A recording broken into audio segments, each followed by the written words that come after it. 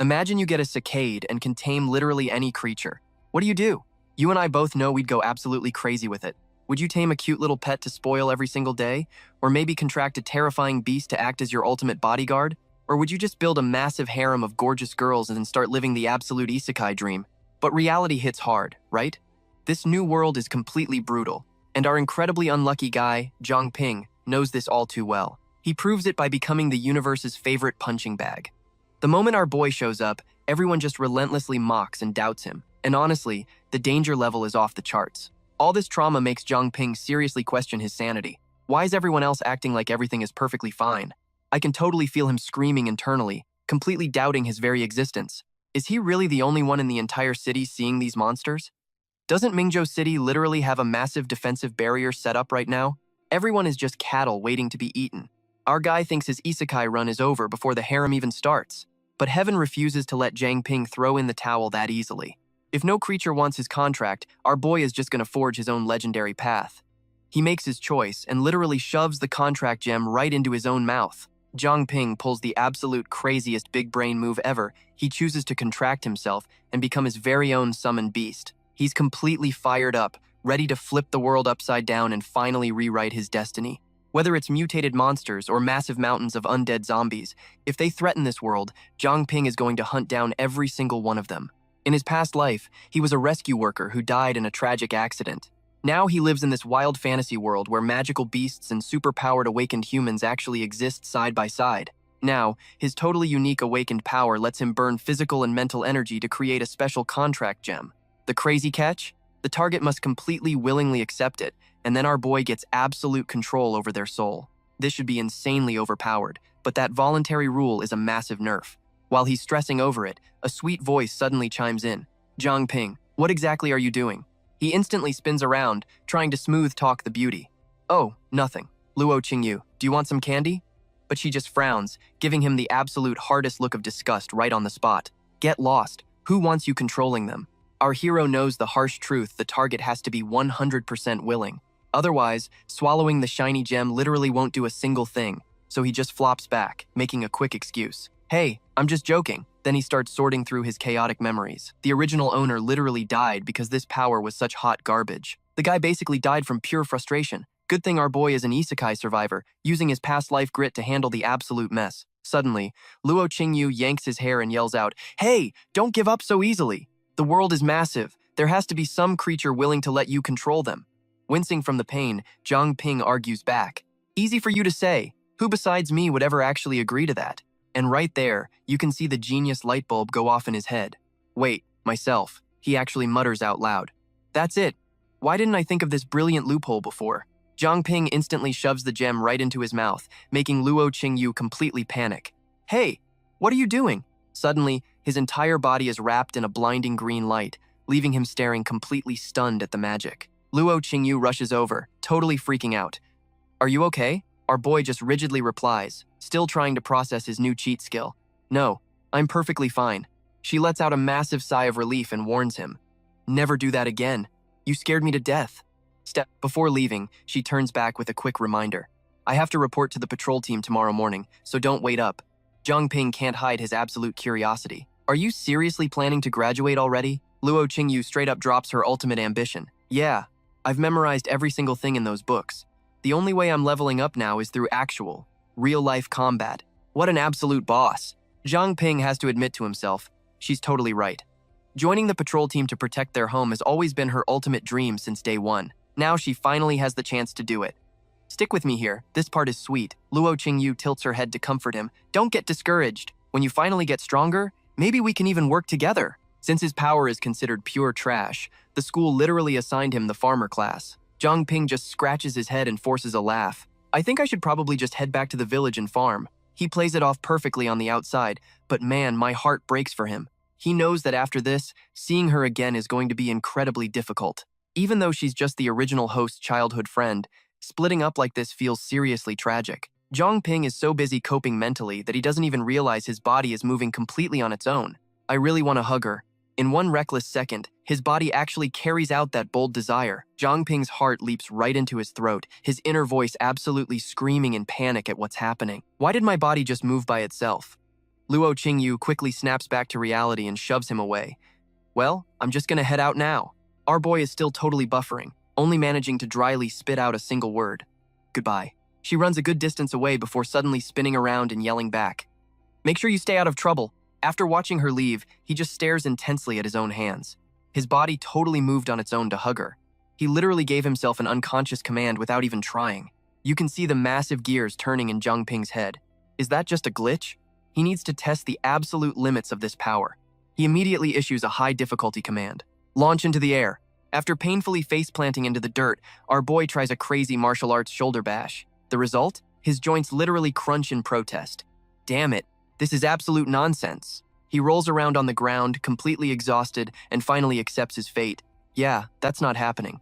Zhang Ping replays those embarrassing test runs and starts calculating the actual results in his head. What we know for sure is that he can force his body to execute almost any action, but the strict rule is, it can't exceed normal human limits, so no magical flying or transforming into bizarre creatures. Plus, he can perfectly execute crazy moves he's never even practiced, just by remembering them. So theoretically speaking, as long as his physical stamina is high enough, our boy can instantly master literally any martial art out there. Realizing this insane potential, Zhang Ping leaps up like a total boss. If he just finds a way to boost his stamina, he'll become absolutely unstoppable. But there's still one crucial theory left to test. The very next day, when he finally peels open his exhausted eyes, he has his glorious answer. Wait, I'm in the cafeteria? But before celebrating, Zhang Ping has to deal with a much more painful problem. My legs, they're completely numb. Then it hits him before sleeping. He gave himself a command to jog. Did his body literally go on a morning run while his brain was totally knocked out? Even though he's basically half paralyzed right now, Zhang Ping is absolutely thrilled. This is massive. His crazy theory from yesterday is 100% spot on. His body can flawlessly execute complex commands even while his mind is completely unconscious. He looks around shiftily like a thief, whispering to himself, "Awesome, nobody's paying any attention to me." But right on cue, the entire cafeteria completely erupts into absolute chaos. Student Luo Shiyu is here. Oh my god, it's Luo Shiyu. Good morning, Luo Shiyu. It's our school goddess. Amidst the screaming fans, she softly replies, Good morning. You and I know exactly what happens next. Zhang Ping's brain completely short-circuits the second he locks eyes with her. You and I have to talk about this scene. What hit Zhang Ping wasn't the campus beauty, Luo Shiyu. It was an ugly, monstrous heavenly fox. Our boy's face went totally pale, his heart hammering. He's panicking. How is nobody else seeing this? This is definitely not Luo Shiyu. Speak of the devil, right? The monster has zero clue her disguise is busted. She just keeps playing the sweet, caring girl role perfectly. You don't look so good, Zhang Ping. I got chills as fake Luo Shiyu slowly crept up to him. Classmate Zhang Ping, you really don't look well. She was so thrilled she almost let her true, terrifying nature slip out. Are you sick? Poor Zhang Ping was shaking like a leaf. I wanted to scream through the screen as he mentally begged himself, Stay calm, just stay calm. Our guy's face was dead white. He frantically shook his head, doing his best to hide that he knew her dark secret. No, I'm fine. Just had a nightmare last night and didn't sleep well. He quickly jumped up, making the ultimate excuse to escape. Oh, right, I have class soon. Gotta run. The fake Luo Shiyu still didn't realize she was exposed. She looked slightly confused. Was that the scent of fear or just her imagination? Meanwhile, Zhang Ping finally got to safety. Only then did our boy dare to actually think about what just happened. Why are there mutated beasts inside the school? How is nobody else noticing them? Is he just losing his mind? Finally, he comes up with a classic smart move. He needs to report this to a teacher immediately. Suddenly, Zhang Ping's face went completely dark. His eyes widened in absolute terror, like he just witnessed the most horrific scene imaginable. Right in front of him, another heavenly fox was happily devouring some poor, unlucky victim. Without wasting a single second, our smart protagonist just bolted. He ran for his life, pretending he hadn't seen a single thing. Up on the massive rooftop, Zhang Ping just screamed his absolute frustration into the empty sky. It hurt watching him cry silently in pure agony. Something is terribly wrong, heavily wrong with this entire place. Is this place literal hell on earth, damn it? Then a sudden realization hit him about the root cause. Was he only seeing these mutated beasts because he ate that mysterious item earlier? So he decides to gamble his life all over again. Whatever it takes, he has to turn himself back to normal. Right after absorbing it, Zhang Ping's entire body erupted into a brilliant glowing light. He just stared in pure confusion. What is happening? His eyes quickly activated the new skill appraising. The system chime confirming a successful appraisal rang out, just as those horrifying memories flashed right back before him. He was so shocked he could barely catch his breath. Did I just awaken the appraisal skill? Zhang Ping tried hard to analyze his newly appraised body stats, feeling completely helpless to solve this mess. It really is a contract gem. It even has a level, but what does the activated effect actually mean? The system instantly updated, showing that a summoner holds absolute command and gets total obedience from their summoned beast. Our boy stared blankly at his own stats. Could this crazy new talent actually be tied to him eating that extra gem? I was literally on the edge of my seat. A good while later, Zhang Ping's mood hadn't improved at all. He was still super stressed, trying to break down the grim situation right in front of him. Point 1. I've somehow become both the summoned beast and my very own contractor. Point 2. My mind and body are strictly controlled by the contractor, which is me. Because of this crazy loophole, no illusion magic can work on him. That's exactly why he can see those mutated beasts' true forms. Our genius protagonist carefully calculated his next big move. Let's look at this together. These beasts are all Heavenly Fox, and their levels are insanely high. Zhang Ping is only level 1. He's definitely no match for their mind-bending perception skills right now. Even if a Heavenly Fox eats someone right in public, everyone else just sees two normal students chatting. That's why not a single person has noticed anything weird. The lore here is so dark. Suddenly, he thought of someone and gave this awkward little smile. If it's about mind control, I remember Luo Qingyu's power is also mental-based. Maybe she'll actually have a way to beat this. The final moments of the school day finally wrapped up. Outside, the sky had already shifted into this beautifully dreamy, faded pink sunset. The contrast to the horror is wild, but completely clashing with that soft view, Zhang Ping's face just looked more exhausted by the second. I can't believe they're outside the school too. He tried his hardest to look casual, slipping past the busy crowd like a total ghost. Staring right at these mutated beasts roaming freely in the streets, our guy could only shake his head. He silently wondered just how many of these things are actually out here. Pushing the panic aside, Zhang Ping rushed straight to the patrol headquarters to find his friend. The moment he walked into the lobby, a very eager receptionist greeted him. "Hello there! Is there anything you need help with today?" I could tell a deep sense of dread just hit him, but he forced himself to act normal. "I'm here to see someone. Luo Qingyu. She should be reporting for duty here today." The receptionist replied so calmly. She had zero clue that Zhang Ping already saw she was eaten and replaced by a monster. "Sure thing. Please wait just a moment." Zhang Ping was having a massive headache trying to process this. Heavenly Fox infiltrated the cleansing squad? Can't even high-level awakeners see through their illusions? While he was deep in thought, a super familiar voice snapped him back. "Zhang Ping, what are you doing here?" He jumped a little and quickly spun around to look. "Oh," he stood up awkwardly to explain, "I was just worried you wouldn't adjust well, so I came to check on you." Luo Qingyu looked so happy as she started introducing everyone. "It's totally fine. Let me introduce you guys. These are my teammates. They've all been taking great care of me." But watching Zhang Ping's eyes, man, his gaze shifted into something completely broken. "Is that so? That's great." Still totally oblivious to his completely horrified expression, she passionately shared her dreams. "I want to work hard and grow stronger. In the future, I'll hunt down those mutated beasts and avenge my parents." Meanwhile, our boy just stared at the floor, feeling utterly powerless. "Yeah." She playfully tried to tempt him. "Oh, right, my squad is actually short on people. Want me to pull you into the patrol team?" Hearing that, he aggressively shook his head and waved his hands. "No way, my abilities wouldn't help at all. I'm definitely more suited for logistics." Luo Qingyu pouted, looking genuinely disappointed. "That's a shame." On the flip side, Zhang Ping scrambled to find an exit. "Since you're adjusting so well, I won't bother you anymore." His smile died instantly, crushed by the brutal reality he just discovered. I felt so bad as he gritted his teeth in defeat. He finally turned his back, forced to abandon the people already consumed by the Heavenly Fox. "Goodbye, Luo Qingyu." He furiously cursed in his mind. And honestly, I agree. Are you kidding me?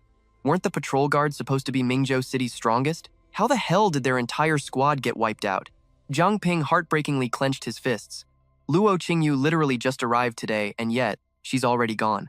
Right in the middle of the bustling street, his lonely footsteps suddenly stopped, weighed down by this invisible, crushing grief. He stood there frozen, looking like a totally lost soul in that chaotic city crowd. It looks like the Heavenly Fox didn't just infiltrate the school, they've taken over the entire city. Everyone living in Mingzhou City is just captive livestock to them. This plot twist is insane. Zhang Ping carefully reevaluated everything he knew. I managed to investigate a few things using my appraisal skill. Most Heavenly Fox are sitting at mid to high levels. He recalled the exact lore details perfectly. Levels 1 through 9 are beginner, 10 to 19 are mid-tier, and 20 to 29 are straight-up high level. 30 to 39 means peak level, but this brutal reality just completely destroyed that logic. The patrol squad actually had plenty of high-level awakeners in their ranks, yet they couldn't beat them. The beast who murdered Luo Shiyu is dangerously strong. His instincts are screaming it. So, what do we think he does next? Things are getting insanely intense. Our boy Zhang Ping constantly reminds himself that using his appraisal skill instantly locks onto his location. He can only risk it on high-level enemies. We are talking about literal king-tier threats here. Those other heavenly foxes punching way above their weight class against awakened fighters, it has to be because of that. Zhang Ping quietly studies every single move the civilians make, which is totally unlike normal mutated beasts. You and I both know these heavenly foxes are insanely smart. They master disguise, living peacefully among humans on the surface. His mind stays rock solid, but I can tell that is just an act. Their main targets are usually to boost their own power or hunt down people with high social status. My heart breaks for him as he realizes everyone else is basically just captive livestock to them. His mood totally drops when he thinks about his only option, because fighting a heavenly fox head-on is straight up suicide for our main character. But he refuses to just stand by and watch innocent people die. He knows he has to level up and get stronger.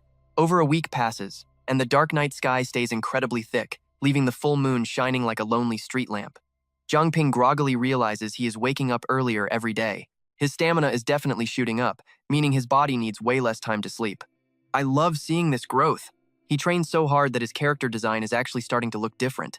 Pushing his physical limits these past few days finally earned him a level up. Suddenly, he remembers that epic moment of discovery. Besides the daily grind, he keeps trying to create and eat gems every single day, hoping to roll a new power or talent just like those first 2 times. But the drop rates have been terrible. Ever since his awakening, every gem he makes turns out completely colorless, and eating them does absolutely nothing for his stats. Then, out of nowhere, a miracle hits Zhang Ping like a final ray of hope.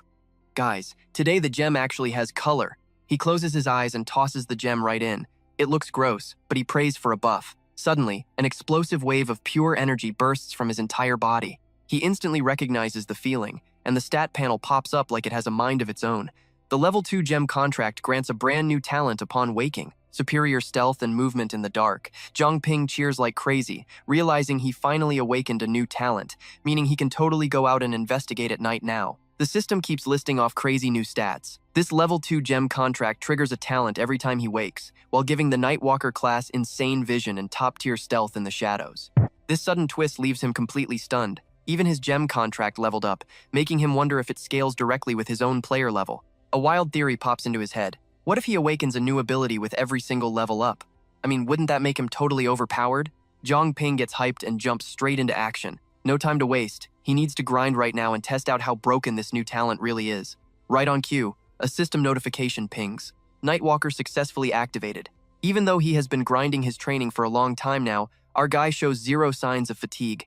His stamina pool seems even better than 3 days ago. Suddenly, his feet just stop when he spots a weird loot drop rolling on the side of the road. Zhang Ping is confused, guessing it is a ring. He spams his skill to check it. Appraisal failed. Appraisal successful. Assassin ring. Once equipped, all creatures subconsciously ignore the wearer. Only high-tier awakened characters or above have immunity to this effect.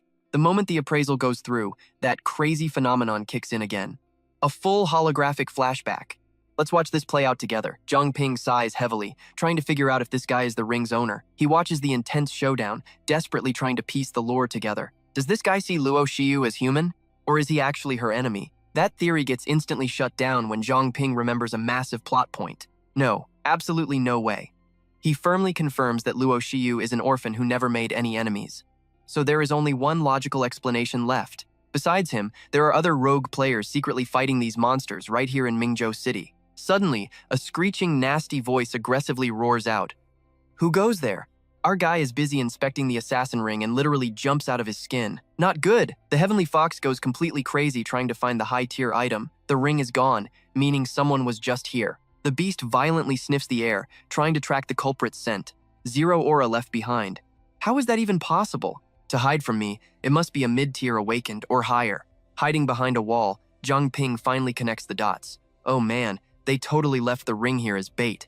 Meanwhile, the Heavenly Fox is sprinting back to report the big news. I have to inform His Highness the Prince right away. He rubs the assassin ring in his hand before making his final call. The situation is way too suspicious now, so holding on to it is his best play. As the clock hits 5:36 in the morning, the sky paints a soft pink, setting up this rare, peaceful vibe. Zhang Ping is still grinding away, studying inside his room. Since the sun wasn't up earlier, his Nightwalker class and the assassin ring perfectly cloaked his presence. He realizes real power isn't just about base stats. Gear drops matter too. Suddenly, a violent crashing sound echoes outside his room, like something ready to tear its prey apart. Right then, a soft, gentle voice unexpectedly speaks up. Zhang Ping. I'm freaking out for him as he panics at the sudden intrusion, yelling out, "Who is it? Who's talking?" Meanwhile, Tu Zhao keeps desperately warning him, "Hide!" She gently steps closer and whispers right in his ear, "They." Her voice fades away as the heavenly foxes literally breach the room. Are here. Fierce winds furiously smash through the window, howling like a dark omen closing in. The mob of heavenly foxes instantly swarms Zhang Ping's room. It literally looks like they have absolutely no intention of letting any living creature escape alive. The leader flashes a demonic smile and asks, "Is it him?" Without hesitation, it charges up a massive attack, aiming straight at the figure lying on the bed. Die! Zhang Ping is completely fast asleep when Luo Shiyu's razor-sharp claws suddenly slash right past his face. With her claws hovering right over his face, she quietly analyzes her prey, not even a single flinch. If this trash was our missing target, he would have desperately jumped up by now. Plus, I don't sense the ring's aura. Then she just silently turns and walks away. Her lackeys look totally confused and ask, "Your Highness, why not just kill him? This guy jogs every single morning without fail, yet today he didn't. Isn't that super suspicious?" Luo Shiyu instantly shuts it down. It is not him. She bares her fangs, her eyes glowing a terrifying blood red. He is literally just food with absolutely zero utility value. Luo Shiyu proudly swings her claws, her eyes burning as she loudly commands, "Do not waste the food." Both of her minions instantly drop to their knees, bowing to the floor. Yes. A moment later, Zhang Ping snaps awake, his face pale with absolute panic. "Are you guys sweating yet?" He spits the ring out of his mouth and gasps in pure terror. "Too close. I nearly died of a heart attack." He anxiously realizes his mistake. He totally forgot about his daily morning jog. Our boy Trungbin puts the ring in his palm, breathing a massive sigh of relief. Thank goodness he commanded his body into a deep sleep earlier, hiding his flaws perfectly. Tian Zhao's blurry silhouette suddenly flashes right back into his mind.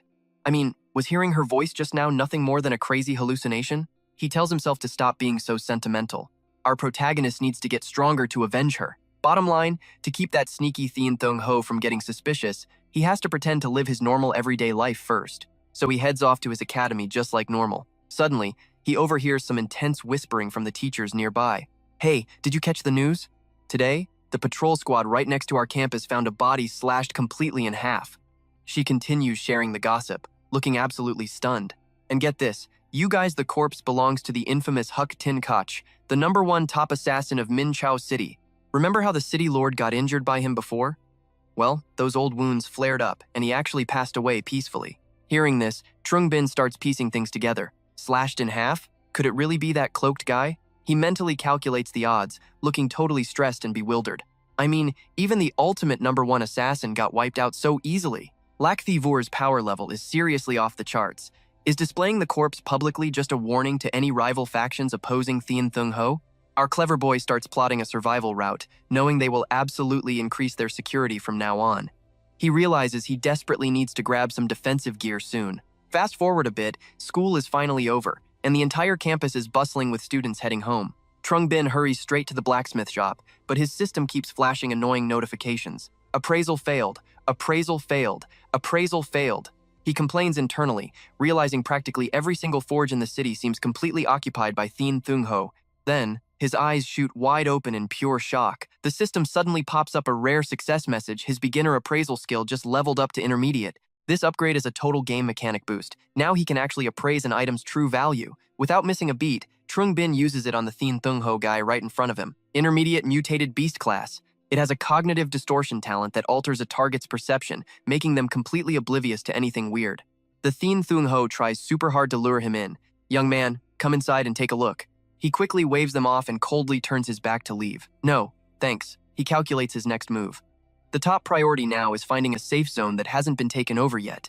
Later, Trungbin strolls past the Thi Chi Hon blacksmith when he catches Bao Kuok's super sketchy sales pitch. "My gear is the absolute best around. Just look at this texture. Check out this brilliant shine." The guy waves the sword around, desperately trying to close the deal. "You've had a tough time, old man. If you want to buy, I will endure the pain and give you my absolute lowest price." But honestly, those words just go right over Thiet Fong's head. "Huh? What did you say?" He casually blows a puff of cigarette smoke right into the dude's face and mumbles, "Did you just say my daughter is waiting for me to eat?" Bao Kuok scowls and screams at him, "You crazy old man." He angrily slams his fist down on the counter, throwing out insults without holding back. Are you totally deaf? Meanwhile, Trung Bin wanders into the shop and randomly grabs the sword off Bao Kwok's table. The scammer glares at him, absolutely furious, and yells, "Who goes there?" But our guy just keeps admiring the blade with a totally chill, unbothered expression on his face. Appraise, Bao Kwok immediately bares his teeth, his eyes practically shooting fire as he lunges to snatch the sword back. "You little brat, how dare you steal my stuff?" The item stats pop up for Trung Bin. Normal quality. It looks cool but is completely useless in combat. Plus, it was previously broken. The value is a total ripoff. He drops his jaw and panics, shouting out, "Hold on, this sword." But before he can even finish his sentence, half of the blade is already in Bao Kwok's hand, completely snapped. The scammer throws a massive tantrum, literal lightning bolts sparking all around his entire body. "Damn it, you ruined my perfect hustle," he screams in a blind rage as explosive lightning blasts dirt and rocks everywhere. "Do you even know who I am?" Bao Kwok flexes so hard his muscles actually shred his shirt into pieces. Then he introduces himself, putting on this super intimidating and threatening tough guy tone. "I am the direct disciple of Grandmaster Ma at the Hin Yi Vorn Quan." He strikes a combat stance and charges straight at Trung Bin, face burning with insane battle aura. "Take this." Suddenly, a barrage of glowing light beams crashes down, making the ground shake violently. Bao Kwok moves like an anime ghost, flickering in and out of sight to launch attacks from every possible angle. But Trung Bin stays completely unfazed, simply swinging one arm and smacking him right in the face. He casually speaks up as the guy crumples to the floor, looking absolutely pathetic after taking just one single hit. "Is that really it?" Bao Kwok groans with a super weak voice. "You little brat, you have 0 martial arts honor." Trung Bin doesn't even care and just uses his appraisal skill directly on him. Appraise. His talent is some ridiculous, supreme, invincible, earth-shattering chaos energy. Basically, using any martial arts move automatically generates these insanely flashy special effects. But here's the absolute hilarious part, only the user can actually see them. Overusing it just makes the person completely delusional, trapped in their own fantasy world without any self-control. Bao Kwok points right at Trung Bin's face and trash talks. "Watch your back when you step outside later." Trung Bin just waves him off dismissively. Is this clown really just here for comedic relief? Nope. Bao Kwok instantly lunges from behind with this maniacal grin. "My chance." But Trung Bin just delivers another solid punch, sending the scammer crashing to the ground, covered in bruises. Trying to sneak attack me? Who's the one with 0 martial arts honor now? Meanwhile, Thit Fong just calmly watches the entire beatdown, still puffing that cigarette in his mouth. Suddenly, Lu Suk steps up to Bao Kwok's battered face and speaks. "I step out for 5 minutes, and my shop gets this chaotic?" Her threatening tone drops perfectly, sounding absolutely terrifying. "Are you walking out yourself, or do I throw you out?" Trung Bin steps toward the exit, thinking to himself that he should just go check out some other stores. At the exact same time, Bao Kwok cowardly scrambles away. "I am so sorry." But then, Lu Suk violently slams her hand against the wall, pinning Trung Bin right there. "You, stay." Her expression suddenly turns dead serious. "We need to have a little chat." Our guy awkwardly avoids eye contact and stammers. "Chat? Chat about what?" Lu Suk immediately presses her body closer against him, her lips curling into this incredibly alluring, dangerous smile. "I'm just a fragile girl, hustling every single day just to survive. Plus, I have to take care of an uncle whose mind broke after losing his daughter. You seem decent enough, and your character isn't half bad. So, how about it?" Trung Bin's cheeks flush bright red in pure panic. "What do you mean?" Lu Suk suddenly wraps her arms tightly around his neck, giggling as she drops the bomb. "Stay and become a blacksmith. Take care of old man Lu Thiet Fong, and help me watch the shop. Obviously, room and board are fully covered, plus a salary. You guys know what this means." Trung Bin instantly considers the massive benefits. If he grinds the blacksmith skill, he'll save a fortune on gear later. Plus, this specific shop doesn't seem controlled by the Thien Thung Ho faction yet. He immediately accepts the quest, his face burning with absolute determination. "All right, I'm going to become the blacksmith king." Hearing this, Lu Suk gets so hyped she literally slaps him hard enough to cause a nosebleed. Perfect, just the man I chose. Trung Bin lies completely paralyzed on the floor, internally crying tears of deep regret. First things first, he has to actually survive being in her hands. A few days later, our hero officially starts his grueling blacksmith training under Lu Suk's extremely strict, terrifying supervision.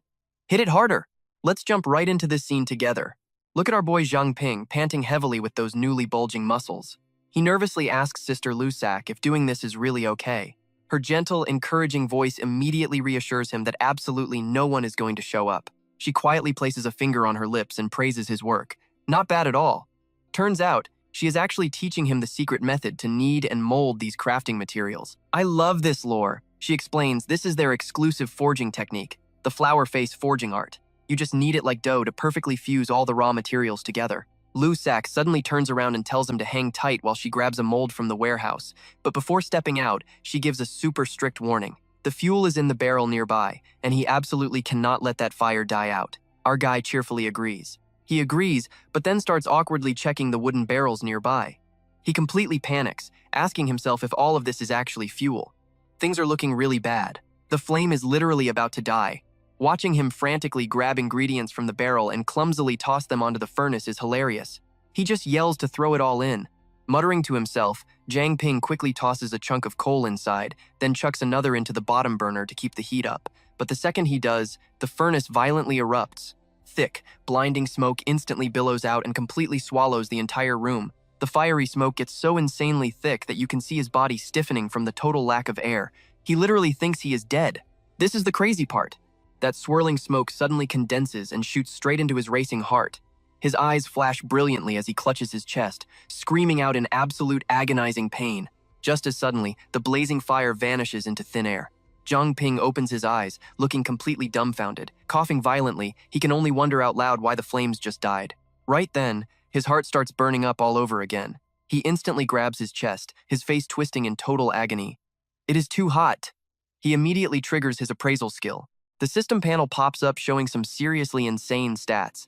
4-star growth value and literally infinite mental strength. This crazy boost leaves Zhang Ping totally stunned, realizing his growth value just spiked again. Connecting it to what just happened, he forms a wild theory. Then, he quickly appraises the crafted item from earlier. It reveals that crafted items drain stamina and mental energy. But if a target willingly eats the gemstone, the summoner gains total control over their life, soul, and consciousness. So overpowered. A bonus effect just triggered. Because of this, we watch his skill stats steadily climb higher and higher. His basic Nightwalker skill gains a star, granting him flawless night vision. Plus, his presence during the night massively drops, while his movement speed gets a huge boost. If he stands in the shadows, he becomes completely invisible. What a crazy buff. Our hero starts putting the pieces together. Awakening a new talent actually increases his growth value. But upgrading an old talent, like his appraisal ability, will consume that very same growth value. He immediately checks his appraisal skill next. It is now at intermediate level, but dropped a star. The success rate now depends purely on the power gap between him and his target. He hits the jackpot with this conclusion. As long as he keeps awakening new talents, his growth value becomes truly infinite. Suddenly, a brand new skill pops up on his stats panel. Basic Fire Eater, up by 1 star. This means he can swallow flames and convert them into fire elemental energy stored right inside his body. He can unleash that raw power whenever he wants until the reserves run completely dry. You can see the total confusion on his face. He remembers that everyone else has a strict limit on their growth value. Is he really the only one who can awaken multiple talents? Staring blankly at his stat board, he is completely dumbfounded. He realizes the Fire Eater ability is exactly what just absorbed all those deadly flames in the room. He closes his eyes to think critically. Wait a second, let's look at this together. He hit level 3 this morning and ate the level 3 gemstone. How on earth did the effect only trigger by evening? Was it waiting for the perfect moment? Right on cue, Lusak steps back into the room. She looks around in pure shock, demanding to know what on earth happened to the place. She rushes over, grabbing his wrist in an absolute panic. She begs him to say he did not toss the crimson sand scales into the furnace. It causes massive explosions, a tiny detail she forgot to mention. He stammers back, feeling incredibly guilty. He nervously asks Sister Lusak about paying for the property damage. She just drops the mold on the table, completely confused, asking what he is talking about. She says she is just glad he is safe, but wonders how he put the fire out. Those scales are notoriously hard to extinguish. Looking super awkward, our boy replies that it is a long story. Lusak then stares at the material he just forged, her eyes wide with sheer disbelief. She is absolutely blown away by how perfectly the elements fuse together. She notes it takes insanely high temperatures to achieve this flawless result. Slowly placing the material into the mold, she praises his obvious talent. His old academy completely misjudged him. With this level of skill, he could easily join the big 3 factions. This gets Zhang Ping curious, and honestly, me too. He asks her a great question. People always talk about the patrol guard and the cleansing squad as part of the big 3. So what exactly is the mysterious third organization? While he asks, we see Lusak intensely focused on shaping the item. Holding the freshly forged dagger in her hand, she finally gives him an answer. She confirms Mingzhou City definitely has a third faction. but what they are called, or what they even do, remains a complete mystery to everyone. She then hands the finished blade right over to him. She casually mentions that since he wanted to buy gear earlier, he should just take this one if he likes it. He grabs the brilliantly glowing dagger, completely mesmerized as he studies every little detail. He mutters that such a high-tier weapon must cost a fortune. Naturally, he uses his trusty appraisal skill to pull up all the hidden stats on this gorgeous blade. It is called Beauty's Tear. Outstanding quality, forged from cold iron, and easily capable of shredding mid-level mutated monsters. Lu Sak drops the price tag, and you can see his eyes nearly bulge out of his head. She casually estimates the market value of the materials alone at around 100,000. Our guy has a total meltdown. He makes $3,000 a month. He cannot believe he is holding something so insanely valuable. Lu Sak just bursts into a hearty laugh, telling him to treat it as a reward for his epic progress today. Then she quickly turns around, giving him a friendly wave goodbye as she heads out. She mentions she still has a mission to run. She asks if skipping school is really okay for him. Zhang Ping smiles softly, telling her not to sweat it. He already wrapped up his early graduation paperwork. Before leaving, she gives one last careful warning. She tells him to take good care of the old man. He is a bit senile, so definitely do not let him run the shop alone. The second she leaves, you can see the intense anxiety creeping onto his face. Sure, the closed shop kept the Heavenly Foxes away before, but that massive explosion earlier? There is no way those mutant monsters did not notice the noise. He decides to use his Nightwalker skill to patrol the perimeter. Just like that, the scene fades into the dead of night. While patrolling the area, he spots an innocent-looking little girl happily playing on a swing. But wait! He uses his trusty appraisal skill and uncovers her terrifying true identity. She is actually a level 3 mutated beast, a deadly heavenly fox. Its stats are crazy. A basic mutated beast with a cognitive distortion talent, it can literally alter a target's perception, forcing them to completely ignore any terrifying anomalies right in front of them. Watching this, our hero thinks to himself, it is his first time seeing a heavenly fox at such a low level. He immediately whips out his new dagger, calculating his odds. They are both level 3, but he has epic gear backing him up. He knows he can win. Even though the inner city guards fell, the patrol forces outside the walls should still be completely fine. This is where you and I have to love his strategy. If he simply hands over the Heavenly Fox corpse to those guards, the higher-ups will definitely take notice of his immense potential. Okay, so out of nowhere, this massive ice block spawns right behind our guy, and Cece's chilling voice drops. She actually asks if he is attacking orphans. The threat level here is insane. Freeze, or I kill you. Then she literally binds Zhang Ping in solid ice. She warns him to drop whatever attack he was planning.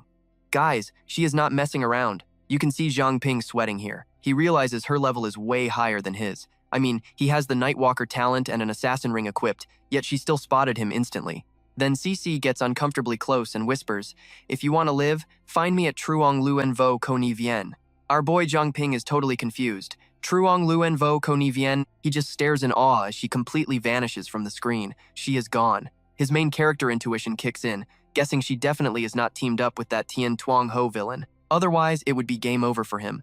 Zhang Ping just stands there, totally stunned, trying to process this crazy plot twist. So here is his hidden backstory. He grew up in an orphanage and practiced fighting at a local park, which he privately named Truong Luen Vo Koni Vien. She definitely knows his secret. As he tracks the path into the woods, he cannot stop analyzing that mystery girl's motives. And honestly, there is way more to this encounter. She was definitely stalking him, interrupting his attack on purpose. She lured our hero out here for a reason. Suddenly, a venomous tail rat spawns right in front of him, flashing some seriously razor-sharp claws. Zhang Ping is completely caught off guard. A mutated beast hiding inside the safe zone? He quickly activates his appraisal skill. Let's check the stats screen. It is an armored venom tail rat. A beginner-tier mutant beast packing a deadly toxic tail and a poison sac, capable of firing lethal venom right from its stinger. Our protagonist looks totally stressed out here. This rat outlevels him by 2 ranks, but it seems cautious. He considers retreating to break aggro, gripping his dagger tight while hesitating on his next move. No way. He realizes he has to clear this monster right now. He thinks about the orphans to boost his morale. If he leaves it, those kids playing in the park tomorrow could get wiped out. Come on, it is just a beginner-level mutant beast. He checks his dagger stats.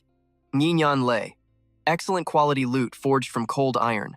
This weapon can easily deal piercing damage even to mid-tier mutated monsters. After hyping himself up, Zhang Ping does not hesitate for a single second. He charges straight in, looking absolutely fearless. He claims his victory. Dashing forward, he remembers all those fantasy web novels he read in his past life, where the main character wakes up and just instantly masters combat. Total plot armor logic, right? He lacks combat experience but plans to use his summoned beast instead. Suddenly, the rat curls into a rolling buzzsaw and launches into the air. Our boy is completely shocked. Wow, the rat actually has a spin attack. Zhang Ping quickly braces his stance. He raises his weapon, shifting into full defense against the incoming strike. The moment his blade hits that armored shell, you see him struggling. The armor rating is way too high. Engi Nanlei cannot break through, so he needs to outsmart it. With a fast parry, he powerfully deflects the beast, launching it into a high rock. Suddenly, highly toxic magic starts glowing from the monster's claws. It fires a lethal magic blast straight at Zhang Ping, but our hero's agility stats let him cleanly dodge the whole attack. Dodging like a pro gamer. Up, up, down, down, backstep, and a perfect dodge roll. Landing smoothly, our guy quickly scans for weak points. The eyes. That is the only spot without heavy armor. The challenge is hitting the hitbox while it rolls into its defensive form. He has to break that annoying guard stance. He channels his internal fire magic right into his palm and triggers another appraisal skill. The system shows he can store fire elemental energy using Nut Lua, letting him unleash pyro attacks until his mana pool runs completely dry. The smirk on his face right now is priceless. Got it. Zhang Ping shifts his stance, getting ready to counter. He mentally preps his combo, the Mingzhou City Rat Chaser. His expression is looking intensely focused right now. I cannot believe the lore about Mingzhou City from the history book is actually viable. This specific skill utilizes size advantage to crush smaller mob enemies. While the beast spams poison attacks, our boy cleanly dodges every single projectile, closing the gap like an absolute speedrunner. He winds up his dagger with a spin move, knowing he needs to bait out its attack first. Even with the rat locked in its spinning defense buff, Zhang Ping charges aggressively. He plunges his dagger in, triggering a massive fire explosion across its body. Stupid rat. He channels more fire magic into his palm with an epic smirk. Keeping the burn damage ticking, he hilariously taunts the mob. Do not be mad at me. Watch this footwork. He steps back to anchor his stance, spinning his flaming blade to charge up a heavy strike. He winds up for the ultimate finishing move, waiting for the exact frame its guard drops down. He dashes in and lands a critical hit right into its eye. The impact is so ridiculously powerful, it literally shatters the ground. A direct strike to the weak spot. That hit triggers a massive, earth-shattering critical explosion. After completely roasting the boss, the system notification pops up. He leveled up from 3 to 4. He gleefully realizes grinding real combat yields way more experience than training. As he turns around, dark, shadowy magic quietly creeps up right behind him. He starts overthinking, realizing a mutant rat spawning inside the city alongside the Tian Tuong Ho is super suspicious. Could there be more hidden monsters? Suddenly, that dark aura traps him, and he literally starts sinking into the ground. What the? He falls straight into this terrifying void of darkness. Cece spawns a whirlpool trap that binds him completely. I am giving you 5 minutes, she announces. Our boy is absolutely panicking right now. It is the same girl from earlier. Cece aggressively points her sword right at his throat and demands, "Prove to me you are human." Zhang Ping is completely stun-locked, unable to move a single pixel. He glares back, looking so annoyed. He is obviously human. Why should he prove it? With a blade against his neck, our protagonist mentally pieces the lore together. Asking him to prove his humanity? She must know shape-shifting beasts are infiltrating the city. She just lacks an appraisal skill to verify, forcing him to do it. When he was about to jump that Tian Tuong Ho earlier, he must have triggered her suspicion meter. He forces an incredibly awkward smile and asks, "Could I get a little hint?" Then it hits him. Was that toxic rat encounter just her way of testing his stats? Cece's dialogue remains dead serious. 4 minutes left. Our guy spams his appraisal ability on her, but her resistance is too high. The skill literally fails 8 times. Make that 20 fails. The countdown timer drops heavily to 2 minutes. After spamming it thousands of times, his appraisal skill randomly levels up. He fires off one last scan. Intermediate appraisal levels up to advanced. Oh my god, advanced appraisal can actually reveal target factions. The stat panel instantly flashes all of Cece's hidden details, and I am so hyped to see this. Faction is the cleanup crew, a massive 5-star growth rate, level 28. She controls the water element. By just drinking water, she can store and freely manipulate water energy both around her and inside her own body. So overpowered. Our boy Trung Bin gasps in absolute shock. So strong, level 28. No wonder she was impossible to appraise. Even the Nightwalker and assassination rings are useless against her. He closes his dark eyes, looking so incredibly nervous. I really feel for him right now. The cleanup crew faction? We have never heard of them before. Could this actually be the mysterious third major organization besides the patrol and investigation teams? Meanwhile, our badass Cece keeps counting down. 1 minute left. Trung Bin completely panics, and honestly, who wouldn't? He quickly speaks up and asks her softly, "You called this little park a martial arts ground, So are you from the exact same orphanage as me? His mind is just racing with pure confusion right now. But looking back at his orphanage memories, there is absolutely no one named Liu Tuthirn. If she came from there, she must have changed her name. Trung Bin starts rattling off a bunch of classic names. Are you Liu Donyan, Liu Nyethu, Liu Hokshin, or maybe Liu Tin Ver? That final name leaves Cece totally stunned and surprised. Liu Cece? But then, out of nowhere, her sharp blade slices past, drawing a drop of blood from his neck. I was literally screaming. She keeps that deadly sword right at his neck. She steps closer and strictly warns him. That does not prove you are actually a human. Trung Bin's eyes go wide as he pieces it together. That reaction proves she really is Liu Cece. She is 3 years older. When he entered Mingzhou Academy, she had already graduated and joined the patrol team. You and I know this is a massive secret only they share. He instantly flashes back to his precious childhood memories at the orphanage. Back then, Cece passionately trained him in martial arts every single day. So nostalgic. This epic move is the heaven-splitting earth-shattering invincible two-fist. You better learn it well. Back then, our beloved Trung Bin was just a clumsy, adorable little boy. Yes, ma'am, he replied. He smiles brightly and awkwardly speaks up, making Cece blush so hard from embarrassment. First stance, second stance, third stance, heaven-splitting earth, shattering invincible two-fist. Trung Bin shouts with such a joyful expression. You really are big sister Cece. So you? Before he can even finish his sentence, Cece abruptly cuts him off. Second question. She points right at his face and fiercely questions every single detail of his story. According to the Academy's official data, your awakened power is the gemstone contract. Because you simply could not meet the activation conditions, you were brutally rated as a useless tier. So what the heck have you been doing all this time? Trung Bin answers honestly with the most trustworthy face ever. 2 weeks ago, I actually ate the gemstone contract and fully turned into a summoned beast. But I am only controlled by myself. Because of that insane loophole, I am totally immune to the illusions of mutated beasts. I can see right through their disguises. He immediately feeds her all the crucial lore he knows. Based on my recent research, a massive number of heavenly illusion foxes are hiding in the city. I strongly suspect a whole pack has fully infiltrated Mingzhou City. Their racial innate talent is cognitive distortion. Cece frantically rushes over and aggressively grabs him by the collar, looking completely panicked by this massive revelation. Is everything you just said actually true?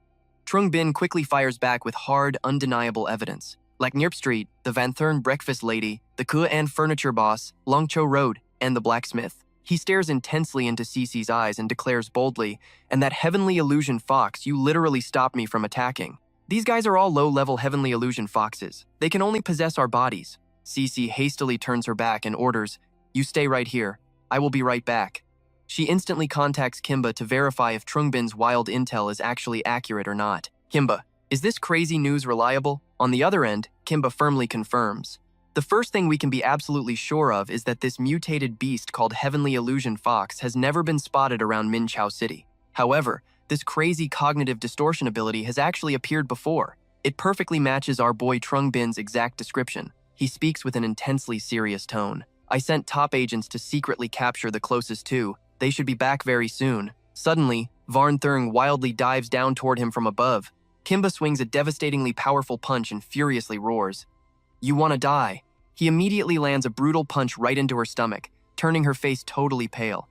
She instantly crashes hard into the dirt, blood relentlessly gushing out from her ruined belly. What a hit! Kimba angrily mutters.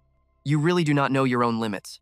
Suddenly, this super dark, creepy magic aura starts rising straight out of Varn Thurng's shattered corpse. In just a flash, that body reveals its true form as a nasty heavenly illusion, Fox. Kimba immediately makes the call. It looks like the intel is real. We finally know exactly what our enemy is. I love this reveal. He boldly commands his terrified subordinates. Notify the other squads right now. Annihilate all the targets on sight. His team loudly replies back in perfect unison. Understood. Let's pause and check on Mingzhou Academy together, shall we? The villainous Thivur is lounging around, thoroughly enjoying the breeze with servants waiting on her every whim. Suddenly, her eyes snap wide open like she just sensed something huge. Her panicked minion loudly cries out, Your Highness! Thivur desperately takes flight as she feels that bitter loss. Another one of my forces just died on Lac Nierp Street. She glares with the most terrifying expression ever seen. To defeat them so incredibly fast and instantly hide their aura, completely avoiding my detection. Her evil eyes flash with absolute fury, the giant heavenly illusion fox avatar looming right behind her. Who on earth did this? After watching Cece finish her intense call with Kimba, our boy Trung Bin eagerly asks, Did you verify it? Cece still looks so suspicious. but we cannot be entirely sure yet. You suddenly gaining the power to see through the heavenly illusion fox's magic. Could this be a deliberate trap set by the enemy? She finally retracts the epic water energy binding Trungbin and continues her plan. So you can only be used as a guide for now. Moving forward, I will secretly protect you from the shadows. If you happen to discover anything else, you can contact me directly. Trungbin awkwardly rubs his stiff shoulders after being tightly restrained for way too long. Protection and surveillance? Yeah, that is fine by me. As long as we can take down the heavenly illusion foxes, I do not care. Cece quickly tosses a piece of cold jade at him, then turns her back looking incredibly cool and aloof. Take this item. This jade is part of a pair.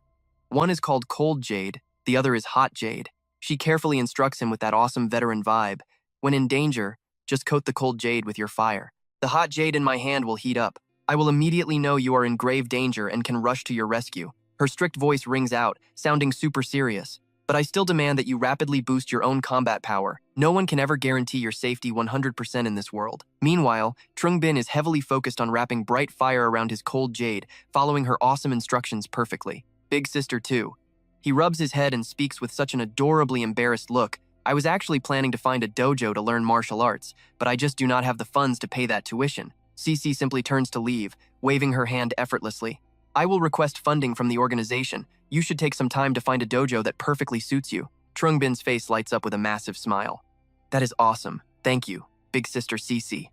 The next morning, he strolls down the street, deep in thought. The heavenly illusion foxes have really decreased these past few days. The cleanup crew must have wiped them all out.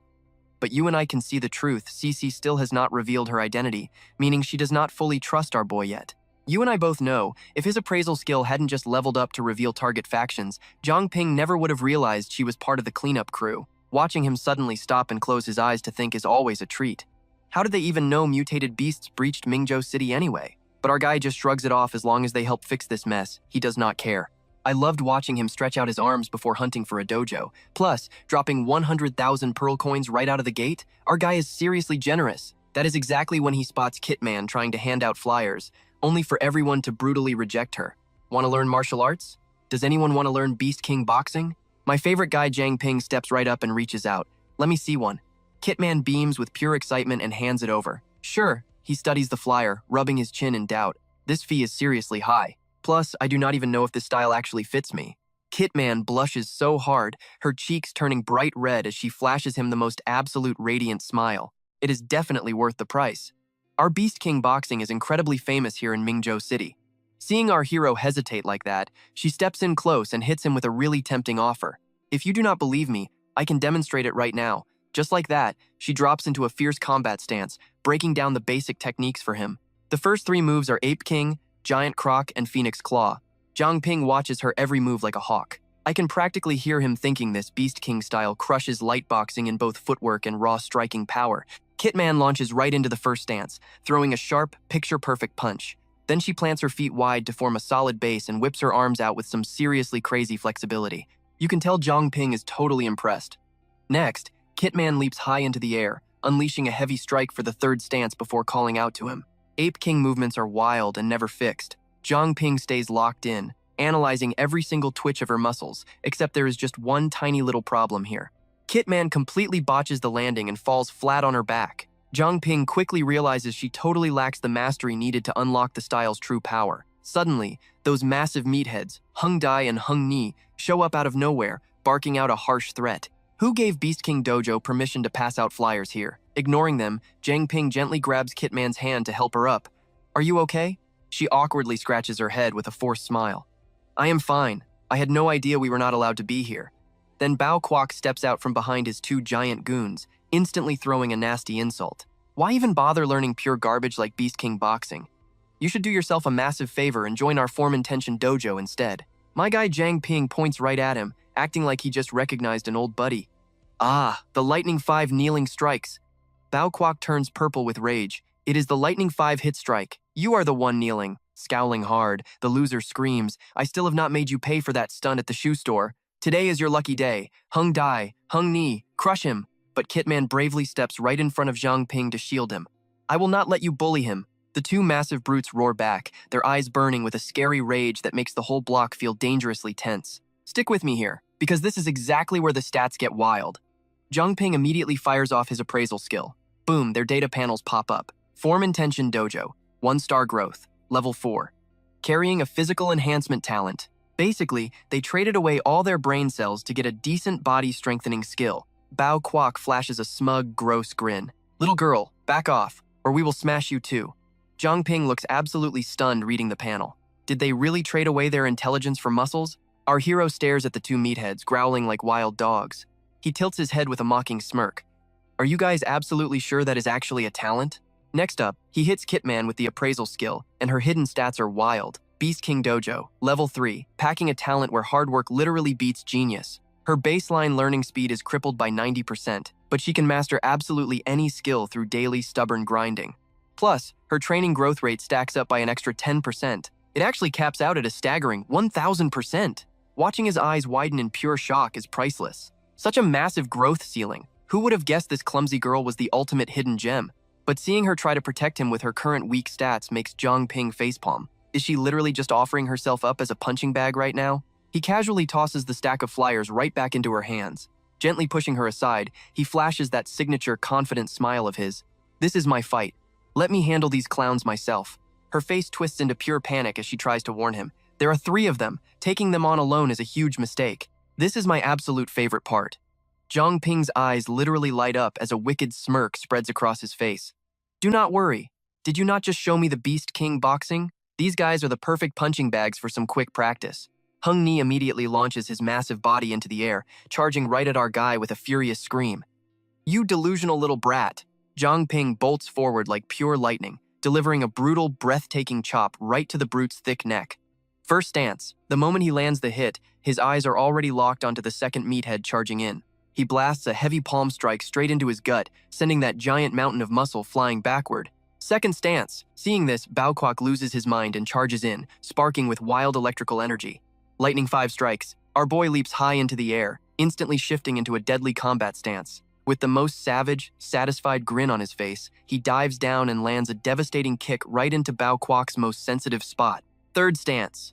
Bao Kwok instantly drops to the dirty pavement, curling into a pathetic ball while desperately clutching his crushed family jewels. Watching him suffer, Zhang Ping gloats with zero mercy. Such a pity, you should have brought at least 2 more guys. That pathetic lightning strike you brag about is absolute trash. Without missing a beat, he turns his back on the groaning losers. Come on, lead me to the Beast King Dojo so I can sign up. Kitman blinks in pure shock. Are you seriously going to register? He gives her the most relaxed, cheerful nod. Dead serious. She practically bounces with joy and endless praise. You learned the Ape King stance just by watching it once. If I ever get stuck on a move later, will you please teach me? Zhang Ping flashes a warm smile. Not a problem at all. Her face totally lights up with the most contagious, bubbly excitement. That is amazing. With your help, I know I can finally get stronger. Meanwhile, Zhang Ping is already doing the math in his head. With her insane potential, she is guaranteed to reach the high tier someday. Watching her, he flashes a subtle smile of genuine respect. She might even become a legendary top-tier awakened. Who knows? Our boy might actually be the one begging for her help down the line. It is barely morning, yet the Beast King Dojo is already absolute chaos. People are sprinting everywhere. Someone spotted the coach down the street. Wait, what? The coach is already back? The whole place is running around like a headless chicken farm. Oh my god, did he not say he was coming back in 2 days? What do we do? I still have not even memorized half of the Ape King stance.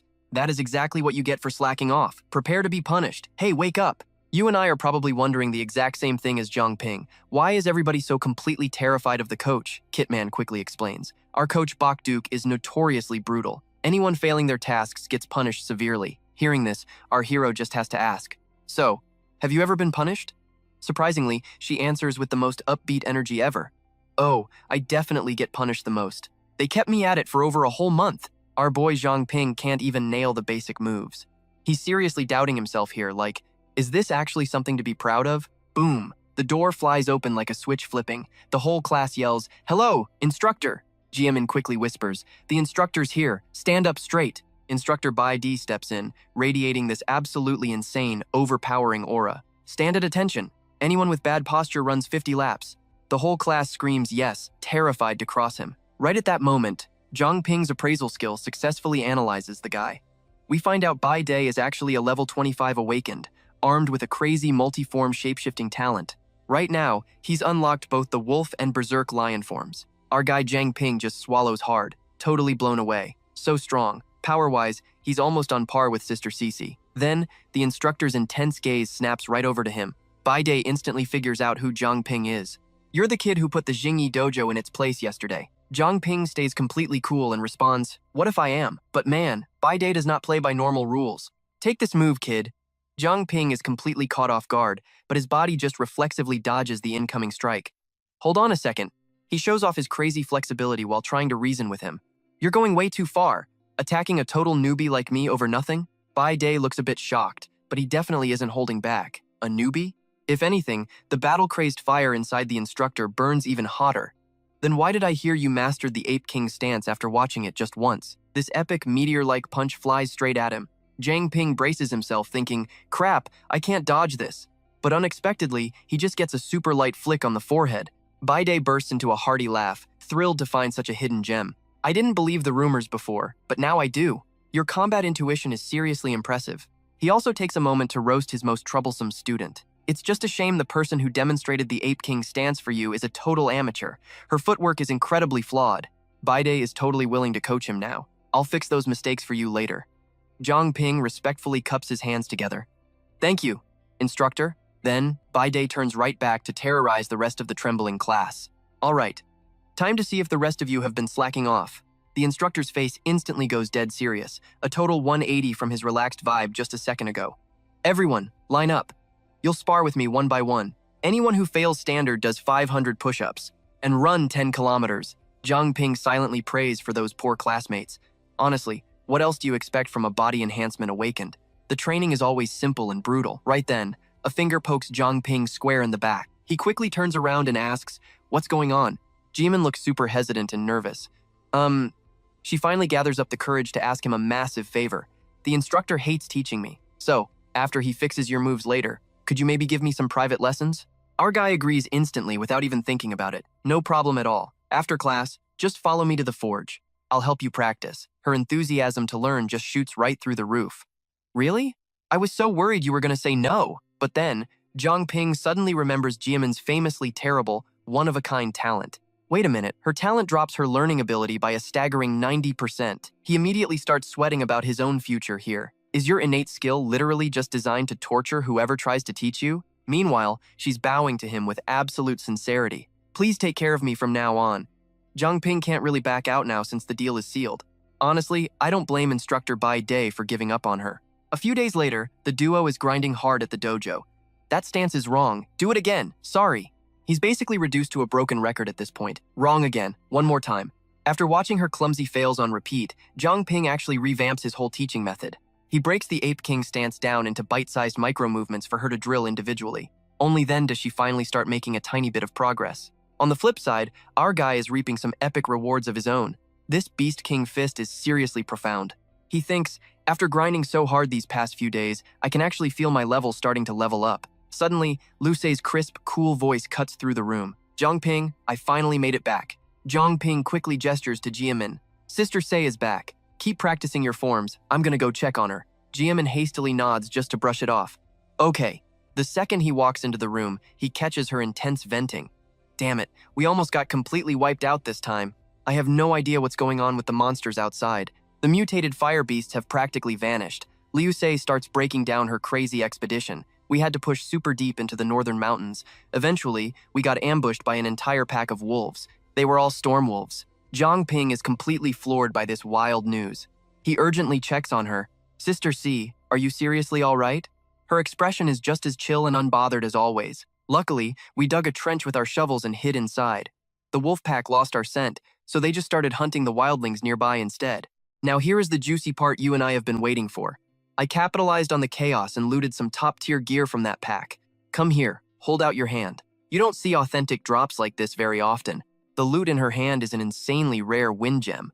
This beauty can absorb wind energy and fire it back out, creating massive attacks like wind blades and fierce storms. Thanks to his trusty appraisal skill, Zhang Ping instantly recognizes it. "Whoa, a wind gem!" She doesn't even look surprised by his knowledge. "You definitely know your stuff." Even if you handed this thing to a toddler, they could still launch wind blades out of thin air, along with all sorts of crazy storm magic. The second he touches it, this flood of bizarre voices fills his head. "Hey man, in broad daylight, we definitely shouldn't." Zhang Ping is totally weirded out, thinking, what exactly is this noise? But the voices just keep rolling in. Fan family blade. First stance. Sweeping blade aura. The birds are pairing up in the trees. The green hills are smiling. The lizard men are dead. The humans are dying. Today, I'm gonna feast on 2 more of them. Then, the holy grail of system notifications pops up. Level 4 gem contract secured. The level 4 bonus effect has been activated. He just awakened the Wind Whisperer talent. It's the beginner tier of Wind Whisperer. Whoever holds this talent randomly hears the loudest thoughts of anyone within a 10-mile radius, but they can't actively control it. Our guy Zhang Ping hits the absolute jackpot with this unexpected loot. It's an epic new talent. Just like his Fire Eater skill, the gem's contract effect kicks in on a delay. Suddenly, a super sinister voice whispers right into his ear. Listen up. Inside this shop, besides Wang Jiamin, there's also a guy. I think that guy is the exact same one who made His Majesty scream at us back at the academy dorms. Zhang Ping's head instantly snaps toward the noise. Wait, are these creepy voices actually coming from soaring foxes? Their sinister tone totally exposes how viciously hungry they really are. He smells like a pretty delicious meal. Stick with me, because things are getting intense. Let's eat them for lunch. I call dibs on the kid. You can have Wang Jiamin. Just by pure luck, he accidentally uncovers this terrifying plot. They are being watched right now. Meanwhile, just as Sister Cece finishes her shower, she spots the life jade flashing a bright, panic-inducing red. She instantly knows what's going down. This is bad. Zhang Ping is in serious danger. Back on his end, the tension is already stretched to the absolute breaking point. He's stressing out, thinking, it's been so long, why hasn't Sister Cece shown up yet? He can literally feel the 2 soaring foxes losing their patience, ready to ambush them at any second. Even Lu Se suddenly notices his weird, panicked expression. What's wrong with you? Are you all right? But Zhang Ping is on super high alert and has 0 time to answer her. You and I know he's doing the math. They're both mid-level soaring foxes. Even with Sister Se backing him up, they have absolutely 0 chance of surviving this. Today, you and I are watching Zhang Ping smoothly distract her. Oh right, Sister Sack. I don't think you visited Uncle Lu since getting back. How about you go see him first, and I'll grab some groceries to cook for us. Sure enough, Sack completely takes the bait. Sounds good. It's been forever since I had your cooking. I'll take the gem of defense with me. Zhang Ping just nods along. Guys, literally no one realizes he's already calculated a perfect escape route for them. But right now, he has to get Wang Jiamin out of here first to protect Sack and Lu. She has no clue the storm approaching. Zhang Ping, don't keep us waiting. After that, he heads alone to the blacksmith's backyard, where Kiat Man is still grinding her training. Zhang Ping, does my form look right to you? He doesn't even bother explaining, just grabs her hand. Quiet. Follow me. She obviously can't hide her confusion. What's wrong? Man, it's such a bummer their reaction time is just 1 step behind the illusion foxes. Where are you 2 headed? Zhang Ping instinctively curses under his breath. Damn it. But of course, Kiat Man stays totally oblivious.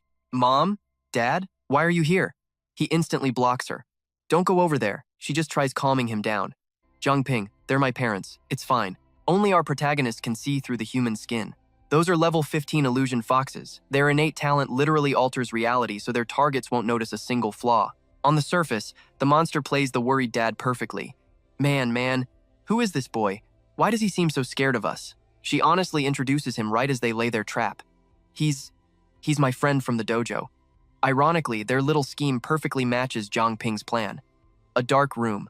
Absolutely perfect. Meanwhile, she panics, totally clueless. Wait, what is this? But those foxes are crazy sharp. Not good, they're trying to escape. Kiat Man still can't break free from their mind control. Mom, Dad, he has to snap her out of it. Don't look at them. Dodging attacks, he guards her close. Hold on tight. Zhang Ping burns all his stamina running, but it's useless against their insane speed. Crap. They already caught up. The illusion fox lands a brutal strike straight to his chest, draining all color from Kiat Man's face. Zhang Ping. When the dust clears, the monsters loom over their prey. She caught some collateral damage but only cares about his safety. Zhang Ping, are you okay? Wiping the blood away, our guy snaps right back into a combat stance. I'm fine. Even now, Kiat Man is just painfully confused by the whole situation. Dad, why? Zhang Ping finally shatters her illusion. Don't go near them. Those are mutated beasts. The foxes are actually getting intrigued by him now. Oh? You actually saw right through our disguise. Their killing intent instantly spikes. Then we definitely can't let you live. Just 1 clean strike is all it takes for Zhang Ping to realize the terrifying power gap. Too fast. I can't even dodge. Is this the difference in levels? Right then, the second monster tags in perfectly. Man, my sweet little girl. Our hero realizes he made a massive mistake. Crap, the second one is going straight for Kiat Man. Kiat Man's mind is practically completely hijacked by the fox's power. Mom, Mom. Zhang Ping can only watch this nightmare unfold in pure horror. Damn it all. I'm hitting my limit, but you and I are going to love this epic entrance. Cece's ice-cold voice drops like a lifesaver. Zhang Ping, move. Within seconds, she completely obliterates both illusion foxes. Zhang Ping barely has time to process it. Sister Cece! Meanwhile, Kietman screams, still trapped in their twisted illusion. No, don't! But man, Cece's attack crashes down like an unstoppable hurricane. After the chaos, she turns around, looking totally calm. Is everyone all right? But Kietman is just spiraling into absolute despair. No, the poor girl just refuses to accept the brutal reality right in front of her. Why? Why would you brutally murder my parents? Zhang Ping looks so heartbroken having to drop this truth bomb on her. Wang Jianmin, those weren't your parents, just illusion foxes wearing their faces. But she's way past the point of rational thought now. No way. You're lying to me. Those were obviously my real parents. He pauses, trying to convince her, and asks about the bodies. Why didn't their true forms reveal themselves? Kietman just keeps sobbing. Cece drops some lore. There's likely a king-tier fox inside the city, severely buffing the clan's illusion abilities. That's how these low-level grunts fool high-tier awakened. The ones we killed earlier only dropped their disguises because they were outside the city. Zhang Ping suddenly gets a brilliant idea. If that's true, he has to use his unique power. I'm the only one who can expose them. Then he bluntly drops the bloody truth to snap her out of it. Kietman, these monsters murdered your real parents and stole their faces. Behind their fake parental affection was a sickening, long-planned scheme. Zhang Ping finally shatters the frail illusion. This is the truth. You literally see Kietman's entire worldview shatter right here. Later on, night falls and the moon hangs high. But down in the forest, the peace is ruined by frantic wheels and galloping horse hooves. Luo Shiyu lounges like a total queen, casually crossing her long legs. 9 of our kin died this week. It seems humanity finally found a way to shatter our illusions. Another woman crosses her arms and pitches an idea. Your Highness, let's just wipe them out right now and claim the city. The fat dude instantly pushes back. Wait, then what do we eat later? Grass? Suddenly, Luo Shiyu snaps, freezing the whole room. Silence, idiots. Eradicating humanity isn't practical, it just wastes our food supply. We drag those hidden rats into the light, then purge them one by one. Luo Shiyu turns to the guy nearby. Does the Vice City Lord have a plan? He bows. Your Highness, we could lure other insect swarms inside, turn Mingzhou City into total chaos, then hunt every human elite. Her eyes go completely dark. What makes you so sure they're still hiding inside? He clenches his fist with absolute certainty. Outside the patrol and investigation forces, there's a third major organization. The City Lord was heavily wounded by Vuong Trong earlier and forced to flee. I bet he hid in that third faction. He'll never abandon the city. He's just waiting for us to slip up. Another lackey quickly chimes in. Your Highness, luring the insect swarms isn't a bad idea. The fat guy talks while chewing. Yeah. I wanted to change up my menu anyway. Luo Shiyu slowly steps down, and guys, her head literally mutates into a monster. True. But right now, our king is still fast asleep. But she makes sure to ruthlessly threaten Troc Min. Help us or not, if you try anything funny, I'll kill you. She finally reveals her true form. Know your place, Hong Min Troc. He grovels. I devoted my life to the city, but the City Lord is useless. So, what do you and I make of this insane cliffhanger? Let's jump right into this episode, guys. Troc Min's eyes gleam with absolute malice. He hopes Mingzhou City will be ruled by the strong, pure villain energy right there. Meanwhile, my heart breaks for Kietman. She trembles, stepping toward that horrible pool of blood. Tears shatter against her hands. Her tear-soaked face chokes out these agonizing sobs. Seeing her cry so helplessly just shatters me into a million pieces. I'm sorry, I'm so sorry. If only I noticed sooner. But Cece hits her with a brutally cold reality check. Honestly, Cece is right. Even if she had found out earlier, what could she have possibly done to stop it? Zhang Ping quickly steps in. That is enough, Sister Cece. But Kietman screams in pure agony. Stop it. This is all my fault. Because I am just too weak. Someone like me cannot even master the most basic martial arts. Why did this terrible tragedy have to happen to my parents? This scene always hurts to watch. Why couldn't it have been me who died? Then, Zhang Ping finally wraps his arms around her. He gently comforts her. Listen to me. This is not your fault. His grip tightens, and we get this huge character reveal. I am just like you. I had someone incredibly important to me, but the patrol squad's heavenly foxes killed her. I always wonder, if I had stopped her from joining the patrol squad that day, could I have prevented this tragedy? Those heavy words actually make Kietman stop crying. But Zhang Ping knows the bitter truth. Even if he could rewind time itself, the ending would never change. The patrol squad was her ultimate dream, and absolutely nobody could have stopped her from pursuing it. Nobody can alter destiny, so her family's disaster is not her burden to bear. But she can change the future. She can grow stronger and protect the other precious people in her life. What an amazing speech. It beautifully reaches Kayatman's fragile heart. I believe your parents in heaven will be so proud of you. Kayatman shuts her eyes, letting those final, heavy tears fall. I am literally crying with her right now. Thank you, Zhang Ping. He helps her up, but mid-sentence, he suddenly coughs up a massive mouthful of dark blood. As for those monsters in the city, trust me, I will wipe them all out. Kayatman screams in sheer panic. Zhang Ping! Zhang Ping! I gasped here. He just collapsed from such severe, unexpected internal injuries. Right before passing out, Zhang Ping feels total regret. He pushed his broken body to the absolute limit just to comfort her, but it only lasted a fleeting moment. Then, the blurry silhouettes of two figures fade into his darkening vision. He finally focuses his eyes, and it is just Kayatman and Cece smiling warmly. Seeing him sit up, Cece quickly scolds him. Do not move around, or you will tear your wounds open. He simply clutches his dizzy, throbbing head. How long have I been asleep? Suddenly, Kayatman grabs his hand with fierce determination. Zhang Ping, I have made my choice. I am going to become stronger. She holds up two fingers with absolute resolve. Then I will help everyone destroy the heavenly foxes. He smiles, so proud of her. Yeah, I know you definitely can. Seeing this sweet moment, Cece chimes in with a new plan. Miss Wong, your home is really not safe anymore. You should just stay right here with us. Stick together, and I will personally ensure you both stay completely safe. Suddenly, a voice echoes inside Zhang Ping's mind. The king is still slumbering. Know your place, Hong Trok Min. This subordinate wouldn't dare.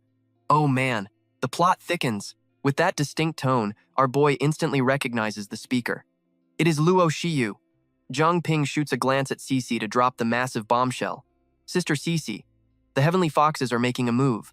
She gasps in pure shock. What did you just say? After a tense moment, Zhang Ping spills all the crucial details. Hong Trok Min is actually the Vice Lord of Mingzhou City. Cece sharply pieces it together. He was communicating directly with the deadly heavenly foxes. It is highly likely that he has committed treason.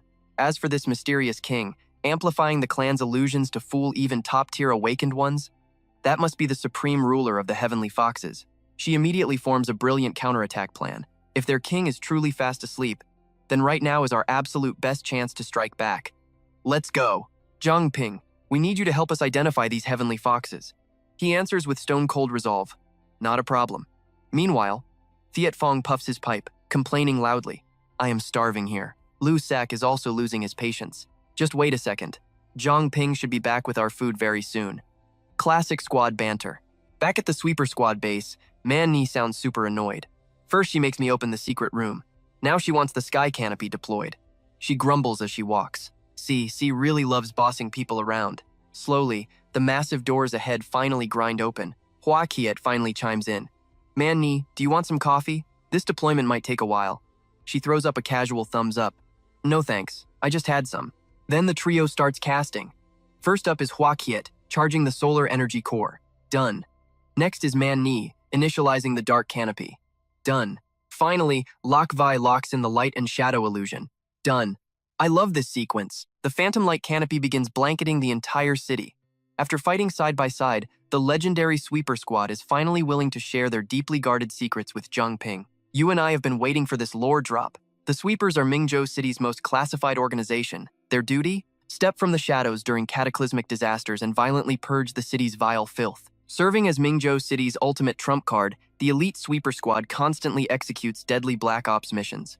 And their critical tactical support comes from a highly specialized unit known as the Barrier Team. According to CC's breakdown, the Barrier Team has 3 core members. Leader Man Ni wields the Black Ink ability. That freaky dark room space Zhang Ping entered before, she created it entirely by herself. Then there is Hua Kiet. Her power is Solar Energy Messenger. By absorbing ambient light, she supplies raw power to sustain her teammates' combat strength. Isn't she basically a human power bank? So cool. Lastly, Tran Lak Vi rocks the light and shadow illusion ability. She achieves perfect invisibility by shifting the hues of light and shadows across any physical surface. When all 3 combine forces, they unleash the massive phantom light canopy.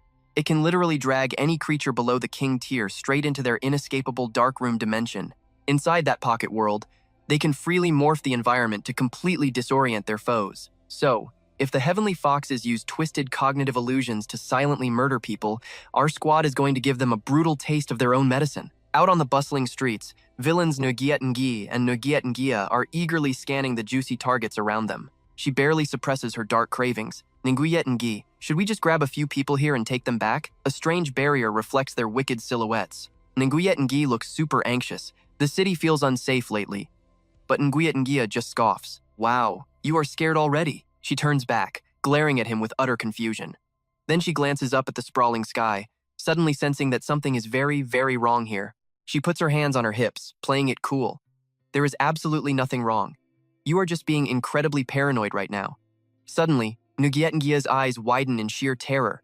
The suddenly dead, silent surroundings make her incredibly tense. Where did everyone go? Then, out of nowhere, a massive fist materializes. It silently rockets right toward their blind spot, triggering an absolutely earth-shattering explosion. The brawler emerges like a boss through the thick dust. Such a pity, I could not crush both of you with a single punch. Nguyen furiously screeches, "Damn you! You are the bastard who has been slaughtering our kind lately around Mingzhou City." Her face twists in pure arrogance. "And yet you dare to block our path and attack us? Aren't you terrified we will summon our reinforcements?" The absolute legend who appeared as level 32, Kimba. Why don't you try calling them and find out? He talks a big game, but internally his heart is pounding. Based on Zhang Ping's intel, these two are around level 25. He thinks he can handle them. Stick with me, guys. This fight is going to be insane. Nguyen lunges forward. Arrogant fool. She violently reaches for Kimba's arm. But wait, he's suddenly bleeding from his stomach. Let's watch this together. Next, Nguyen rushes in, calling him a tiny snack. We see a random wound on Kimba's arm. He definitely blocked that hit, right? Then a massive rain of blows just pours down on him. Nguyen roars like an absolute maniac. Is that it? I honestly don't get how their comrades even died. The second she finishes bragging, she eats a brutal punch that literally twists her face. Kimba blasts Nguyen across the zone. Now you know. Nguyen panics and screams out, "Nguyen!" She leaps up, claws extended, completely enraged. "You bastard, I am taking your life." Meanwhile, our guy just coldly watches Nguyen charging closer. He finally figures it out. Kimba stops blocking and just grabs the Beast Phantom's arm instead. He instantly snaps it backward. As a fan, I think this power is insane for sneak attacks, but in a direct fight, it is completely useless. She thrashes around in pure agony, screaming her lungs out, "Nguyen, save me!" Obviously, Kimba easily notices someone else rushing straight at him. "Hello there." He literally throws Nguyen right into Nguyen.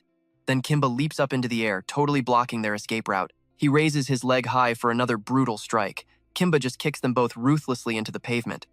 Nguyen is barely breathing, gasping out, "Why couldn't we sense our comrades?" Right at the end, Nguyen finally uses their brain. We fell into a trap. Kimba gifts them one last overpowered punch. Before getting completely wiped out, they scream, "I curse you!" That is how Kimba ends the fight. See ya. Trungbin and Cece just watched that massive explosion go off. Totally hyped. He is so strong. She sounds super proud, bragging that Kimba actually leads their elite combat team. Meanwhile, our boy Trungbin just cannot stop grinning. Honestly, his glowing aura design totally screams Super Saiyan to any anime fan. Cece is a little bit curious about that reference. What is that? Meanwhile, out in the real world, everyone is just going about their daily lives like nothing crazy even happened. Right on cue, Thoibark gives her a call. Lutu Thirn, it is Thoibark. The mutated beasts outside the city are suddenly swarming and causing chaos for absolutely no reason. If they break into the city now, it is going to severely overload the light barrier. Go outside the walls and investigate the situation. I noticed Cece looking a little bit hesitant, but he totally reads her mind. If you are worried about Trungbin, just take him along. It is a great chance to level up his actual combat skills. Cece sounds instantly relieved. Understood. Plus, Thoeback drops another exciting lore detail. We recorded that sky-soaring tiger he pointed out earlier. I am officially sending our combat squad out to hunt that boss down. She takes the order. Understood. Our boy Trungbin starts piecing things together mentally. They ran into that massive pack of stormwolves earlier. Could that encounter actually be tied to this new threat? Cece spins around to leave. Let's move, Trungbin. We are heading outside the city. I will get guards for the forge. He follows her, acting super curious. Was that guy on the phone some heavy hitter? She answers honestly, he is our faction leader.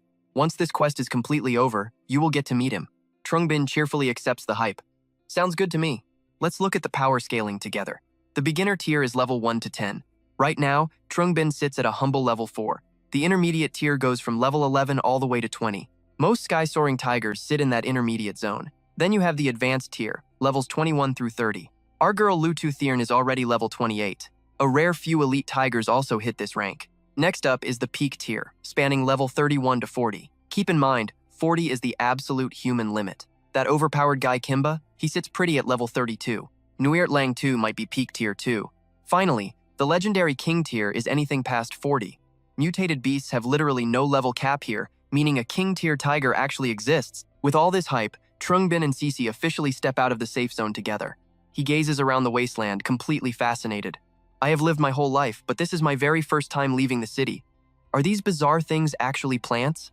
Trungbin almost blindly steps right into a dangerous patch of acid grass.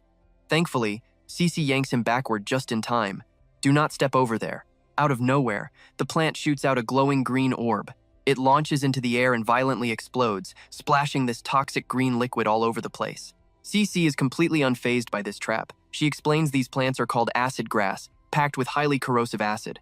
Ripe pods just detonate like deadly fireworks. She gives him a serious warning. They spread their seeds exactly like this, so you absolutely have to watch your step. Cece points out a bullet rabbit chilling right in the grass. Plus, there are mutated beasts that literally feed on this acid grass. Consider that your very first opponent. I need to go investigate this whole mutated beast riot situation. Stay right here and do not wander off too far. I love this part. Trungbin immediately runs his appraisal skill on the creature. The results pop up. Mutated beast, water-eating bullet rabbit, insectoid class, mutated rabbit variant. The stats are solid. Potential is 3 stars, beginner class beast, sitting at level 9. Its special talent? Firing highly corrosive water straight from hidden sweat glands inside its ears. Wasting no time, our guy aggressively equips his mere non-lair weapon. This fluffy rabbit might look like a harmless pet, but its actual level easily beats that nasty poison tail rat. While the mob is completely distracted, Trungbin totally seizes the opening. He bolts straight at the bullet rabbit, aiming for a heavy preemptive strike. Who would have guessed this thing is agile enough to actually dodge?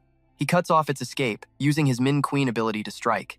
But big mistake, Trungbin just enrages the beast. The bullet rabbit instantly fires counterattacking acid from both ears. He frantically throws both arms up to shield his face. I cannot believe it shoots that incredibly far. The bullet rabbit quickly repositions, bouncing across the acid grass. This triggers the dangerous plants to start launching their explosive pods everywhere. This is bad. The whole field of acid grass is triggered now. The inevitable happens, and those toxic pods start detonating. Trungbin is forced to burn stamina dodging the explosive blasts. Like a true gamer, he quickly starts analyzing the combat mechanics. First off, he sprints straight through the danger zone while acid rains down. This rabbit's aggro senses are seriously off the charts. Its dodging reflexes are cracked, totally ruining his stealth attack. Watching our boy break this down is awesome. Trungbin figures out its combat pattern. It spams ranged attacks. It is fully immune to the toxic grass environment, and the most annoying part is this. This mob is super cunning. First, it uses acid spray for crowd control to block his approach. Then, it actively baits him straight into the explosive pods. He glares at the beast's position, reading the field. Its movement speed is high, and its tactics are ridiculously tricky. This bullet rabbit is no easy beginner tutorial. Then Trungbin checks out his completely uninjured hands, looking totally puzzled by the glitch. Wait, this is so strange. Why did this toxic acid deal absolutely 0 damage to me? I literally just face-tanked those acid shots with my bare hands. He summons his fire ability again, and the game mechanics suddenly click for him. Is my fire buff giving me elemental resistance? Out of nowhere, the rabbit unloads another barrage of acid beams, basically squeaking out, "Eat my toxic spray, loser." But Trungbin just casually waves his flaming hand, completely nullifying the incoming attack. The acid hits his fire and just evaporates instantly. Oh yeah, our guy has every right to get cocky right now. He officially figured out the boss's elemental weakness. Just as I thought, this acid is super weak to fire. It literally just vaporized. No wonder Cece felt perfectly fine letting me solo an enemy way above my level. Suddenly, the beast triggers a second phase, looking way more terrifying. Damn it, you wasted my entire acid supply. It violently roars, lunging right at Trungbin for a physical strike. Why are you not melting? He throws up his arms to block the heavy impact. This familiar sensation hits him. Wait, even a basic mob gets a second phase? He keeps throwing frantic counterpunches, but the raw damage still bleeds right through his physical defenses. Dude, you see that? Its claw attack does serious acid damage. Our boy gets completely scratched up and angrily yells, "You absolute bastard!" Seeing that the beast is hurt too, Zhang Ping shows absolutely 0 mercy here.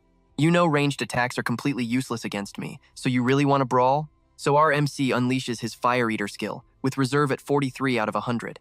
To avoid taking acid damage, he has to literally cloak his entire body in flames. Zhang Ping lights up like a blazing human torch. But honestly, burning like that drains energy way too fast, so he really needs to finish this fight right now. You can see him calculating his next move, trapping it in flames before he rushes in for the ultimate strike.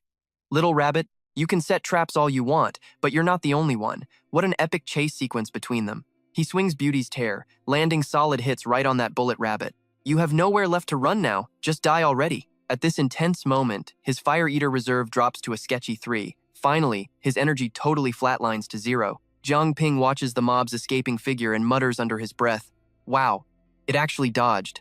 Then he hits us with that classic smug protagonist smirk. Just what I wanted. He instantly activates his Fire Eater skill again, absorbing the flames. Boom! His Fire Eater reserve jumps from 4 right up to 13. He aggressively swings his blade like an absolute boss. Let's see how you manage to hide mid-air.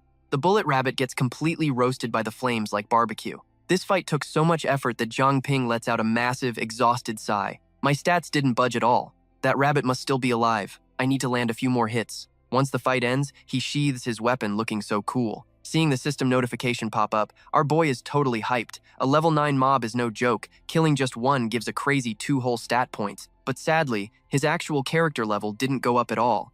The lore drop explains that leveling gets insanely hard at higher tiers. After grinding mobs for experience, it's super common to only level up your stats while your main level stays the same. But pulling in that fire pushed his total energy to 1,000. His beginner Fire Eater finally upgraded to intermediate rank, boosting his max reserve up to 300. You can tell he's absolutely thrilled when his flaming sword gets an epic visual upgrade. Fire Eater leveled up. What an awesome loot drop. But suddenly, something sketchy happens that catches our boy's eye. The system decided his next surprise is an entire raging horde of bullet rabbits. I'm doomed. You can literally feel his pure panic as Chapter 14 kicks off. He desperately checks his Fire Eater interface. His reserve is sitting at 3 out of 300. He is totally breaking a cold sweat. I am so dead. That flashy attack earlier totally drained my energy reserve. He stares out at the absolute army of mutated rabbits in size. Why are there so incredibly many of them? The terrifying alpha rabbit lets out a massive roar. Suddenly, our MC remembers his trump card and frantically searches his pockets. Right, he barely manages to pull out his cold jade before sprinting away. This tiny bit of reserve can still trigger the jade pendant. Running away is honestly a totally valid strategy here. Zhang Ping sprints for his life, screaming out loud, "Sister Cece, please save me." But out of nowhere, a squad jumps out to block him. He looks over his shoulder, sweating absolute bullets right now. Are you kidding me? Since when do these mobs know how to use a pincer attack tactic? And just like that, our guy is completely surrounded. I am so screwed this time. Trapped, Zhang Ping can only cover his head in total helplessness. I'll use my jacket to tank the first hit. But wait, suddenly, a massive, epic ice wall spawns behind him, completely blocking the deadly acid rain. He glances over, super curious. Wait, this familiar water element magic? Our boy literally jumps for joy at the sight. I knew it had to be you. Sister Cece, our best girl steps up like a boss and commands, "Fall back." Cece unleashes crazy water jets straight from her hands. The bullet rabbits are rioting too. Gradually, her spell builds up into a massive, epic tidal wave crashing toward the mob. They don't even have a second to dodge before getting swept away. We see their terrified little rabbit faces constantly bobbing in the flood. Then, with just one iconic finger snap, Cece instantly freezes the entire raging wave into solid ice. Zhang Ping is totally starstruck. And honestly, same. So awesome. I literally went all out just to survive against a single one earlier. She turns her head and hits him with some serious questions. I really haven't been gone for long. Why did so many randomly spawn? He gives her the funniest, most innocent look ever. I honestly don't know. Cece glares back at the frozen bullet rabbits. The threat isn't over yet. Then our girl confidently summons a glowing ice sword. No matter how many show up, it changes absolutely nothing. But then the craziest thing happens. They just run straight past Cece towards the biggest ice block. They aren't attacking me? Is it because of their frozen leader? But it should be dead, right? She totally senses something is off with their AI. They're completely ignoring the fight, acting like mindless zombies drawn to a single glowing spot. Cece just slices her sword through the bullet rabbits one by one. If that's how it is, I definitely won't hold back. She hacks away until the horde is finally cleared out, down to the very last one. Cece locks all her focus right onto the frozen alpha. If my gamer intuition isn't wrong, the real answer is hidden straight inside this lead rabbit's body. The moment she says that, she touches the huge ice block, and spiderweb cracks start forming everywhere. Seconds later, the whole thing absolutely detonates, shattering into a million tiny frozen pieces. Cece immediately digs through the icy rubble, searching for clues.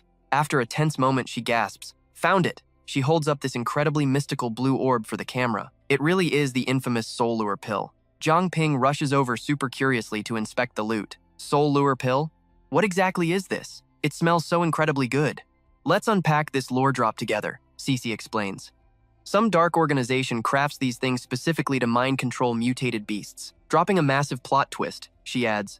The Chu family's beast tamers, they're finally making their move in this arc. She continues. Apparently, this soul lure pill emits a highly unique fragrance that only low-level mutated beasts are able to pick up on. Cece instantly tosses the mysterious pill toward the remaining bullet rabbits. That scent totally tricks the mutated beasts into eating it. This is completely different from your typical control gemstone. She watches the alpha rabbit absolutely losing its mind and theorizes.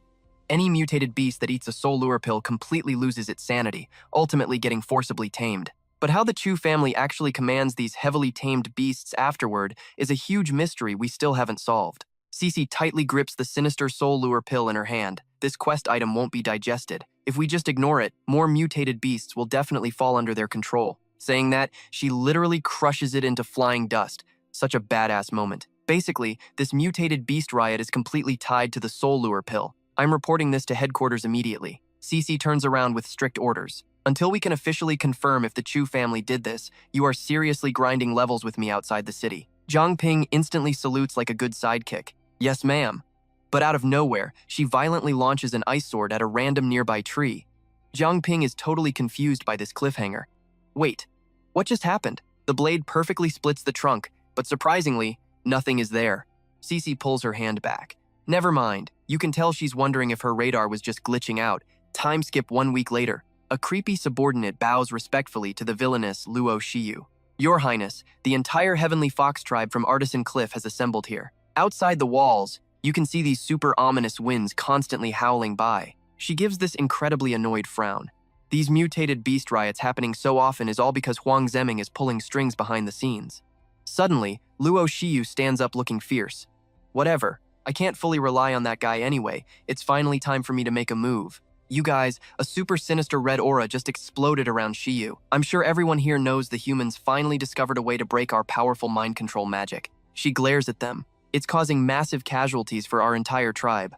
This past week, I noticed our fallen kin were mainly wiped out near Artisan Cliff, exactly where all of you happen to live. Alright guys, let's dive back in. Giap might be the next target. The plan? Make some noise. Trick the enemy into thinking they found a solid clue. We know this is a risky move, but it's pure genius. He sternly orders them to run away, forcing the bad guys to strike early. You can totally see the hesitation in their eyes, though. Thivor stares at her razor-sharp claws, eager to uncover who this enemy actually is. They answer in unison. Understood. Meanwhile, cut to another spot in the quiet forest. We see a pack of bullet rabbits just casually hunting for food. Suddenly, our boy Trung Bin raises Beauty's tear and attacks. One clean strike and a bullet rabbit drops dead. He doesn't stop there, sending the whole pack straight to the afterlife. After this wild rabbit-slaying spree, he instantly hits level 6. Not just that, he calmly watches them spit acid right at him. He has completely figured out their exact weaknesses and their entire attack pattern now. Trung Bin coats his entire body in flames. First, he blocks their ranged attacks, completely enraging them. Then, he dashes right in for a brutal counterattack. Once they get angry, they cover themselves in acid and try to wrestle him. But Trung Bin slashes right through one. That acid fluid actually catches fire. The burning time is really short, so it isn't life-threatening yet. But our guy tosses the bullet rabbits a special gift, using red snake scales as perfect fuel. Exactly as expected, the fire keeps burning them up. Trung Bin thinks about giving it an epic name. He considers calling it Fire Eater or True Samadhi Fire. But a second later, he just rethinks it and drops the idea entirely. He casually walks away from the scene, leaving behind a giant fireball roasting those bullet rabbits. Trung Bin takes one last glance. He used up all the snake scales he gathered earlier. Watching them burn, he feels super confident. Beating so many monsters at once should definitely give him a level up. He triggers his appraise skill. Seeing his stats, Trung Bin is absolutely thrilled. He totally leveled up. Plus, there is another stat that really catches his attention. Wait, the contract gem leveled up too. He beams as it turns a bright blue. Before, he assumed the contract gem's tier was perfectly synced with his own player level. But after jumping 2 whole ranks up to level 6, the gem remains at 4. Is it because the contract gem is just way harder to upgrade? Without hesitation, Trung Bin tosses it into his mouth. What new power will this unlock? He keeps wondering, totally missing the bullet rabbit being swallowed by black smoke. He really hopes it's a combat-type ability. Suddenly, the creature awakens under some weird pressure. The bullet rabbit continuously absorbs that dark aura. Trung Bin turns around, absolutely stunned. This thing is somehow still alive. He excitedly activates Fire Eater and Flame Bind. Doing this again won't matter. He is completely different from before now. Both of them charge with crazy energy. Trung Bin spins his sword, hyped up, attacking straight on. But his blade just hits empty air. Surprised, he switches the sword to his other hand. What is going on? Did hunting way too many rabbits actually spawn a vengeful ghost here? He grips Beauty's tear tightly. Vengeful ghost or evil monster, it doesn't matter. Trung Bin slices a beautiful, clean strike right through its body. Die for me. And just like that, the bullet rabbit bites the dust a second time. Watching closely, he can't help but wonder. When did a bullet rabbit get this kind of skill? Trung Bin immediately probes with his sword. Was it controlled by a soul lure ring too? After a moment, he actually finds his prize. There really is something inside, but it definitely isn't a soul lure ring. Too eager to wait, Trung Bin casts Appraise, but the system throws back 5 rejections. Appraisal failed. He holds it up to inspect it closely.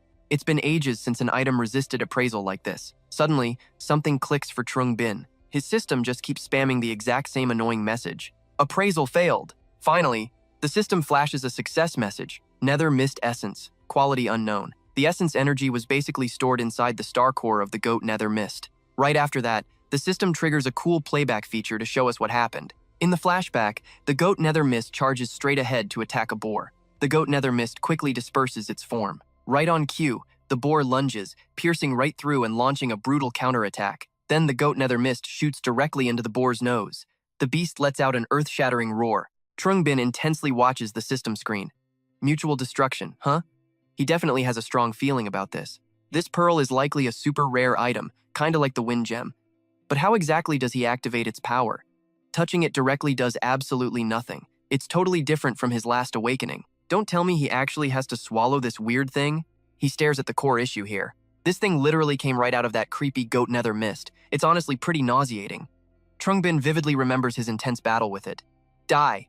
He was gritting his teeth, using all his strength just to endure it. I'm doomed. I can't hold on. The goat Nether Mists just sneered back at him. Goodbye forever, To Tiern Jiao. Trung Bin stares at the raw power in his hand, looking slightly amazed. You're weaker than a bug.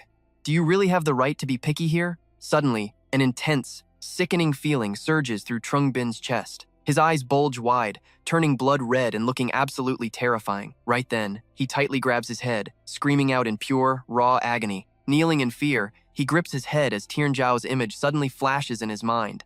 Her poor, tragic silhouette keeps haunting his memory over and over. Trung Bin, promise me, no matter what failures you face. Covered in tears, Tiern Jiao gently made him swear. You absolutely have to keep on living. Trung Bin sprawls on the dirt, groaning in absolute agony. To Tiern Jiao, don't worry. Before I slaughter every last one of those Hoi Li, I absolutely refuse to die. The system finally pops up. Appraisal successful. Basic Nether Mist body unlocked. It can convert a living creature's fear into controllable mist. For every single point of mist reserve he burns, the maximum effect scales up to a whopping 1000%. Moments later, our boy sits up, fixated on the raw power in his hand. This new talent is a full combat type, blending offense and defense. Its massive power seems tied to how much mist he consumes. You gotta see this! He stares at the system stats. His growth value literally shot up by 3 stars in a flash. The Nether Mist body is insanely broken. At this point, he just buries his face and sobs. Damn it. Trung Bin clenches his fists tightly, practically drowning in guilt. Why am I making this kind of face? He sits by the fire, crying his eyes out. Frustration, joy, danterie, discomfort, who even knows anymore? Bottom line is, he'll be able to avenge To Tiern Jiao very soon. Just then, a group walks over to check on our guy. Hey brother, are you doing all right? We still need to move, don't be so nosy. Exactly, let's rush into the city while there are no mutant beasts around. Trung Bin stays completely silent and slowly stands up. The group keeps pestering him. Hey man. He snaps his head back, flashing a terrifying ice-cold glare. Seeing that chilling face, the whole group instantly bolts in panic. A ghost! Run! A ghost! Let's think about this together, guys. Trung Bin looks completely stunned. What? Still baffled, he deeply contemplates the strange power resting in his hands. Can he actually absorb other people's fear? Turning it into mist. This crazy mist gives him a vibe that it isn't real fog at all. It doesn't even feel like standard energy. What a massive cliffhanger. Look at his hand changing right before our eyes. The mist is literally shifting forms at his will. Our boy Zhang Ping just stares at this brand new power radiating from his palm, though he has absolutely no clue how strong the damage output actually is yet. He channels all his energy into that hand, testing out the most basic level attack. And wow, just a single strike completely topples the massive tree right in front of him. I can't believe it's this incredibly powerful using only one single point of stored mist. Right after that, the system screen flashes a notification. Mist storage level 1. Turning a whole tree to dust with one hit, Zhang Ping cannot help but cheer in pure joy. He calls it fascinating. It can slice through things and even block incoming attacks. If he uses this right, the tactical potential of this mist is completely off the charts. He looks up with this incredibly smug expression on his face.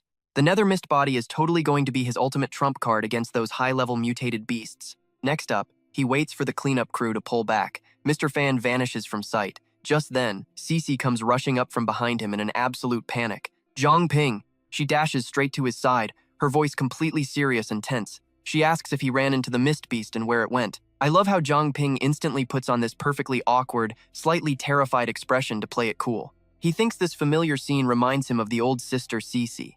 He starts explaining what happened. After hearing his crazy story, she just screams out in total shock. What? You actually ate the Nether Mist essence? Seeing him do something so insanely reckless makes her absolutely furious. She literally asks him if he thinks he has been living too long. How could you just eat random unidentified things? Did you know you almost died? After getting thoroughly scolded by her, our guy just laughs it off and follows right behind her. He argues it wasn't that bad since he used an appraisal skill first. Smiling, he tries defending himself, saying it is totally fine. If anything went wrong, he could just command his own body to throw it back up.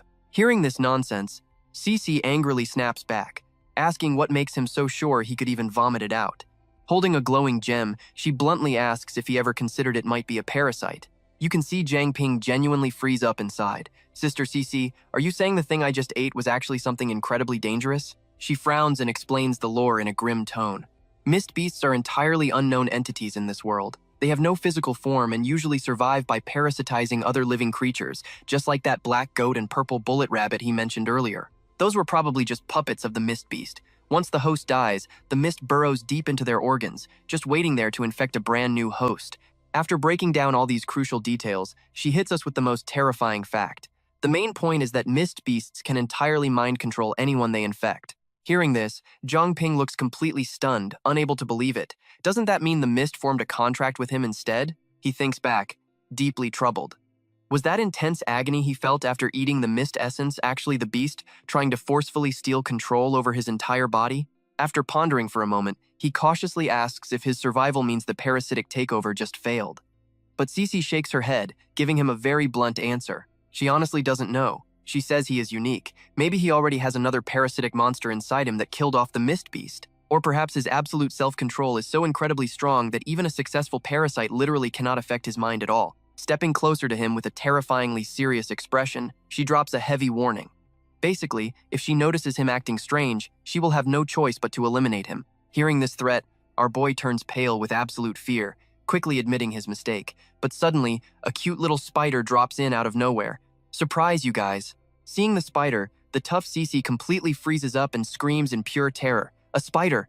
Panicking, she drops her guard and jumps right into Zhang Ping's arms, clinging to him tightly. Hurry! Chase it away right now! He just pats her head with this incredibly gentle smile. Still scared of bugs, huh? Exactly the same as when they were kids. Oh, we are getting a flashback! The timeline suddenly shifts to their past. A tiny, eager Zhang Ping runs over, asking her to look at what he caught. Young Cece is sitting under a tree reading, and she asks to see it. He walks over holding a bug, and she instantly freaks out, waving her hands in horror. Get that thing away from me! The bug quickly flies off, and he watches it go with such a sad look. He complains she chased away his brand new friend.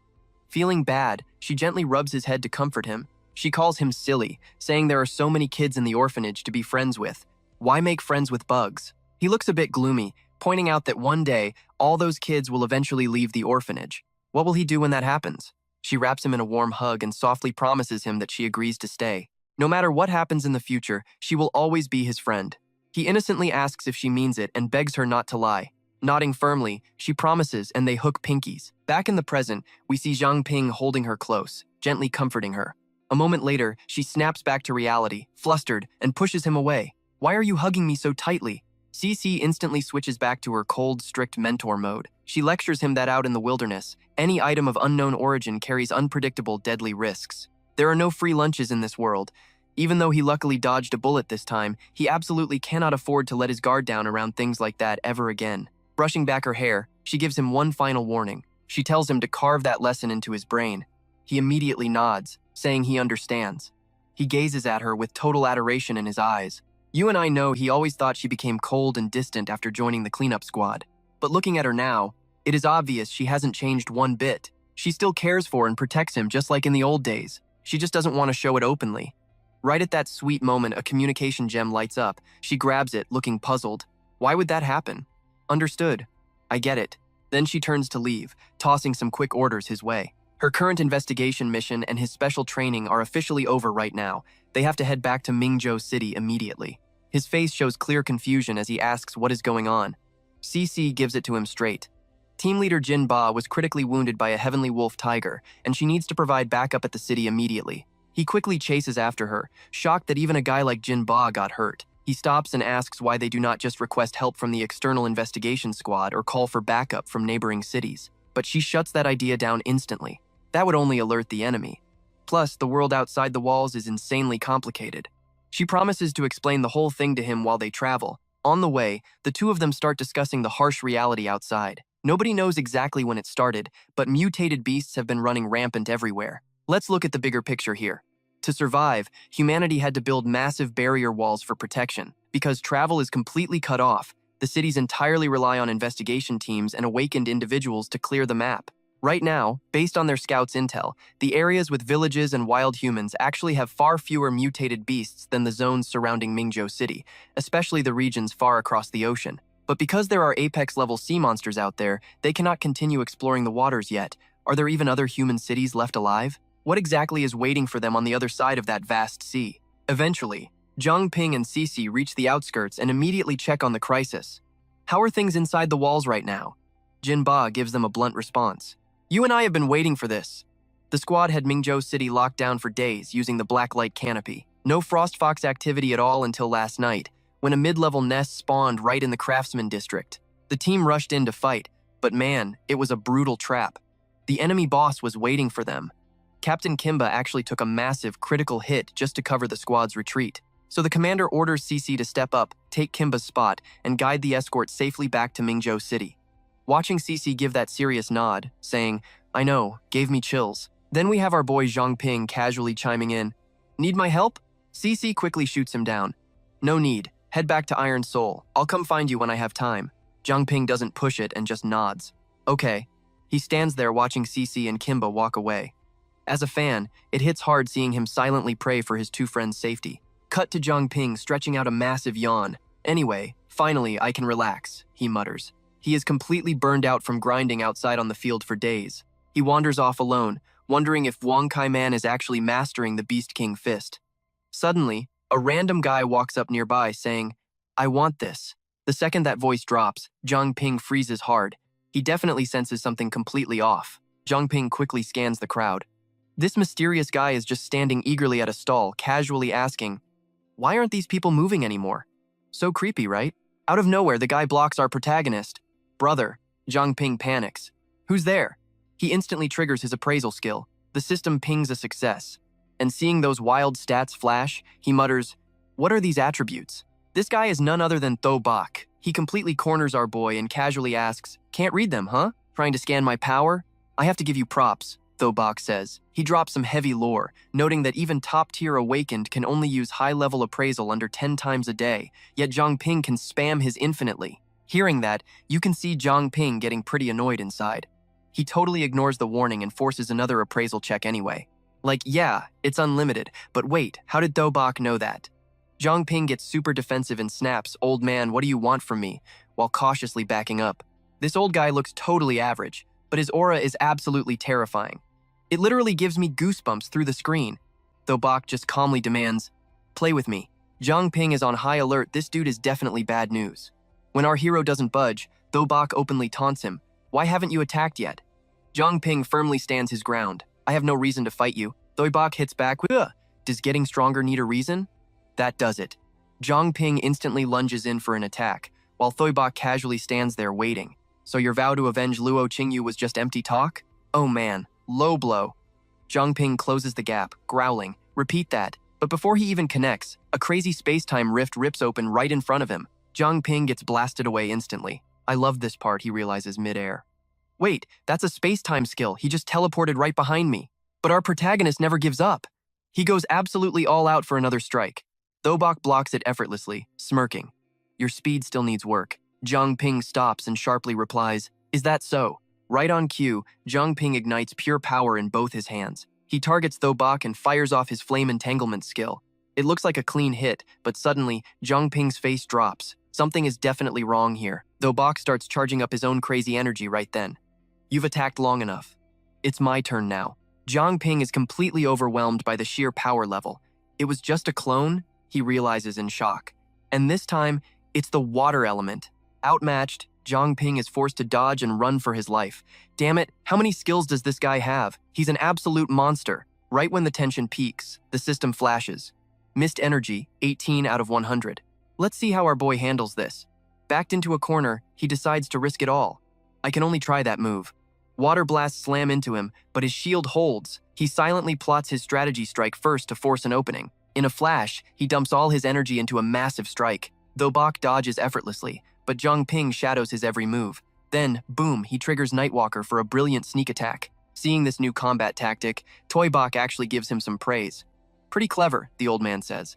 But unfortunately, your raw power level just isn't there yet. Zhang Ping's eyes go wide, trying to process what that means. Suddenly, an intense, blinding light erupts and blasts our guy halfway across the battlefield. Caught totally off guard, he actually screams out in pain. Thobak is totally unfazed, just lecturing him. Still, for someone at your current level, possessing that kind of strength is incredibly rare. Zhang Ping is pinned to the dirt, groaning. He even has telekinesis? Man, that is so broken. Thobak just drops his stance and calmly orders, talk to me. Zhang Ping slowly pushes himself up, suddenly realizing the crazy truth, the paralysis is gone. He can move again. Zhang Ping stares at Toybak in absolute pure shock. This overpowered monster went through all this insane trouble just to test his abilities? I mean, this guy's power easily eclipses Kimba and Cece combined, plus he's a master of stealth. The only person in the city that strong has to be the leader of the cleanup squad.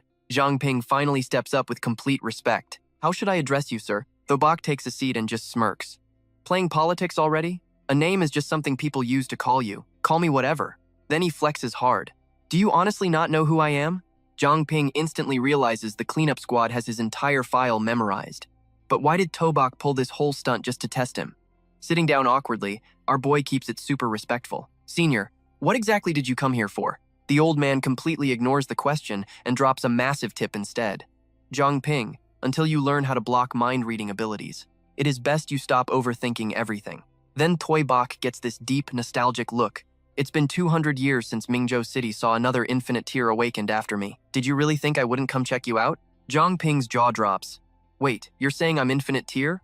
What even is that? Like all of us, he fully believed the absolute ceiling for human talent and stats was just peak tier. Though Bach doesn't mock him.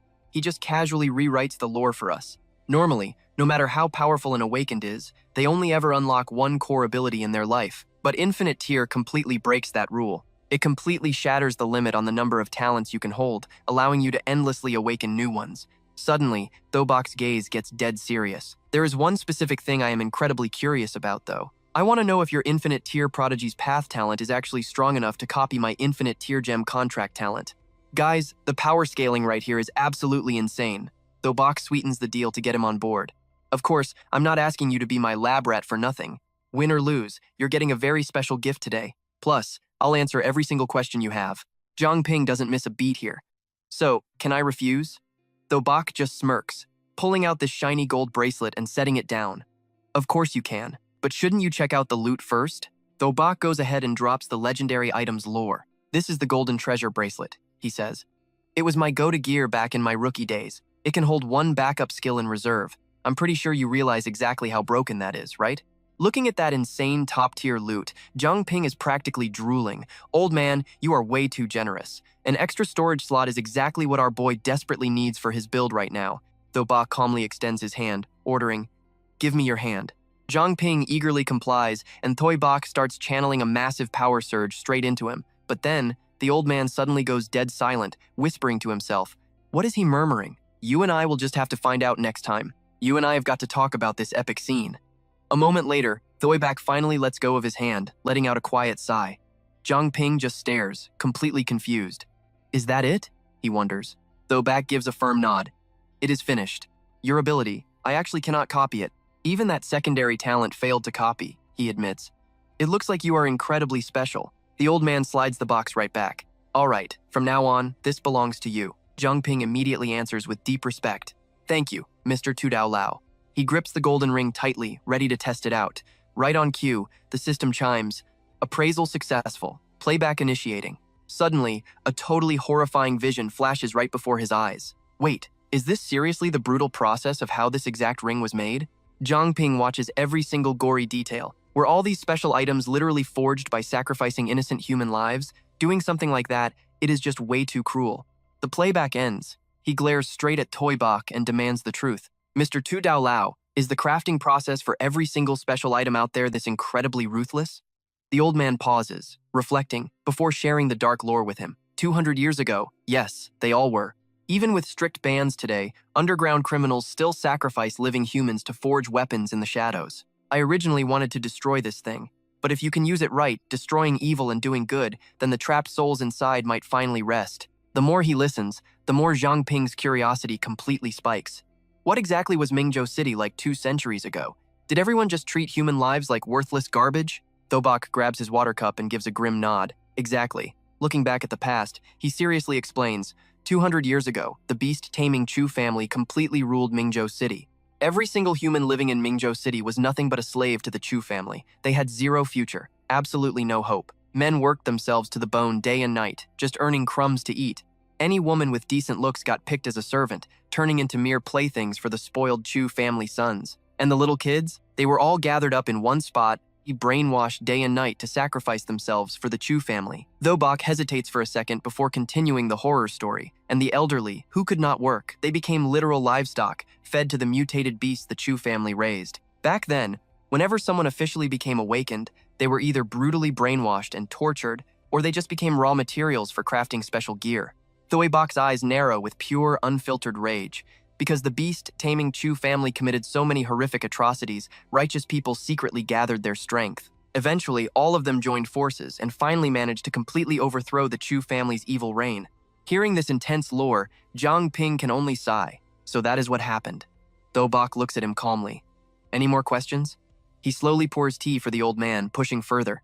Mr. Tudao Lao, you are incredibly powerful. Why not just strike down Inguyet Vuongtu and free the city all over again? Right then, the system officially triggers a talent, encrypted silence. Thoibak stays perfectly serious, answering him, it is not that I refuse to act, it is that I literally cannot. You might wrongly think Mingzhou City's defense system is incredibly weak, completely blind to Heavenly Fox's massive invasion. But that assumption is totally wrong. In reality, our city's defense system is practically flawless. Thinking back, he smoothly brings up the investigation squad before breaking it all down for him. Now here is where the lore gets amazing. Stick with me. Outside, the investigation squad hunts mutated beasts. At the gates, sweepers handle threats in the shadows. And inside, we have the king-tier artifact, the Not Nguyet Mingzhou. Within the range of the Not Nguyet Mingzhou, every single creature gets severely nerfed down to level 40 or below, meaning even if a supreme king-tier mutated beast invades, it drops straight down to apex tier. He stands up, turning his back to leave. And without a single doubt, I am the absolute strongest fighter at the apex tier. Walking away, Thoibak stops cold. But right now, before he can even finish that sentence, Zhang Ping frantically leaps to his feet. Mr. Tudao Lao, are you saying we have a traitor inside the city? Hearing this spot-on deduction, the old man firmly praises him. Smart. Thoibak gives him a sharp look, dropping huge intel. After the city lord vanished, only I and the lingering remnants of the Chu family know how to actually forge divine artifacts in Mingzhou City. Zhang Ping pieces the lore together, practically shouting in pure anger. The Chu family shut down the Not Nguyet Mingzhou and unleashed Heavenly Fox into the city. Those recent massive beast riots are totally linked to them too. Why didn't you guys just wipe them all out back then? Thoibak just sighs, answering him in a very soft tone. After completely overthrowing the Chu family's dark reign, we constantly tried to purge every last one of their remaining survivors. But weeds like that are just impossible to wipe out entirely. They have existed in Mingzhou City for a whole century. Their underground roots are just incredibly deep. Hearing this, Zhang Ping's mind immediately starts racing with theories. Exactly. This Heavenly Fox invasion is way too suspicious. What is the Beast Taming Chu family's real endgame here? Is the city lord dead or alive right now? What truly triggered this massive beast riot? And the king of the Heavenly Fox clan, what kind of insane abilities does he possess? He stares thoughtfully at Toy Box retreating back, silently realizing something. None of these massive questions have any answers yet. Tudao Thoibok has to be extremely careful making a move. If he falls into an enemy trap and dies fighting, Mingzhou City is absolutely doomed. Just like nukes in past wars, he is a major threat who cannot strike until the absolute breaking point. Even with Nguyen Vuongtu constantly provoking and slaughtering people, everyone else might lose it. But Tudao Thoibok absolutely cannot. Taking a few steps, Thoibok stops again to add one last thing. Even though I cannot copy your power, we desperately need you. He turns his head back, offering a gentle, quiet invitation. Brother Zhang Ping, are you willing to officially join the sweepers? His eyes are completely filled with deep, genuine hope from the bottom of his heart. Zhang Ping instantly reaches out and firmly grips Thoibok's hand. Giving a serious, determined nod, he says, I accept. Now, let's jump to the Thea Chi Han Forge, where Kiat Man's curious voice rings out. Sister Sak, why are you randomly repairing gear? Lu Sak keeps working, replying casually. Just using my free time these past few days to get things done. Kiat Man slumps into a chair, totally exhausted. It has been days. I wonder when Zhang Ping will finally return. Lu Sak catches her totally miserable expression and teases, What? Missing him already? No wonder you have been spacing out lately. Kiat Man frantically shakes her head, denying it. No, not at all. It is just, nobody is teaching me martial arts right now, so Kiat Man lets out a sigh, her cheeks flushing bright red. I just don't know how he is doing out there. What if he runs into serious danger? Seeing this adorable reaction, Lu Sak steps closer to playfully roast her. Look at you acting like an anxious little bride, and you still claim you don't miss him. Flustered, Kiat Man shakes her head. No. This world-building detail is super cool for us fans. Lu Sak brings the freshly forged blade to the water bucket nearby. Alright, I'll stop teasing. Plunging it in, she casually reassures her. Honestly, the villages outside the city and safe zones without deadly beasts are already fully mapped out. As long as Zhang Ping avoids those red zones, he will basically be completely fine. Kiat Man blinks in pure confusion. Wait, there are actual villages outside Mingzhou City? Lu Sak chuckles softly at that and replies, Of course there are. Those remote villages are just totally closed off, backward, and extremely unwelcoming to outsiders. Alright guys, let's jump right back in. Lu Sak is flashing back, warning about the mutated beasts, evil spirits, and literal gods out there. She says, if you explore the wilderness and find a village, it is best to just avoid it completely and keep moving. Because if they catch you, there is a massive chance you end up as a slave or a living sacrifice. Kiat Man's reaction here is priceless. Her eyes go wide with shock. We are all human, so surely we can just communicate, right? Lu Sak steps close, putting on this super creepy, threatening face. Fundamentally, they do not even count as human anymore. This lore is wild. Out in the wasteland, the most dangerous threat isn't the mutated beasts, it's those savages. Some of them wear these freakish masks, just quietly spawning right behind your back when you least expect it. Right on cue, Kiat Man accidentally spots a dark shadow lurking right behind Lu Sak. Sister Sak, is what you are talking about anything like that? She instinctively turns around and casually replies, Yeah, pretty much just like that. Lu Sak then fully turns her head to get a much closer look at what this shadowy figure actually looks like. Lu Sak calmly watches the fog, while poor Kiat Man completely panics, screaming and sprinting away. Without missing a beat, Lu Sak delivers a brutal kick. The dark shadow drops its disguise, turning right back into our guy, Zhang Ping. Taking a surprise kick straight to the family jewels, he is absolutely writhing in agonizing pain. He just stays crouched like that for a little while. Zhang Ping shivers in pain but tries playing it cool like nothing even happened. He finally complains, Sister Sak, that move of yours is way too vicious. But Lu Sak is still totally on guard. Who are you? Zhang Ping drops the act completely, trembling as he answers, It is me, Zhang Ping. Seeing it really is him, you can see both girls breathe a massive sigh of relief. Lu Sak marches over, grabs his head, and lectures him. You brat, coming back without a single word and playing ghost just to scare us. Zhang Ping just gives a sheepish laugh and tries to gently explain himself. I literally just got back and heard you two talking about those savage villages. I just wanted to add some spooky atmosphere for you guys. I never expected you to spin around and kick me. Lu Sak walks over and picks up her jacket. Looking at you like this, I guess your training is officially done. Zhang Ping gives a soft smile and nods back. Yeah. Next up, I will stay inside the city to boost my own power. She puts on her jacket, looking genuinely happy. Perfect timing then. We actually just found a fresh clue regarding Sanson today. Before heading out, Lu Sak adds a quick favor. I am preparing for a trip outside the city too. Take good care of Uncle Lu for me. Zhang Ping looks totally confused. Leaving that fast? Lu Sak waves goodbye with a tease. I do not have someone waiting for me every day like a lingering ghost, so I will not interrupt. Meanwhile, Kietman gets super shy, awkwardly avoiding Zhang Ping. Well, it is getting late, so I am heading back to my room to rest. Reaching the door, she suddenly stops. Zhang Ping. He just stares blankly at her back. Yeah? Kietman looks over her shoulder with this huge, beaming smile. You came back safely. That is really good. Hearing that, our guy chuckles to himself, realizing he has been in this world so long now. This is the very first time he actually feels at home. But right during this touching moment, Thick Fong jump scares him from behind. She already went to her room. Why are you still standing there smiling like an idiot? The old man sighs and drops a serious task. Tomorrow morning, go find little Sak. Tell her I am terribly sick, and tell her not to leave the city. Zhang Ping looks like he barely believes it. Uncle Lu, you? Seeing his doubt, Thick Fong just whacks him right on the head with his walking cane. Do not look at me like that. I am not stupid, and I am not sick. I am just faking it. Zhang Ping rubs his throbbing head. Then why? Before he can even ask, Thick Fong starts explaining the real reason. Sansan has been missing for a very long time now. Let's piece this together, guys. She likely met a tragic fate. He sits down heavily, quietly sharing his fears. I know my daughter's power better than anyone. Little Sak wants to investigate what happened to Sansan, but I am terrified she will end up in danger too. So, I have to fake this illness to keep her from taking risks. Zhang Ping just rubs his head, standing quietly in front of the worried father. Uncle Lu. Thick Fong casually lights up a cigarette and continues. That girl values loyalty above absolutely everything. Once something weighs heavily on her mind, she will overthink it and avoid taking risks so easily. Zhang Ping forces a sympathetic smile. Uncle Lu, you work so hard. Suddenly, Thick Fong gets dead serious. You have crazy talent in forging, but little Sak has no idea how to teach anyone. And honestly, she does not even care much about blacksmithing anyway, which means she makes quite a few major mistakes. Here is the payoff. For the next few days, I am teaching you the true flame forging technique. He points directly at Zhang Ping, delivering a firm order. Even though our methods are not exactly top secret, they are still the exclusive craft of the Lu family. You need to put your heart into learning this. Zhang Ping looks totally hyped and determined. Yes, I definitely will not let you down, Uncle Lu. Suddenly, Luo Qingyu just magically appears right next to him. Zhang Ping, it is me. She stays close, whispering softly, keep going. I am waiting for you. Zhang Ping unconsciously murmurs her name out loud, Luo Qingyu. After that, Lu Sak actually falls for the trick and stays inside the city.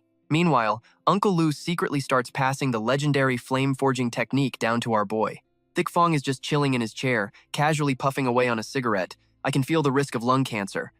Lu Sak snaps back angrily. Then stop smoking. She applies the forging technique to her fog, making its form way more precise. In a weird way, you could say she has leveled up her power too. And get this, Kietman actually successfully mastered the first 3 moves of the Ape King Fist, but later that same night, Zhang Ping confirms something totally crazy. He is absolutely certain he actually heard Luo Qingyu's voice. It felt way too familiar, so that night he actually asked the cleanup crew to search for hard evidence. Zhang Ping tries to observe everything carefully and reports, Captain, is there a disguised heavenly fox lurking anywhere near the forge? I just heard it loud and clear. Hearing this, Thoibok replies instantly without missing a beat. Zhang Ping, we completely cleared out your living area ages ago. There is absolutely no way a heavenly fox is hiding in there. If a wind speaker did not hear it, then what the heck was it? Zhang Ping starts considering a completely wild new theory. What if Luo Qingyu is not actually dead? What if she is living on in some other form, for revenge? And to finally get some answers, he knows he must personally rip the mask off the heavenly fox Luo Qingyu. Fast forward 3 whole days. As the sun goes down, we see some absolute creeps sneaking around, trying to pry a door open. Inside, there is a woman completely fast asleep. Seeing her knocked out cold, Tu Fam gets totally excited, sleeping like the dead. Looks like my drugging trick worked perfectly today. He aggressively yanks the blanket off and starts laughing like an absolute maniac. I have heard for ages that the To family miss has an amazing figure, smooth skin, and a gorgeous face. This creep actually reaches out to touch her. It is disgusting. Today, I am tasting the real deal to see if the rumors are true. But right at that moment, a spooky, ghostly voice echoes straight through the room. Tang Tu Fam. He panics, whips his head around and screams, Who is there? That eerie voice just keeps ringing in his ears. Tang Tu Fam. Nickname, Short-Legged Teddy. Height, 1 meter 5. Looks, completely vulgar and cheap. Terrified, Tu Fam stammers out. Who is out there? The freaky voice keeps right on taunting and interrogating him. Never loved by women, so your mind slowly warped into a twisted, pathetic pervert. You guys, this cliffhanger is crazy. Over the last 10 years, you have killed countless girls. Am I wrong? Shaking with pure terror, the guy gasps out, "You! Who the hell are you? Let's break this episode down together." That mysterious voice gently warns, "I'm ordered to take your life." Tu Pham absolutely bolts in terror.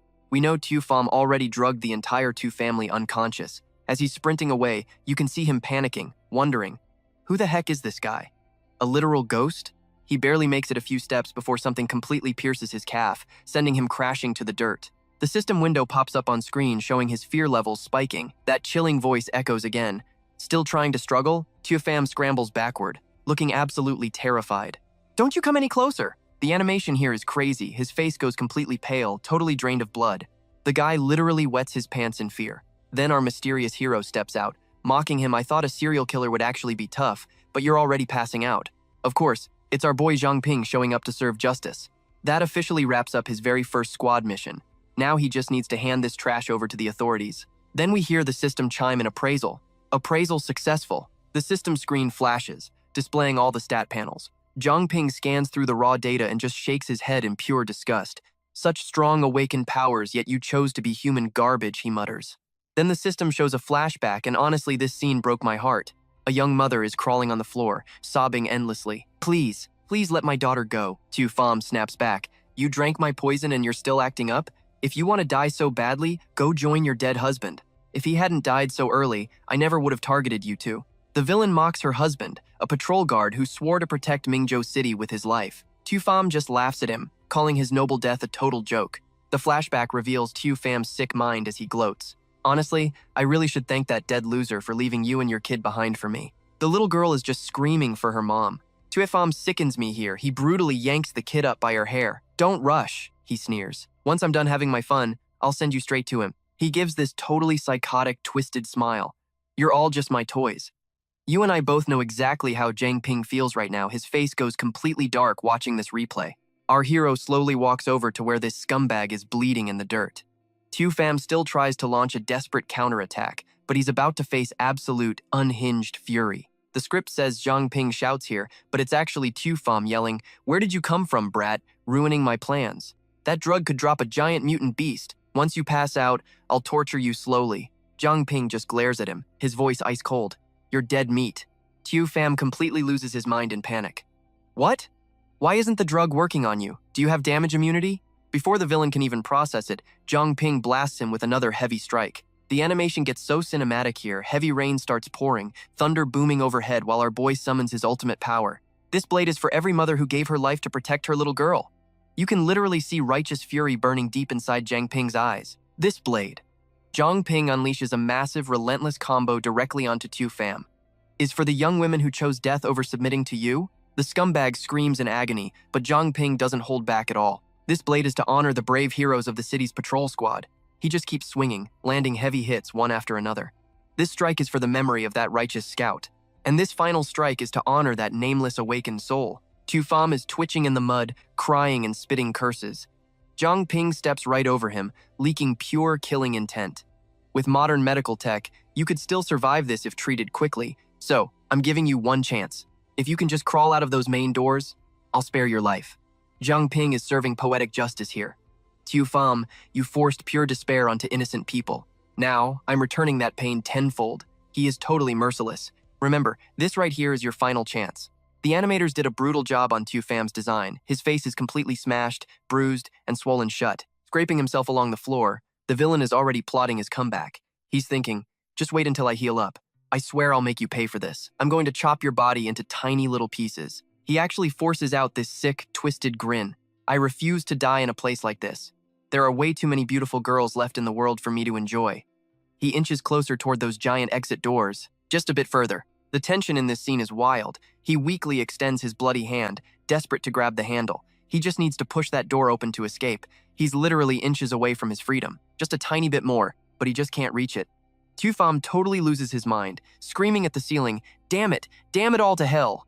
Zhang Ping just strolls up like a total boss. "You could spend your entire life trying, but you'll never open that door. I gave you a chance, and you wasted it. You lose, Tu Pham." The villain just thrashes around, screaming, "No! Our protagonist doesn't waste another breath. He activates his skill and finishes the scumbag off for good. Absolute trash. The fight ends, and we see the system pop a clear notification panel. I love the cinematography here, Zhang Ping, standing alone in the pouring rain, looking incredibly burdened. I really thought that killing the Heavenly Fox would finally bring peace back to Mingzhou City, that I could save everyone. He stares up into the storm, questioning everything. But do monsters like him actually deserve saving? Heck no. Garbage like that deserves to die. There's zero reason to play the saint in this cruel world. Suddenly, that intense killer instinct flashes right back into his eyes. He intercepts a new target message. The asset is confirmed at Hanhai Academy. Today is a special window. Find an opening and extract them. You can see the pure shock hit our hero's face right here. Captain, I've officially eliminated the primary target. Also, I managed to intercept some chatter near the Hanhai Academy using my Wind Whisperer. It really sounds like a hidden group is planning to smuggle something extremely valuable out of there. Cut to the cleanup squad's command base. Tho Bok takes one sharp look at her massive monitor displays tracking Hanhai Academy. She just shakes her head. No good. I'm completely blocked from sensing anything inside. Someone set up a heavy barrier. If a pro like her can't hack the signal, we know these villains are next level. Tho Bok immediately radios our boy back with new strict orders. Zhang Ping, secure the perimeter and give me visual confirmation. I'm calling Lu Tuthian for backup right now. Do not engage the enemy until the cavalry arrives. Hearing the plan, our hero gears up to move out. Understood. The anime transitions to this massive, dark building getting hammered by the storm. We spot 3 sketchy figures decked out in tactical gear, quietly breaking into the facility. One of the sharp-looking intruders is already whining. Damn it, we've been tearing this place apart for 15 minutes. Where the heck did Tran and Jock Lich hide it? But his partner, Ho Hung Ni, suddenly tenses up. Boss, we have a major problem. Someone just tripped our stealth barrier.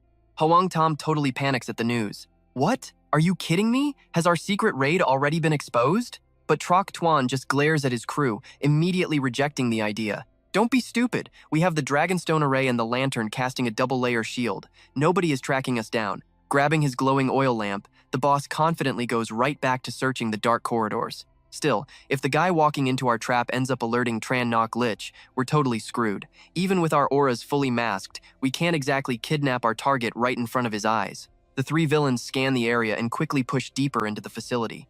Move it! We are running out of time here. We absolutely have to find her tonight, no matter what it takes. Cut back outside. Zhang Ping is completely drenched, staring up at the massive academy. Suddenly, a magical Dragonstone array materializes right next to him. Let's see what happens next as he triggers his system. What the heck is this? Appraisal. The system spamming notifications is insane. Appraisal failed, then boom, success. The frozen true Dragonstone. Guys, it's actually an epic teardrop. The system triggers a replay, and we get this brutally gory flashback.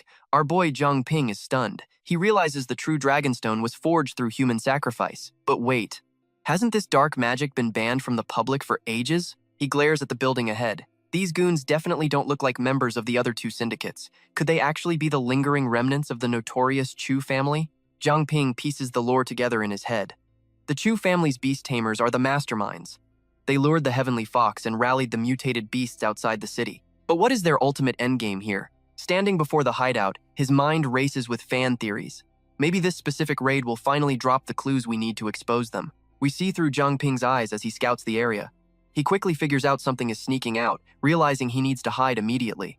Right on cue, the system activates the awesome Nightwalker buff. From the enemy point of view, we literally watch 3 sketchy Chu family assassins quietly slipping right out of a window. One of them vaguely notices where Zhang Ping was standing and gets confused. He mutters about whoever entered the barrier apparently not being there anymore.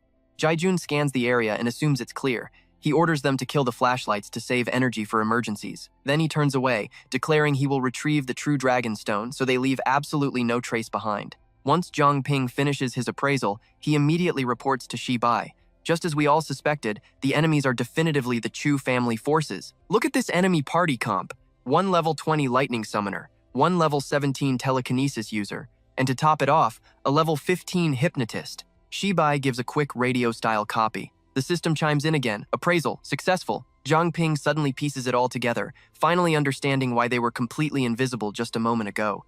Stealth armor. So they use that gear to mask their auras, but honestly, the energy looks practically drained now. Checking the detailed system stat panel, Zhang Ping starts deeply questioning the plot. Is that innocent girl actually their main kidnap target tonight?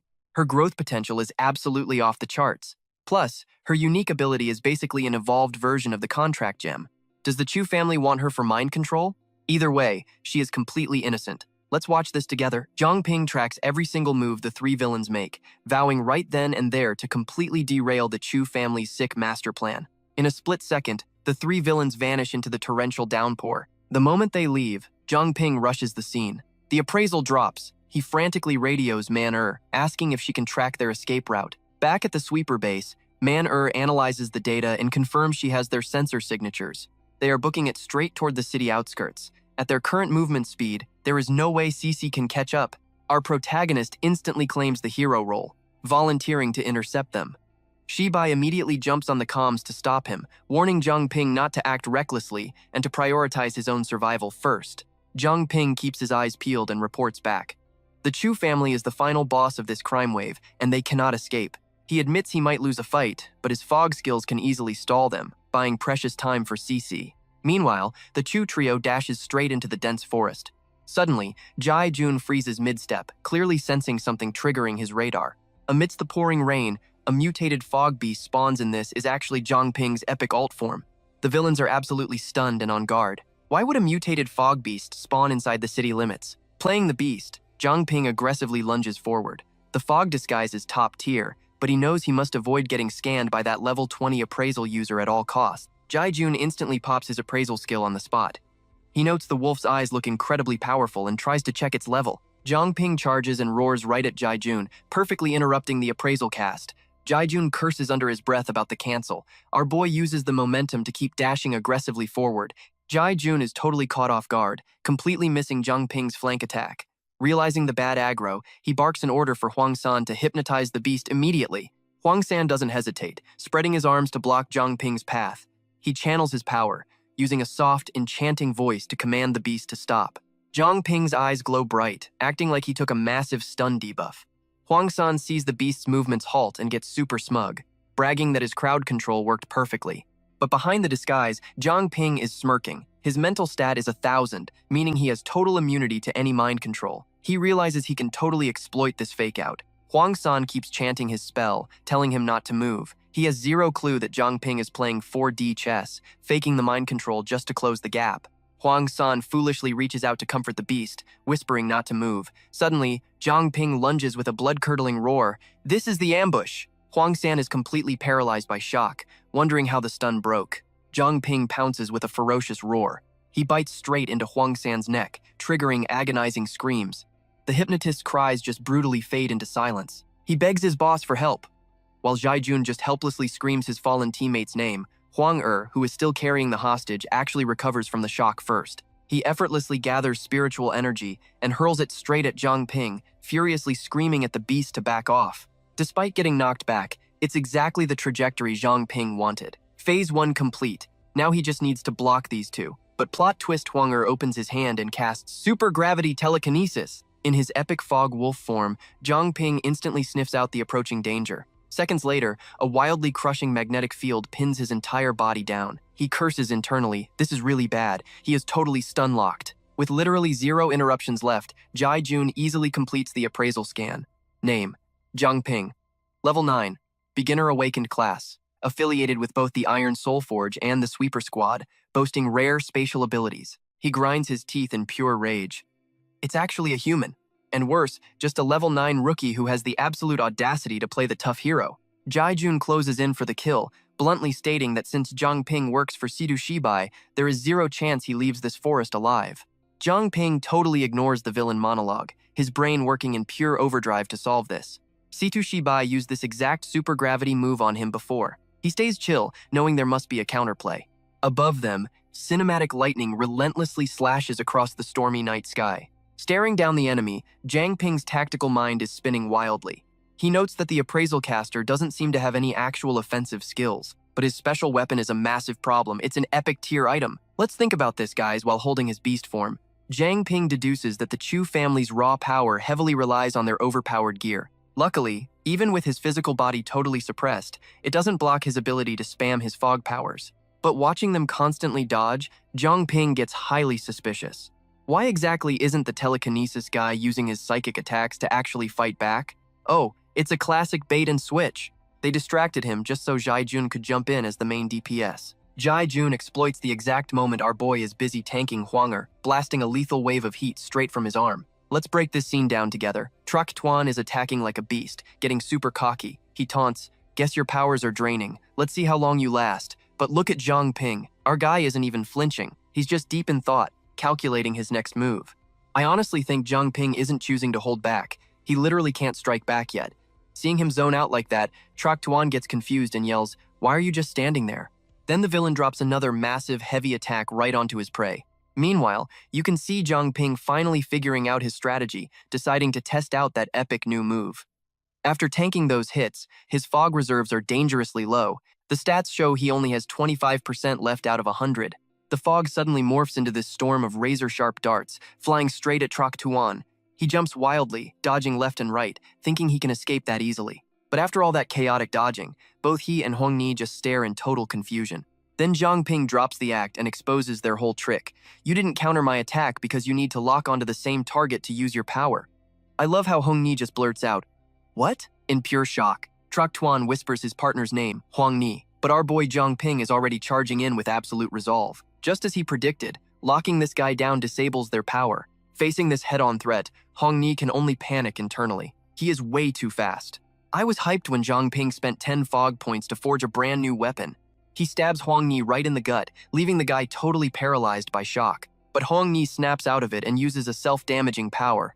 Even Zhang Ping has to respect the crazy move, thinking he actually unleashed his ability on himself. Escaping that fatal strike, Hong Ni gets his arrogant smirk right back. He actually brags, "You almost had your way, but good thing I forced control over my right arm to break free." Truck Tuan excitedly yells out, "That was your last bit of energy, right?"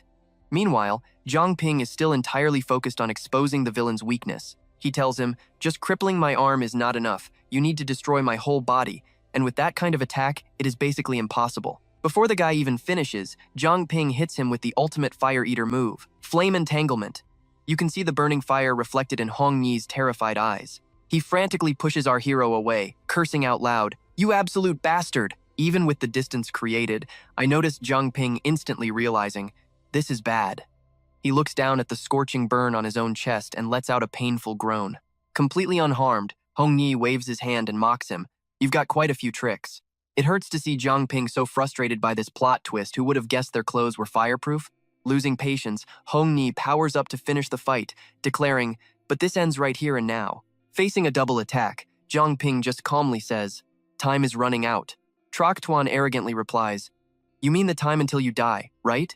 Our hero just stares straight into their eyes and delivers the absolute coldest, shortest comeback ever. He unleashes this massive pressure to kick off his counterattack, saying, "The time that I needed to stall you. Stick with me, this is where it gets insane." Hong Ni gets pierced by a water arrow and barely gasps. Truck Tuan dodges, totally blind to the real danger, mocking, still talking tough at death's door. Meanwhile, Zhang Ping locks his eyes firmly onto that enemy bow. As an arrow grazes his shoulder, our guy mentally notes, "Dodge right." Out of nowhere, Cece appears, striking the Hong duo from behind with her sword. At this exact moment, Truck Tuan finally realizes the brutal truth. The backup forces have officially arrived. His heart is absolutely racing as he thinks, who is this girl? One strike and Hong Ni is totally done for. Truck Tuan is so busy asking questions, he forgets his own life is hanging by a thread. He jumps back in a panic, dodging Cece's sharp blade, and furiously demands, "Who the hell are you?" She just answers with this icy, emotionless stare.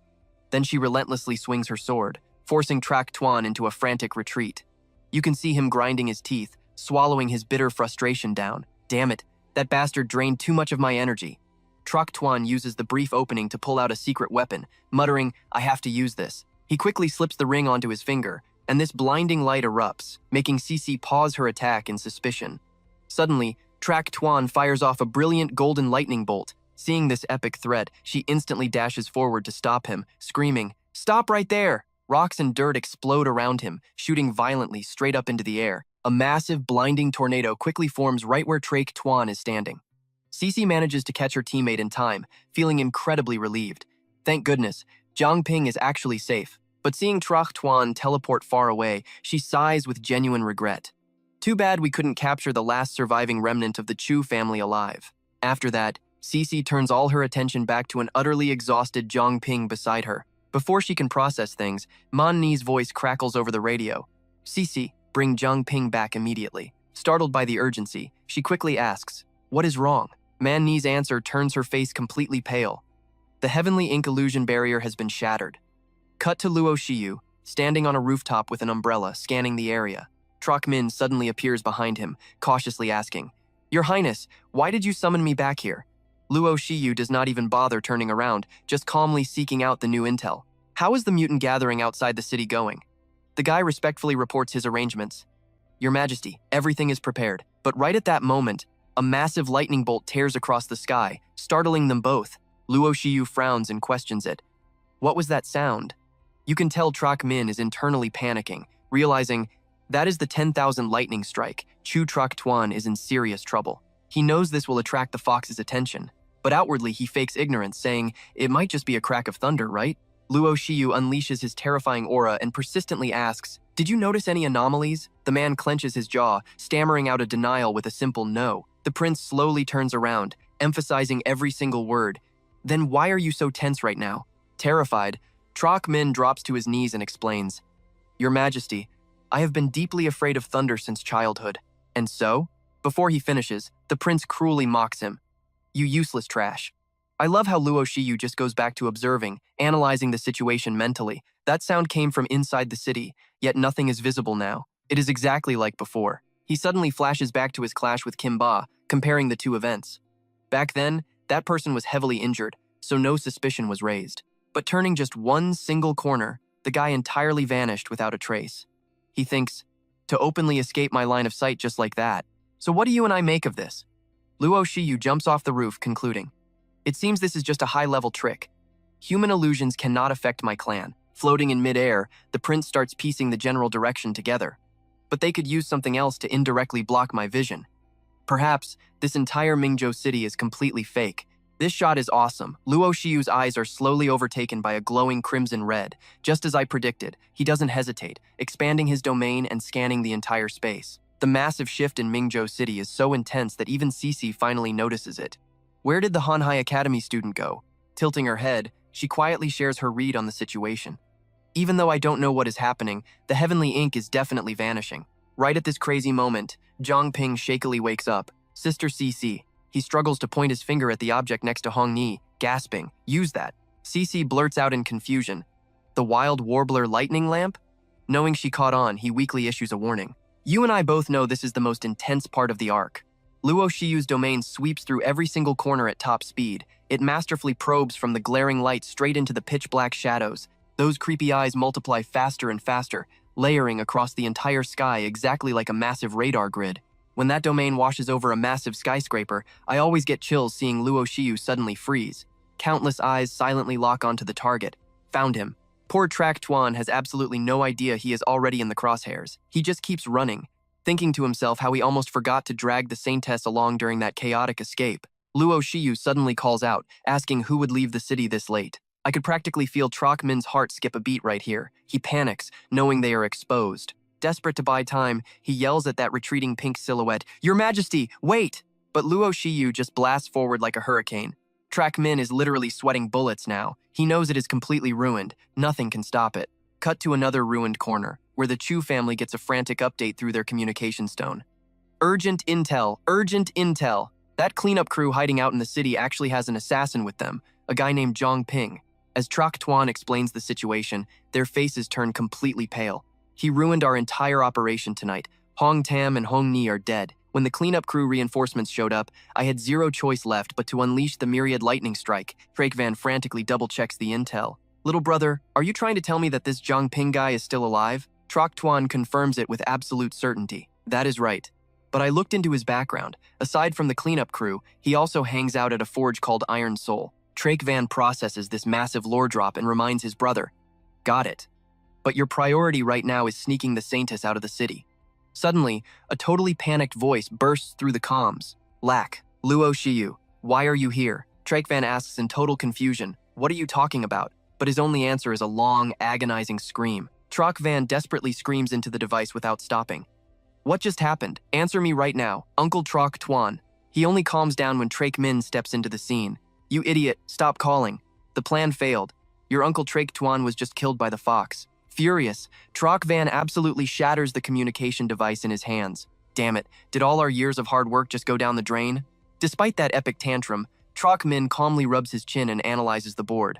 No, the Saintess is still alive. She is the ultimate counter to the sky-soaring fox. Once Nguyen Phuong Tu realizes she cannot be killed, he will definitely take her back to the city lord's mansion. Troc Van frantically rushes over and yells, "Then tell me what we should do. Without the Saintess, how are we supposed to control those foxes?" At this crazy turning point, he finally drops the massive secret he has been hiding. The city lord's mansion has a secret passage leading right outside the city. I am the only one who knows it. Send the mutated beast through there to cause chaos for the fox. I will use that distraction to extract the Saintess. Another guy hears this wild plan and immediately starts questioning it.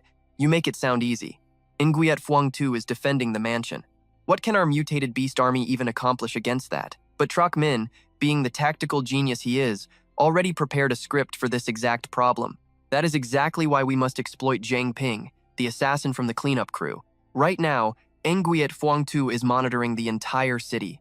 If any situation pops up, he will take action personally. We just need to send elite troops to the forge to ambush Zhang Ping. That will definitely lure Nguyen Phuong Tu and the cleanup crew right over. Bridge number 2.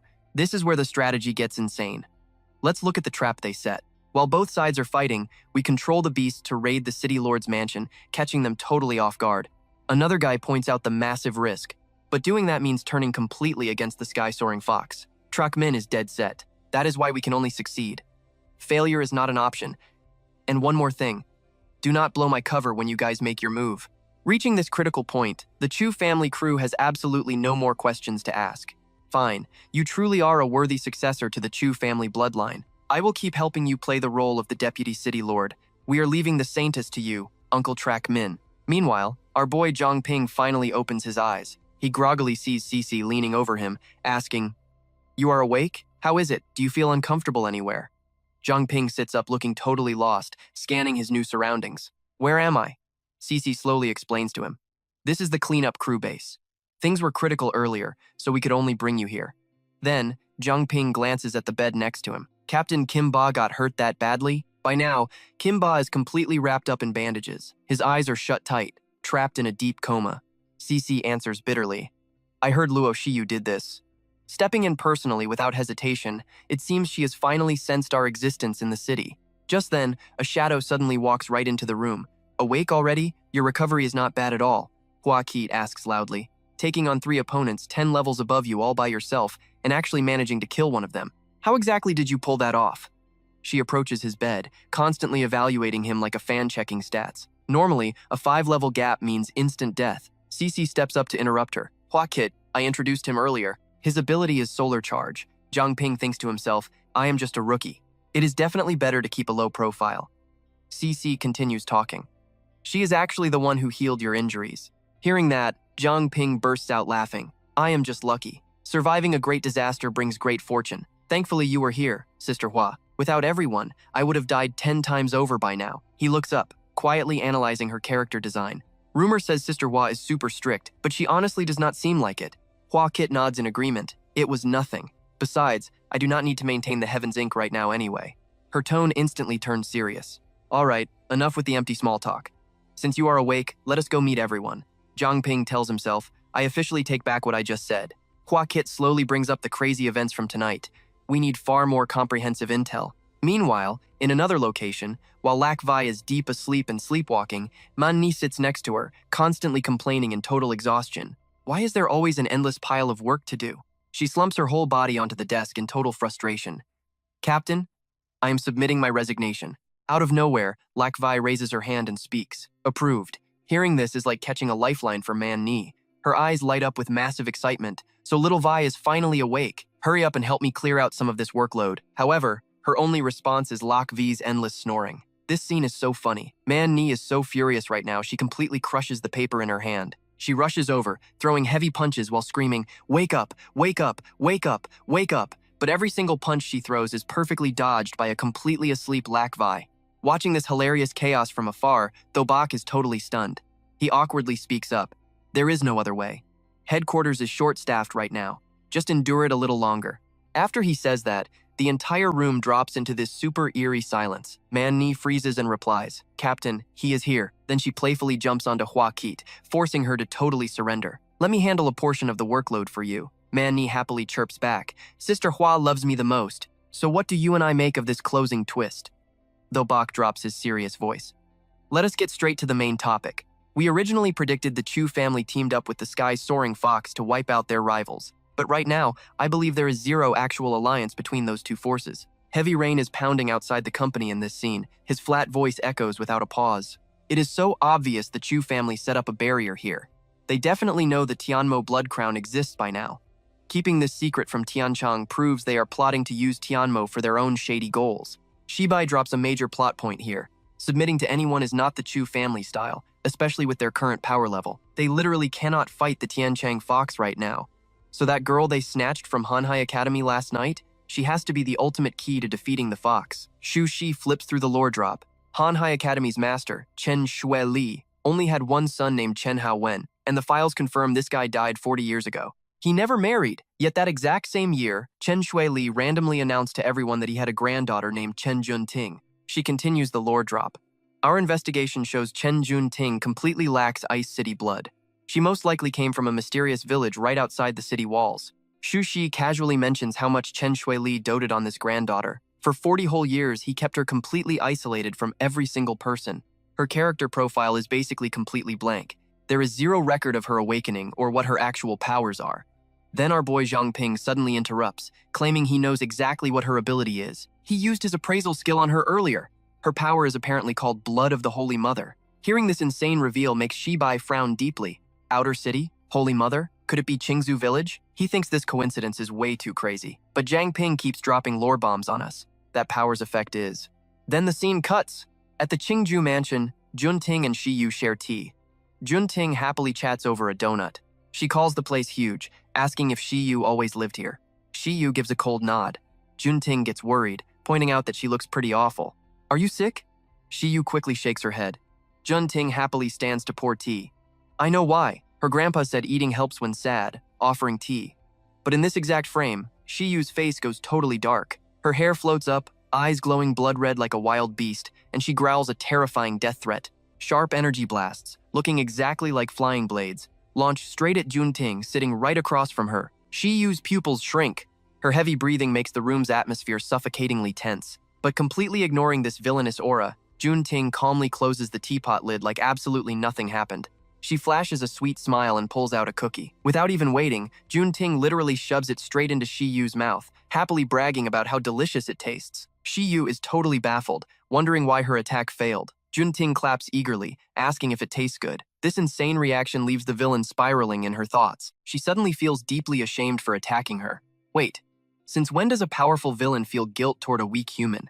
Then out of nowhere, Junting spits out her mouthful of tea. She gags on the awful taste. Coughing wildly, she complains this tea is pure garbage and calls the brewer a massive idiot. Shiyu just sits there, completely flustered. The villain realizes she is the idiot.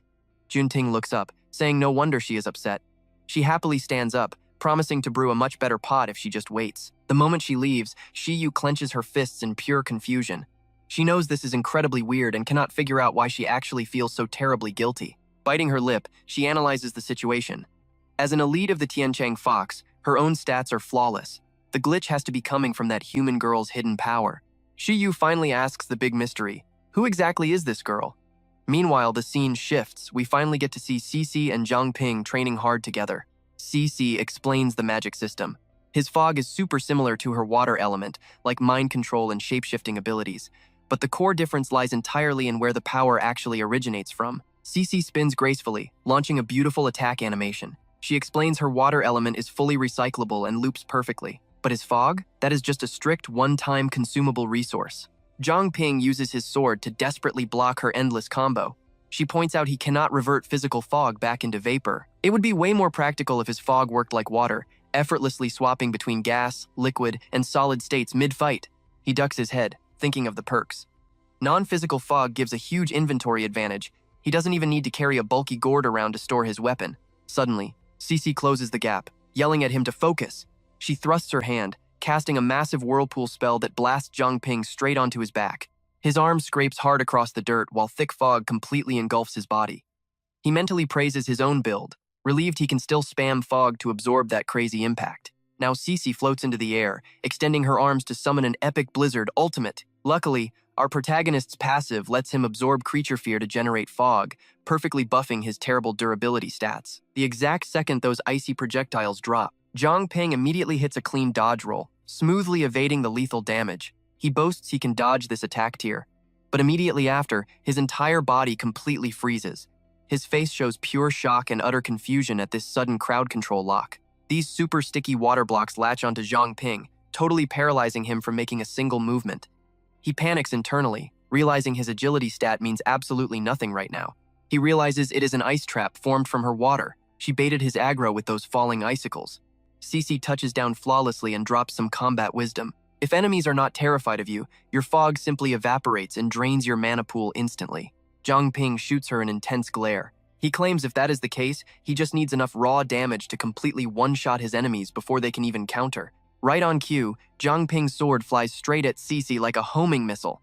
This unexpected surprise attack visibly startles her for a split second, but she recovers her stance instantly, casting Water Prison as a defensive buff to test his damage output. Right then, the blade closes in. That chaotic fog energy flashes like lightning, literally tearing the space apart with epic visual effects. This visual leaves Cece absolutely stunned, her jaw basically dropping. She thinks to herself in pure disbelief that his attack actually managed to pierce her elite Water Prison defense. Now Zhang Ping drops the coolest slow line. "You lose, Cece."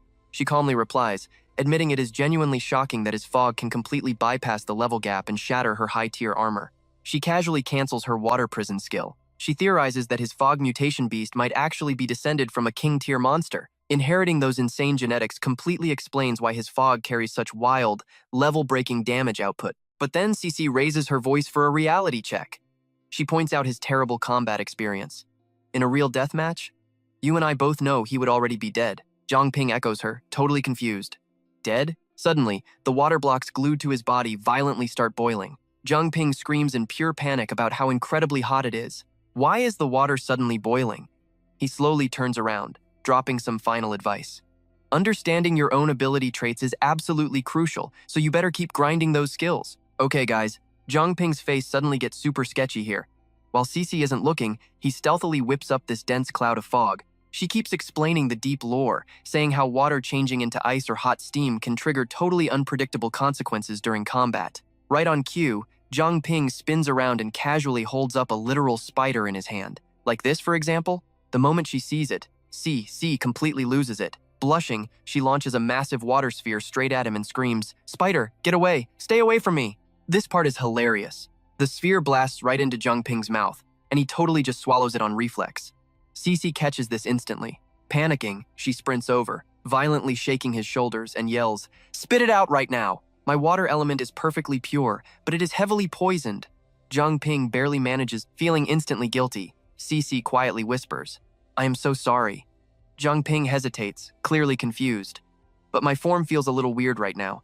I feel entirely mushy, like I have zero control."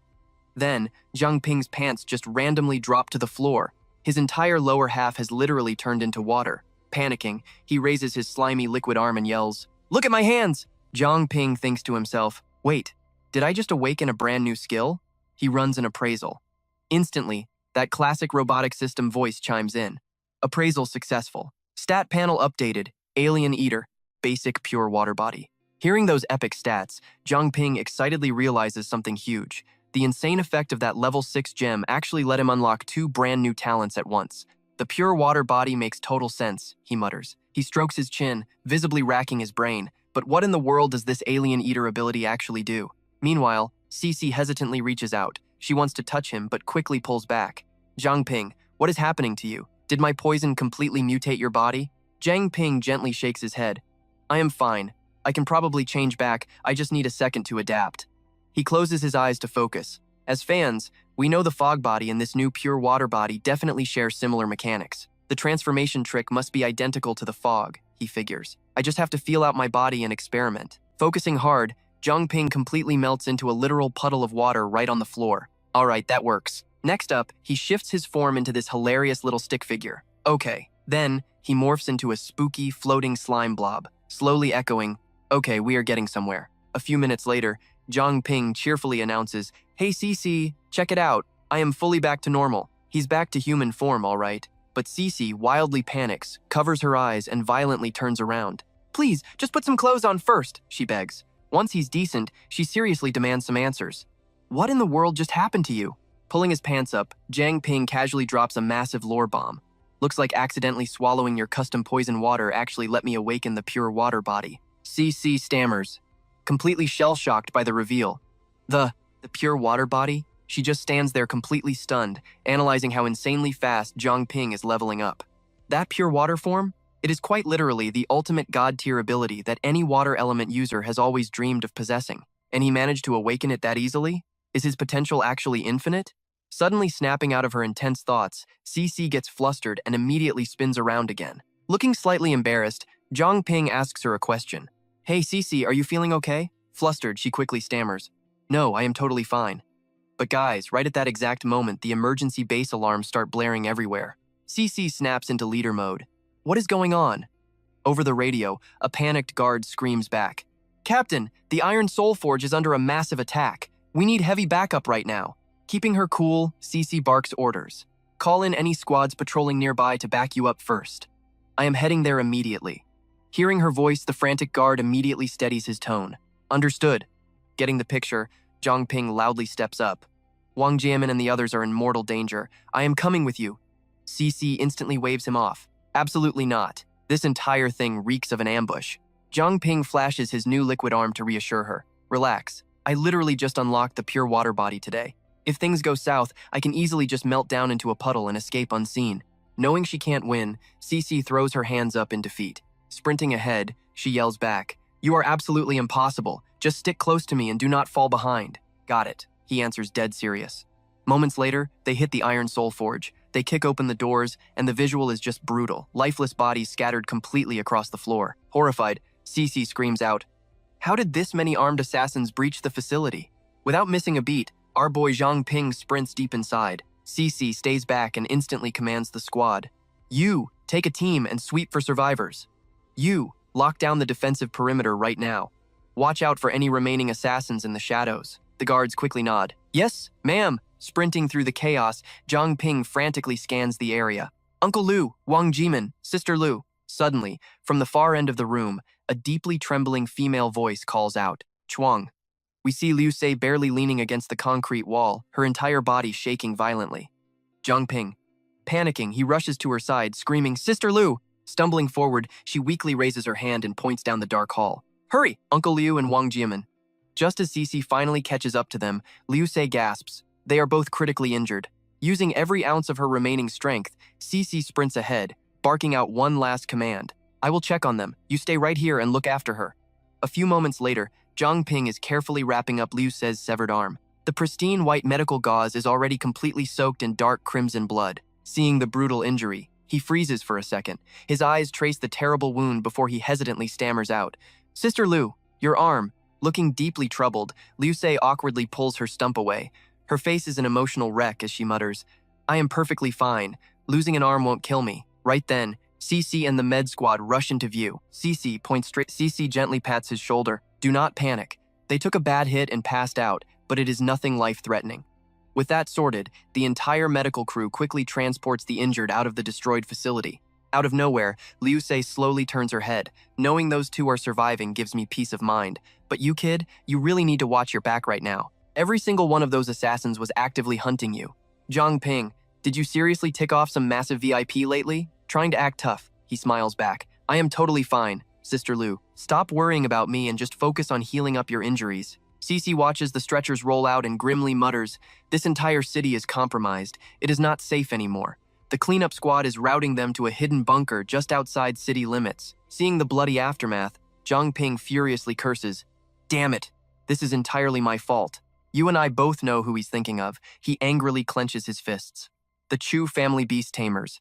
Here in Mingzhou City, they are the only ones desperate enough to kill me. Cece replies coldly, "I am dispatching an elite investigation squad immediately." But then, a terrifying new voice suddenly echoes right behind Zhang Ping. That massive energy spike definitely originated from this spot.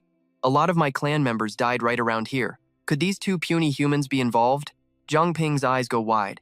That voice. It is Luo Shiyu. This insane scaled windspeaker enemy is incredibly fast, and it is right on top of them. Looking up, Zhang Ping spots a terrifying shape dive-bombing them from the ceiling. The creature sneers. We are living in highly desperate times. I would rather waste good food than let any potential threat walk away alive. Look out! Zhang Ping fiercely tackles Cece, throwing them both out of the crash zone. Landing gracefully on the high beams, Luo Shiyu stares down at the massive shattered crater he just made. Well now, this is interesting. We are jumping right into the action. Her eyes light up as she mutters, "You actually sensed my attack." Our guy, Zhang Ping, stands up, dead serious, asking if she is okay. Cece shakes her head. "I am fine," she says, "but this whole mission was top secret. How did she even find us here?" Zhang Ping just slowly replies with that classic cool vibe. "I am guessing she has the entire city under surveillance." Thivor bites her lip, looking absolutely lethal like a predator locking onto its prey. She screams, "Zhang Ping, our boy plays it cool. Who are you? Long time no see." But inside, he is totally trying not to panic. "Calm down, appraise." The legendary system instantly pops up, appraising. While the system is just spamming appraising in his head, best girl Cece literally throws herself in front of him. "You need to run," she yells. "I will hold her off." Saying that, Cece launches an epic blizzard straight at Thivor, hovering up in the sky. Zhang Ping is stressing out, muttering curses. "Damn it, the appraisal range is too short. You and I know she is dangerous." Thivor coldly watches the razor-sharp ice flying at her. Dropping a killer move on me with zero hesitation, she thinks, "My cover is definitely blown." Thivor just casually waves her hand, stopping the ice dead in its tracks. "So you guys are behind everything lately," she smirks. Right at that crazy moment, a deep, glowing red portal suddenly swirls into existence right behind CC. Acting on pure instinct, she throws up an ice shield, but that insane red energy strikes down like a drill, completely shattering her defense in a split second. Luckily, Cece jumps out of the way just in time. Shattered ice explodes everywhere into the air. She is totally stunned, thinking to herself, "I cannot believe she broke through my maximum defense in one hit." Now Thivor is just getting hyped up. "Who cares if my identity is exposed?" she thinks. She cannot even see through my illusions. She is just using the shifts in the cold air around us to predict my attacks. That is such a genius tactical move. Stick with me. What happens next is wild. She instantly unleashes absolute fury. Boiling red energy surges around her like a blazing inferno as she charges at Cece. "Let us see what you got. How exactly are you going to defend this time?" Her body instinctively unleashed a blast of freezing air to block the attack. Cece frantically scanned her surroundings. "Over here, and over here too," Zhang Ping shouted in a panic. "Cece, watch your upper left." Hearing him, she instantly whipped her head around. Thank God Zhang Ping showed up. Without him, she would not have even stood a chance to fight back against that strike. Their teamwork was absolutely flawless. Zhang Ping's rapid-fire callouts made it incredibly easy for her to dodge every single incoming strike. 3, 7, and 9 o'clock. Cece dodged gracefully to the rhythm of his voice, her footsteps flowing like water. 4, 8, and 10 o'clock. 1, 2, and 11 o'clock. 5 and 12 o'clock. Watching this flawless evasion made Shiyu's face darken with rage.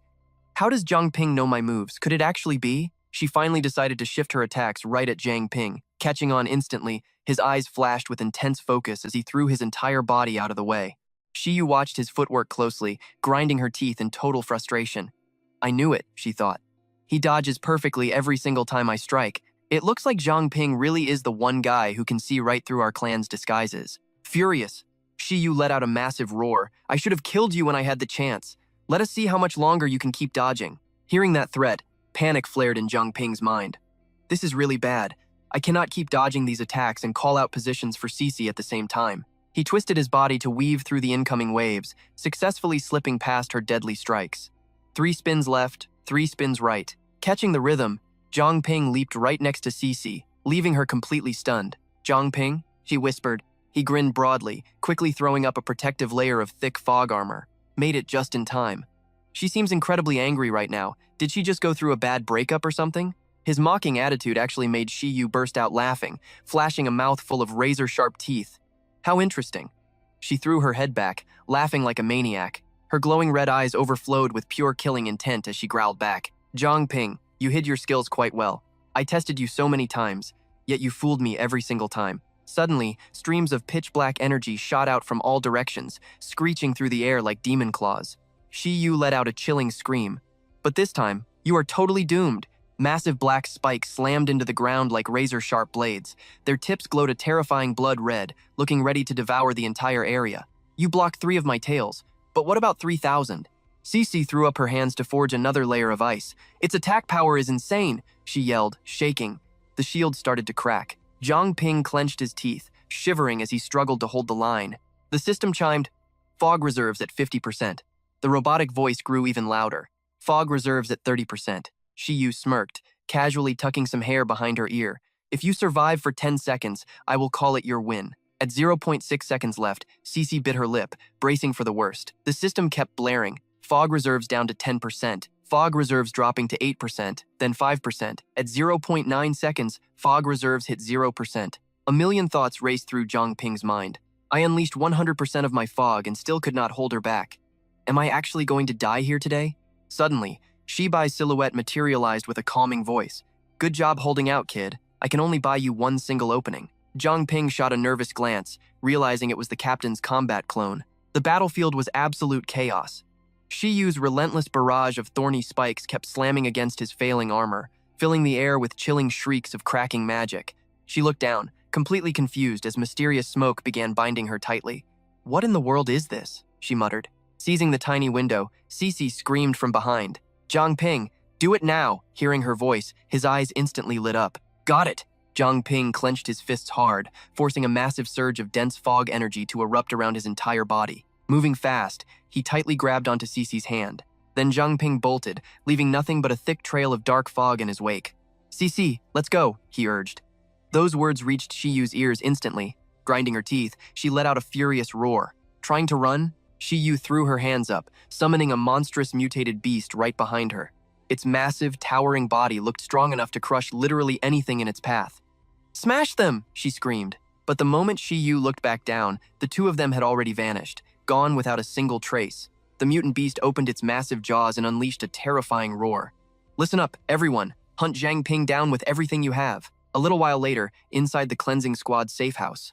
Resting quietly in the hospital bed, Liu Se looked at him and asked softly, "So you are telling me you are an official member of the cleansing squad now? And Mingzhou City has completely fallen into the hands of those filthy foxes?" Zhang Ping nodded slowly in response. "Yeah, they aren't making any reckless moves yet, but staying in the city is extremely dangerous." He lowered his head, guilt washing over him. "I am so sorry. This is all my fault." Liu Se quickly cut him off. "Stop it. I just lost an arm. It is not the end of the world. Besides, I should be thanking you for rescuing Uncle Liu and the rest of the crew." Just as Cece walked into the room, she caught the rest of his sentence. "I promise I will find a way to take the forge back, but until then, everyone will just have to lay low outside the city for a while." Cece pressed her lips together, thinking about everything they just survived. She suddenly realized just how much he had matured lately. Right then, Liu Se finally noticed her standing in the doorway. She smiled warmly at him. "That girl is still waiting for you. Go take care of your business first." A few seconds later, Zhang Ping and Cece stepped out into the hallway, and he quietly shut the door behind them. "Cece, did you need to talk to me about something?" Hearing that, she crossed her arms and puffed out her cheeks. "What exactly did you just call me?" Zhang Ping scrambled to correct himself. "Sister Cece?" he blurted out. He groaned internally. "This is totally Sister C's fault. Calling her that girl completely messed up my brain just now." Zhang Ping pressed his lips together, a cold sweat breaking out. Honestly, calling her Sister Cece used to feel totally fine. But now that we are closer, it just feels super awkward. I mean, I have lived 2 lifetimes already, so I am technically way older. Suddenly, Cece turned her back to him. Biting her nail, she sighed casually. "Forget it. It is just a title anyway. You can just call me whatever you want from now on. Now, come follow me." As they walked, she gave him a serious warning. "Your identity is completely blown. I highly doubt you can step foot in Mingzhou City right now. We will just have to wait for the captain's orders." A little while later in another room, Cece pulled out a glowing glass vial. "That juicy intel you handed over about the Holy Maiden ended up being incredibly useful to us. Add that to how flawlessly you handled that creep's mission, and you definitely earned this. It is an official reward from the cleansing squad." Zhang Ping carefully took the vial. "Wait, is this golden blood?" He held it up to the light, studying it closely. "This is not the legendary golden blood, is it?" Cece gave a soft nod. "It is actually Jin Ba's golden blood. He has to regularly drain some of it just to keep a stockpile. We usually save this blood to heal our wounded teammates, or occasionally use it to extend the lifespans of some older veterans who served us well. You should test it out in the training room later. Let's see if it unlocks any cool new powers for you." Suddenly, her eyes widened as she remembered a crucial detail. Oh, right. This golden blood is a rare ability bloodline. That means the traits can actually be passed down to your future kids. You better mentally prepare yourself, Zhang Ping. Watch out for any shameless girls trying to get their hands on you. Zhang Ping stared at the golden blood vial. He figured it only had a small chance of passing down the bloodline anyway. It wasn't exactly guaranteed. Plus, who knows if he'd even get married in the future? No point overthinking it when he needed to level up now. He didn't hesitate. He downed the whole thing, praying his consumption skill would actually kick in. That was exactly how he unlocked the underworld fog and pure water bodies before.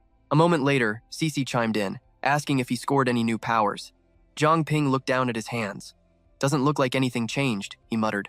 But the second those words left his mouth, a sticky, glowing red liquid started oozing straight out of his fingertips. Zhang Ping stood there completely stunned.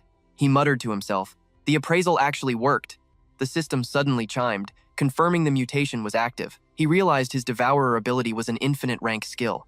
Zhang Ping quietly guessed that this pure blood body could accurately sense his target's exact status. Meanwhile, that weird red liquid just kept pouring from his hands. Cece took a step back, totally panicking. What on earth is happening to your hands? She yelled. He looked up and asked gently, Cece, do you have a scar on your face? She nervously pushed up her glasses, telling him to drop it. Zhang Ping figured there was a deeper, hidden story behind that old wound of hers. Brushing it off, she quickly changed the subject. So, besides the creepy hands, did any other stats change? Zhang Ping lowered his voice, visibly thrilled.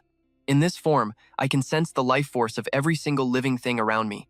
I can even physically merge right into another person's body. It lets me completely heal any wound on someone else's body, and yeah, that means erasing scars too. Hearing that, Cece's face lit up. She rushed over. Wait, does that mean you can actually regenerate 9 Color's missing arm? Zhang Ping clenched his fists, eyes filled with determination. As long as I have enough blood. Honestly, even if someone was reduced to nothing but a single layer of skin, I could entirely rebuild their body from scratch. He thought about his growing arsenal. The pure water body gave him insane evasion, and now the pure blood body made him a master healer. Cece excitedly shoved him forward, urging him to go heal 9 Colors right away. He just smiled and nodded. All right, I'm on it, he agreed. But before leaving, he glanced back. Hey, Cece, when we get back, can we talk? Not as hunters in the same squad, but just as old friends? Hearing that, her face instantly flushed bright red. Cece looked down, gave a slow, shy nod, and quietly agreed. Deep in the wilderness that night, a group of beasts gathered by the river to drink. Suddenly, a deer sensed a strange shift in the air and snapped its head up to look. What it saw was pure chaos. A massive horde of mutated beasts was charging forward in an absolute frenzy. Their eyes burned a glowing, vicious red. Every heavy footstep slammed into the dirt like a war drum of death, signaling a terrible nightmare was coming. Meanwhile, in another location entirely, Manhwa was walking by when Thobak caught her eye. She paused, noticing what he was reading. The files on Holy Ancestor Village?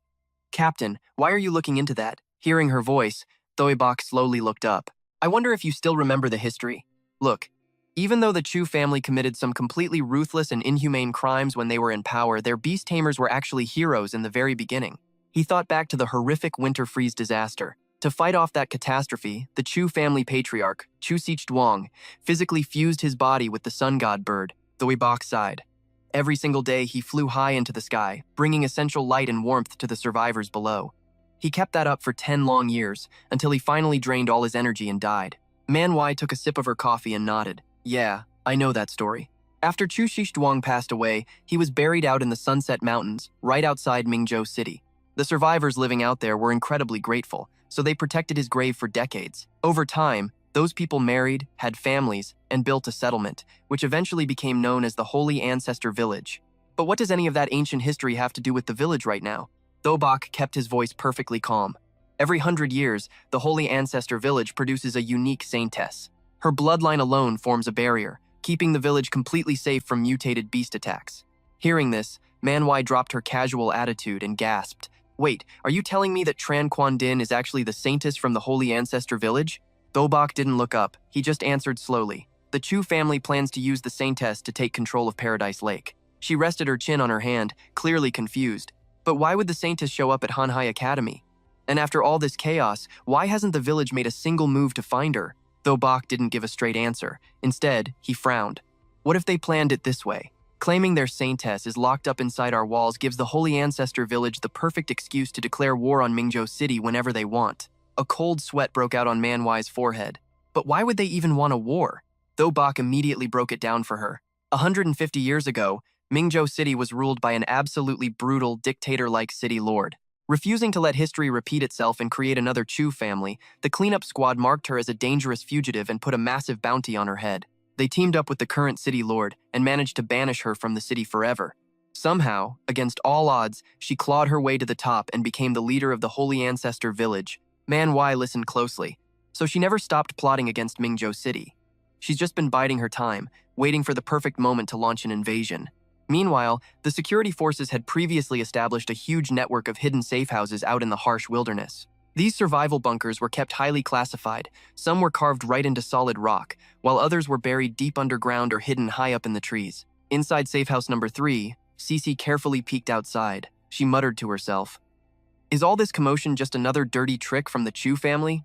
I've got to head out there and scout the area." She quickly weighed the risks. If this dungeon hideout got discovered, all the injured hunters would be sitting ducks. She stared at Zhang Ping's back, wondering if it was a mistake to leave him behind to guard the place all by himself. Could he really handle it? Suddenly, Zhang Ping snatched up the phantom lantern. He let out a loud, excited yell. Yes, it actually worked! Cece stared at his buzzing reaction, completely lost. What worked? I thought that lantern ran out of juice ages ago. Zhang Ping turned around with a grin. It did run out of energy, but throwing away a magical artifact just felt like a massive waste. So, I decided to test if I could manually recharge its core. Fire Devourer, activate flame disturbance. The phantom lantern immediately glowed with the deep blue of his pure water body, followed by the blinding crimson of his pure blood trait. Finally, it shifted into the eerie purple of his underworld fog body. Zhang Ping slammed the lantern onto the cot. Pumping my fog into it sparked it right back to life, and the buff is way stronger now. Cece shook her head, unable to hide a smirk. Talk about pure dumb luck. Zhang Ping totally ignored her jab. If we use this lantern to cloak the safe house, we can finally head outside and scout without worrying about the others. Out in the desolate wasteland, he took one look at the approaching horde and gasped. Isn't this monster wave a bit insane? Since when did the Chu family have the power to control this many mutated beasts at once? Cece grabbed her comms, dead serious. Headquarters, this is Lu Tu-Thien, reporting from near Safe House 3. We have an estimated 10,000 beasts marching straight for Mingzhou City. Levels are mostly low tier. The horde is packed with forest wolves and purple bullet rabbits. Zhang Ping narrowed his eyes, clearly confused.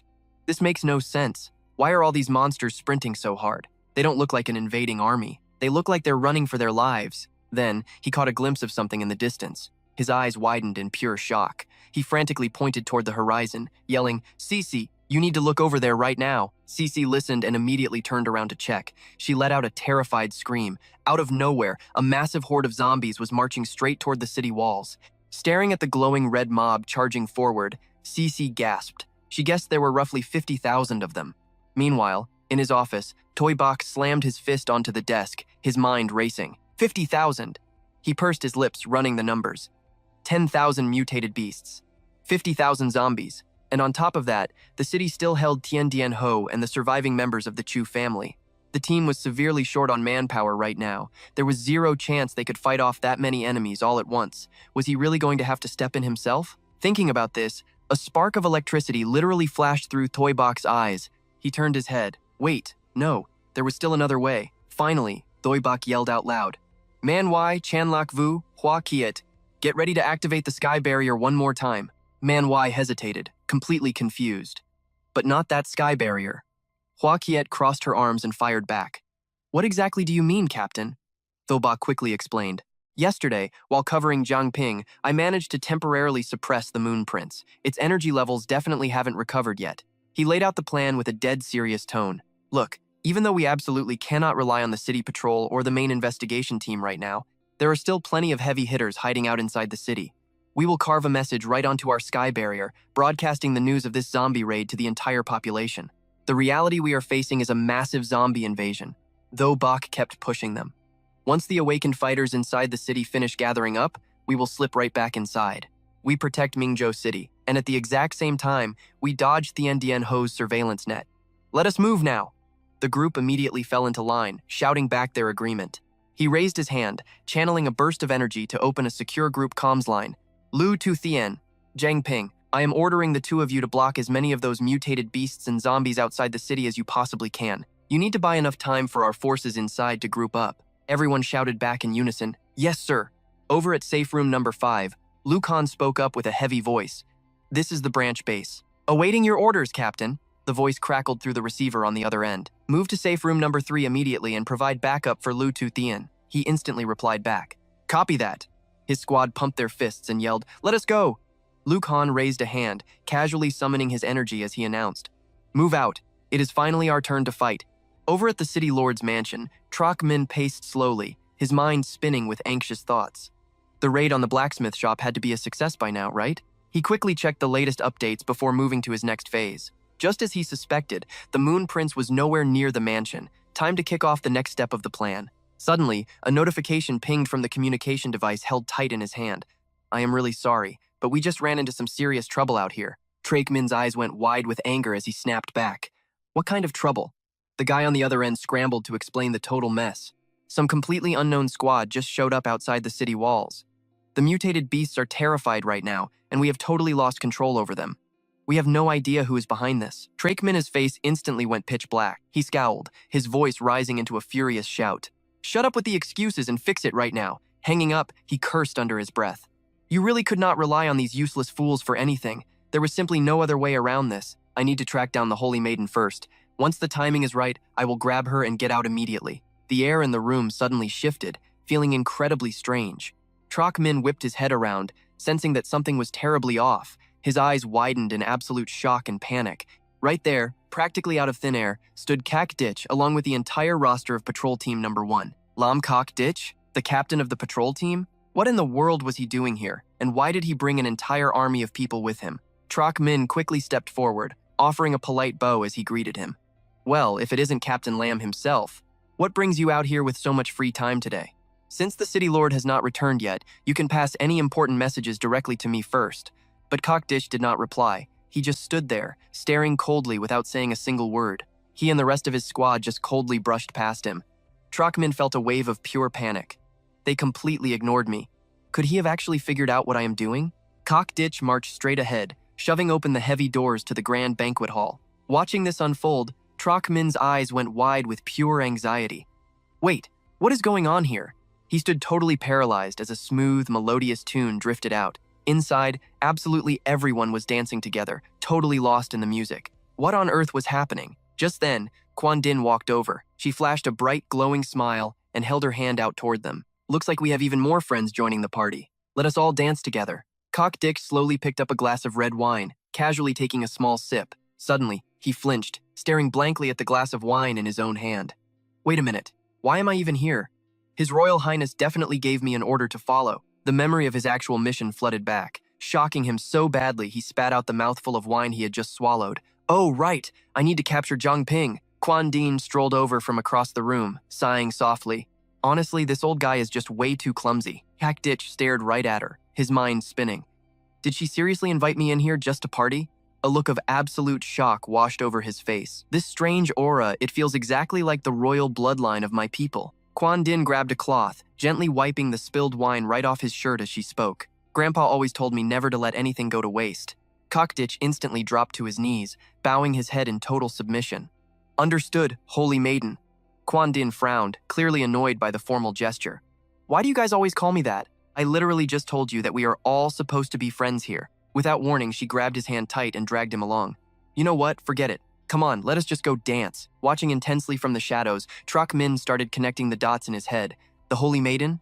Wait, her powers are only supposed to work on the mutated beast. Was it possible that Lam Kak Ditch had already been swapped out by Thien Dien Ho? Why would that sneaky fox keep such a massive secret from me?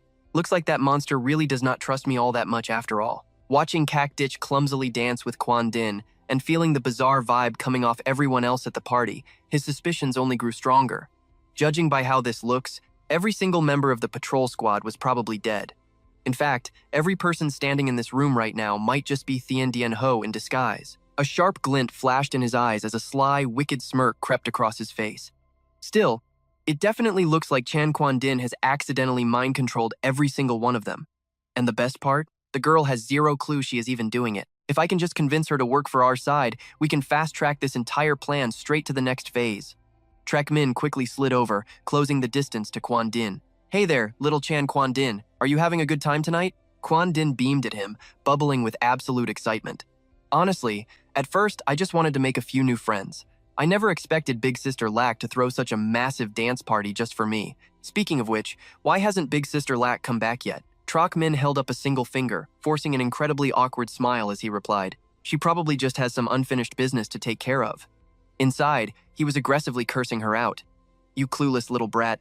You are obviously the one trapping all these people in here. Without warning, Troc Min grabbed her wrist tight, flashing a creepy smile.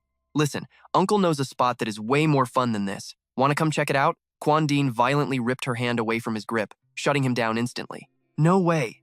She gently rubbed her wrist where he had squeezed it, glaring at him. I am not done partying here yet. Plus, I do not even know who you are. Her tone was sharp, heavy with caution and doubt. How exactly did you find out my name? She demanded. The atmosphere suddenly grew incredibly dark and freezing. Without warning, the eyes of everyone around them began glowing with an eerie, unnatural red light. Meanwhile, Cece quickly landed right next to the safe room, ready for whatever was coming next. She skillfully used her water magic as a springboard, boosting her speed and agility to dodge around. Above her, Zhang Ping floated in midair, completely wrapped in a fierce aura of dark magic. After successfully luring the massive horde of mutant beasts right to them, he quickly mapped out their battle strategy with CC. See, I dragged them all into one spot. Hurry up and freeze them solid. Cece instantly unleashed her frost magic, freezing the mutant beasts solid in the blink of an eye. But waves of new monsters kept charging in at a terrifying speed. Panic flashed across her face as she screamed out. This is bad! There are just way too many of them. Zhang Ping bolted forward and yelled out, I will hold them back! Leave this to me! He instantly dashed into the horde, a massive surge of immense power erupting violently right behind him. These mutant beasts are going to generate a massive amount of fear energy for me. That means I can finally use my dark fog magic as much as I want. Zhang Ping gritted his teeth, pushing his limits to draw out the dark fog's magic. In a flash, he unleashed 100 stacks of the shadowy mist. Triggering his dark fog dragon transformation skill, he instantly morphed into a colossal dragon, crashing down heavily from the sky. Down on the ground, endless hordes of monster beasts were swarming in like crazy. Seeing this pure chaos, Zhang Ping made up his mind. He absolutely had to hold the line until backup arrived. Right then, the Information Bureau broadcasted a live map of the entire battlefield. It included some key intel. Ho Thien Thuong was currently stationed at the City Lord's mansion, completely holding his ground. After transforming, Zhang Ping soared high into the sky, tearing through the thick, heavy fog. What you all see are mutant beasts. What I see is an endless stream of dark fog energy and sweet, sweet experience points. He suddenly dived, launching a sweeping attack that wiped out entire waves of monsters. His leveling up experience points just kept climbing higher and higher. He laughed, gleefully tossing them into the air. Smashing a few hundred of these things would definitely level up his stats or his overall rank. The alpha of the mutant pack suddenly barked an order. Scatter! Split up and surround that dragon! Hearing the command, the beast horde instantly broke off into smaller groups. Hovering high above, Zhang Ping watched closely, analyzing their every move. Wow, they are actually pretty smart. These mutant monsters are just trying to escape. They clearly have zero intention of putting up a real fight right now. Out of nowhere, one mutant beast was violently impaled by Cece's razor-sharp ice spike. The remaining monsters panicked and scattered in absolute terror. One of them shrieked out in a panic, Brothers, it is a dead end! Without missing a beat, Cece summoned heavy ice spears right out of the water, violently impaling and launching dozens of beasts into the air. I will clean up the ones that slipped through the net, a beast angrily roared. You tricked us! Seeing the perfect setup, Zhang Ping grinned with pure excitement. Cece, amazing job! He thought to himself, man, it would be awesome if I had a system to track my monster kill count. Seeing another massive wave of beasts charging their way, Cece quickly yelled out a warning. Do not get distracted, here they come again. The horde suddenly piled onto him, making him roar in pure frustration. Damn it, they just keep coming. But then, raging columns of fire suddenly appeared from a distance. The flames instantly merged into a massive fireball, rushing straight at Zhang Ping and catching him completely off guard. Boom! The giant fireball violently exploded the second it slammed right into his body. What the hell was that?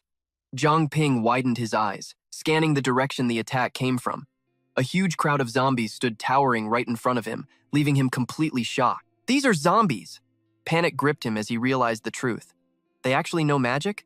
I thought the undead only knew how to bite people. You really cannot trust the usual tropes here. Zhang Ping quickly cast his appraisal skill on the horde. Appraisal successful. Thon to Thon, level 6. He looked totally stunned after reading the system data he just appraised.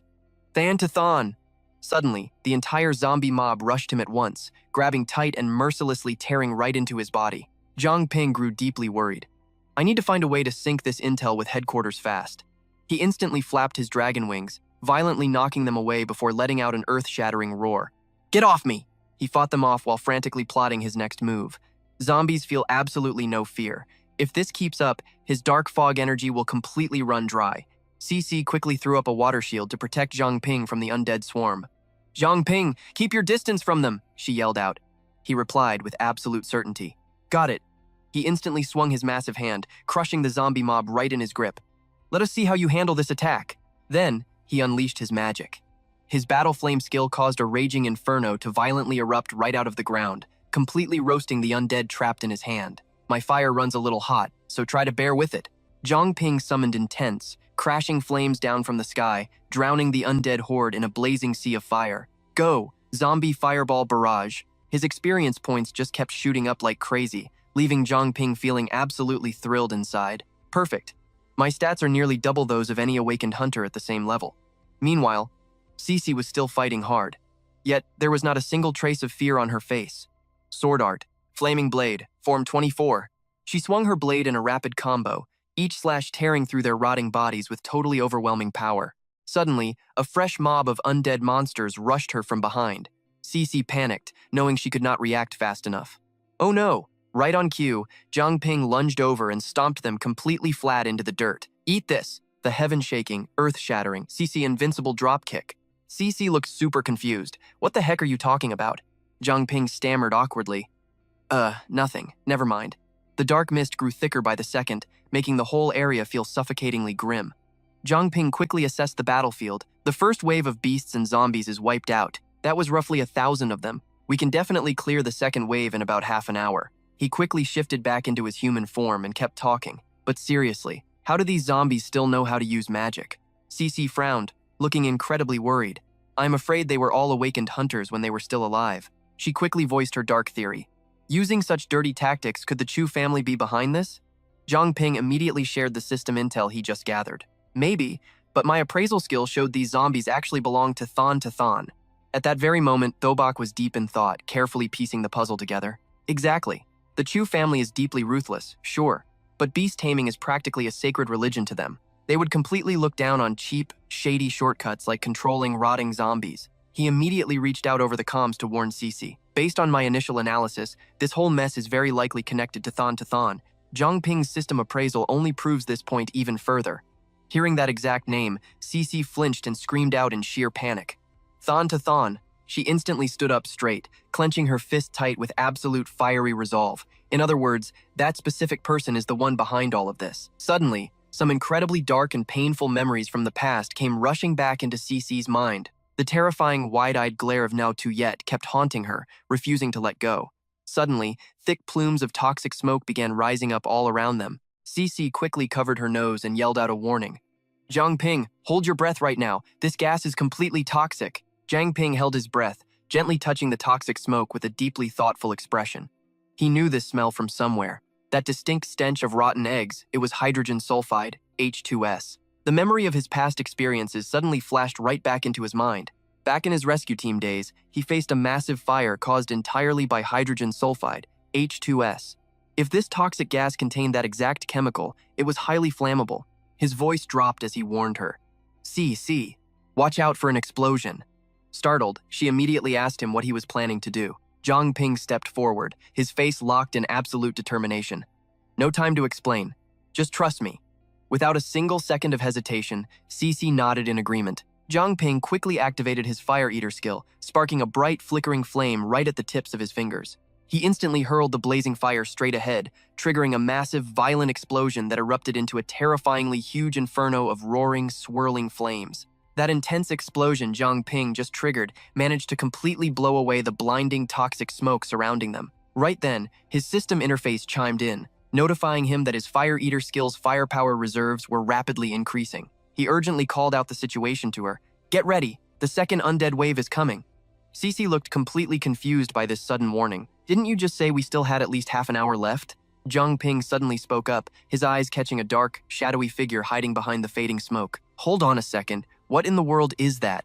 He immediately checked the target's information, casting his appraise skill. Standing tall right in front of him was Huang Min, proudly riding on the back of a massive, terrifying undead zombie. His leveling system was still processing the detailed scan. Huang Min's eyes flashed sharply. He stroked his beard and sneered with overwhelming arrogance. To think you actually managed to neutralize my deadly corpse poison. You two brats really have some nerve. Zhang Ping touched his chin, a deeply worried and confused look washing over his face. This is weird. Appraising that squad captain earlier worked perfectly fine.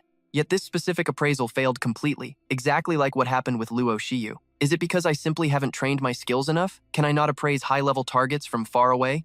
In that case, system command. Scan and appraise every single undead monster currently within my line of sight on the battlefield. The system immediately announced a totally successful appraisal, and dozens of detailed status screens for the surrounding undead popped up in a flash. Right at that exact moment, Zhang Ping's appraisal skill unexpectedly leveled up, evolving straight from an advanced appraisal into a highly powerful strategic tier appraisal ability. He finally managed to successfully read the stats of the old man Huang Min standing before him. Level 39. He has the power to create corpse poison. Anyone infected turns into an undead zombie, totally controlled by the awakened user. Huang Min felt a pang of regret. Even though I really want to kill you myself, I have much more important business to handle right now. The old man quickly waved his hand, issuing an order to the goblin. Go on, drag those two over here to me. I don't care if they are dead or alive. Meanwhile, Zhang Ping quickly turned to ask his partner. The scan says this guy is a level 39 Fallen One. CC, what exactly does a Fallen One mean? Cece's face went completely blank with shock. Level 39? She quickly explained that an awakened hunter's special ability will slowly change depending entirely on their specific usage habits. She went on to clarify that, eventually, the skill mutates into a form that perfectly suits the user. Staring at the old man Huang Min, she spoke calmly. But if an awakened person's mental strength isn't high enough, they will suffer a massive backlash right from their very own powers. They end up becoming total slaves to their own abilities. We call people who suffer that terrible fate the Fallen Ones. She finished with a very grim warning. What's worse, the combat strength of a Fallen One is always incredibly high. Zhang Ping immediately took a defensive stance, seeing a massive horde of undead suddenly rushing right at them. Here they come, Cece shouted, her tone dripping with intense frustration. We are in deep trouble this time. A zombie suddenly bared its rotten teeth, roaring wildly as it charged straight ahead with its sharp claws swinging.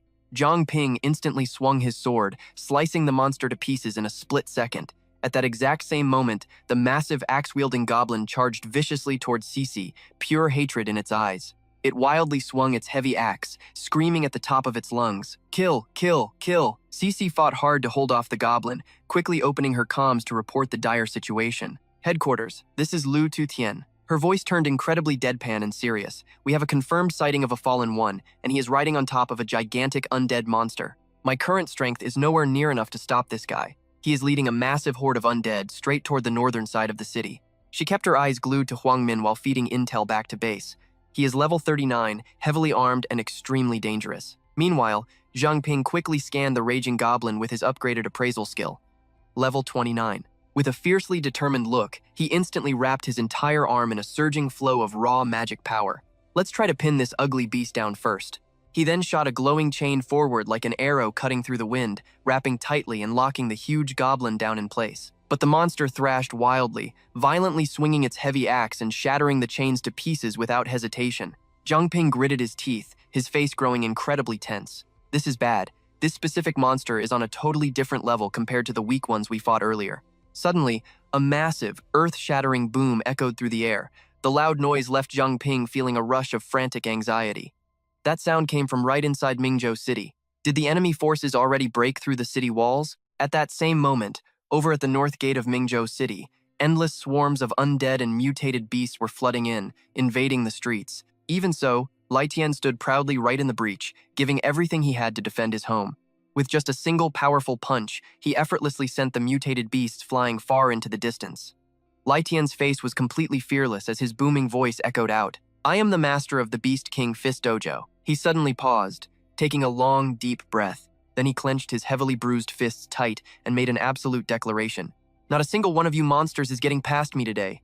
Bok Duke immediately charged to the front lines, shouting loudly to boost everyone's sinking morale.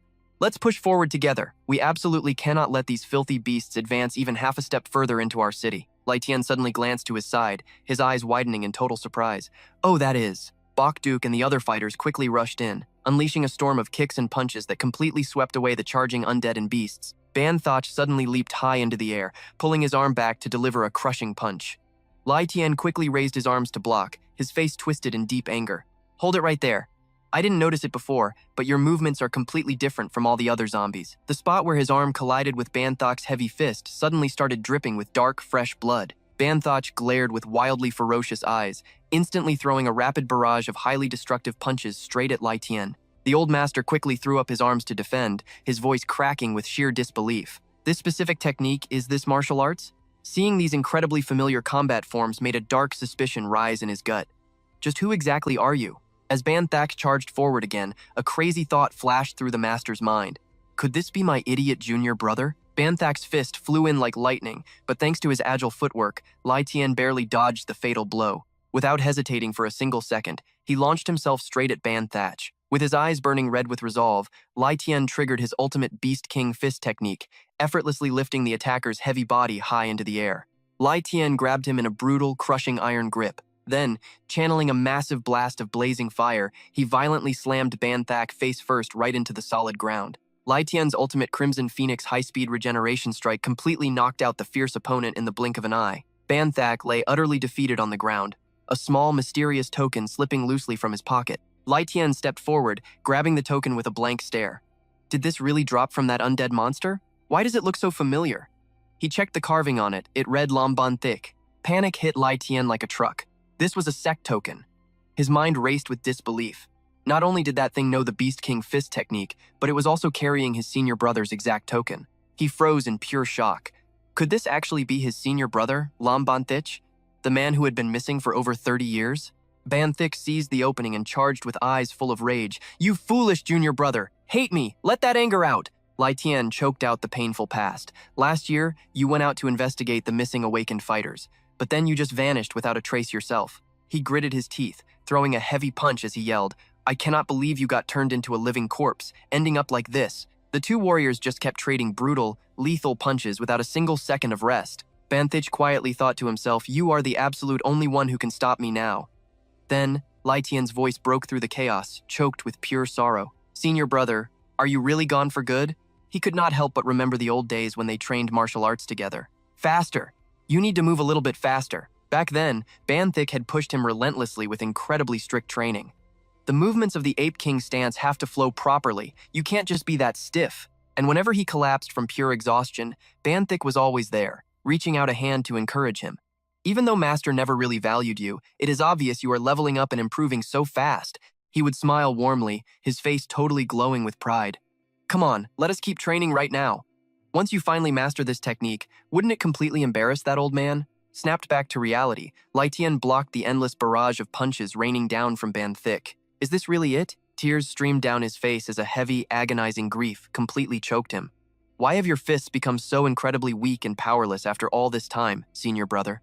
His entire life, Lai Tian never stopped cherishing the kindness and memories he shared with Banthik. How dare you insult the Beast King fist? How dare you disrespect my senior brother like this? To show his iron resolve, he instantly raised a hand and burned his own shirt to ashes with roaring flames. Lai Tian spoke with absolute, unwavering conviction. I do not care who the real culprit is, I will drag them out today. He instantly triggered his ultimate skill, Crimson Emperor Flaming Blood. In seconds, his entire body was engulfed in fiercely burning, unstoppable flames. Gritting his teeth in fury, Lai Tian shouted a warning to the crowd. Everyone else, fall back! Don't get caught in the crossfire! The second he finished, he shot straight toward Banthik at lightning speed. He threw a brutally explosive punch right at him. Even after the monster collapsed to the dirt, Lai Tian did not stop, unleashing an endless barrage of heavy strikes. He threw punch after punch, hot tears of pity and grief gathering in his eyes. Finally, Lai Tian unleashed a massive explosive burst of fire. The heat was so intense it felt like it could incinerate everything in its path instantly. That fire blasted forward, sweeping right across Banthik's body. His eyes suddenly turned pitch black, while every single ounce of his flesh melted away under the ravenous flames. He collapsed to the ground, his body totally destroyed and paralyzed. You are so strong, junior brother. Lai Tian slowly turned his back and walked away, his face heavy with deep sadness. Rest in peace, my senior brother. Right then, Huang Min suddenly appeared out of nowhere, his voice dripping with absolute malice. How dare you destroy my proudest undead masterpiece like this? The old man instantly barked a threat. Since you ruined him, you can take his place. Lai Tian whipped his head around, totally shocked and bewildered. Who is there? His eyes went wide, and he instantly dropped into a combat stance, blazing fire wrapping his entire body. You are the one who turned my brother into a living corpse, right? Huang Min sat tall on the back of a giant zombie beast, smirking with total arrogance. Yeah, I did. So what? A terrifying red glare flashed in the old man's wicked eyes. You really think a tiny little bug like you can actually stop my entire army? He brought an entire legion of living corpses with him, their eyes glowing, ready to tear apart any prey. Meanwhile, over at the Chu family estate, Ha-Hai Academy's plan to kidnap the Holy Maiden completely failed. Now, the cleanup squad was actively investigating the Chu family. Using the chaos as cover, their secondary plan worked. Nguyen Phuongtu was dragged outside, and they are now hunting for Zhang Ping across the city. Luring mutated beasts to invade the city lord's mansion failed. The zombie horde was totally cut off from the beasts. Kidnapping the Holy Maiden from the mansion also failed. A massive swarm of heavenly foxes had already gathered defensively inside the estate. As for the cleanup squad's headquarters, they uncovered the Chu family's real goal. They wanted to attract the foxes, use the Holy Maiden to control them, and ultimately dominate Mingzhou City. Investigations revealed the zombie horde's origin tied directly to Thon Tu village. They successfully rebooted Thien Mac and began rallying the city's remaining combat forces. The first undead wave hit the north gate, then spread out toward the west and east gates. The south gate was blocked, so no invasion threat there. Right now, the Beast King martial arts gym and awakened fighters have successfully gathered at the north gate.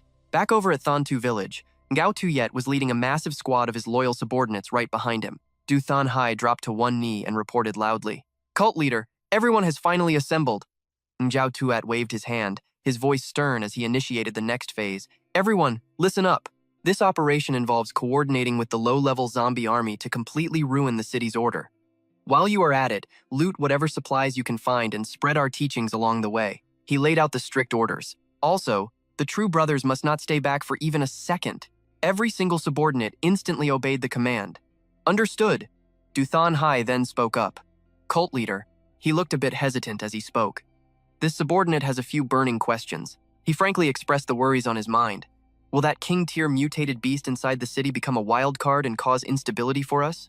And one more thing. Since we already started a war, why must we evacuate after retrieving the Holy Maiden? Ngao Tuyet glared, his voice incredibly vicious as he answered. "You mean that old fox?" Truth is, it actually awakened a long time ago. Right now, it is just waiting for failure before making a personal appearance. Du Thon Hai could not help but feel completely torn. If we attack right now, wouldn't the army be in serious danger? Ngao Tuyet just smirked with a cunning grin.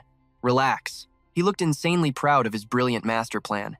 Even though the Holy Maiden's awakening is not totally complete yet, the massive influence she projects cannot be easily brushed off at all. Not even by a king-tier mutated beast. Before we actually take her away, the Heavenly Fox won't do anything reckless. Ngao Tuyet broke it down further.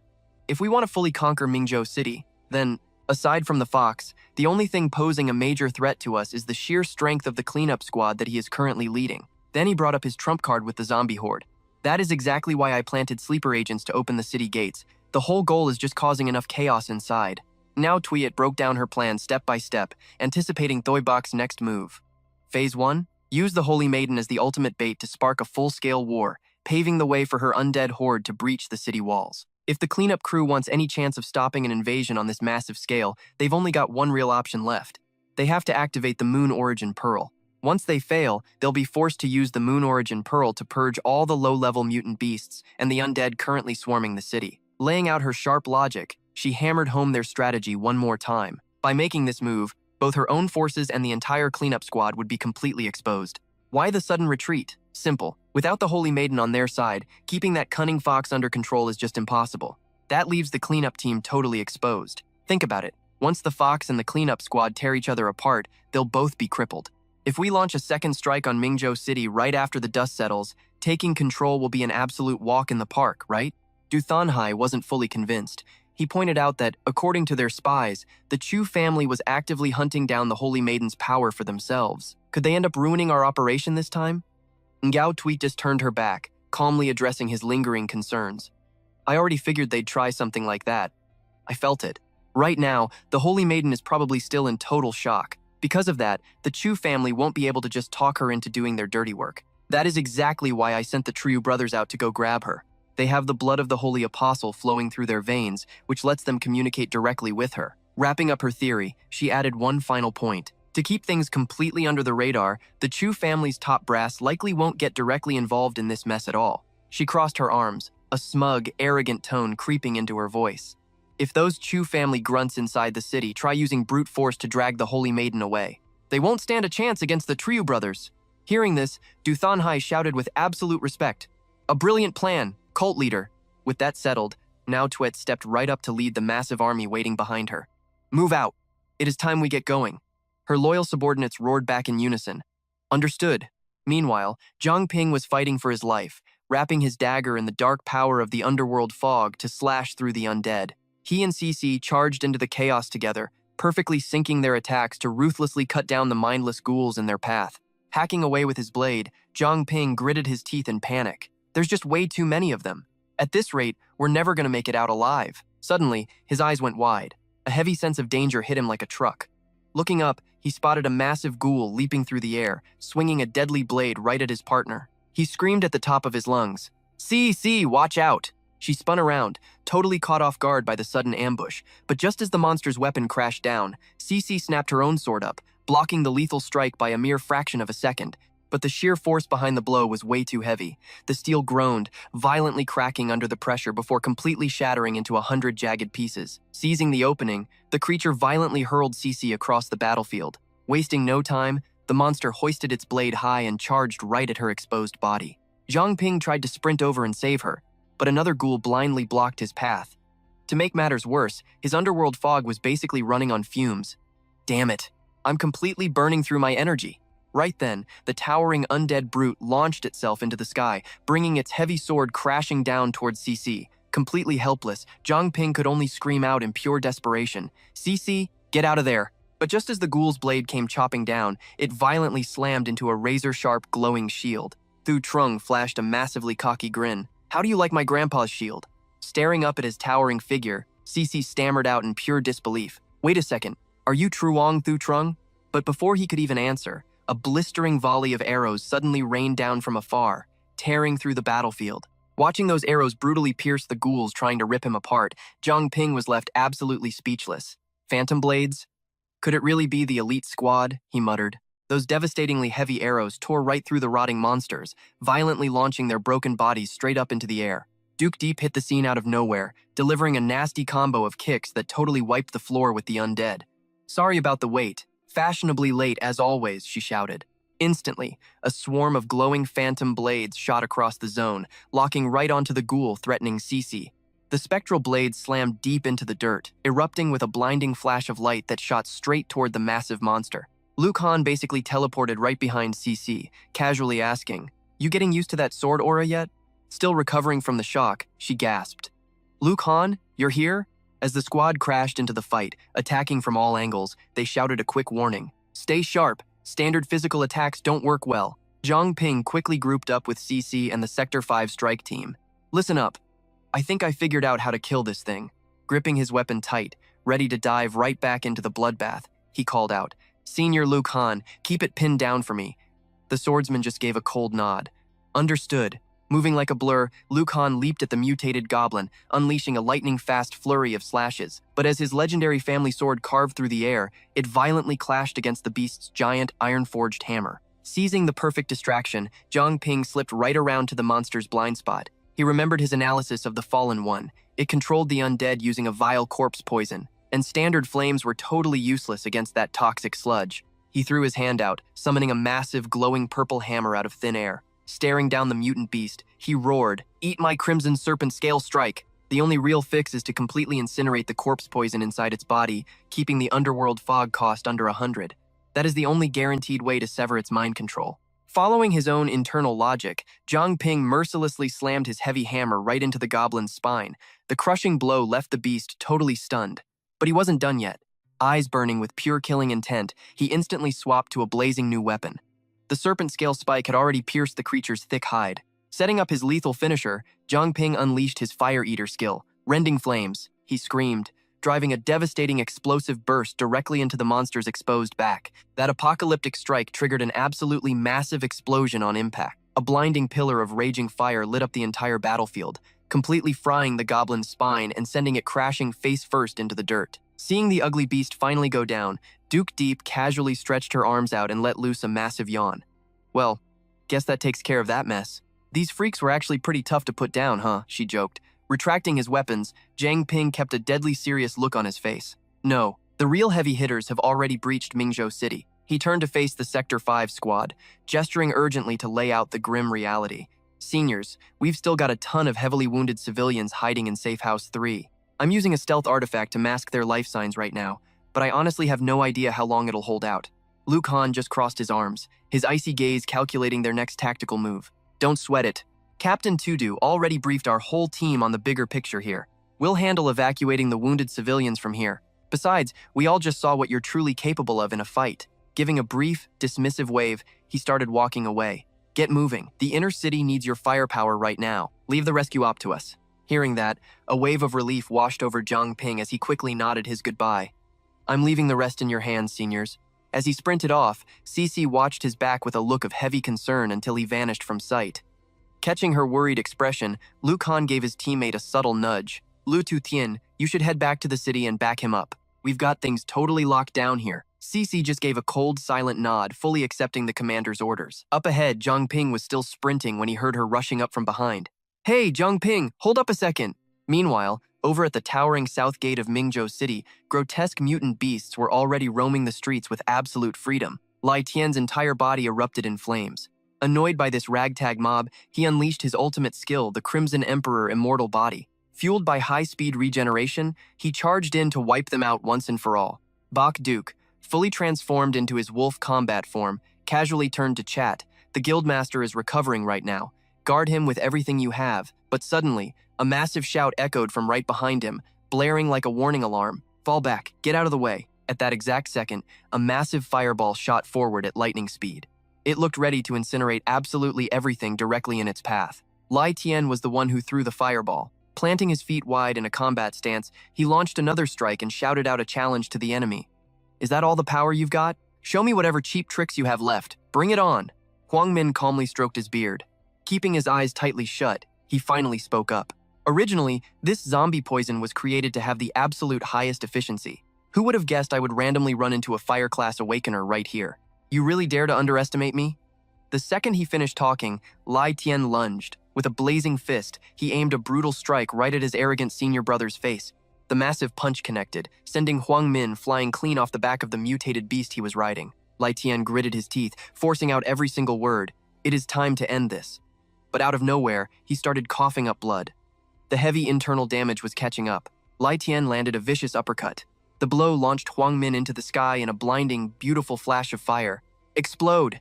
Sparks blasted in every direction, raining down on the battlefield like fireworks. Lai Tian kept his fists tightly clenched as he walked toward Huang Min, who now had a massive gaping hole in his chest. To stop the undead mob, you always have to kill the king first. Suddenly, a really strange noise caught his attention. He spun around to look, completely shocked. What is going on here? How are these zombies still moving around? Instantly, Huang Min activated his zombie poison, reviving his ruined body. He slammed a vicious punch right into Lai Tian's gut and smirked. Wait, what? You really thought you could kill me? Right after landing the ambush attack, Huang Min jumped far back out of range. Lai Tian cursed at him in absolute frustration. This zombie poison, he is using the dead to take over souls. He actually came back to life. Suddenly, a sharp pain shot through Lai Tian's organs, like a highly toxic venom spreading inside him. He clutched his side in shock. What exactly did you do to me? That question just made Huang Min laugh. He glared back with a seriously sinister look in his eyes. You noticed it already? He stared right at the infected pressure point and explained. I injected my undead venom directly into your system. Once that poison spreads through your entire body, you will become nothing more than my personal zombie. Finding this totally absurd, Lai Tian scowled and fired back. Like hell that's happening. He quickly channeled his mana, activating the second phase of his Crimson Emperor Immortal Body. The heat around him instantly spiked to 1,000 degrees, boosting all his combat stats. Huang Min burst out laughing and threw his head back. You really think you can burn away my undead venom by cooking yourself? Don't waste your energy. Fire can only burn away the most basic toxins. The venom I use to control these zombies comes in many different forms. Realizing things were going bad, Bok Duke yelled from behind him. Vice Guildmaster! Meanwhile, Huang Min kept endlessly bragging about his ultimate skill. Any undead with real power is blessed with multiple layers of my lethal venom. Immortal poison creates immortal undead. Hearing his ally shout, Lai Tian quickly glanced back over his shoulder. Do not worry about me right now. Meanwhile, over by safe house number 3, a massive goblin glared with glowing red eyes. It let out a furious, deafening roar. Kill! Engu Khan and Tuyet Tiep stared back at the monster, completely shocked and confused. Wait, what? Back with Lai Tian, he was desperately holding his ground against the mutated beasts. Huang Min just chuckled, mocking his struggle. Let us see exactly how long you can last. Scanning the area, he shouted out, Where is our senior brother? A mutated beast suddenly lunged at him, but oddly warned him out loud. Junior brother, stop me! Surrounded by attacks from all sides, Lai Tian stood firm and screamed a threat right back. I will never forgive you for this. Huang Min just smiled like a demon. He reached out with his clawed hand, preparing to cast another spell. You really do not understand the situation here. If you miss your senior brother that badly, then you should just go join him. Lai Tian quickly seized the tiny opening. He channeled his mana for a massive strike. I have to end this fast. He quickly countered the red mutated beast with a brutal punch, sending all the surrounding monsters flying backward. But the heavy toll caught up, and blood dripped from Lai Tian's mouth. His internal organs were heavily damaged. Finally, the red mutated beast was completely overpowered and sent crashing far away into the distance. Lai Tian's body was completely drained of energy. He looked ready to collapse right there. He stared at his arm. It was turning purple from the vile toxins. This poison is spreading way too fast, he worried. Looking up, he saw the rest of the mutated beasts charging right at him. Lai Tian could not afford to rest for a single second. It is not enough. Even with the Crimson Emperor immortal body fully active, my final form's energy falls short. If this keeps up, I will turn into a mindless zombie too. Lai Tian quickly glanced over at Bok Duke, who was fighting for his life. A dark thought crossed his mind. If I lose here, the North Gate will totally fall. Is the sky itself trying to destroy Mingzhou City? Suddenly, a loud shout echoed across the area, grabbing the attention of the entire battlefield. It was Zhang Ping charging right into the fight. His teammate, Cici, calmly shared the intel. Based on the barrier team's info, that is the master of the Beast King Fist. Fighting off monsters, she quickly barked an order at him. Save him first. Zhang Ping simply nodded, wasting no time. Got it. As Lai Tian's strength finally gave out, he began to collapse. Who on earth is that? Cici smashed through the wall of beasts, rushing to back up her ally. Hang in there, senior. Zhang Ping blasted the two beasts standing right in front of Lai Tian. The guildmaster instantly spotted his chance. An opening! Pushing past his limits, Lai Tian channeled every last drop of his remaining strength to strike back. He fired a massive punch skyward, spawning a violent tornado. Lai Tian collapsed hard onto the dirt, but still tried to warn him. Kid, get out of here. It is way too dangerous. Zhang Ping just calmly smiled. Do not worry about me, senior. I came fully prepared for this. Let me heal your wounds first. Lai Tian quickly tried to stop him. Wait, this damage is too severe. Before he could finish, Zhang Ping activated his pure blood body skill, instantly flooding him with healing energy. Kid! Zhang Ping easily calmed the older man's rising panic. Relax, senior. This is just my personal healing method.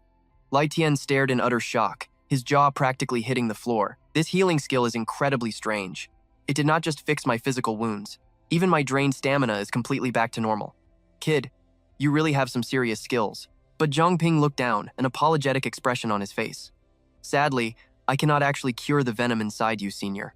The best I can do right now is just stop the infection from spreading further. Lai Tian clenched his fists, completely fired up again.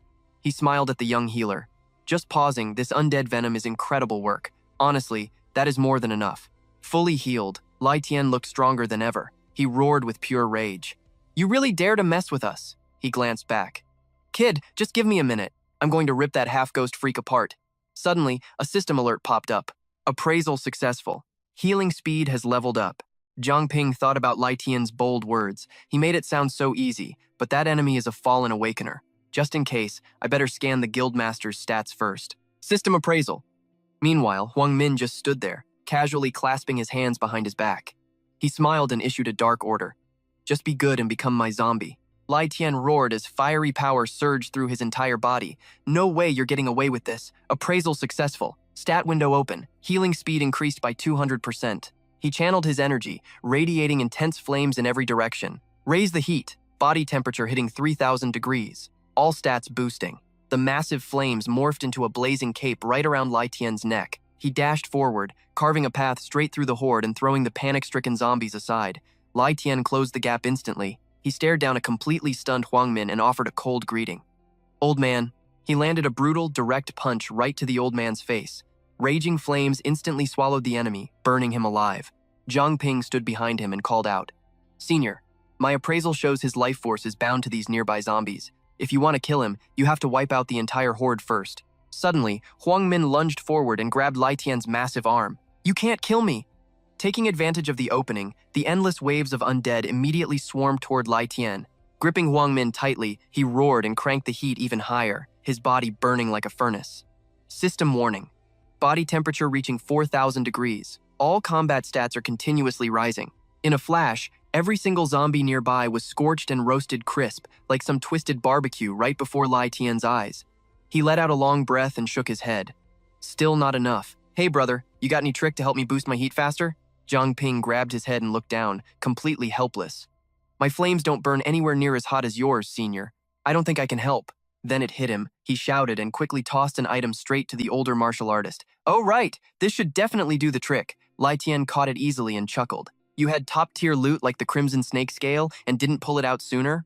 Zhang Ping scratched his head and replied awkwardly, "Well, you never asked me earlier." Watching the man literally chew the scales, the boy was amazed. "Incredible. So this is a true fire eater class." Lai Tian then glanced around at the undead monsters creeping closer. He leaped high into the air, unleashing a massive shockwave that instantly wiped out the entire horde below. CC and Bok Duke actually stopped their own fight just to stare. What in the world is happening? I never thought I would live to see the master in this legendary form.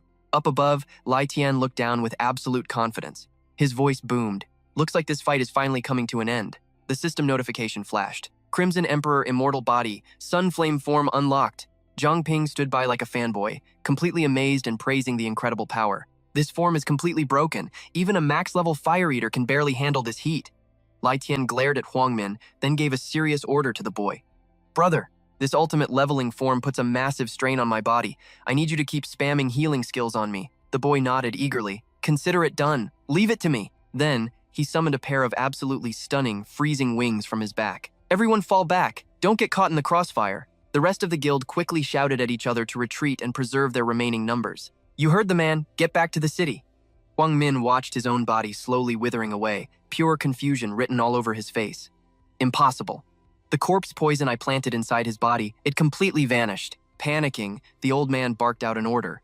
"Entire undead army, listen up. Capture that guy right now." Lai Tian leaped into the air and unleashed the Beast King's secret art, Chaos Breath. He blew a massive stream of energy straight at the zombie horde. The shockwave annihilated everything in its path. The monsters thrashed around in absolute agony, entirely helpless as their bodies slowly disintegrated into pure dust. Finally, Lai Tian stared down at the massive pile of remains. All these undead monsters have been reduced to ash. CC watched the whole battle unfold, her jaw practically hitting the floor. Such terrifying power. Out of every awakened player I know, his combat stats easily rank in the top 3. A frantic soldier ran out from the city to deliver terrible news. "We have a major problem. The masters of the other 2 dojos betrayed us. The west and east gates have completely fallen." Lai Tian turned around, absolute fury in his eyes. "What? Niao Donghai and No Nuok Vu betrayed us? Why?" Hearing this, Huang Min burst into mocking laughter. "Mingzhou City has fallen. I guess I don't need to waste time stalling you out here anymore. I will give you the win this time, but I am saving a special spot just for you. Let us hope next time we meet, you are still acting heroic and invincible like you are today." Lai Tian clenched his fists and gritted his teeth at his enemy. "Next time we meet, I will absolutely kill you." He instantly shouted orders to his remaining forces. "I can handle things out here. Everyone else, fall back and defend the city. Brother, the corpse poison is completely gone. You need to retreat too." Zhang Ping stood there quietly, thinking to himself, "Honestly, if I step outside right now, I'm not going to melt, right?" Meanwhile, panicked civilians inside the city were desperately sprinting away from the invading mutated beasts. Screams echoed everywhere. "Mutated beasts, run for your lives. Somebody save us. Set up the defensive lines, right now. Hurry." Up on a rooftop, Troc Min watched the city burn and let out a vicious sneer. "Take your time and enjoy the slaughter. This is exactly what Mingzhou City deserves for losing the protection of our mighty Chu family." Without even turning around, he barked an order. "Status report. Where do we stand?" 2 henchmen quickly gave him the exact details. "About 1,000 mutated monsters have already breached Mingzhou City. Every single one is completely under our mind control." Troc Min flashed a sick, incredibly satisfied smile. "Excellent work. I want you to command the beast horde to attack the city lord's mansion. Get it done as quickly as possible." One of the men looked completely shocked. "Wait, the city lord's mansion? Are you crazy?" Tron Quandin is staying right inside that mansion. If the monster waves get anywhere near that place, they will be totally corrupted by the Holy Mother's blood inside her. Yeah, even a high-tier beast like the Heavenly Frost Fox will just become her loyal pet. How are we supposed to capture her then? Trockman scowled, visibly annoyed by his clueless minions. You idiots really do not understand anything at all, do you? Tron Quandin hasn't even fully awakened her true class yet. Her mind right now is basically stuck like a little kid. Because of that, she can only unconsciously and passively control the mutated beasts that are right next to her. If a massive horde of monsters gets close to her all at once, her abilities will overload and completely spiral out of control. The mansion will instantly fall into total chaos. That will be the perfect window for you to slip in and kidnap Tran Quandin. Quandin was happily playing in her sleep. Tubok, stop licking me, that really tickles. She slowly woke up from her nap, rubbing her tired, sleepy eyes. She blinked her eyes open, suddenly looking very confused. Hey, where did everybody else go? And why are there so many Tuboks crowding in here all of a sudden? She stared up at a terrifying, grotesque monster and tilted her head, totally curious.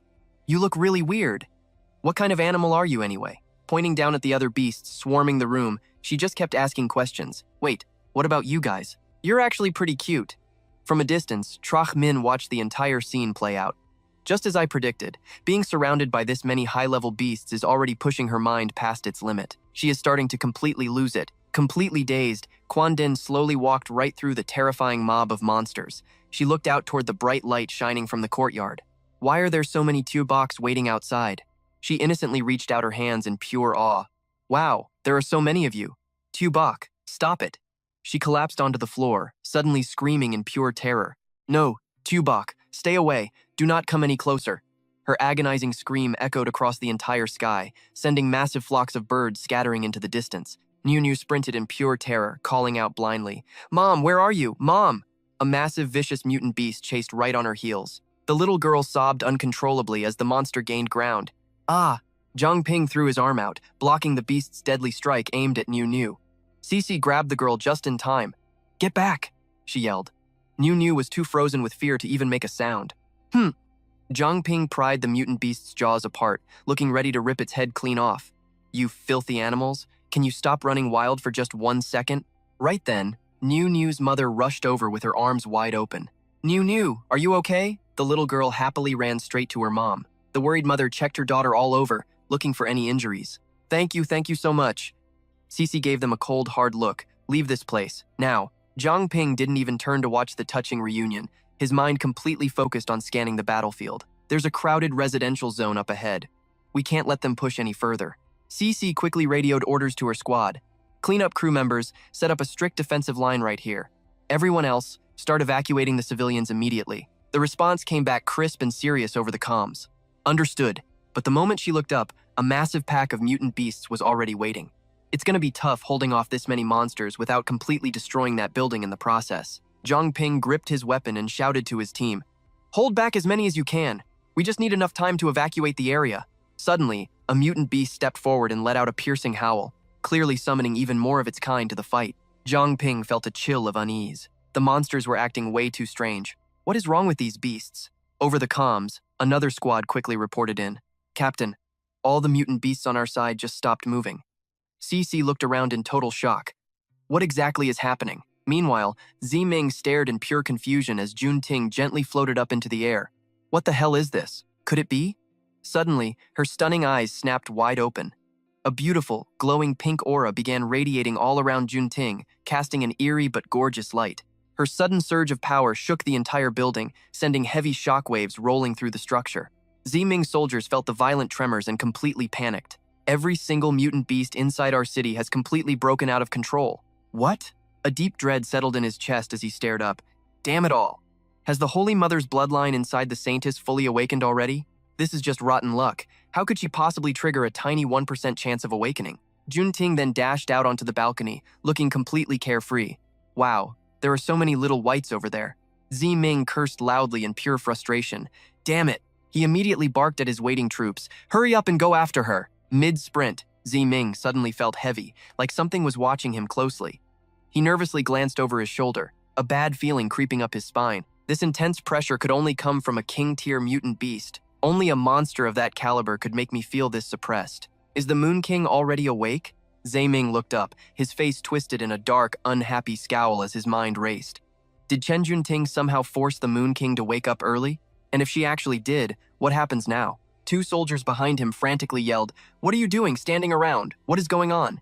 Ming stayed rooted to the spot, giving orders with dead calm. "Contact the rest of our spies hiding in Mingzhou City. Tell them to capture Chen Junting immediately. I have a few loose ends to tie up right now." The soldiers quickly obeyed. Understood. He watched them run off, completely terrified of losing his own life. The Moon King waking up meant the Heavenly Tiger King now possessed King-tier combat strength. If he blew his cover at a time like this, he was basically asking for a death sentence. It was much safer to just hang back and watch how things played out. By now, the city was a ruined, desolate wasteland. Baide gathered his troops and barked an order. "Everyone, split into groups of 3 and slowly clear out the remaining undead." "Yes, sir." He quickly turned, looking deeply worried about his injured comrade. "How is the master's body holding up?" Lai Xian touched his arm, offering a gentle smile. "I'm all right. Zhang Ping managed to heal up most of my heavy wounds. I'm just a little drained right now. A quick rest is all I really need."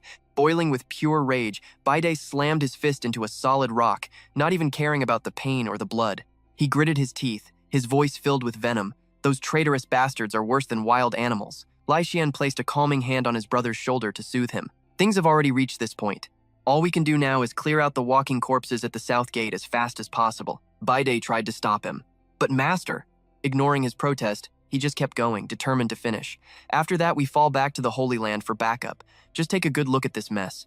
Right now, saving even one more life is a massive win for us." Baide's soldiers pointed far into the distance, shouting excitedly, "Look over there! A group of awakened hunters is heading in from the north. Could it be our backup?" The approaching group aggressively barked out orders. "Restrain those men! Don't let a single one enter the city limits." Two of Baide's disciples sighed, utterly exhausted. "The Liang Dojo guys? Great. Here comes even more trouble." Ruo Wu's men shouted back in unison, "Understood." Lai Xian ground his teeth, glaring fiercely in the man's direction. "Wu Ruo Wu, you actually have the nerve to show your face here? Everyone, prepare for battle." Baide quickly briefed his disciples. The Lianshuang Dojo left the west gate wide open, which caused Mingzhou City to fall. "What? Those absolute bastards?" Lai Xian shifted into a combat stance, ready to charge in. "Master Wu," he bellowed, "why the hell did you completely betray Mingzhou City?" Ruo Wu just flashed a sinister, unflinching smile at them. "Master Feng, have you ever actually thought about totally changing your way of life?" Lai Xian didn't catch his drift. "What are you talking about?" Ruo Wu's face hardened, his eyes narrowing into a sharp, deeply annoyed glare. "Look around. The thousands of lights in Mingzhou City might seem bright, but they're incredibly fragile. Hundreds die every single year from mutant beast attacks. It seems we can only manage to protect a mere third of this entire land. Have you ever wondered what would happen if we put everything on the line to create a true king for humanity? Just imagine what that kind of future would look like. We just need one human king to be born in the Holy Ancestor Village. Forget about tiny little Mingzhou City. To the very ends of the earth, humanity would never be playthings for these mutant monsters ever again." Hearing that twisted logic, Lai Xian chuckled darkly, shooting his enemy a look of pure disgust. "So that's how it is. Those students preaching that radical human supremacy garbage inside our martial arts school, they were your hidden spies, weren't they?" Ruo Wu spread his arms with total confidence. "Spot on. But sadly, you kicked every single one of them out. If you hadn't done that, you could have easily been standing right here as one of us today." Lai Xian dropped into a fighting stance, his voice dripping with pure mocking challenge. "Become a part of your delusional cult? If I did that, the entire population of Mingzhou City would end up buried alive." Ruo Wu didn't back down. Instead, he smirked, fully ready to accept the deadly challenge. "Relax. This time, we only came to grab a very important person so the king of the Holy Ancestor Village can finally be born. We won't completely wipe out Mingzhou City. And of course, if you guys just stand right there and don't run inside to report this, I won't even have to lay a finger on you." Lai Xian burst into loud, mocking laughter. "And what if we absolutely refuse to just stand by and watch?" Nuok Vu sprinted over as fast as he could, yelling at the top of his lungs. He told them the only real way out of this was to take them down completely. Over in the North City Park forest, Zhang Ping hid in the bushes, watching closely. Was that Tran Quan Din? Did all those mutated beasts suddenly stop attacking just because of her? He quickly used his appraisal skill to find out. Quan Din just stared innocently and giggled. "So many little ones here. You guys are so cute." Suddenly, a system notification popped up. "Appraisal successful." Now displaying the full stat window. Zhang Ping was totally stunned reading her info. How on earth did she become a transcender too? CC could not believe her ears at all. "What did you just say? How is that even possible in this crazy world?" She quickly grabbed him and pulled him deep into the bushes. "Someone is coming! Trackman's soldiers were arguing loudly in the distance. What do we do now? Should we just turn back before things get completely out of hand? What kind of nonsense are you talking about right now? Our mission is to drag that little girl back to the Chu family, no matter the cost. Hearing this made Zhang Ping curious, so he stood up to get a better look. The Chu family? The soldiers kept arguing with each other. But you saw what happened on the way here. Mingzhou City is crawling with zombies everywhere right now, and all our mutated beasts are being controlled by that girl. Plus, we cannot even reach the others. There is no way just the two of us can finish this quest alone. Hey, stop talking like that. Even if it kills us, we have to risk it all and fight to the bitter end. The True brothers, eavesdropping on everything, spoke up with pure arrogance. Who would have thought the head of the Chu family loved doing such shady things behind people's backs? And bringing along these deadweight losers too. Troc Min's soldiers immediately whipped their heads around, scanning the area. Who is there? Show yourselves right now. Engan Ho and Engan Long stepped out together, walking super slow. You guys actually have a bit more backbone than the other Chu family goons we ran into. So, I guess we might consider letting you live. Zhang Ping fired off his ultimate appraisal skill. The notification popped right up, appraisal successful, showing stat screen. Engan Long stood with his hands on his hips, overflowing with confidence, and taunted them. In that case, why don't you both turn into zombies and work for us? Reading the stats, Zhang Ping and Cici quickly got ready to move. I finished appraising them. These guys are definitely from the Holy Ancestor Village. And get this, their powers are super similar to Tran Quan Din's. This might be a major clue. We need to capture them alive and squeeze all the information out of them. Even though they were intimidated by the overwhelming aura, the Chu family guards gritted their teeth to gamble it all. Right now, we only have one shot at this. There might still be a tiny glimmer of hope left for us. His boss nodded in agreement. Let's risk it. With that, both of them charged forward with everything they had. Attack! But that terrifying aura instantly pierced his nerves, making his eyes roll back into his head. The Chu family guard's vision suddenly started to blur. Both of them were totally trapped and dizzy from that fierce, evil energy. What in the world is this? Engan Long pointed his finger, ordering a Dai and Tu Ho to strike together. The more you panic, the faster you die. The boss grabbed his head and warned his men. Be careful, there is poison gas. A Dai tried to bite down, but the guard threw up a magic shield just in time. Only the boss failed to react and got pinned by Tu Ho. Engan Long slowly walked over with a smug look. Not bad moves, but too bad you will not last long out here. I highly recommend you drop the whole resistance thing and just be good little zombies for us. The Chu family guard gritted his teeth and roared, In your dreams. Engan Ho waved his hand frantically. Bro, dodge it now. A massive blast of magic erupted, instantly blowing away the two beasts that seemed completely unbeatable. Neither brother actually got hit, but Engan Ho still cursed bitterly. Damn it, we almost got wiped out right there. Good thing that mutated beast took the hit for us. Right as he spoke, Quan Din's voice came from behind. Why are you two little cuties all beaten up like this? Engan Ho suddenly stammered. Holy maiden. She brought over some healing aura. Do not be afraid, let me fix you right up. Hearing that, the brothers instantly dropped to their knees. Greetings, great holy maiden. We came all this way to welcome you back home. Quan Din healed them while explaining gently. You have some bad things stuck inside your bodies. Let me help you clear all of that out completely. Engan Ho felt his entire body burning up. What is going on here? Why does it feel like my disciple blood is losing all its power? Engan Long felt the exact same thing. Did they not say the Holy Maiden hadn't awakened yet? So why is this happening to us? Feeling his life force slowly draining away made Engan Ho writhe, clutching his chest. Engan Long was in so much agony he reached out toward Quan Din, begging for mercy. Please, Holy Maiden, you have to stop this at once. If you forcibly wipe out the disciple blood from these mutated beasts, we will be the ones suffering the terrifying backlash. Tu Ho twitched its eyelids, showing clear signs of recovery. Quan Din only pulled back her aura once. A Dai fully woke up. See, this is so much cleaner now. She reached out to pet Tu Ho. Do you guys not like this place? Then let's go. I will take you and the other little ones somewhere else today. Engan Ho scrambled to his feet. This is total bloodline suppression. Could the Holy Maiden be fully awakened already? Engan Long awkwardly scratched his head. It really looks like it. We definitely cannot use our bloodline connection to guide the Holy Maiden back to the Holy Ancestor Village anymore. His chest was still throbbing with dull pain. Damn it, there is nothing we can do here. We just have to meet with the cult master first and figure it out. Cici clenched her jaw tight. The cult master of the Holy Ancestor Village? Could that person really be here in Mingzhou City too? Zhang Ping got curious and asked, Who is that? Why do I feel like you are acting super weird? Cici instantly balled her fists. Her name is Lin Zhao Tuyet. She used to be the second-generation lord of Mingzhou City, and now she is the most wanted target for the cleanup squad. As she said this, her eyes suddenly filled with pure hatred. That woman is the one who murdered my master. She is also the one who gave me this scar on my face. She is ridiculously strong. Honestly, she is right on par with our captain. We need to find out for sure if that monster actually came to Mingzhou City or not. Cece lowered her voice. Before, we had no way of keeping Tran Quan Din under control, but we can definitely handle these two guys. Zhang Ping spoke up loudly. Tran Quan Din and the beasts are far away now, so it is time to move. Cece suddenly ordered, keep them alive. Out of nowhere, sharp ice swords ripped through the air right behind the Triu brothers. Engan Long reacted fast, shoving Engan Ho aside. This is bad. There is someone else hiding in the shadows. But Cece stepped right out into the open. Do not move. Engan Ho screamed in total panic. Bro! Catching him completely off guard, Zhang Ping appeared right behind him and tied him up tight. Then he dropped a cold, terrifying threat. If you dare release any poison gas, I promise he will die a horrible death. Cece pointed her sword straight at Ngan Long on the ground. Why exactly did you come to Mingzhou City? Talk. Is Liang Gao Tuyet already here? Where is she hiding? Ngan Long gave a bitter chuckle. I have nothing to say to you. Hearing that, Cece instantly slashed down. Making things worse, Zhang Ping stepped closer and whispered like an absolute demon. You don't have to talk, but she is definitely going to keep slicing. I will handle the healing, so I promise I will never let you die easily. Ngan Long gritted his teeth and cursed.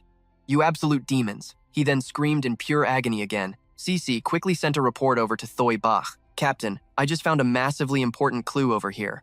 His deep, gravelly voice echoed back. Lu Tu Thien, what is going on out there? She gave a quick report. Zhang Ping and I just captured 2 scouts from Holy Ancestor Village. According to their confession, the village's main objective this time is to hunt down Tran Quan Din, the girl who finally awakened her Holy Maiden bloodline. Her voice suddenly faltered as she dropped another bombshell.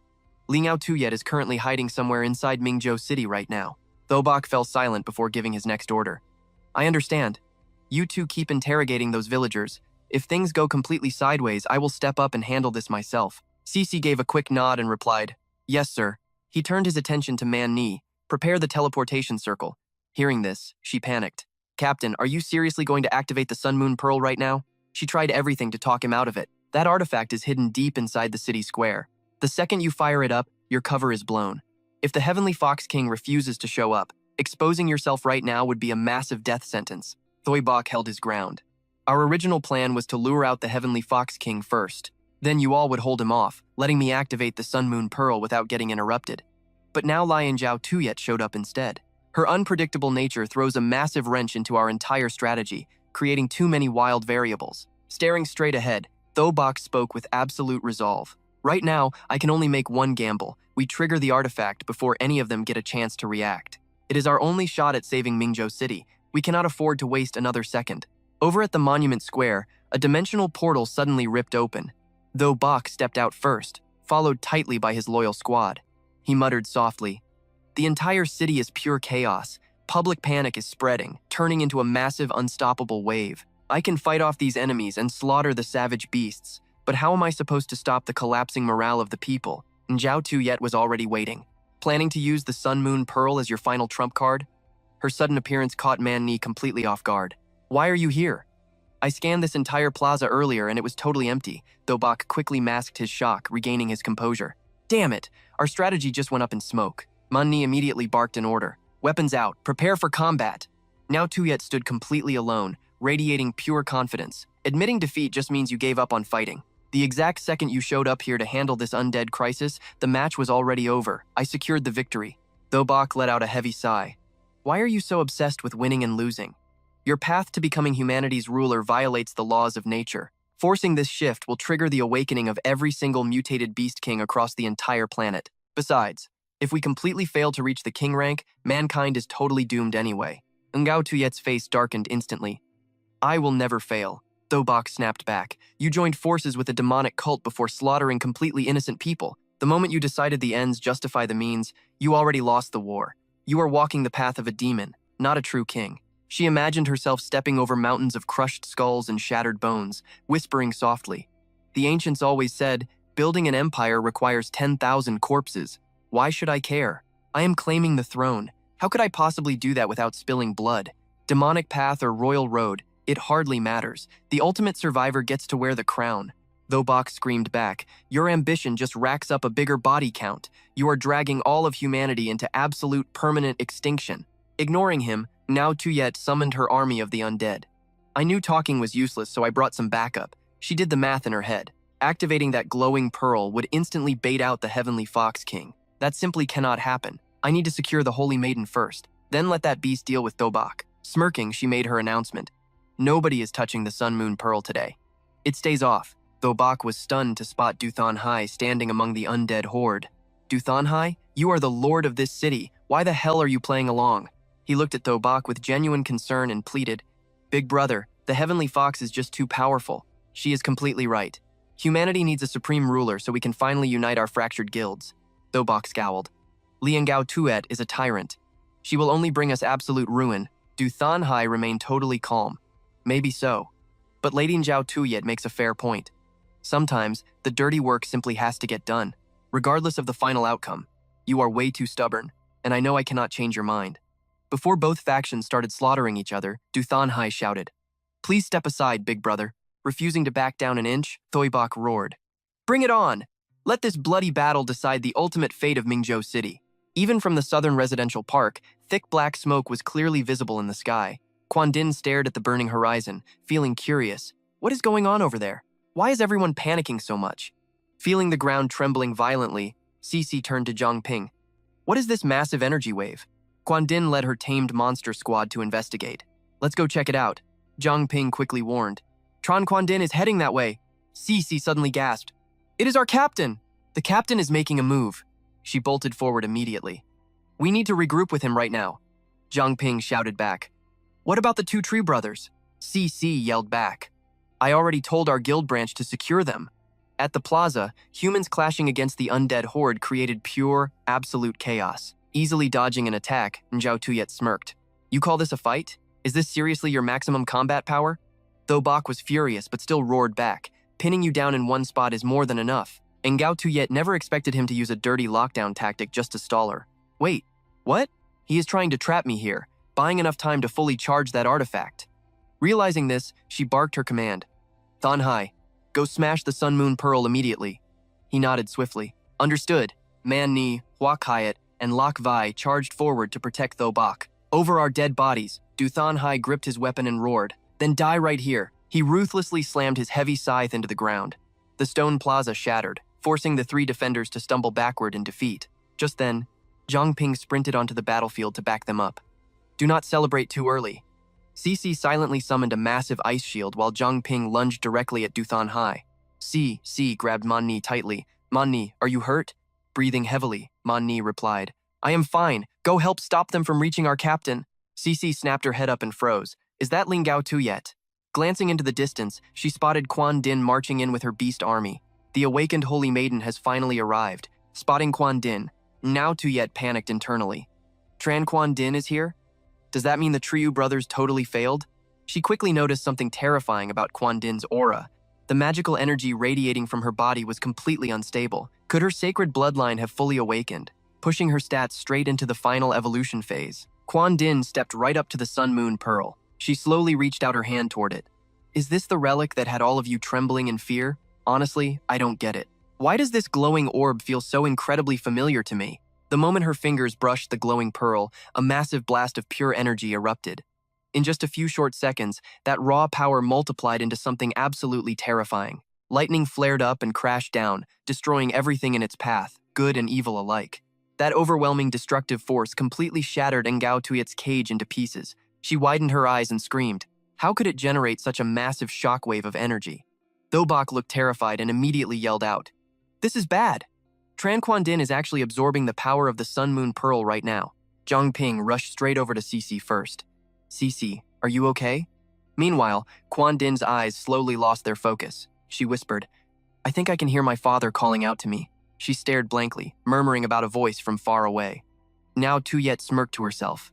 Perfect. The Pearl's energy just helped the Holy Maiden complete her evolution process way ahead of schedule. Suddenly, Quan Din floated into the air and flew off. Tiu Bak, you guys are coming with me. Now Tuyet silently watched her fading silhouette from behind. Now that her awakening is complete, the Holy Maiden must have felt the summon from the Holy Ancestor village. At this rate, she will head back there on her own without us lifting a finger. Ngao Tuyet immediately used telepathy to contact Duthan Hai. To keep our master plan safe, I hid the Holy Maiden in this city for over a decade. The final moment is finally here. Hurry up and tell our guild members to escort her back safely. Her power is exactly what I need to become the new king. He accepted the order. She looked back up at the dark, gloomy sky. As for those fox monsters, they will definitely wake up now that Tran Quan Din's suppression spell is gone. I bet every single one of those beasts felt the commotion at the memorial square. Ngao Tuyet frowned, knowing this little obstacle could ruin everything. Everything has been going exactly according to plan so far. I need to retreat fast, right before the Moon King decides to show up here. With that thought, she called out, "Though Bach, who knew you would spend all that effort charging the Sun Moon Pearl, only to hand the victory over to me? The original plan was to sink the maiden into despair, evolve her into the Holy Mother, and do that complex ritual at the village." Ngao Tuyet started walking away as she finished her sentence. "But honestly, I can skip all that now. This is my absolute destiny." Cece quickly drew her sword and chased after her. "Stop right there." She launched herself forward, sending a barrage of razor-sharp ice shards flying. "I will kill you and avenge my master." The villain glanced back at Cece with total disgust. "You think you can?" Zhao Tuyet just waved her hand, effortlessly deflecting all the deadly ice shards flying at her face. "You foolish little girl, you have no idea who you are dealing with." She threw a single counterattack, easily blasting Cece away. Zhang Ping panicked and rushed forward, screaming her name. Cece collapsed right into his arms, letting out a weak, painful gasp from her throat. Spiritual energy cushioned their fall, keeping them mostly safe. Ngao Tuyet casually walked away without a care. "Though Bach, I will see you around." Lac Vi turned to her squad leader, checking his reaction. "Captain, are we not going after her?" He instantly replied, "We need to deal with the threat inside the city first." Ma Ni came running over, completely out of breath. "Zhang Ping, Cece, are you guys holding up okay?" Zhang Ping held Cece up and answered between heavy breaths. "We are fine, just took a little damage." Cece squeezed her eyes shut, blaming herself. "I am still way too weak for this." Man Ni kept talking, sounding super anxious. Tran Quan Din and Lin Zhao Tuyet already took away the mutated beasts and zombies, right? So where the hell is that terrifying noise coming from? Though Bach figured it out instantly. "It is the king of the heavenly foxes over there." "Man Ni, fire up the teleportation array right now." Another squad in black armor showed up. "Is that the patrol team?" "No, those are heavenly fox monsters," the ringleader shouted his order. "Drop your weapons right now, or we kill every last one of you with zero hesitation." Man Ni focused all her energy to cast a barrier. Cece summoned freezing ice in her hands. Thankfully, I already reported the fox monsters to the cleanup squad. Zhang Ping got into a fighting stance. "Every single enemy rushing at us right now is a heavenly fox illusion. Everyone watch out for those invisible attacks." Though Bach's eyes suddenly glowed with an intense bright light. He said, "There is no need for that." Brainwave resonance activated. He manipulated the Sun Moon Pearl's aura. "I will keep them suppressed," though Bach held them back using both of his hands. "Everyone needs to evacuate Mingzhou City right now." The guy called out with a hoarse voice. "Captain!" He furiously yelled at them one more time. "I said that is an order."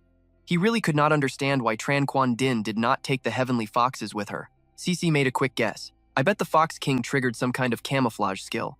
"Let's move," Zhang Ping.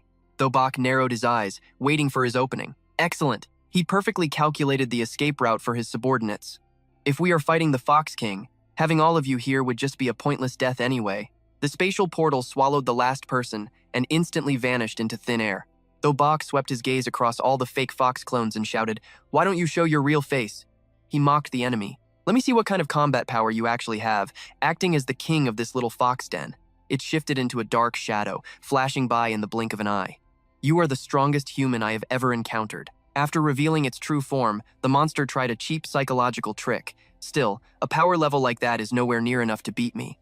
Though Bach muttered silently in his own head, "Appraise. Heavenly Fox skill, cognitive distortion. Heavenly Fox skill, logic subversion. What kind of insane magic abilities are these?" He stood ready to face a giant claw 4 times the size of his head. "We will see if my strength is enough once we actually fight."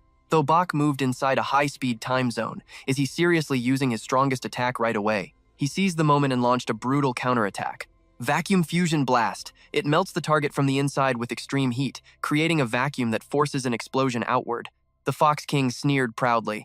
"That was a fierce strike, but too bad it does absolutely nothing to me." Though Bach looked briefly confused.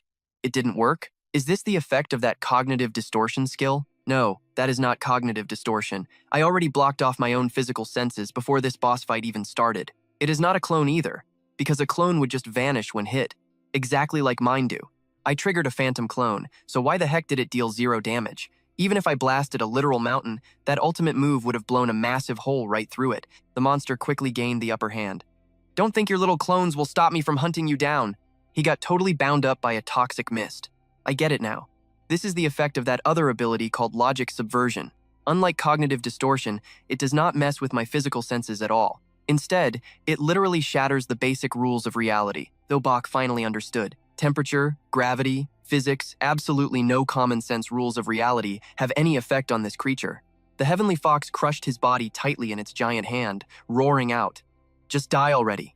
The beast felt like something was horribly wrong. He struggled, forcing one eye open to glare at the monster. Unfortunately for you, that special ability can only break the common sense of your own existence. A blinding spiritual aura wrapped around Thobak's body, unleashing extreme power to reverse control on the enemy. Your tricks will not work on me at all. It could not react in time. Is that a spatial barrier? No, wait, this is a time barrier. He temporarily took the upper hand in the fight. Enjoy this little package of frozen time. Even though Ngao Tuyet was rigidly sealed, she still acted tough. So what if you managed to lock me up inside this dimension? She turned and stared straight into Thoibok's eyes, declaring boldly, "The moment you die, the barrier you created will instantly disappear anyway. But the moment that system notification popped up, resetting both time and space, death would rewind the clock right back to the exact second the skill activated." Ngao Tuyet blinked. "What is this?" Then a sick smirk crept onto her face. "You awakened humans are so amusing," she mused.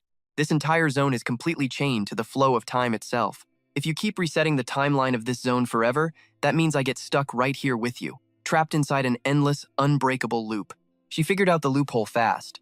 "But since my magic breaks the usual laws of time, my own mind will not be reset, right?" She leaned in dangerously close to Thoibok, savoring every single word. "You will not remember a thing. But me? I get to keep the sweet memory of slaughtering you. Every single time the loop resets." She suddenly blasted him point blank and made her promise. "Killing you just to watch you respawn over and over? I will never get bored of it.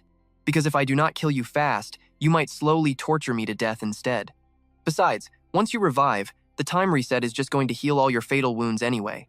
Though Bach was reduced to nothing but dry bones, she kept right on lecturing. "You humans really are a terrifying species. Or maybe those wild rumors I heard from the other monster races were actually dead on the money. If the mutated beasts just keep devouring human flesh, then sooner or later, they might just steal your limitless awakened potential for themselves." Even while locked inside that time prison, she still broadcasted orders to the rest of the Fox clan. "All members, crush the riots in Mingzhou City immediately. And listen closely. Keep the human body count down to an absolute minimum. After all, we need those pathetic livestock to keep breeding so we have a steady food supply." The monster horde roared back their total obedience. Down in the city's south district, it was absolute chaos. Lai Tian and Yuok Vu were trading vicious martial arts blows when Kok Ditch leaped right between them. "Stop!" He shoved both hands out, blocking the furious fighters. They just glared and screamed right back. "Let us go!" Lai Tian was furious at the interruption, his voice pitching up into a total snarl. "Lam Kak Ditch, what the hell are you doing?"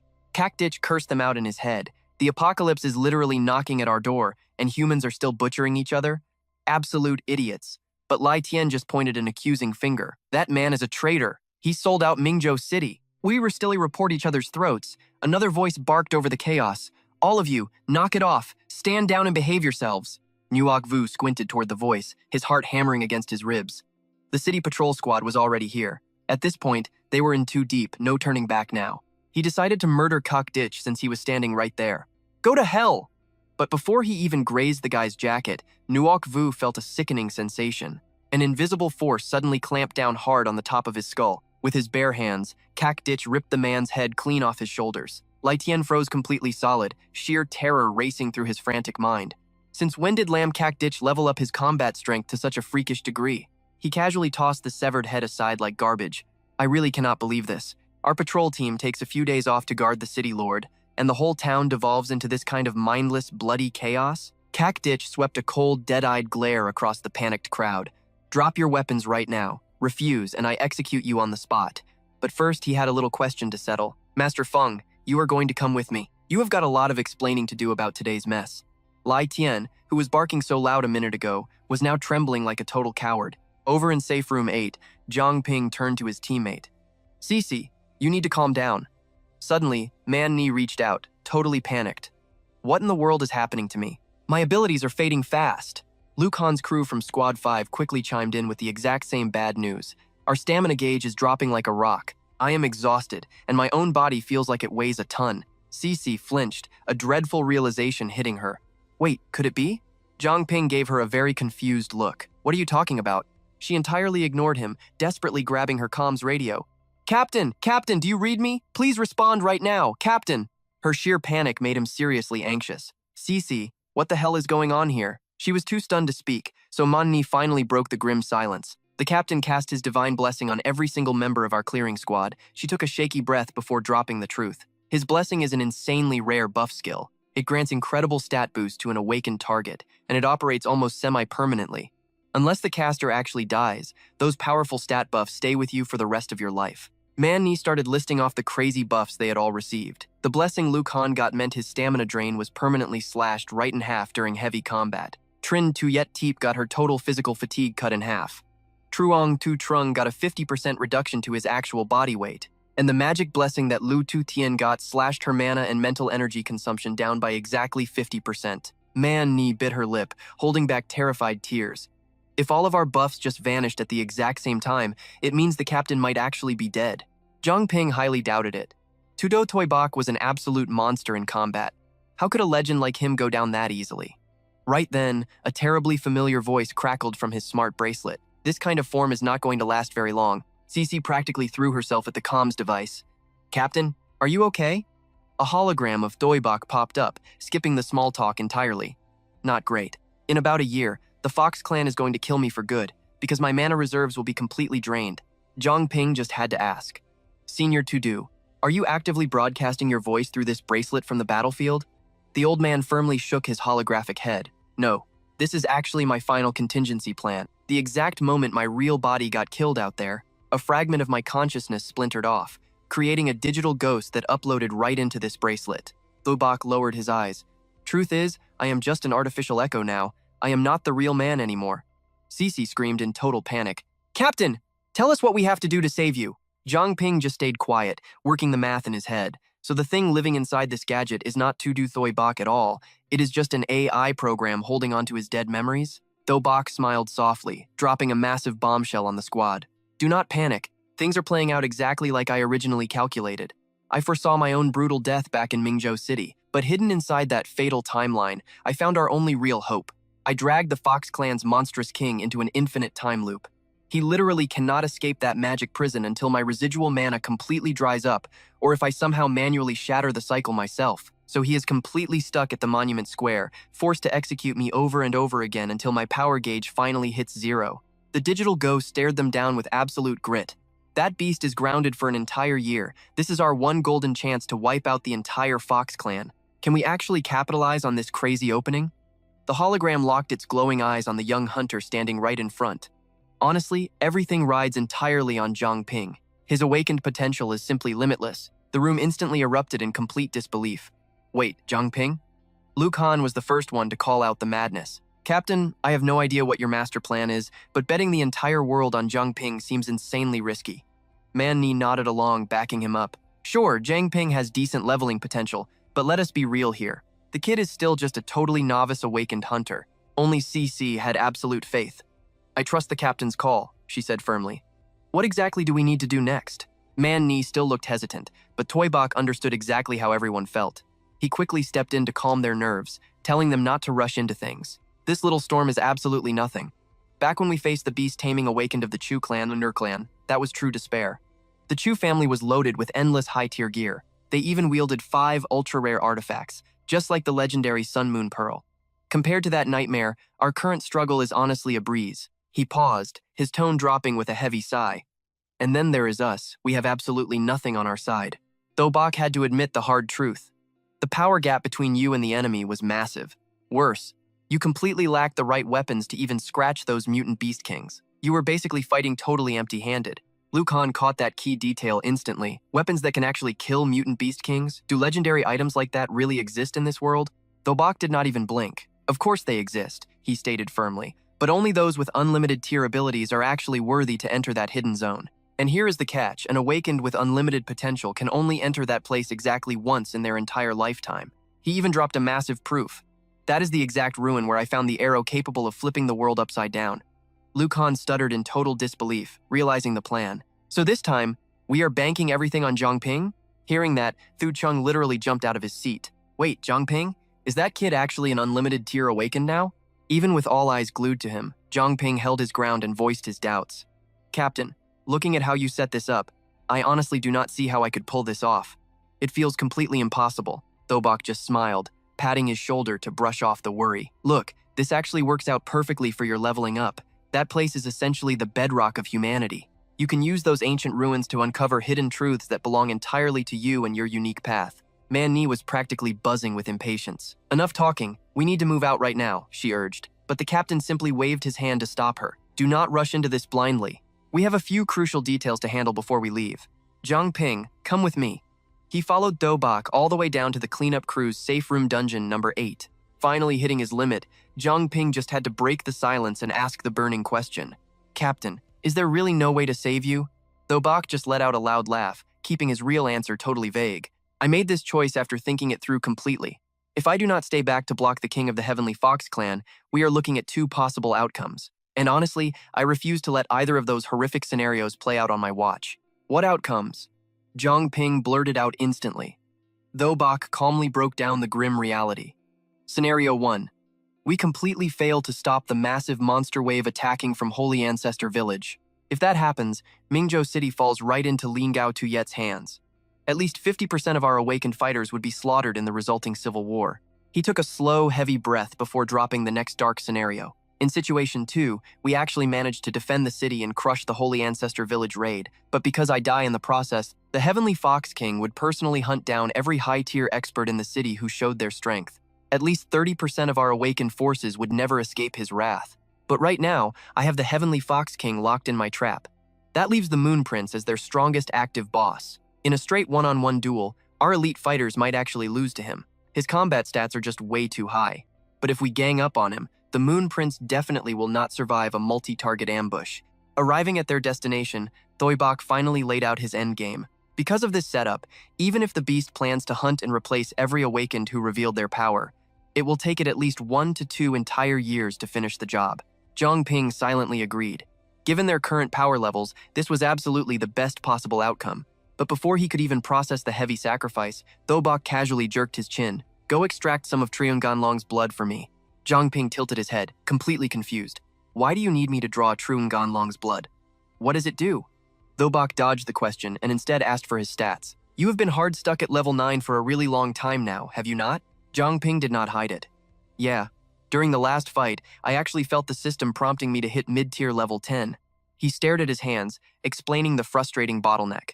But right at the critical moment of breaking through, an invisible wall blocked me. Not only did my progression fail, but it physically felt like something was permanently stuck in my throat. Absolutely infuriating. Thobak snapped his fingers with a sharp crack. Try drinking a few drops of Triun Ganlong's blood. Awaken your new skills first. Once you do that, I will personally show you the exact trick to shatter that bottleneck. Since he put it that way, Zhang Ping obediently grabbed the blood sample. The second he sat down to meditate, Thoibok began dropping knowledge. Going from beginner to intermediate does not actually have a bottleneck. The real reason your level is hard stuck? You simply have way too many awakened abilities. Normal awakened players with only a single skill tree never face this. They are forced to lock in their specialized combat path very early on. Zhang Ping, level 9, beginner awakened.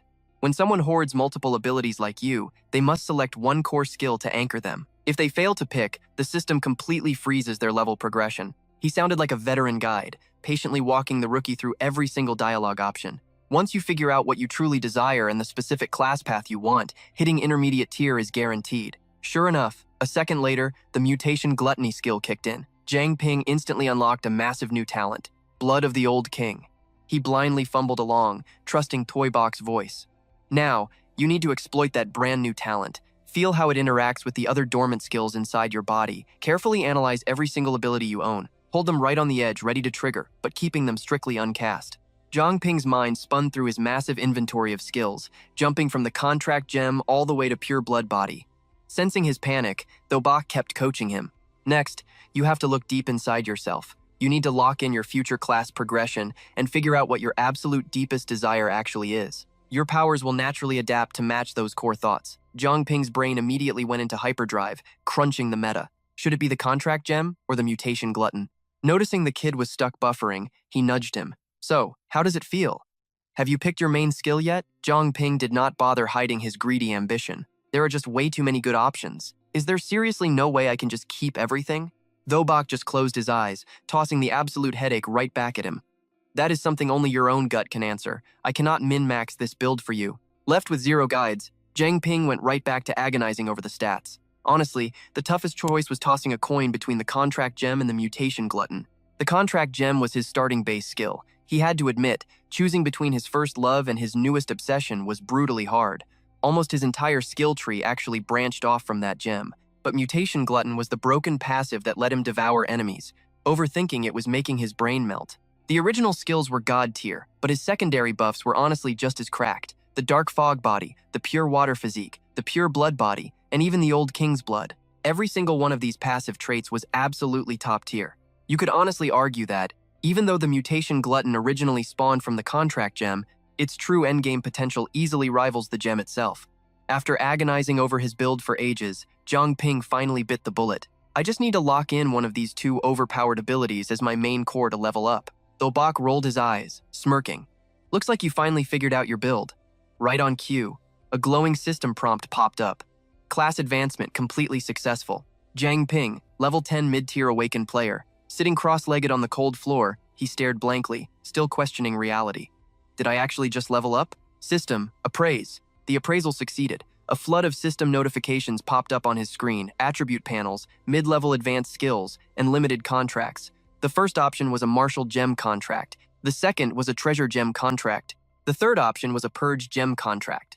Trung Bin ran the numbers in his head. Sure, it was just a one-level jump, but the power gap between a novice awakened and a mid-level awakened was absolutely massive. He tested out his brand new system interface. Both his stamina and mental energy had spiked significantly. He could now unleash the Fire Eater's flames with pinpoint accuracy, and his overall control over his awakened abilities felt so much sharper. Staring at the glowing heat in the boy's hands, Thobak asked eagerly, "Did you level up?" Trung Bin practically yelled yes. He waved his blazing hand around, genuinely amazed by the upgrade. No wonder Cece only became a real fighter after hitting the mid-level. The boost in aura control you get at this stage is just completely off the charts, but then the flames in his palm condensed into a solid gem. Trung Bin blinked. A martial contract. The stone shifted into entirely new shapes so fast it left him totally dizzy. With the right advanced skills, even a useless clear crystal could turn into a weapon.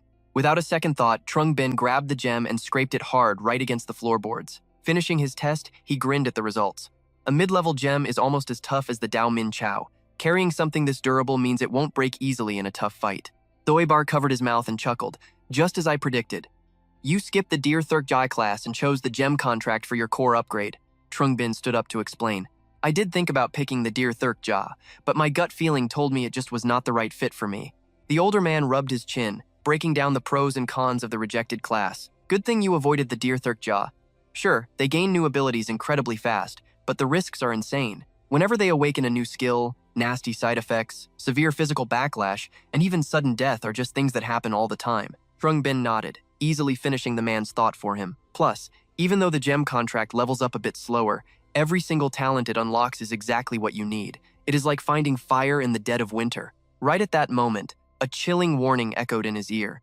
Using the patrol team as a cover, specially recruited awakened are being systematically wiped out. They plan to spend an entire year eliminating all potential threats. That haunting, familiar voice made Trung Bin gasp. Without wasting a second, Thoibite called the whole group together to share the intel. According to Trung Bin, Tu was speeding up the slaughter of top fighters in Thangminchou. They were using the patrol guards as bait to trap newly awakened targets. Liu Han frowned, trying to make sense of the chaos. So he is targeting the exact same people who fought in that last battle? Thobak let out a heavy sigh, hating the ugly truth. It is highly likely. Trung Bin stepped right to the front of the room. I am going back to Thane Min Chao.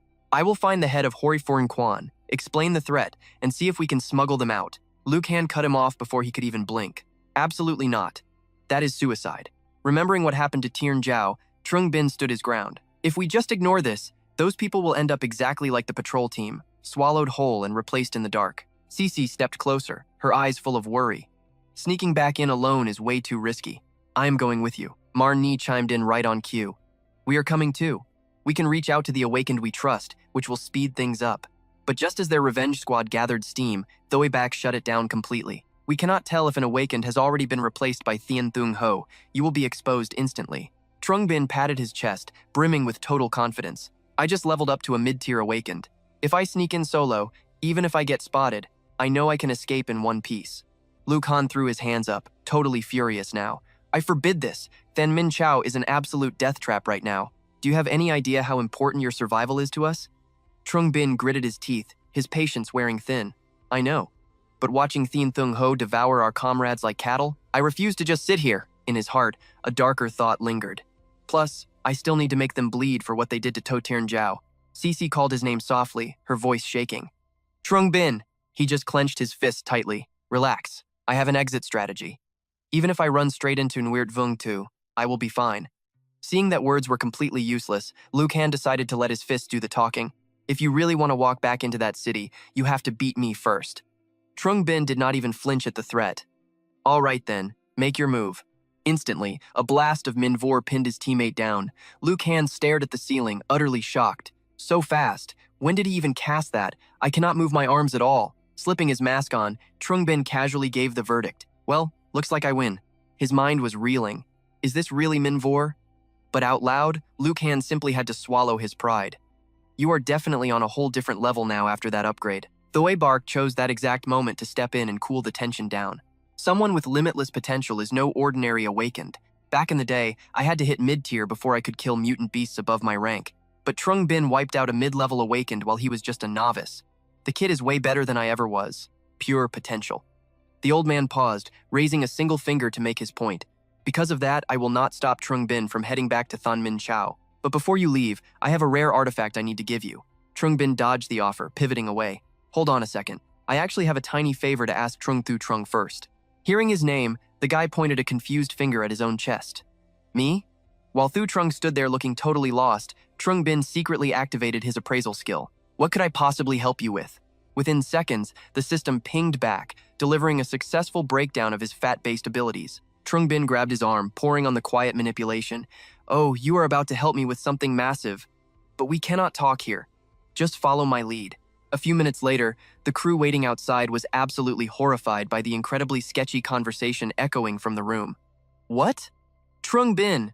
At least leave a little bit for me. Come on, do not be so cheap. Your flesh is just going to grow right back anyway. It is easy for you to say when it is not your meat. As Trung Bin finally walked out, Mar Ni bombarded him. What on earth did you make Trung Thu Trung do? Instead of answering, he just shouted back through the door. Thanks for that. Then Mar Ni saw the utterly drained, hollow shell of her teammate stumble out, and she froze in pure shock. Trung Thu Trung, what happened to you? Meanwhile, Trung Bin had followed Tho back deep into the hidden vault of the Purge team. Mr. Tu Do, what exactly is this thing? The old veteran calmly broke down its history. This weapon is known as the Chien Lim Kwa Norsur. Not only does it inflict pure terror into any living creature, but the blade actually evolves every time it drinks blood. Back in my prime, I swung this thing to slaughter tens of thousands of mutant monsters, soaking it in an absolute ocean of beast blood. Right now, in both pure durability and raw cutting power, this scythe is incredibly rare. Calling it a legendary weapon is barely an exaggeration. The Chien Liam Quanor Sur is practically built for your combat style. Pack this beast when you head into Thon Min Chao, and your survival odds will shoot straight through the roof. Trung Bin did not bother pretending to be polite. He gripped the weapon tightly, genuinely grateful for the massive upgrade. Thank you, Captain. Suddenly, Thoibark let out a quiet hum, his attention pulled elsewhere. He glanced down at his slowly fading body and chuckled at himself.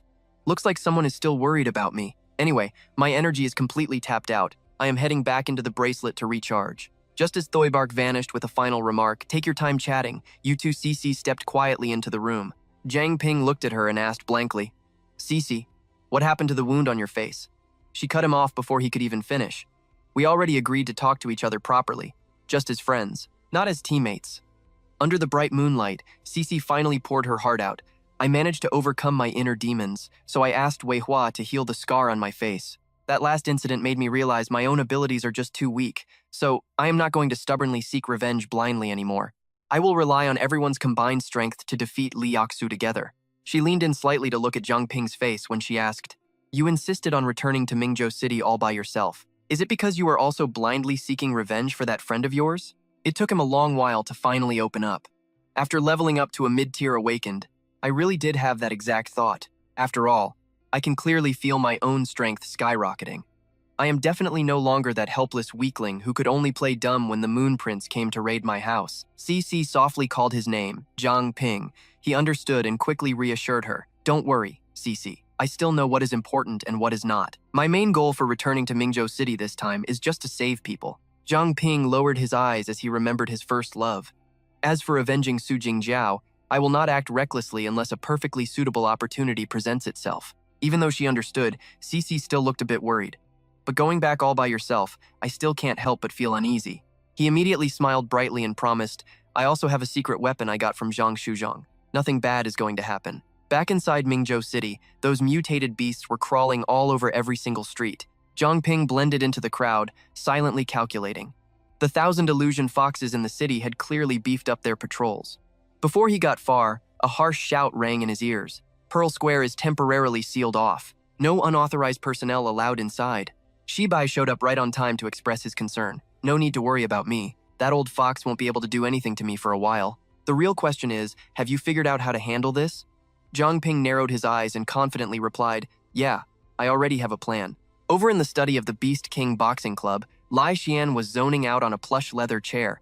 But a wisp of blue smoke slipping under the door made his eyebrows shoot right up. Before he could recover, Zhang Ping quickly deactivated his pure water body and revealed himself. Boss Feng, it is me. Lai Xian jumped up happily and asked, it is you, my good brother Zhang Ping. Where have you been these past few days? Ever since that day, I really wanted to thank you in person, but I haven't been able to find you at all. The rapid-fire questions made him a little flustered. It is a really long story. After explaining everything, Zhang Ping asked for the man's opinion. So, that is pretty much the general situation right now. I wonder if Boss Feng is willing to help me. Lai Xian hesitated before giving his thoughts. According to what you said, the city lord abandoned Mingzhou City a long time ago. The 1,000 illusion foxes are actually the ones in control now. What you are telling me is just way too hard to imagine. Before he could finish, an urgent voice echoed outside. Boss, Captain Lin from the patrol squad is asking to see you. He immediately gave the order. Take him to the guest room. I will be right there. The guy outside just shouted understood before running off into the distance. Zhang Ping took the chance to urge him. The patrol squad has already been replaced by the 1,000 illusion foxes. You just need to take one look to see if I am telling the truth. Still half doubting, Lai Xian slowly made his way over to the guest room. Pushing the door open, he waved his hand and greeted him. Excuse my manners. I never expected Captain Lin to visit during his free time. He crossed his arms with a knowing smile. I came here to congratulate you, Boss Feng. Lai Xian narrowed his eyes, staring at the guy from head to toe. Where exactly is this happy news coming from? KD calmly played his trump card. The city lord has officially decided to appoint Boss Feng as the vice city lord of Mingzhou City. They will announce it to the whole city in a few days. But Lai Xian's mind was completely focused on the swarm of mutated beasts standing right behind him. Are these the true forms of the 1,000 illusion foxes? He tried to stay calm as he replied, I sincerely thank the city lord for his favor. KD had finished his task, so he turned away immediately. The message is delivered. I am heading back to report. Outwardly, Lai Xian kept his voice low. Sorry to bother you, Captain Lin. Please pass my thanks to the city lord. But inside, he was cursing like crazy. These disgusting animals. How dare they pull something like this? Zhang Ping activated his visual resonance from the pure water body. He appeared right behind the man and called out his name softly, Boss Feng. Even though his fists were clenched tight, Lai Xian promised him, don't worry, I won't make a move when the power gap between us and the enemy is this huge. He led the way, taking the chance to swap info. You must already have a plan if you came looking for me. Tell me, what exactly do you need me to do? Zhang Ping shared his thoughts bluntly. I am hoping Boss Feng can use this Vice City Lord promotion to throw a big banquet. You can invite all the awakened who helped defend Mingzhou City on that fateful day. As they reached the dojo hallway, he slowly laid out the rest of his plan. We will warn the ones who haven't been replaced by the foxes yet. Anyone willing to leave with me will sneak out of the city through the transport gate. Even those who refuse to leave will at least know about the foxes' scheme. That way, they can stay on guard and avoid being easily controlled by those monsters. Lai Xian clenched his jaw and admitted honestly. True, some folks have families tying them down. They might not actually choose to pack up and leave. Zhang Ping showed his sympathy. Right now, in this mess, these are the only things we can actually pull off. From his angle, he could see a whole pack of mutated beasts down below, so he couldn't help but sigh. Your boxing club also has quite a few students who have been replaced. Lai Xian painfully agreed. I never thought my little boxing club would have so many animals hiding inside it. He steadied his emotions incredibly fast, looking seriously at the reality. What you have done is more than enough. When it's this hard to tell friend from foe, nobody can possibly keep everyone completely safe. Lai Xian patted his savior's shoulder, stating his resolve. Let's do it your way. I will do my absolute best to cooperate.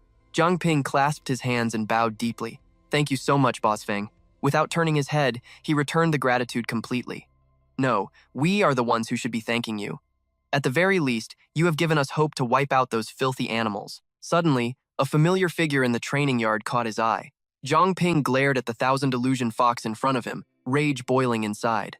That is the beast that killed Su Jingzhao. Shiyu tilted her head up at the sky, casually checking on the current situation. Tell me, has anything out of the ordinary happened in Mingzhou City lately? Katie honestly reported everything he knew. Reporting to your highness, everything is normal. Except recently, Feng Laixian. She couldn't help but cover her mouth and sneer. Barely became Vice City Lord and he is already showing off? That guy Feng Laixian is nothing special at all. Jingzhao stepped up and suggested, Your Highness, should we send someone to keep an eye on him? Shiyu didn't even take him seriously and shot the idea down immediately. No need. He is just using this chance to collect gifts and hoard some wealth. A weak guy like him poses absolutely no threat to us at all. She snapped her fingers and gave her main order. We really should focus our efforts on tracking the movements of those little rats from the sweeping squad instead. Luo Shiyu tilted his head, carefully warning his crew, especially Zhang Ping. The whole group obediently agreed in unison. Right now, the martial arts hall was completely flooded with endless flattery and loud congratulations for Master Feng. Oh wait, City Lord Feng is the right title now. We hope the new City Lord looks after us. That's right, please guide us from now on, City Lord Feng. Lai Xian faked a smile until his jaw ached, putting on a show. You are all too polite. Right then, a student walked over and quietly whispered, Master. The student leaned in close and whispered right into his ear. After hearing the news, Lai Xian immediately brought his hands together to apologize. Everyone, I have an urgent matter. Excuse me, I can't chat anymore. They quickly caught on and replied respectfully.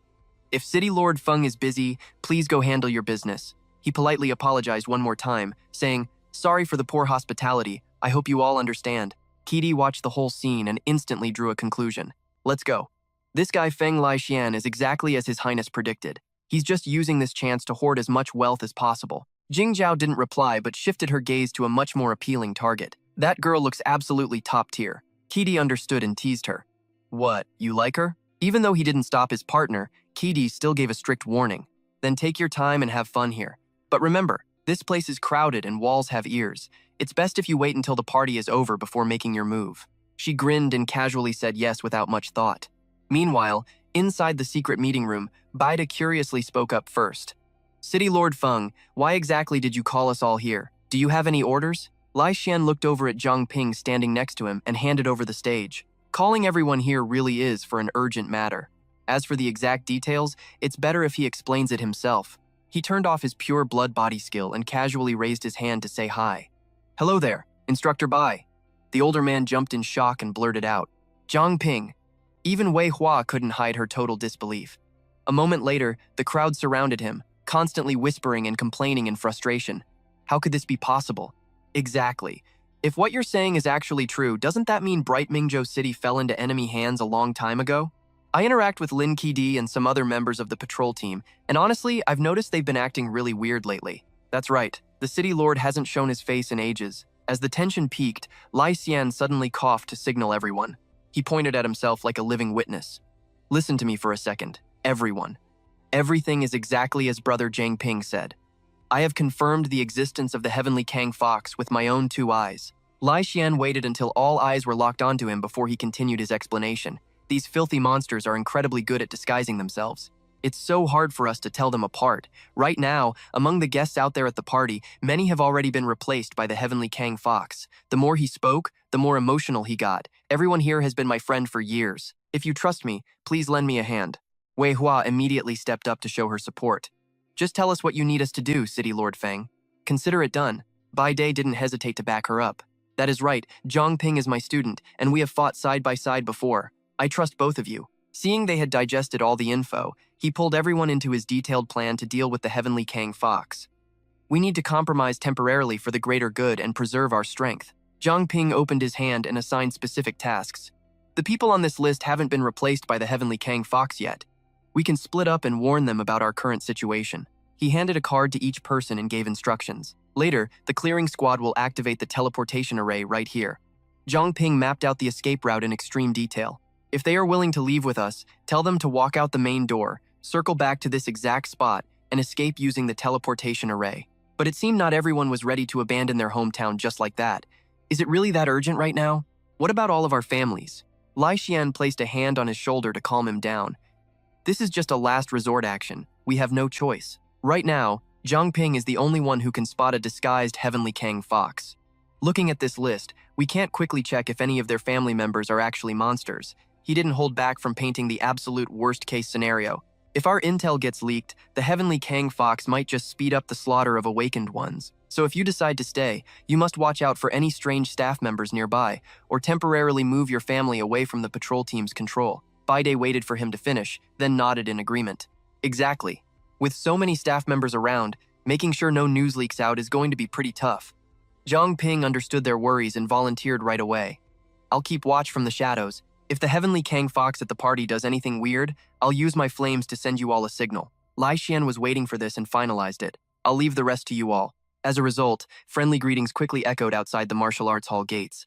Yes, brother by day, I'll take my leave now. Let's grab a few drinks next time we are free. Thank you so much. I will definitely host a banquet for Brother Li next time. We can catch up then, City Lord. I will also take my leave. Please forgive any poor hospitality today. Zhang Ping hid in the shadows, quietly calculating his next move. I've already warned almost everyone at the party. Right now it seems the Heavenly Kang fox hasn't noticed anything unusual yet. Suddenly, a familiar voice rang in his ear. Zhang Ping, be careful! He couldn't help but feel a deep sense of suspicion. Su Jingjiao. What exactly is she warning me about? Before he could think, Zhang Ping quickly turned his gaze. He locked onto his target and instantly found the answer in his mind.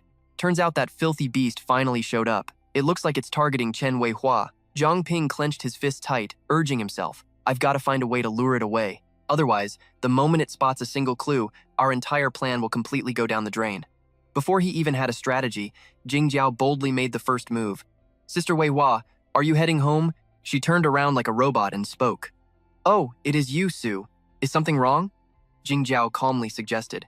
I saw you walking alone, and since we are going the same way, can we walk together? Weihua awkwardly agreed. Sure, Zhang Ping grinned, secretly giving a thumbs up to that clever move. You rotten fox, you dared to show up on your own, giving me the perfect chance to strike. He took a deep breath and stepped out behind them. What a coincidence. His stealth suit was hidden away in his storage bracelet, so Zhang Ping acted completely natural. Su Jingjiao, long time no see. Zhang Ping turned and whispered to Weihua, go find Director Feng, tell him I'm in trouble, and have him meet me in the West City. She just nodded slightly to show she understood. Seeing him from a distance, Jingjiao couldn't hide her shock and blurted out, Zhang Ping. She secretly wondered in her head, why is he inside the city? A sinister smile crept onto her face. I just wanted a little snack, but I ended up catching a huge fish instead. If I can bring him back, His Highness will definitely be thrilled. Suddenly, Zhang Ping bolted away. Jingjiao quickly reached out and yelled, Zhang Ping, where do you think you are going? He completely ignored her and activated his Dark Fog Night Walker skill. His agility and speed spiked. Just like that, Zhang Ping sprinted away at a speed far beyond what any normal person could achieve. Jingjiao didn't quit and chased after him. So weird, how is this guy running so fast? Soon after, Zhang Ping took a sharp turn into an alleyway. In a blink, she lost him. Where did he go? While she was frantically searching around, Zhang Ping appeared right in front of her. He was holding a massive scythe. Without hesitating, he slashed straight at her stomach, but Luo Qingyu was no pushover. She dodged the strike just in time. Zhang Ping stared at her and asked calmly, Are you going to keep playing this little game? Do not worry. A fierce aura poured off his body. He was already wearing his mask. I will not let you die quickly, he promised. Now in her true monster form, Luo Qingyu sneered. It seems His Highness was completely right about you. I do not know what trick you used, but you actually managed to see through our clan's disguise. And as far as I remember, your true ability was never— Before the beast could finish, tiny spears materialized right behind her. Seeing this familiar attack, Luo Qingyu suddenly realized what was happening. That was dark fog. Had this guy been completely possessed by the dark fog? Distracted by her own thoughts, the monster took a brutal slash to the gut. Zhang Ping summoned heavy chains as he spoke. You know what? I have not known her for very long, but she is the exact reason I finally accepted who I am today. Pure killing intent radiated from his body. She helped me find my peace. She took away all my fear and anxiety. Tangled in the chains, the monster stammered. What are you talking about? A second later, flying dagger fragments ripped right through its flesh. Since when did Zhang Ping get this insanely strong? Zhang Ping stood completely still, staring the beast down. To me, she was my oldest childhood friend. She was the absolute most important person in my entire life. Desperation flooded the monster's eyes. Stop! Just stop right now! But Zhang Ping ignored its cries for mercy entirely. She only wanted to chase her own simple dreams. He drove his scythe deep across the monster's chest. Why did you try to hurt her? Thick, sticky purple blood poured onto the dirt. Even groaning in agony, the proud monster held onto its pride. So this is what this is all about? What a shame. You are never going to find out the truth. Never. It let out a cruel, mocking laugh. You should have seen how pathetic she looked when she died. Hearing that, Zhang Ping unleashed another flurry of vicious, bone-crushing slashes. Unable to take the pain, the creature finally broke down. Spare me, please, let me live! Ironically, the creature morphed back into Luo Qingyu's human form. She sobbed pathetically, trying to look innocent. But Zhang Ping felt nothing. He calmly reached out and grabbed the mask right off her face. No! Stop! Dark fog 70%, 90%, 100%. Zhang Ping's blade pulsed with an incredibly dangerous lethal energy. His cold, steady voice echoed from behind his own mask. The only one I want dead is you filthy fox. After ending the monster, Zhang Ping stared down at the fake human face in his hand, feeling entirely broken. Suddenly, a voice drifted down from the sky. I am surprised you managed to take down Moon 26 all by yourself. You really have leveled up, haven't you? A woman floating above slowly called his name. Zhang Ping. Luo Shiyu glared down at him like a queen ruling her subjects. You actually dared to return here? Do you have a death wish? Zhang Ping smirked. How do you know I didn't bring backup? In his mind, he fired off a command. Appraise. The cold system voice immediately replied. Appraisal failed. Appraisal failed. The robotic system alerts, and Luo Shiyu's arrogant voice echoed over each other. You are about to die, yet you still struggle. Appraisal failed. Appraisal failed. In a split second, she morphed into a terrifying new form. Fine, I will let you understand exactly how you die. Right then, the system finally pushed through a notification. Appraisal successful. Status window open. Her core talent is cognitive distortion. It allows her to hijack a target's mind, completely forcing them to ignore any visual or logical anomalies around them. Phantom Foxtail, King Class. Once fully matured, her tails can freely change shape and unlock unique abilities. The scale and power depend purely on her current level. Suddenly, Luo Shiyu spawned a giant claw directly behind Zhang Ping. He quickly activated his defense skill. This trick was known as the Dark Fog Body. He channeled his raw power to form a heavy energy shield around himself. He quickly threw his hand forward and yelled out, "Release!" Zhang Ping successfully pulled out a totally different weapon, the Peacock Battle Scythe. The explosive impact was so heavy that it knocked him sliding backward through the dirt. Pinned against the ground, he gritted his teeth. My dark fog armor actually shattered from a single strike? The system analysis was clear. Her primary attack weapons were definitely those massive tails. He kept weaving past her strikes while furiously racking his brain for a counterattack. My pure water body completely ignores physical damage, so her tail swipes shouldn't be able to hurt me at all. Hovering above, Luo Shiyu casually made an observation. Her icy tone never shifted. It seems you have more than just one hunter ability hiding up your sleeve. Her massive tails lunged right at him, but do not think a few cheap tricks will save your life. One tail pierced straight into his water-covered arm. Zhang Ping winced. This is bad. She stared down with pure contempt. I do not care how many fancy skills you have unlocked. You will never, ever bridge the massive gap in our levels. Noticing the sudden change in her tail, cold sweat rolled down Zhang Ping's face. She actually dropped her tail down to a freezing sub-zero temperature. She was trying to completely freeze my pure water form. Luo Shiyu spoke up again. You know, there is one thing I am actually curious about.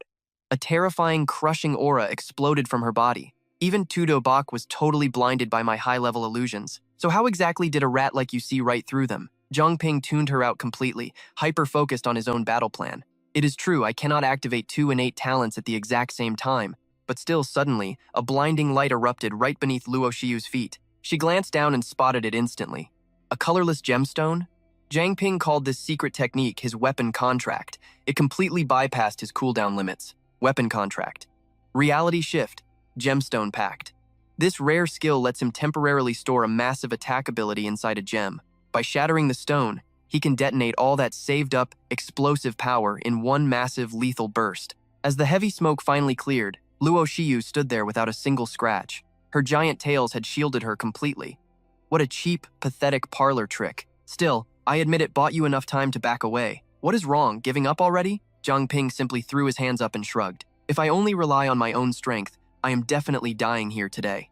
He darted a quick glance to the side. That is why I called in a little backup. The moment he finished speaking, a gruff male voice echoed across the dirt. Zhang Ping! Lai Tian and Bok Duke sprinted toward him. Dr. Tran V. Hoa told us you were trapped in deep trouble. What the hell is going on? Everyone else already made it out safely. You are the only one left. Luo Shiyu glared at the newcomers. Feng Lai Tian? Did that massive gem explosion just draw them right to me? I see. They are backing up this annoying kid. If I cannot use you for my plans, then just die. Zhang Ping shoved Lai Tian hard, barely dodging a lethal tail strike. Watch out! The older man pointed in shock. Kid, you're back! Zhang Ping collapsed heavily into the dirt, groaning in pain. Do not worry about my bleeding right now. That woman is the monster fox. Both veterans instantly dropped into their combat stances. Lai Tian actually smiled, looking completely thrilled. So that is the truth. This is about to get really fun. Ling Archer Bokling, Liarshan safely departed the heavenly fox. But her physical form looks absolutely nothing like it. The instructor frowned, staring hard at the monster. Is that really the heavenly fox? Suddenly, a strange glowing energy completely enveloped the old man. You crazy brat, what on earth are you doing to me? Zhang Ping stayed perfectly calm. Relax, Instructor Bok. I am not trying to hurt you at all. Just take a look at her real form now. Luo Shiyu's disguise melted away into a towering, grotesque monster. Bok Duke gasped in horror. Holy crap, pure blood form. Shared vision active, Zhang Ping quickly warned the other fighter. Master Feng, watch out for her stomach attacks. Lai Tian smoothly ducked a vicious swipe. Heard you loud and clear. Just one swing of her tail completely leveled a massive building. How is her attack power that insane? Zhang Ping called out from behind, guiding him. Officer Bai, open your left hand, palm facing up. He followed the instructions. Like this? Suddenly, a strange red liquid pooled right inside Baidei's palm. You need to find a way to make Pavilion Master Feng swallow this. He was sharp, instantly piecing together the kid's leveling strategy. Got it. I know exactly what to do. Lai Tian, catch. Swallow this down right now. Trust me, it is the good stuff. Lai Tian quickly opened his mouth, wondering if this was some kind of secret signal. Then, he gulped down the red blood clot. He roared with excitement. You filthy beast, I can finally see your true form. The monster's tail swept coldly past him. But Baidei was already primed for action. Hold on, we are coming to back you up. A glowing circular symbol resembling a blazing sun materialized across Lai Tian's back as his hair ignited with light. You damn monster, pay for the lives of my students. Both awakened their ultimate combat powers. Crimson Immortal Bird Flame form, activate. Then came the bone-devouring beast and battle bear lion forms. Through the chaos, Zhang Ping's calm voice echoed out. Pavilion Master Feng, the item you just swallowed was actually my blood. It lets you pierce through her illusions and see her true body, but the buff only lasts a very short time. He replied in a deep, gravelly voice. That is more than enough time. Wasting zero time, Lai Tian and Baidi charged forward, launching a brutal flurry of attacks at Shi Yu. As she dodged, a nagging suspicion crept into her mind. Why? How are they suddenly seeing right through my high-level illusions? Is that annoying brat Zhang Ping playing some kind of trick? Frustrated, she whipped her tails out, violently knocking Baidei and Lai Tian back. This is really starting to piss me off. A twisted, eerie smile slowly crept across Shi Yu's face as her demonic eyes flared with intense light. Whatever, I do not care what cheap tricks he is using. She let out a piercing scream. I will just slaughter you all. Instantly, her terrifying power erupted, her massive tails rapidly extended, radiating a thick, suffocating aura of pure dark energy. Shi Yu decided to summon another deadly monster to the battlefield. She barked a cold order. Moon Shadow, get up and work! Slowly, a creepy hand reached out from her own shadow on the dirt. Stepping up behind her, the creature answered in a chillingly serious tone. As you wish, Your Highness. Spotting this new monster joining the fight, Lai Tian quickly warned his ally. Baidei, watch your back. That shadow fox is radiating an insanely powerful aura. Zhang Ping narrowed his eyes, mind racing. This is no illusion. How the hell did that heavenly frost fox manage to stay hidden inside her shadow this entire time? He muttered, kicking himself. Damn it. I cannot use my appraisal system skills while locked in this pureblood state. What in the world are that cursed fox's true abilities? He unexpectedly phased right out of Baida's back, scaring the absolute life out of the poor guy. Reaching his hand toward Lai Tian, Zhang Ping gave a firm order. Pavilion Master Feng, take this. It is my very last snake scale. The master hesitated. But listen, even if I push into my ultimate sunflame form, taking both of them down is practically impossible. Zhang Ping pressed the scale into the man's palm. Do not worry, Pavilion Master. I have a plan. I promise you we are all getting out of Mingzhou City alive. You two just need to go all out and buy me a little more time. Tossing the magic scale into his mouth, Lai Tian nodded. If you are that confident, Core temperature hitting 4,000 degrees, vitality stats spiking, attack power and agility leveling up. He roared with blazing determination. "Kid, we are leaving our survival entirely in your hands. Let us shred one of them first." Right on cue, Moonshadow lunged straight for Baiday at lightning speed. Dripping with murderous intent, the fox sneered. "I will start by butchering you." It swiped its lethal claws, but Baiday barely managed to cross his arms and block the brutal strike. Realizing this, Moonshadow instantly dashed behind him for a blindside attack. But the veteran fighter was ready. He spun around, aiming his razor-sharp claws straight at the beast. Still, Moonshadow's footwork was no joke. The monster smoothly ducked under the counterattack, sliding forward. As it dodged, Moonshadow mercilessly carved 3 deep, bloody slash marks right across Baiday's chest. Like a deadly apex predator, it began slowly circling its prey, plotting the perfect fatal blow. Still hiding inside him, Zhang Ping chimed in. "Instructor, let me patch those wounds up for you. Looks like this tricky fox is actually using your own shadow as an attack angle." The instructor gave a tight nod. "Do it." Over on the other side of the battlefield, Lai Tian was getting relentlessly battered by Shi Yu's massive tails, completely unable to close the gap and land a hit. He gritted his teeth in frustration. Getting pinned down and completely outplayed like this is a massive waste of time. He screamed out to Baiday, who was currently locked in combat with the fox. "Old Bai, switch to the 3+1 tactic. Isolate the target, then risk it all." Baiday shot a quick glance over and yelled back. Loud and clear. He was definitely struggling to block Moonshadow's relentless high-speed combo attacks, but that did not stop him from taunting the furry demon. "You honestly expect to kill me with weak hits like that? You are barely giving me a back scratch. I mean, your agility stats are alright, but your damage output is absolutely pathetic." Furious, Moonshadow let out a savage roar. "Shut up!" Without a second thought, the fox plunged its claws straight through Baiday's stomach. He choked out a painful grunt, but suddenly, his bloody hand reached out and locked into a death grip around Moonshadow's head. "Got you now." Burning through his stamina, he hoisted the beast completely off the ground and spun to build momentum. With a massive roar, he hurled Moonshadow through the air, sending it crashing right toward Shi Yu. He screamed at the top of his lungs, "Pavilion Master!" Sensing the perfect opening, Lai Tian leaned back. He took a massive breath, channeling every last drop of his mana into his core. Both Moonshadow and Shi Yu froze, staring at him in pure shock. In a flash, Lai Tian unleashed his ultimate technique, the Beast King's Chaos Breath. The blazing inferno he unleashed was so violently overpowered that it instantly engulfed the entire zone where both monsters stood. Right then, Zhang Ping phased out of Baiday's body. "Now is our chance." He tossed a glowing crystal to each of the older men, barking out instructions. "Grab these right now.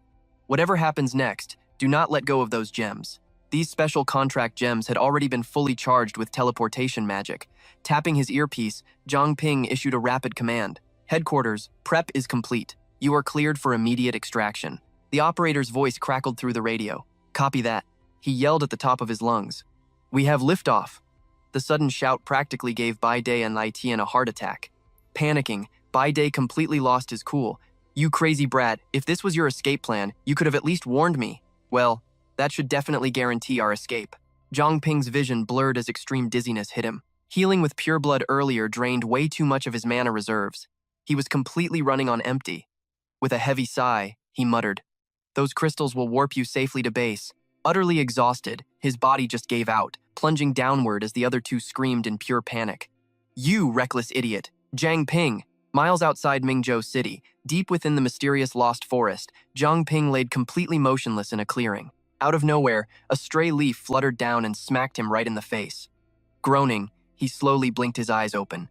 He was greeted by the eerie, dead, silent view of the forest at midnight. Snatching the annoying leaf off his face, he muttered to himself, "I actually survived that." Right on cue, the high-tech bracelet on his wrist flared with a blinking light. A familiar voice crackled through. "So, you finally woke up." He jolted in surprise. "Captain!" The guy on the other end sounded super stressed out. "You took some massive critical damage back there, Zhang Ping. You were stuck in a deep coma." The captain sighed heavily. "I did everything I could to stop your bleeding, but honestly, my own stamina gauge is almost totally empty now. I am really sorry. I just need to sleep for a bit." Zhang Ping hurriedly replied. "Captain, are you seriously apologizing? If it were not for your support, my HP would have hit 0 a long time ago. Just take a rest. I will handle contacting headquarters right now." Gripping the shiny communication orb in his palm, he shouted into it. "Headquarters, this is Trungbin. Respond if you can hear me." Silence. No one answered him. He scanned his surroundings, realizing the harsh truth. Looks like he had to rely entirely on himself this time. A few moments later, a faint light flickered inside a dark cave within the lost forest. Trung Bin was currently bandaging his own wounds. He groaned in frustration. Even though his pure blood physique could select a target to heal, it couldn't heal his own body. Was this the classic curse of a doctor unable to cure themselves? Gritting his teeth, he pulled the bandages tight while calculating his odds. His attack energy reserves were completely drained. If he ran into a mutated beast right now, he would be in massive trouble. Luckily, this cave seemed safe enough to hide and heal. Checking his system stats, his flame reserves were 2 out of 300, and his mist reserves were 0 out of 100. This forest was a massive maze. Even if he waited until tomorrow, escaping in his current state would be nearly impossible. He could only hope his teammates would track him down quickly. Suddenly, something dropped onto the ground, catching his eye. He stared at the object, deep in thought. It was a hairpin. To Tianzhao's hairpin. To Tianzhao. He clutched the hairpin tightly, tears welling in his eyes. After everything that happened, he had finally gotten revenge for her. But why did he feel so empty inside? Why wasn't he happy? He screamed, punching the dirt over and over in pure self-hatred. He always claimed he did it for her, but in the end, it was nothing more than his own selfish obsession. Dropping the hairpin, he muttered to himself. He preached about justice, but deep down, he just wanted worldly fame and power. He got his revenge, but what did it change? The dead cannot come back to life. Even a legendary healer couldn't change that fact. But then, a crazy idea struck him. Wait a minute. Could he actually use his leveling system to revive To Tianzhao? Before this, he used his pure blood body to heal Tung, forcing her completely severed arm to regenerate from scratch. According to his senior Tren Min, the new arm functioned perfectly. Tung had 0 rejection symptoms at all, and it looked exactly like her original limb on the outside. Plus, when he merged with the body of Master Fung, he discovered he could replace internal organs to keep him alive. If his logic held up, he might actually possess the overpowered ability to bring To Tianzhao back. Minutes later, Trung Bin pulled out a layer of face skin and placed it on the dirt. He channeled his power into his fingertips. The pure blood ability was only limited by the requirement of a specific target to heal. Right now, To Tianzhao was reduced to nothing but this face skin. Would the skill even trigger? He activated his pure blood physique. In a flash, the scrap of skin was entirely engulfed by a thick blood aura. Dark circles quickly formed under Trung Bin's eyes. Exhausted, he forced a smile and muttered. It took a toll, but it actually worked. Next, he unleashed his entire energy reserve at maximum output to fuel the recovery process. Slowly but surely, the physical body of To Tianzhao began to materialize in front of him. But suddenly, the forming body lost all signs of life. Trung Bin shouted in panic. What was going wrong? Was it because his own injuries prevented him from reconstructing a complete physical form? No, he absolutely refused to give up here. Even if it drained every last drop of his mana, he would never let her die again. Meanwhile, high above the forest canopy, Bark Duk and Lai Tin were still gliding through the sky. Sensing something was off, Lai Tin turned to warn his partner. This felt completely wrong. He told Bark Duk to brace for an immediate landing. Bark Duk replied that he understood. Ditching their white parachutes, the two men entered a rapid freefall. In a matter of seconds, they closed the distance to the thick woods and executed a smooth, perfectly safe touchdown on the ground. Bark Duk waved his hand in annoyance, complaining to Lai Tin. Seriously, why was that kid always so incredibly unreliable? Suddenly, Liu Kan, Thu Trung, and CC approached the two veterans. Liu Kan spoke up first. You must be Senior Fung Lai Tin and Senior Baik Duk, right? We have been waiting right here for quite a while now. Meanwhile, Thu Trung commanded his skill to retract the fat. He gave an awkward laugh, admitting the truth. When they got Trung Bin's message, he instantly canceled his ability and completely forgot about giving them a soft landing. His cheeks turned red. Scratching his head in embarrassment, he offered a sincere apology for giving the seniors such a sudden scare. Seeing this, Lai Tin burst out laughing. A little bump like that wasn't enough to terrify them, though someone weaker might have panicked. The kid still had a lot of room to improve his skills. Thu Trung sheepishly promised he would definitely work on it. Just then, CC chimed in with a worried question. Where was Trung Bin? Didn't he come back with them? Bark Duk's expression darkened as he began to explain. He was just about to bring that up.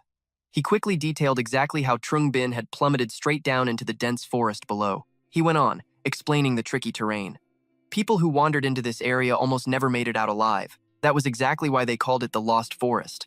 As you can see, neither of us are great at navigating.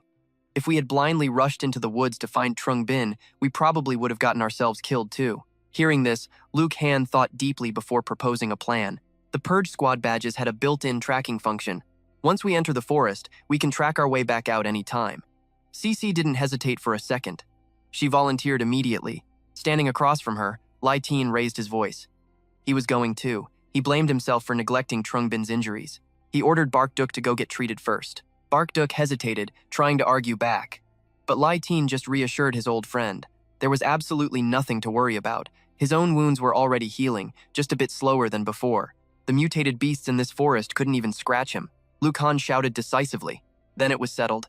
He, Lu Tu Thiern, and Senior Feng would go rescue Trung Bin. Ban Tu, you escort Senior Bok back to base. Thu Trung beamed with excitement. Him? That sounded awesome. But then he realized how bad that sounded and quickly tried to backpedal. Not like that, he snapped to attention, raising a hand in a crisp salute. Mission guaranteed to be a success. Lu Kan nodded, completely satisfied. Very good. By the next morning, heavy panting echoed through the cave in the lost forest. Trung Bin's relentless use of his pure blood skill left him drenched in sweat. His hands shook violently as he muttered through ragged breaths.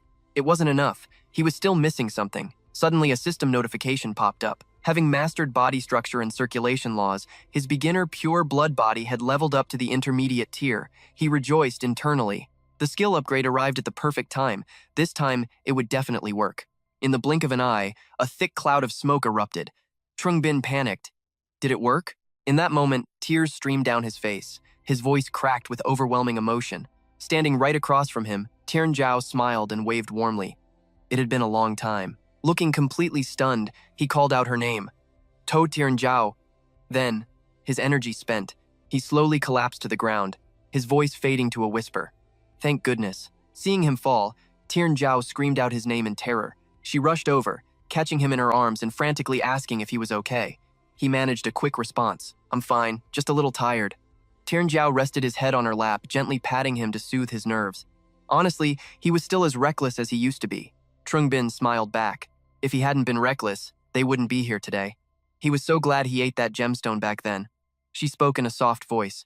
I know, you have always worked so incredibly hard. Even if the academy looked down on him, even if they warned him to stay on guard, even if he faced an unbeatable enemy, you never once stopped pushing forward.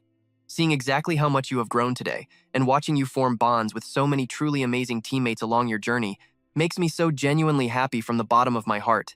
You really need to cherish them. She gently encouraged him.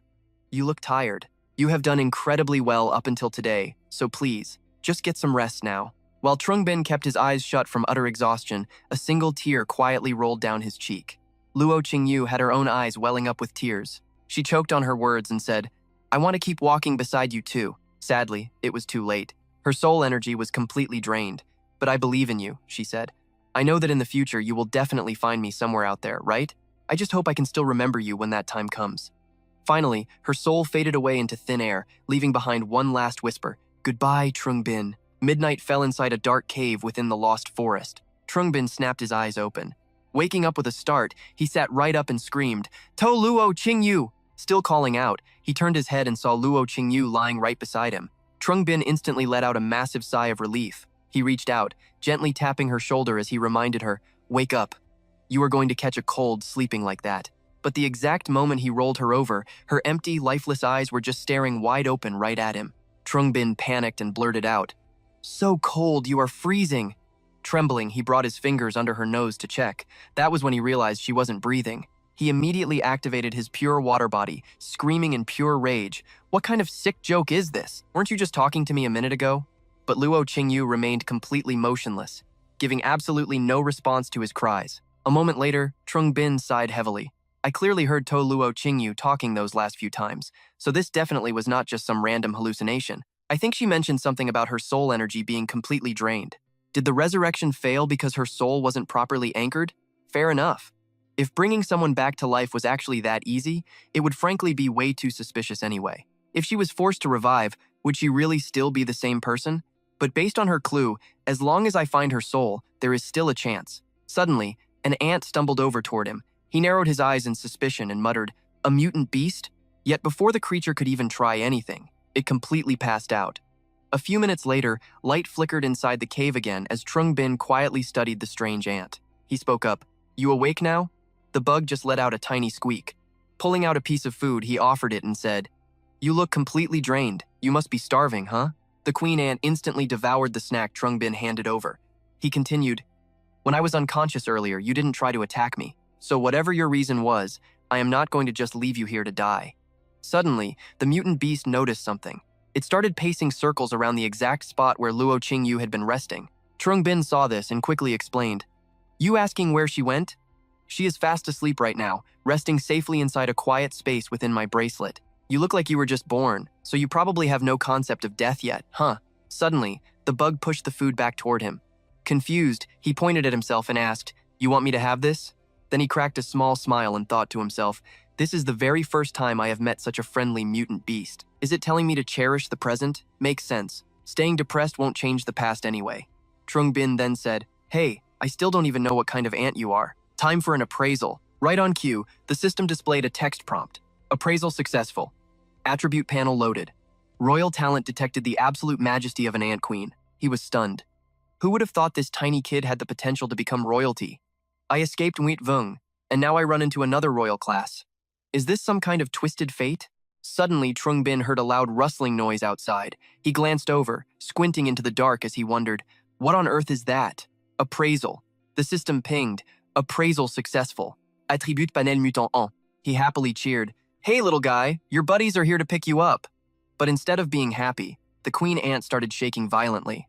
Worried, he asked, What is wrong with you? Could it be?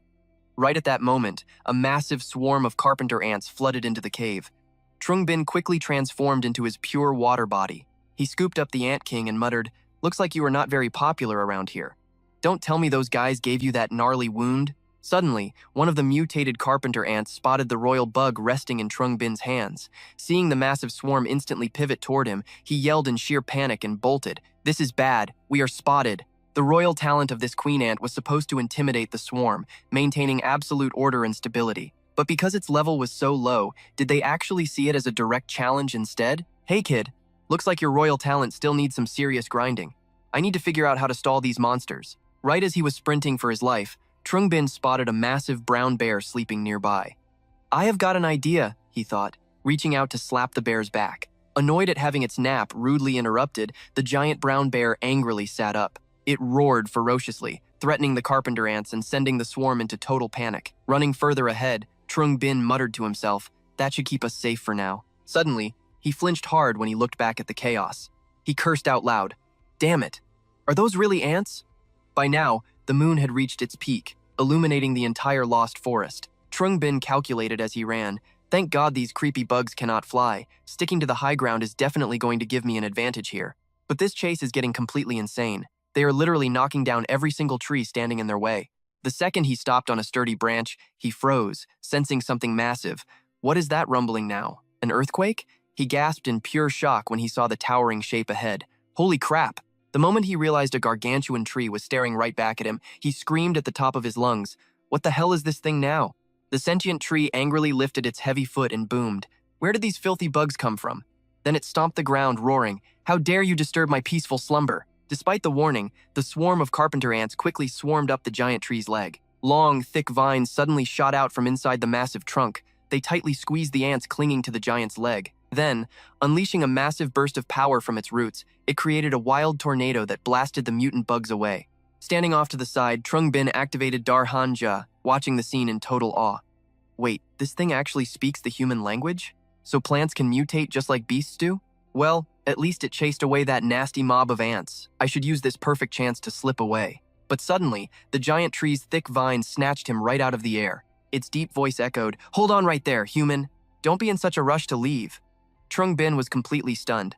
Did it really see through my stealth? Even my shadow technique was exposed. This treant must be sitting at a ridiculously high level. He quickly spammed his appraisal skill. The system flashed back. Appraisal failed. Appraisal failed. The massive tree quickly spoke up to ease the tension. Don't worry so much, my little friend. The moment it finished speaking, new text popped up. Appraisal successful. Attribute panel unlocked. True identity Dirp Trung Xuan. Race, human, talent, superplant. Their bodies can literally transform into living plants, unlocking all kinds of botanical powers. And the craziest part, it never stops evolving as they get older. Zhang Ping kept his cool, thinking to himself, is this guy a fallen? Meanwhile, Changchun happily rambled on. Right after those ants woke me up, I finally spotted you. It's been absolutely forever since I last saw a living person. I guess I got a little too excited, huh?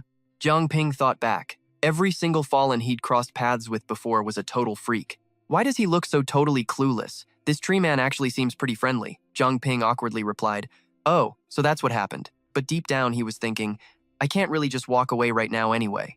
I guess having a quick chat with the old guy wouldn't hurt. Changchun took a seat and asked, "So, little friend, where are you from exactly?" Zhang Ping quickly replied, "I'm from Mingzhou City." The old man lit up. "What a crazy coincidence. I'm actually from Mingzhou City too. But honestly, apart from that tiny detail, my mind is completely blank. Maybe I'm really just getting way too old." Zhang Ping looked totally confused. "You can't remember?" "Senior Ye, I have a pretty bold question I need to ask you. Do you even know that you're a fallen?" Changchun mumbled to himself. "So that's it. Wait, a fallen? What the heck is a fallen?" But right then, something suddenly clicked in the old man's head. He yelled out, "Hold on, you actually know my name?" Zhang Ping quickly started to explain. "To be perfectly honest, I know a little appraisal skill. When I scanned you, the name Ye Changchun popped right up." Just then, the bracelet on Zhang Ping's wrist started glowing. "Is the captain awake?" he wondered. The captain's voice curiously rang out. "Ye Changchun? Sir, are you Uncle Ye?" Zhang Ping asked him. "Captain, are you finally awake?" He gave a soft hum and replied, "I actually woke up right when you two started chatting." Changchun couldn't hide his utter confusion. "This friend of yours can seriously live inside a little bracelet? Now, that is absolutely fascinating, I must say. Judging by your tone, it really sounds like you know me. Do you mind telling me a bit about my own past?" The bracelet suddenly glowed with a brilliant light. Shi Bai began to explain. "In the beginning, to overthrow the brutal tyranny of the Chu family, we formed a resistance army together. And you, sir, were one of our members. Not only were you incredibly powerful, but you were an absolute master of disguise. Because of that, you infiltrated the Chu family and worked deep undercover as our spy. During one of your undercover missions, the Chu family actually exposed you, and you met with a terrible accident. I never expected to find you alive here." Changchun looked highly doubtful. "A resistance army? Well, that sounds pretty heroic, but honestly, I don't remember a single thing you just told me." Shi Bai then materialized, placing a hand on Zhang Ping's shoulder. "Zhang Ping, I need to ask you for a favor. This so-called fallen state is actually just the mind losing its way, exactly like Mr. Ye here. He has lived in this tree man form for way too many years. His consciousness slowly adapted to this bizarre new normal, treating it as his everyday life. His human memories completely faded away over the years. This twisted mental state even made him subconsciously forget everything about who he used to be. On top of that, these fallen aren't ordinary humans anymore. Their mental power has evolved far beyond that of a normal person. Any standard mind control methods are just completely useless against them now. Because of this, there's no record of a fallen ever being cured. But you are totally different." Zhang Ping replied nervously. "Are you saying you want me to feed Senior Ye a contract gem?" Catching the end of their chat, Changchun yelled out in pure joy. "Wait, you guys can actually cure my fallen state?" Zhang Ping nodded. "In theory, the trick is eating this gem. But the hidden effect of this level 7 contract gem hasn't even been activated yet. To fully restore a fallen's mental state, there absolutely has to be outside guidance. That basically means you need to hand me complete control over yourself." Changchun suddenly snatched the gem right out of his hand. "Oh, I thought it was going to be some massive deal." Then he casually swallowed it whole and added, "What's so hard about that?" In a flash, the gem's energy locked onto the old man's body. Zhang Ping shouted in utter shock, "You actually swallowed it. Contract completely successful. Contracted beast. Ye Changchun." Frowning in absolute disbelief, Zhang Ping looked up and thought to himself, he just swallowed it down that decisively, and the contract is already totally finished just like that? Then, he thought to himself, let's try issuing a command. Throwing his hand out in front of him, he firmly ordered, "Ye Changchun, I command you right this second." Zhang Ping yelled, "Break the fallen state." A massive blast of energy instantly shot straight from his hand right into Changchun. Taking the full hit, the old man let out a brutal, agonizing scream. Watching this, Zhang Ping was totally stunned, thinking to himself, "Huh? I just tried it randomly. Did it actually work?" That strange power kept forcing Changchun to scream in absolute agony. Right then, the old man slowly shifted from a living tree back into a normal human form. Zhang Ping's thoughts were racing. Holy crap. Did I really just cure a fallen that easily without breaking a sweat? Now back to human form, Changchun stuttered in pure joy. Mingzhou City. Chu, family beast taming. I remember it. I remember absolutely everything. Just then, a glowing system notification popped up. Bonus effect of the contract gem fully activated. Zhang Ping read the floating text, his jaw totally dropping as he muttered. Signing a contract is exactly like awakening a new ability. You can actually get crazy unexpected effects just from consuming a gem. This is absolutely a first for me. But then he grabbed his own face, nervously wondering deep inside his mind. Hold on, if that's really the case, could I actually unlock brand new abilities using a level 7 contract gem? Sweating nervously, Zhang Ping let out a deep sigh. Whatever, I'll just count it as doing a good deed. I guess I'll just have to wait for the gem to hit level 8. Look how thrilled this old guy is. Anyway, standing beside him, Chang Chun's face was glowing with absolute excitement. The old man then looked at Zhang Ping with a gentle smile. Come to think of it, I still don't even know your name, little guy? Hearing this, he answered honestly. My name is Zhang Ping. Chang Chun reached inside his coat like he was digging for something, tossing out a light chuckle. Zhang Ping, the guy who actually cured a fallen state, yet your name sounds so incredibly humble. Then, the old man softly continued. I've lived out in this wild wasteland for years. I don't have much on me to repay you with, but if you don't mind, please take this. This thing seems to have the traits of both living and dead matter. I thought it was pretty cool, so I kept it. In Chang Chun's hand was something radiating pure dark energy. Zhang Ping stared at the object, his guard up as he asked, Is this underworld fog essence? At the same time, Zhang Ping mentally ordered, Appraise. The system instantly chimed in with a notification. Appraisal totally successful. Hearing that, Zhang Ping grew a bit curious. I don't know if it's just because of the last appraisal I did, but this time it went insanely smooth. Almost too smooth. Meanwhile, the item's info popped right up. Underworld fog essence is something stored by the black bear inside its gallbladder. Using it will trigger a surprise. He felt a quick rush of excitement. So it's a bear gallbladder this time around, huh? Well, that's gotta be way better than a toad gallbladder, right? At the same time, Chang Chun let out a heavy sigh and muttered sadly, I'm so sorry. I really wish I had something better. Zhang Ping smiled cheerfully, holding the Minvu essence in his hand.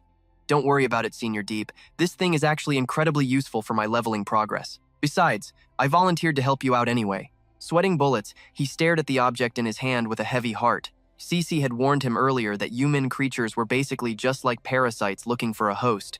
As long as it didn't take over his mind, it wouldn't be a big deal. Zhang Ping thought back to everything he had survived so far, silently psyching himself up. With all of his past combat experience under his belt, he was absolutely sure he could pull this off now. Besides, a low-level Minvu essence couldn't even leave a scratch on Nguyen Vuong 2. If he wanted to crush that guy, he still needed to get a whole lot stronger. He squeezed his eyes shut, tossed the Minvu essence right into his mouth, and braced himself. Time to go to war, boys! The moment he swallowed it, a massive surge of pure power exploded from his body. Drenched in sweat, Zhang Ping gritted his teeth and kept repeating to himself over and over, I can do this. I can survive this. I can do this. Instantly, a blinding pillar of intense purple light erupted from Zhang Ping's position and shot straight up into the sky. Then the system chimed in, confirming he successfully absorbed the Minvu essence. Surrounded by swirling dark energy, he clutched his chest, panting heavily for air. The system kept flashing new alerts as his growth rate and base stats skyrocketed all at once. Seeing this, Zhang Ping smirked to himself. It really was exactly like last time. But jumping up 3 whole levels at once? That was an unbelievable shock, even for him. Even his gemstone leveled up. Standing off to the side, Ye Changchun watched the whole crazy scene unfold and could not help but gasp in pure awe. Mingzhou City really produced a genius. Who in their right mind would ever guess that stuff was meant to be eaten? Hearing the old man, Zhang Ping whispered back, Well, that is probably because I am the only person crazy enough to eat it and actually survive. Suddenly, the old man glanced over to the side and called out playfully, Hey, brother two! You have been watching us for a while now. Not planning to come out? Zhang Ping followed his gaze. Down below, Zuo Xiangming heard the call and snapped back loudly. You trust people way too easily. Spotting the hidden man, Zhang Ping quickly leaped out of the way, his eyes wide with absolute shock. Holy crap, there was another top-tier master hiding out here? Ye Changchun just laughed at his reaction and shook his head. We are just a bunch of old bones. What is there to be scared of? But seriously, brother, do you really plan on wallowing in this cursed state forever? Zuo Xiangming narrowed his eyes at the question and fired back. Sinking or not, who cares? Are we not living a completely free and easy life out here right now? The old man let out a heavy sigh, muttering under his breath. It looks like you have already forgotten a lot of truly important things. Ye Changchun's voice turned deadly serious as he asked, Do you really not want to see your family ever again? Hearing that word, the creature slowly shifted and spoke up. My family? Then, Zuo Xiangming revealed his massive, monstrous form, towering right in front of them. Without skipping a beat, Zhang Ping mentally fired off a command to his system. Appraise, but the interface just kept flashing a red warning error. Appraisal failed. Amidst the glowing alerts, the giant's hesitant voice echoed out. Family? Finally, the system chimed again. Appraisal successful. A full stat window popped up right in front of him. Scanning the details, Zhang Ping shouted out the name. Zuo Xiangming!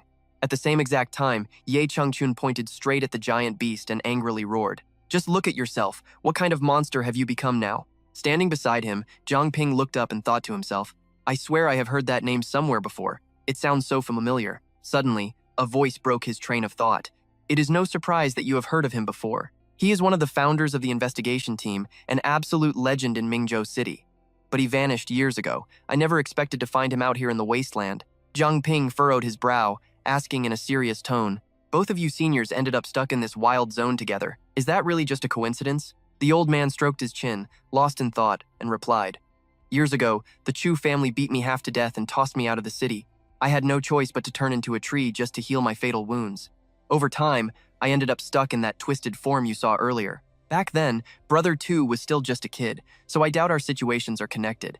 Standing right in the palm of Zhuo Xiangming's massive hand, the old man went on, "I honestly never thought that little boy would grow up to start his own family and build a legacy. When I first ran into him out here in the dangerous wasteland, he would occasionally tell me sweet stories about his incredibly cute little granddaughter." Hearing this, Zhang Ping's eyes went wide as he thought to himself, "A granddaughter?" He lowered his head slightly, his voice dropping. "Is that right? So that is how it is." Ye Changchun saw the kid's strange expression and asked in confusion, "Little friend, what is wrong with you?" Zhang Ping just held out his clenched fist and spoke up quietly, "Senior, I wonder if you can still recognize this specific person?" A puff of white smoke materialized in the air. Zhuo Xiangming stared at it, completely shocked. Right before his eyes, a crystal-clear image of Luo Qingyu appeared. The scene shifted. A middle-aged man opened a door, greeting someone with a bright smile. "Dad, you made it! Everyone is waiting for you inside the room." Hearing this memory, Zhuo Xiangming felt deeply confused. "Wait, is he talking to me?" Inside the illusion, a woman holding a small baby turned around. Her face lit up with absolute joy as she spoke. "She just woke up!" Zhuo Xiangming watched with a panicked expression, desperately asking himself, "Who in the world are these people?" Then, the woman pointed toward the doorway and softly whispered to the baby, "Jiao Jiao, Grandpa is here to see you." Still failing to grasp what was happening, Zhuo Xiangming kept questioning himself in sheer panic. "Who is that? Who exactly am I?" Suddenly, he grabbed his head and let out an agonizing, ear-piercing scream. Seeing him lose control, Ye Changchun quickly backed away and yelled out in panic, "Brother 2! Ah, the old man stared at the projected image and blurted out in shock. Could this little girl be Luo Qingyu? Meanwhile, Zhuo Xiangming collapsed to his knees, slamming the ground and screaming wildly, "Who is it? Who is that little girl?" Countless flashing words flooded the screen. Chu family Beast Tamer, family, Huangqi, Mingzhou City investigation team, unforgettable people. Yet, the beast just kept roaring at the sky, desperately asking himself, "Who am I?" Seeing the chaotic breakdown, Zhang Ping shouted a loud warning. "This is bad. At this rate, his mind is going to be completely wiped out." Ye Changchun anxiously urged him on. "Little friend Truong, hurry up and think of something to save him." Sweating profusely, Zhang Ping bit his lip, frantically weighing his options. His gemstone had just leveled up, but once a contract was fully established, there was no way to awaken any of his new abilities. But Zhang Ping quickly snapped out of it, cursing his own hesitation. "What the hell am I even thinking about? Saving his life is the only thing that matters right now." A glowing green jade fragment appeared in Zhang Ping's hand. He sprinted straight toward Zhuo Xiangming and yelled at the top of his lungs, "Senior 2, swallow this right now. I will help you break free from this cursed state." Totally out of control, the giant swatted Zhang Ping away like a bug and roared in pure rage. "You are lying to me!" Witnessing the brutal hit, Ye Changchun screamed in absolute terror.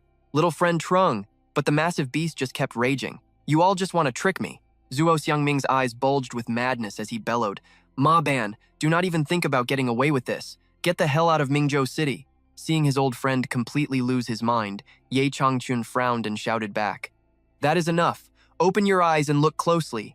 There is no Ma Ban here. This is your own granddaughter. She is your real family." Nearby, despite his heavy injuries, Zhang Ping forced himself to stand up and pleaded, "Senior, please snap out of it." Zhuo Xiangming finally seemed to calm down. That massive hand slowly reached out toward Luo Qingyu. He stared right at her, his voice trembling as he hesitated. "My granddaughter?" he asked. Yi Changchun stepped up, holding the glowing gem right in front of his face. He spoke in a soft, urging tone. "Swallow this right now. It will help you get all your memories back." Zhuo Xiangming reached out and grabbed the stone. "My family," he mumbled under his breath. Right at that moment, the system chimed in with a new notification. "Contract successful. Summoned beast Zhuo Xiangming acquired." Watching the old man swallow the gem, Zhang Ping didn't waste a single second. "I command you right now," he ordered. "Break out of this corrupted state." The thick layer of stone covering his body started cracking apart. Finally, Zhuo Xiangming morphed back into his regular human form. He reached his hand out into the empty air, stuttering as he tried to speak. Jiao, my little Jiao. His hand gently touched Luo Qingyu right in front of him. Seeing her like that broke his heart, and he choked back a sob. How did this happen? Who did this to you? He completely collapsed onto the dirt floor. Burying his face in his hands, he wept, completely blaming himself. I wasn't there to protect you. Grandpa is so sorry. Tears streaming down his face, Zuo Xiangming suddenly scowled. His voice dropped into a furious growl. Was it Ma Ban? Did he do this? Just then, a voice echoed from the bracelet on Zhang Ping's wrist. After you vanished, Ma Ban took over as captain of the investigation squad. What kind of bad blood is between you two? Hearing that, the old man totally lost it and roared. Bad blood? It goes way deeper than some simple grudge. That bastard belongs to the Chu family. How could anyone let him become the captain? Zuo Xiangming screamed in pure rage, slamming his fists into the ground over and over. Damn it all. He actually pulled it off. I lost the entire city of Mingzhou, and I couldn't even protect the person I care about most. Zhang Ping finally pieced the revenge plot together. He hung his head, drowning in silent guilt. He realized exactly why the investigation team hadn't moved a muscle, despite all the massive chaos tearing through the city. Let's jump right back into the madness. You and I both knew our guy anticipated trouble, but getting targeted by these specific enemies? That's wild. Since they failed to capture Tran Quan Din earlier, they definitely have some hidden trump card. Beside him, Ye Changchun looks completely lost and blurts out, Hey kid, what on earth are you two whispering about? I haven't understood a single thing you've said so far. Zhang Ping frowns. His face turns completely serious as he drops the heavy news. Seniors, I know you two just barely got your memories back, but I have to hit you with some absolutely terrible news right now. Mingzhou City is currently facing an imminent and completely deadly threat. Zhang Ping looks right at them and lays it all out. It goes like this. Because I took some massive damage during the rescue mission, I had to hide out in this forest just to heal up. He points to the tiny ant inside his shirt with a faint smile. If Senior Deep hadn't stepped in to help, this little guy and I would have definitely lost our lives here. Hearing this, Ye Changchun is stunned. So all of this really happened while we were out? Meanwhile, Zuo Xiangming crosses his arms and starts asking the real questions. Wait, did you just say that you heard Jiao Jiao's voice multiple times, and even saw an actual illusion of her right in front of you? Zhang Ping nods and gives him a completely honest answer. Yeah, sometimes it felt exactly like she was guiding me through the danger. He looks forward, hesitating for a second, but I know for a fact I saw her. Hearing that, the old man immediately fires back. Then there is absolutely no way that was just an illusion. Zhang Ping starts sweating, completely shocked, and yells, Wait, what? Zuo Xiangming sees the absolute confusion on the kid's face and calmly explains the truth. Jiao Jiao was a pure genius from birth, awakening her unique abilities super early. Her power basically works like astral projection, letting her soul leave her body. And the craziest part? She can literally step right into other people's dreams. He continues, I strongly suspect that right before she was murdered, her soul had already completely detached from her physical body. Now pay attention here, because this changes everything. The illusion you saw was her own power at work, which means Jiao Jiao might still be alive. Zuo Xiangming lowers his voice, making things super tense. But since her physical form was utterly destroyed, she's literally forced to stay in that soul state. Wandering for this long without a proper host, though? I'm really afraid that by now she might be. Zhang Ping's eyes go wide with pure shock. Luo Qingyu, is her soul actually fading away? He instantly pictures her face in his mind, asking himself a heartbreaking question. So when she said all of those harsh things earlier, did she just do it because she didn't want to drag me down? He clutches his forehead, a single tear falling as the painful realization finally hits him. You're so stupid. You secretly helped me out so much, and in the end, you just expected me to give up? But he quickly snaps out of it, his face hardening with pure resolve. Like hell, I'm ever going to give up on you. Once I settle everything here, I'm absolutely coming to find you. Snapping back to reality, he gives the two seniors a faint smile. So, what are your plans now, seniors? Ye Changchun just chuckles right out loud at the kid's question. We've already dedicated more than half of our entire lives to protecting Mingzhou City. Now that it's facing such a massive crisis, did you really think we would just stand by and watch? I'm sure, brother, Tu feels the exact same way. Beside him, Zuo Xiangming's eyes are locked in with fierce determination, secretly thinking to himself, plus, I really need to see Jiao Jiao again. An incredibly powerful, heavy aura suddenly explodes outward from both of them as they proudly and confidently declare, Then it's officially settled! We're joining forces with you to save Mingzhou City from destruction. Consider us your personal backup. Give the orders! The scene then cuts to 3 different figures sprinting at lightning speed through the dense forest. Through CC's comms device, a frantic voice rings out. Zhang Ping went completely off the grid right near your coordinates. What the hell happened over there? Liu Khan scans the entire area sharply and confidently says, "Looks like this is definitely the right spot." Lai Tian glances around the woods, visibly confused as he wonders aloud, with physical injuries that bad, where could that kid possibly even run to anyway? Right then, Cece spots fresh blood pooling on the dirt, her eyebrows twitching. She immediately follows the crimson trail forward. But suddenly, a cold sweat breaks out on her face as she freezes at the horrifying sight ahead. The other two carefully step up beside her. Lai Tian stammers, "What is this?" Spread out right in front of them is an absolute wasteland, the total aftermath of a monstrously brutal battle. He stares at the destruction and gasps, "What in the world went down here?" Liu Khan instantly recognizes the massive damage and speaks up. "These are the marching tracks of Black Mountain and Bei Er. Looks like Zhang Ping ran into serious trouble." Hearing that, Cece completely loses her cool, sprinting forward while screaming, "We have to go after them right now." Lai Tian panics and yells out from behind, "Wait, don't blink, because this is where it gets totally wild." Out of absolutely nowhere, a portal made of pure dark energy rips open, and a massive fist blasts straight out of it, aiming right for her head. Cece's reflexes kick in instantly. She throws up a solid ice shield to block the devastating impact while violently leaping back. Boom! That fist shatters her frozen defense like glass, sending her flying straight backward. Luckily, Liu Khan and Lai Tian are right there to catch her before she hits the dirt. As the dust settles, a creepy group of figures steps forward through the heavy fog. One of the creepy figures finally speaks up. "Lai Tian, it's been a long time, how have you been?"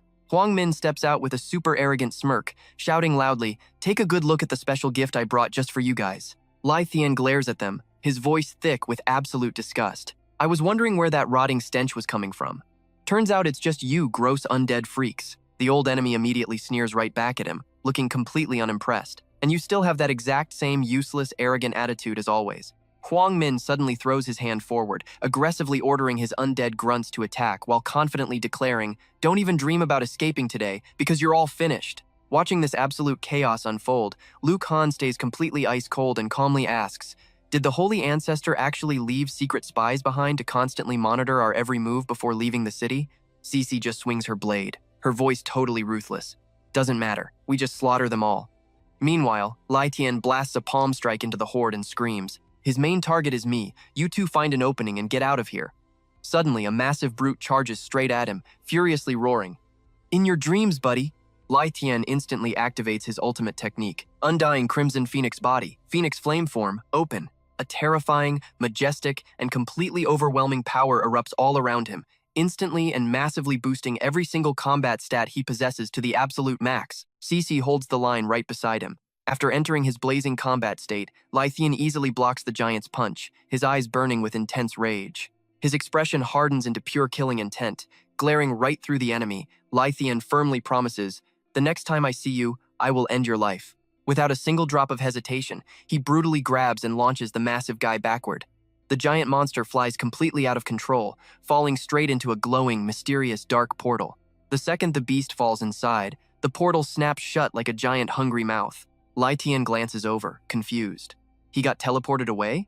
But at that exact same second, right behind his back, another portal rips open, spitting out the very same monster. Sensing the blind spot danger, he instantly whips around just as the massive brute throws a devastating punch. But instead of aiming at Lai Tian directly, the freak literally shoves its entire arm into a completely separate portal floating in midair. Boom! The fist teleports right behind Lai Tian, slamming directly into his spine, leaving him completely wide-eyed in shock. Seeing this from afar, Cece screams out her technique, "Phoenix Crown Palm!" "So what do you and I make of this insane teleporting magic?" Standing there trying to block the bizarre strikes, Lai Tian mutters, "This is incredibly annoying." He just grits his teeth through the pain, glancing over while thinking to himself, "This punch is hard as dark iron and can actually pierce through space. There is absolutely no way this is the power of just one person. Stick with me here, because this gets totally crazy." Lai Tian looks back at the two women in complete confusion. They haven't moved a single inch this whole time. Are they the ones secretly controlling the teleportation portals behind the scenes? Then he fiercely unleashes his signature move, Dragon Dance Martial Art, Ultimate Bone Strike. The monster takes the devastating blow head-on and is instantly sent flying high up into the air. The brunette girl from Huang Min's side looks at the approaching flames, totally confused. Suddenly, Lai Tian bursts right out from inside the fire, completely hyping himself up as he roars, "Take this!" Seeing this insane scene unfold, the two of them are left absolutely stunned. But she quickly reacts, thrusting her hand forward to immediately summon a portal in thin air. Seeing this happen, Lai Tian smiles and thinks to himself, I knew it. My guess was right. Then, the brunette whips around to glare at Huang Min, screaming out, what the heck are you doing? He is literally right in our faces. But Huang Min just stands there totally calm, telling her, do not panic, just take a closer look at him. The old man stares at Lai Tian fighting the monster and starts explaining, ever since our last battle, I have been secretly tracking him from afar using a life talisman. Huang Min continues breaking it down. The second there is no sunlight, his overall body temperature will only continue to drop lower and lower. And then he confidently doubles down on his wild theory, meaning he can never enter that legendary white power state ever again. Right on cue, the system alerts that all of Lai Tian's stats have completely dropped. Huang Min smirks with absolute pride, saying, this is exactly why I waited until dead of night to make my move after he finally left the city. Meanwhile, our guy is still completely fired up, throwing down with the beast right in front of him. His voice just echoes through the dark forest, be a good boy and surrender. Suddenly, a massive blazing fire tornado erupts in the dead of the silent night. Zhang Ping watches from a distance, muttering to himself, that is Master Feng over there. Cutting back to the trio, Cici swings her blade and yells out, I am almost done on my end. Lu Kan chimes in right beside her, same over here. But right after the monster gets taken down, it starts giving off this absolutely foul, gut-wrenching smell. She smells it, immediately covers her nose, and frowns while shouting an order, it is corpse poison again. Lu Kan, hold your breath right now. Over on his side, Lai Tian is still fighting a one-man war against enemies who can literally teleport. Huang Min swings his arm from the back, smirking like a total villain as he declares, just be a good boy and become my living corpse. Hearing that nonsense, he instantly shows pure disgust, yelling, keep dreaming, you fool, and with one brutal swing, he sends the old man flying away. Surrounded by blazing hot flames, Lai Tian loudly challenges him, you really think the exact same trick is going to hit me twice? After getting knocked back, Huang Min just smirks with total disrespect. Honestly, I never expected you to fall for it that easily anyway. Now pay close attention, because here is where the trap springs. The old man smirks and tells him, your friends probably won't be as lucky as you. Hearing this, Lai Tian instantly looks at Cici and screams out a desperate warning, careful behind you! Out of absolutely nowhere, a monster suddenly pops out and lands a massive blow right on her back, making her cry out in pure shock. Ah! But then the beast completely vanishes again. Seeing this, Lu Kan panics, spinning around to ask Captain, are you okay? With blood dripping from her mouth, Cici turns and glares, sternly warning him, I am fine, just watch your own back right now. He swings his arm and immediately unleashes his ultimate technique, sword skill, first slash stance. In a flash, two massive blades magically materialize right up in the air. One of the enemies sees this, throws a punch that shatters the sword, and mocks him all flash and no substance. Seeing things go south over there, Lai Tian quickly dashes over while thinking to himself in a pure panic, I need to get over there and bail them out right now. Standing behind him, Huang Min points a finger and arrogantly yells out a mocking question. You are in deep trouble, yet you still have time to worry about others? Following the order, all those monsters lunge straight at him. Lai Tian fiercely swings his fists, throwing strikes while angrily roaring out, you absolute piece of trash. Meanwhile, the old guy simply raises his palm, flashing a wicked smirk as he boldly declares it is finally time to pull in the net. Suddenly, the massive image of Ye Changchun appears right behind him in the form of a giant ancient tree, leaving Huang Min completely shocked. Then, he lands with such insane force that the ground literally cracks open. Seeing this wild scene, Huang Min quickly jumps back in panic, screaming, what in the world is that thing? At the exact same time, Lai Tian circles behind the two of them, anxiously asking, are you guys okay?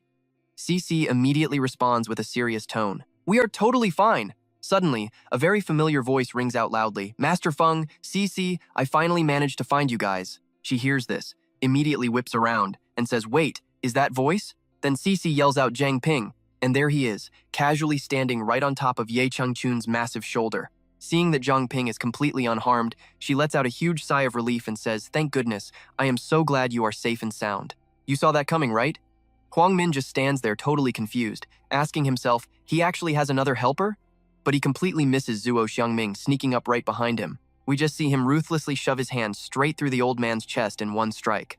Huang Min turns his head back, narrowing his eyes as he mutters in a deep voice, since when? Right then, an image flashes of the monster swinging a brutal punch straight towards Zuo Xiangming. Seeing this, Lai Tian screams out a frantic warning. Watch out, that guy actually has an immortal body. And right on cue, Zuo Xiangming unleashes his technique, super camouflage, gas transformation. Instantly, he completely vanishes, leaving that monster to punch absolutely nothing but thin air. Zuo Xiangming turns into a cloud of smoke and floats away. casually commenting, "Man, this guy really is tough to deal with." He then shifts back into his human form.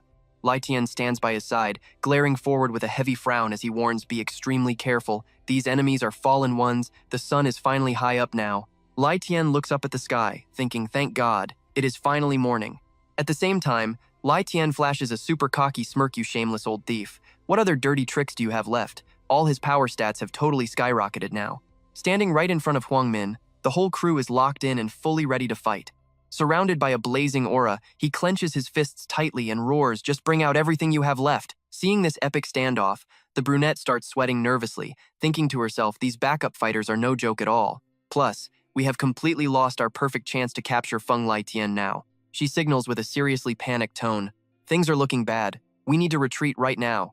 But Huang Min is way too stubborn and straight up refuses, "Absolutely not."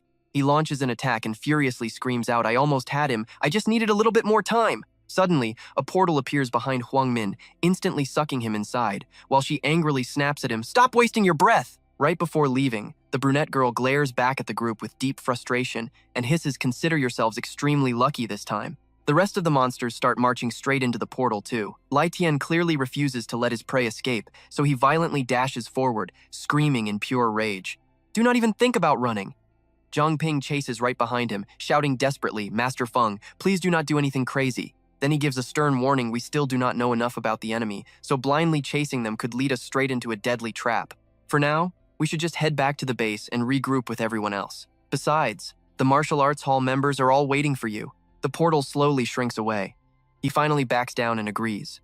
Cece then leads the group toward a massive ancient tree and speaks up, "And that is where we leave it, trust me. You are going to want to see what happens next." Finally arriving, Zhang Ping looks around totally confused. This place looks nothing like before. Touching a tree, she channels her power and starts explaining, "Stick with me here. They completely overhauled this place into a massive base. It used to barely hold anyone, but now, way more space, plus it right by the trial hall for super easy access." Suddenly, a massive energy circle lights up right under the four of them. In a flash, they get teleported to a completely different location. Cece looks back with a smirk. "Welcome to Secret Base 08, sitting a solid 1,800 meters completely underground.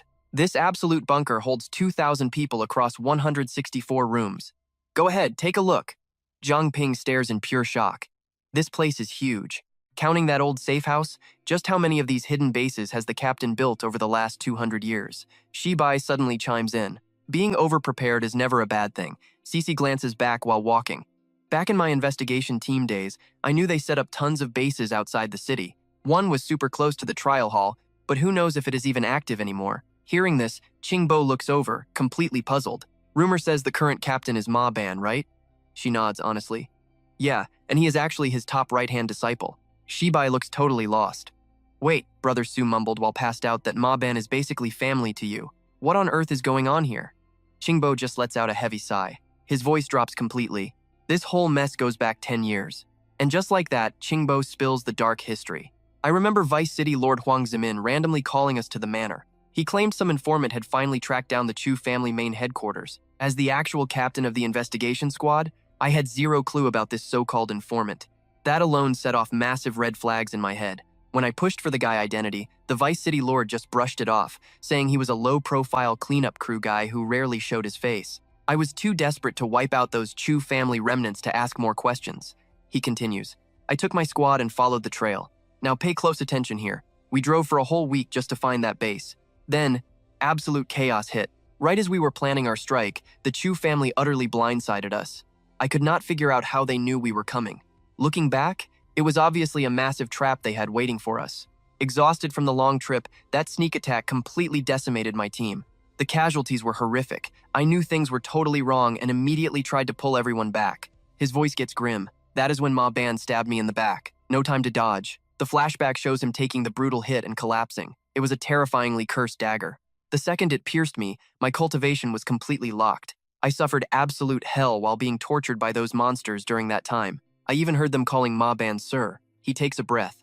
"Luckily, that cursed dagger lock was not actually permanent. Realizing that, I faked my own death and let them dump me into the river. Thanks to my water stealth skills, I blended right into the current and made my great escape. But the injuries were just too brutal. I blacked out, sleeping in total darkness for who knows how long. Those traumatic memories just slowly faded away over time.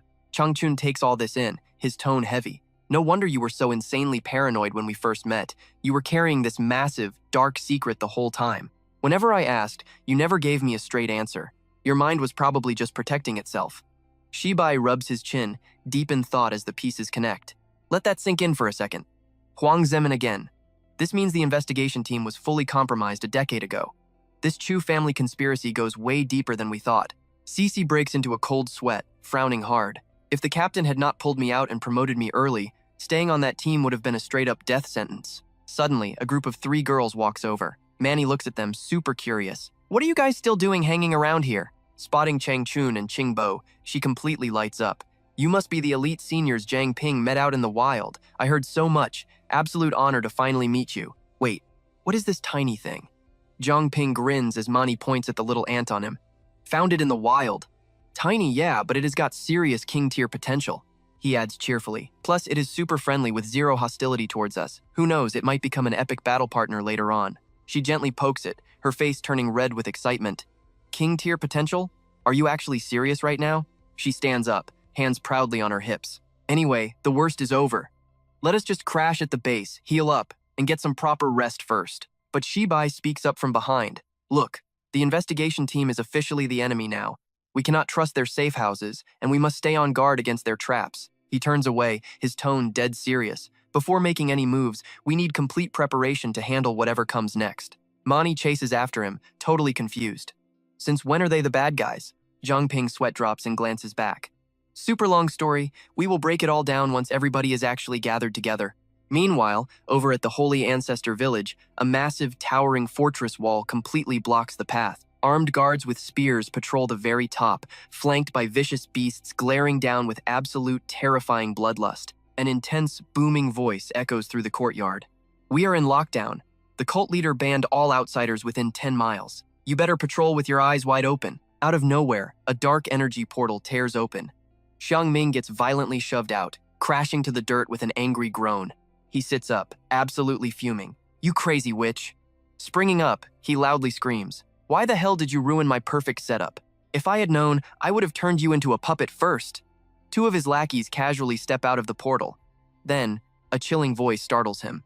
Someone is throwing a major tantrum here. Li Axue steps out with a dangerous smile. Old man, you need to seriously cool down. Seeing her approach, the lackeys immediately drop to their knees.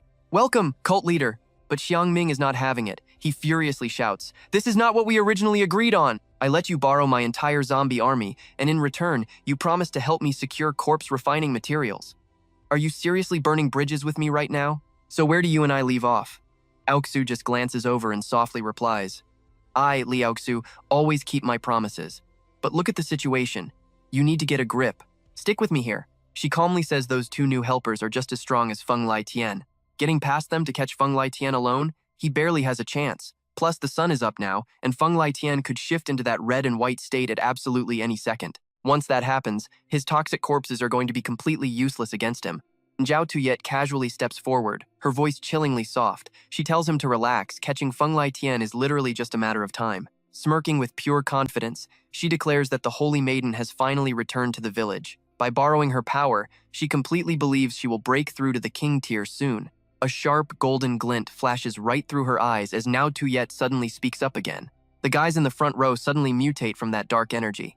She casually suggests he could use these high-level awakened fighters to refine his corpses. Huang Min watches this, completely stunned.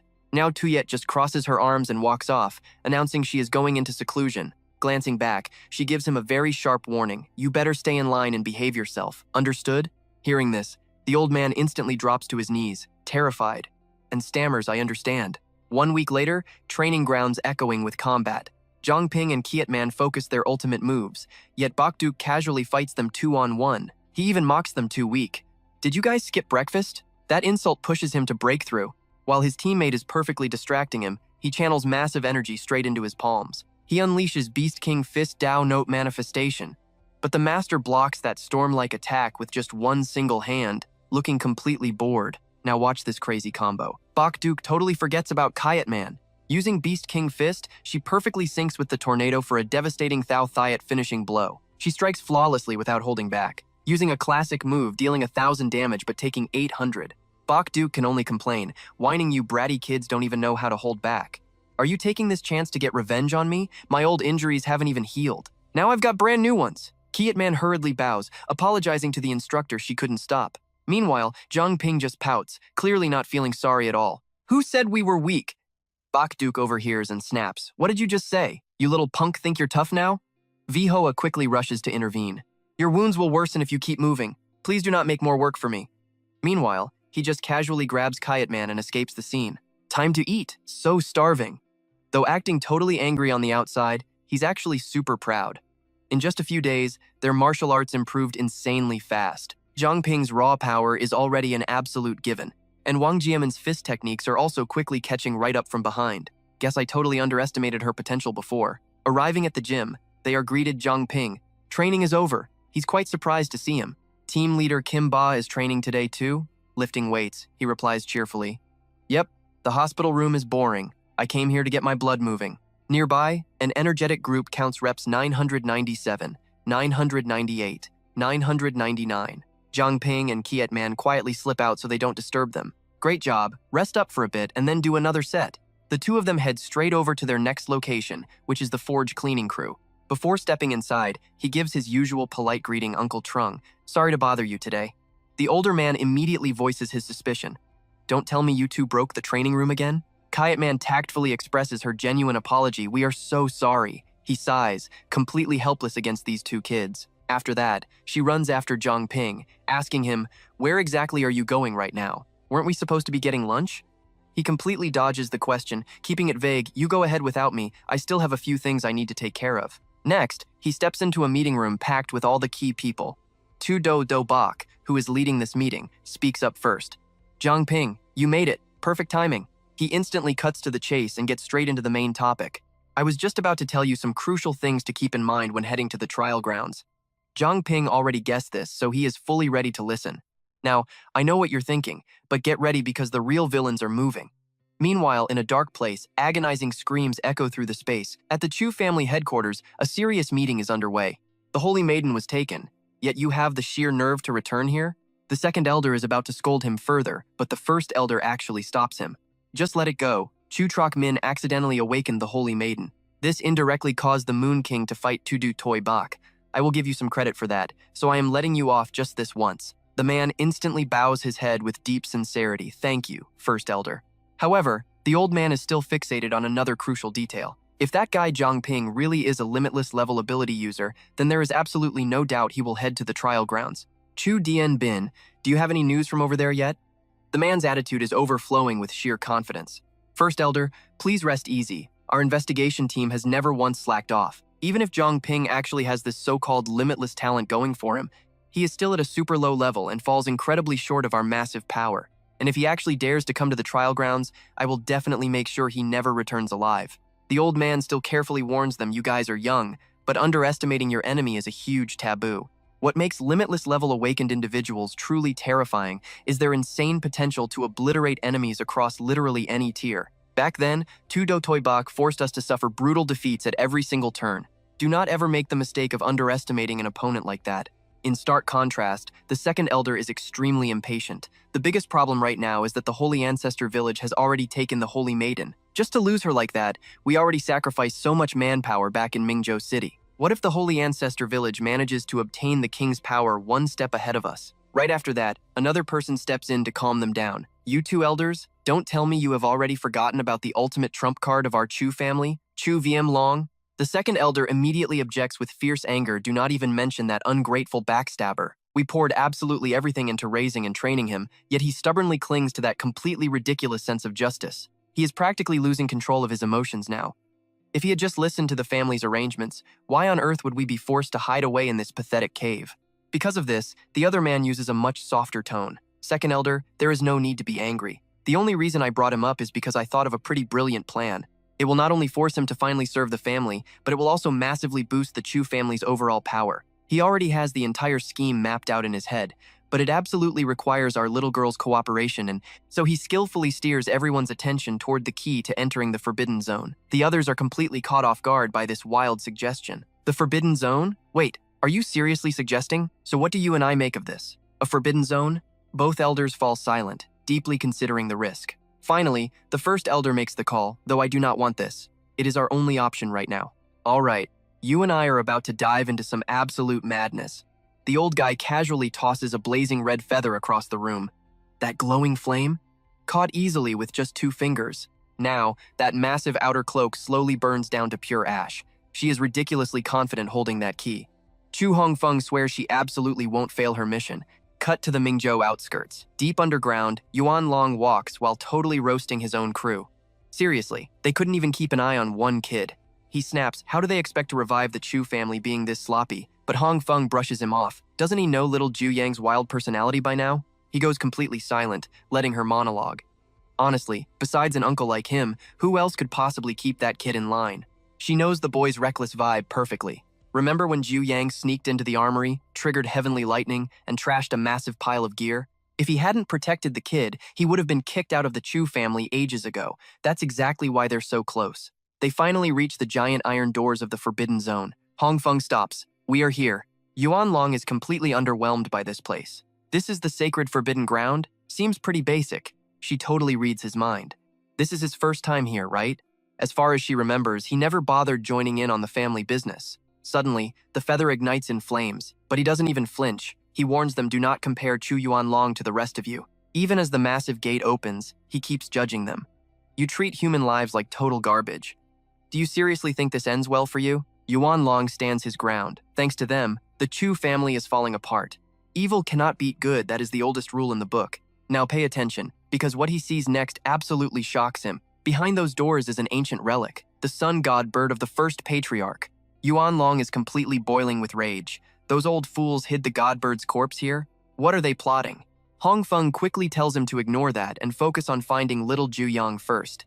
She shouts into the dark Ju Yang, stop hiding and come out! Uncle Yuan Long is visiting! Right at that moment, he spots an object on the floor. She instantly knows what it is. It belongs to Chu Ju Yang. Where on earth did that brat run off to? Yuan Long finally snaps and calls her out. Stop faking it. I felt it instantly he isn't here. He drops to absolute silence, giving Hongfeng one last chance to confess. Tell me, what's your real scheme? She calmly claps her hands in praise. Truly worthy of being the Chu family's top awakener. Fine, she drops the act. Since you asked, I want you. She blatantly reveals her ultimate insane ambition. To become the god bird. He's totally confused and wary. Become the bird? What kind of absolute nonsense is she spouting right now? It is literally just a skeleton. Are they seriously ditching their beast taming faith to control wild monsters instead? Hongfeng slowly breaks it down. Sure, the Chu family uses different taming methods, but the core principles never change. Then she drops the crazy details. After years of hardcore research, she finally figured out how to transfer the god bird's power into another living body. But here is the catch. Nobody in the family can handle this divine energy except him. He already possesses the skill to summon spirit beasts into his body. Plus, his raw strength makes him the ultimate vessel for this power. Yuan Long acts like he is taking the bait. Sounds tempting, but what's the price? While she's feeling smug, he hits her with pure psychological damage. Like sacrificing my life? You and I both saw her reaction that totally hit a nerve, confirming his theory. Suddenly, a squad of assassins surrounds them. Let me guess. Your backup? But honestly, this just fires up Yuan Long's battle spirit. Beast possession mode. Lightning White Ape King. Bring your whole army. The second he speaks, all hell breaks loose. Even fighting a massive group alone, Yuan Long never breaks a sweat. He even steals their own weapons. He gives them a brutal taste of their own medicine, but suddenly, a weird shift in their movement catches his eye. Boom chains completely lock his body down. He instantly recognizes the gear. Bone Eater chains. While 2 guys restrain him, the rest of the squad perfectly lines up for a deadly strike. The enemy charges with zero hesitation, but he stands firm like a mountain. No panic at all. An iron cleaver, bone chains, demon seal blades, you really went all out. To him, all of this chaotic fighting was just a warm-up to test the waters before his real counterattack. Facing Hongfeng's death glare, he actually looks bored. Is that all you got? Right then, a spine-chilling, creepy laugh echoes out. A creeping sickness spreads through him, and Yuan Long realizes the truth. This is Ju Yang's puppet jutsu. He drops to his knees, clutching his weirdly mutating chest. Hongfeng seizes the perfect moment to command her goons. Do it right now, start the ritual. He cannot accept this nightmare ending. Why? The betrayal stings worse than the pain. All that bitter rage erupts into raw, explosive power as he screams Chu Ju Yang. That massive energy wave violently shakes the entire surrounding space. Topside, Zhang Ping instantly goes on high alert.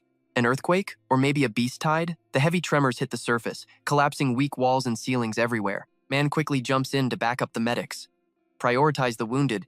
Nobody panic right now. On the outside, she's calmly directing traffic, but inside, pure anxiety. A regular quake shouldn't rock the base like this. What is actually going on down there? Just then, Jinbo reports back. Check the perimeter, looks like nobody is missing. He quickly signals Zhang Ping, let's roll out, but right on cue, Quibo interrupts. Hold up, where are the Zhao brothers? They know deep secrets about Qingzhou village. They are still valuable. After a quick mental debate, he puts the mission first. Captain is right, I will go. But before he finishes, he steps up. Let me go. A totally calculated choice. The enemy is no joke, so facing them head-on is incredibly risky. Jinbo lacks survival hacks, but our guy has the pure water body. Trust me, you're going to love what happens next. Alright, stick with me here. Cece still wants to protest, but Zhang Ping knows the stakes and immediately reassures her not to worry. He promises, I will be extremely careful. If things go south, I can always use my pure water body to escape, but she totally rejects this risky plan. Those brothers are high-level awakened fighters, and it is just too dangerous. Even if that pure water body can protect you, what if they decide to go all out and drag you down with them? Have you even thought about the consequences? This place is 1,800 meters above the ground. If the teleportation gate vanishes, you will be completely trapped. Suddenly, Thuong Xuan comes up with a brilliant idea. Here is a plan. I will go with Brother 2. I guarantee we will make those two spill the truth. Besides, we have already formed a pact with Zhang Ping. If anything actually goes wrong, he can just easily recall the contract gem back to his inventory without breaking a single sweat. CC can only sigh heavily and accept the harsh reality. Looks like this is their only option right now. Once the decision is made, Zuo Xiangming jumps into action. They cannot delay this any longer. Let us move out, quickly. Before leaving, he specifically tells them, Cece, you guys head out first. I will catch up with you in no time. Kimba is still deep in thought. Does Captain Tu Do have some hidden motive for rescuing the Triu brothers? Meanwhile, she quietly reminds him under her breath, we need to be extra careful from now on. Over at the Chu family estate, Ku Duang is absolutely delighted while reading a book. Every single page shows the surveillance footage he desperately wants to see. No wonder Chu Vianlong never comes to play. Turns out that guy is having a ton of fun out there all by himself. Honestly, I am just so jealous of him right now. Watch closely here, because this kid is totally twisted. Hiding behind that innocent face is pure evil. But if he never comes home, what can we do? Ku Duang even turns and asks his parents, am I right, Mom, Dad? But he already knows the answer perfectly well, because both of them are completely controlled in the palm of his hand. After all, our Chu family is the absolute best family out there. Ku Duang gets even more hyped watching Vianlong completely submit. At the exact same time inside the Forbidden Zone, Vianlong is having his body and mind ruthlessly tortured by those intense, raging flames. Hongfuang calmly crushes his stubborn resistance. Stop making a mess. The ritual is already complete. No matter how insanely strong you used to be, you are nothing but a mere mortal now. She genuinely thinks this is a massive, life-changing opportunity for him. Becoming a part of the Divine Bird right now? What could possibly be wrong with that? A subordinate suddenly questions this crazy plan. If you could resurrect the Divine Bird this way, why did we even bother teaming up with the Heavenly Frost Fox before? And we wasted so much effort kidnapping the Holy Maiden back to the Holy Ancestor Village. Hongfuang just drops a brutal, razor-sharp insult. You absolute idiot. She had carefully calculated every single step ages ago. Teaming up with the Heavenly Frost Fox was necessary because only the Moon King could hold off Tudotoi Bak. Every move has a reason. According to the elders, Tudotoi Bak and the Chu family have been at war for over a century, throwing tens of thousands of abilities at each other. Even though he never officially broke through to the king tier, his raw power is completely enough to fight against one. Thanks to years of clashing, we finally found a few of his weaknesses, but laying the groundwork was never an easy task. In the early days, our Chu family lacked mental control experts, and he had zero clue about this. His resistance to mental attacks is actually incredibly weak. Because of that huge flaw, we spared absolutely no expense whatsoever to exploit it. And finally, we tracked down the dangerously endangered Heavenly Frostfox species. Hongfuang completely mastered these details and secured cooperation with the Moon King. That is exactly how they managed to heavily injure Tudo Dobak. If the situation had not forced my hand, I would never have chosen this method to resurrect the Divine Bird. Her subordinate remains confused. Why would you say that? When it comes to her goals, she has endless patience to make it perfect. This single drop of blood is the absolute result of my tireless 40-year grind. Because of it, I never once used beast taming arts, and I had to endure endless humiliation and freezing cold stares during all that painful time. You and I know villains always suffer unseen hardships, right? And despite paying such a massive price, the control power of this blood still cannot even compare to the Holy Maiden's blood. Now that the Holy Maiden has returned to the Holy Ancestor Village, Zhang Ping from the cleanup crew can enter the trial zone, gaining power equivalent to a king. Hong Fuang is completely forced to grab this current opportunity. If even one of them steps into the king tier first, our Chu family will definitely face the total danger of being overthrown. At this crucial point in time, she literally has no other options left. Even if my blood pact cannot perfectly control the divine bird, right now we just have to risk it all and gamble. Suddenly, inside the dense forest, shimmering lights flash wildly. The glorious divine bird shatters the earth, violently charging out of the deep darkness that imprisoned it. The moment it returns to nature, those blazing wings spread completely free, shining brightly like they are coated in a glorious layer of pure gold. Over at the 8th cleanup squad above the electric base, Man Ni completely misunderstands this sudden flash of light. Why is the sun so incredibly blinding today? But Lai Tian instantly spots the deadly anomaly. No, wait, that is. He is absolutely stunned by the sudden appearance of the divine bird. That is a mutated beast. Could it be the one causing this massive earthquake? Luke Han suddenly comes up with a wild theory. Unless that thing is actually... Man Ni accidentally shares his exact same thought. The sunbird of the Chu family. Hong Fuang can no longer hold back her pure excitement. Success! I finally succeeded! Now that the divine bird is completely resurrected and Tudu Toi Bak is controlled by the Moon King, there are 0 threats left. She extremely arrogantly declares with total madness and pride.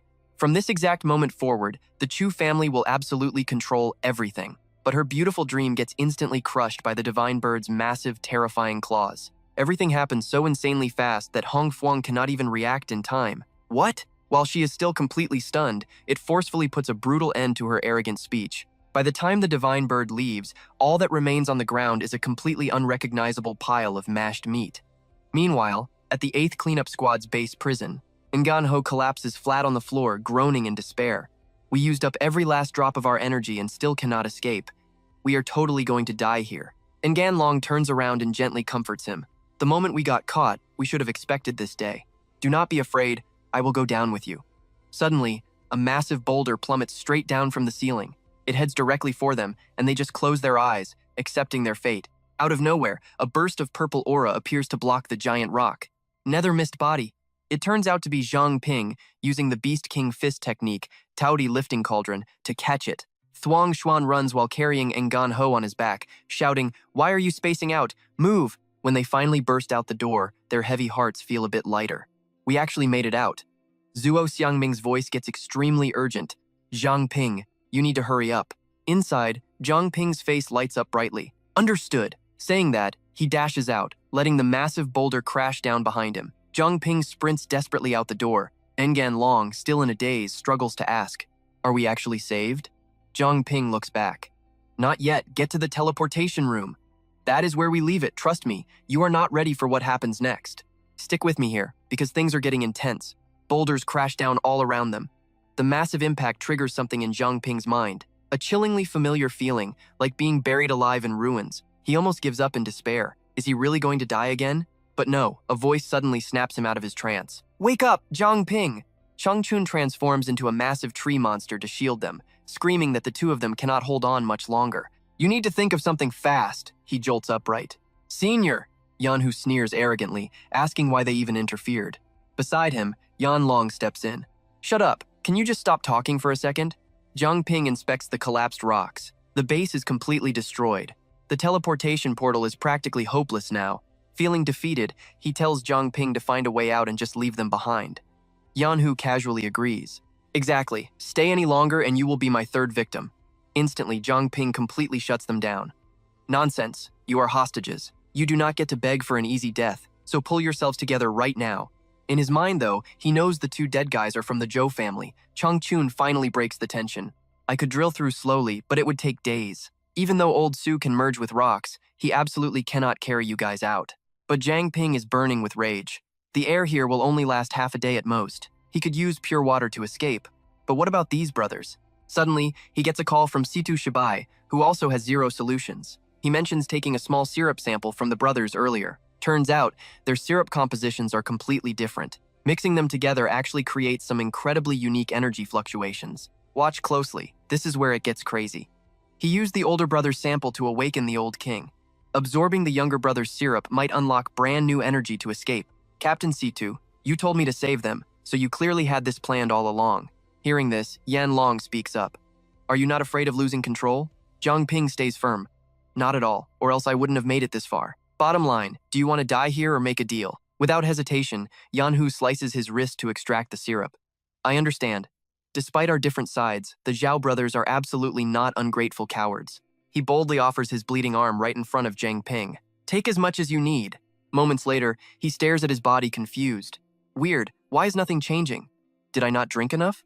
Suddenly, Zhang Ping coughs up syrup. Changchun screams in panic. Zhang Ping, Qingba is totally clueless. He just drank some syrup. Why is he reacting like this?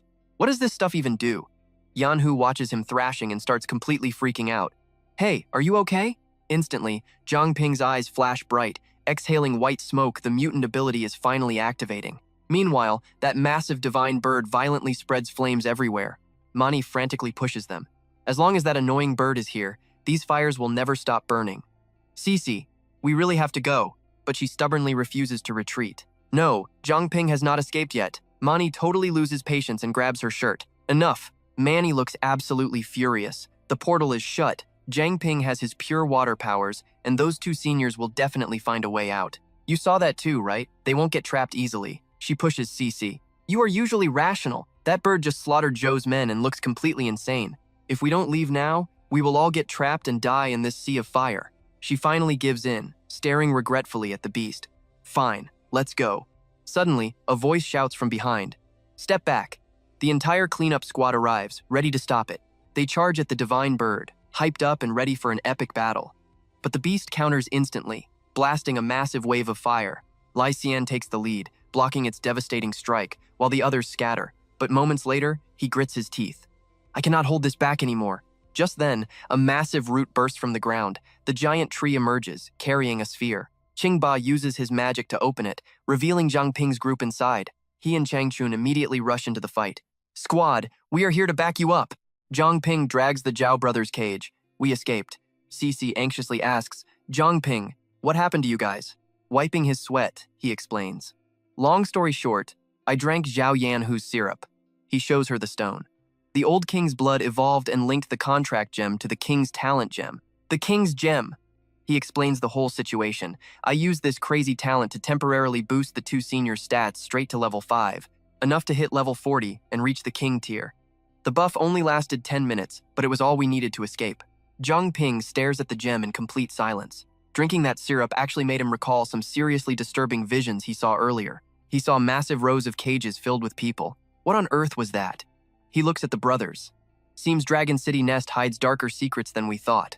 Suddenly, Changchun stumbles back, scorched by brutal flames. Senior Ye! Zhang Ping squints, panic setting in. The divine bird unloads a massive barrage of fireballs, taking down the other two. Qingba crashes to the ground, screaming in agony. He hits his limit. My turtle shell is cracking. Lai Xian is totally drained too. It is over. My power might be fire too, but those flames carry the literal power of the sun.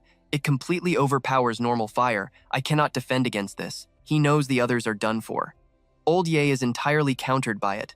Only Old Su can barely hold his ground. Hearing this, Manny gets a brilliant idea. Counter? I got it! She yells out to the squad.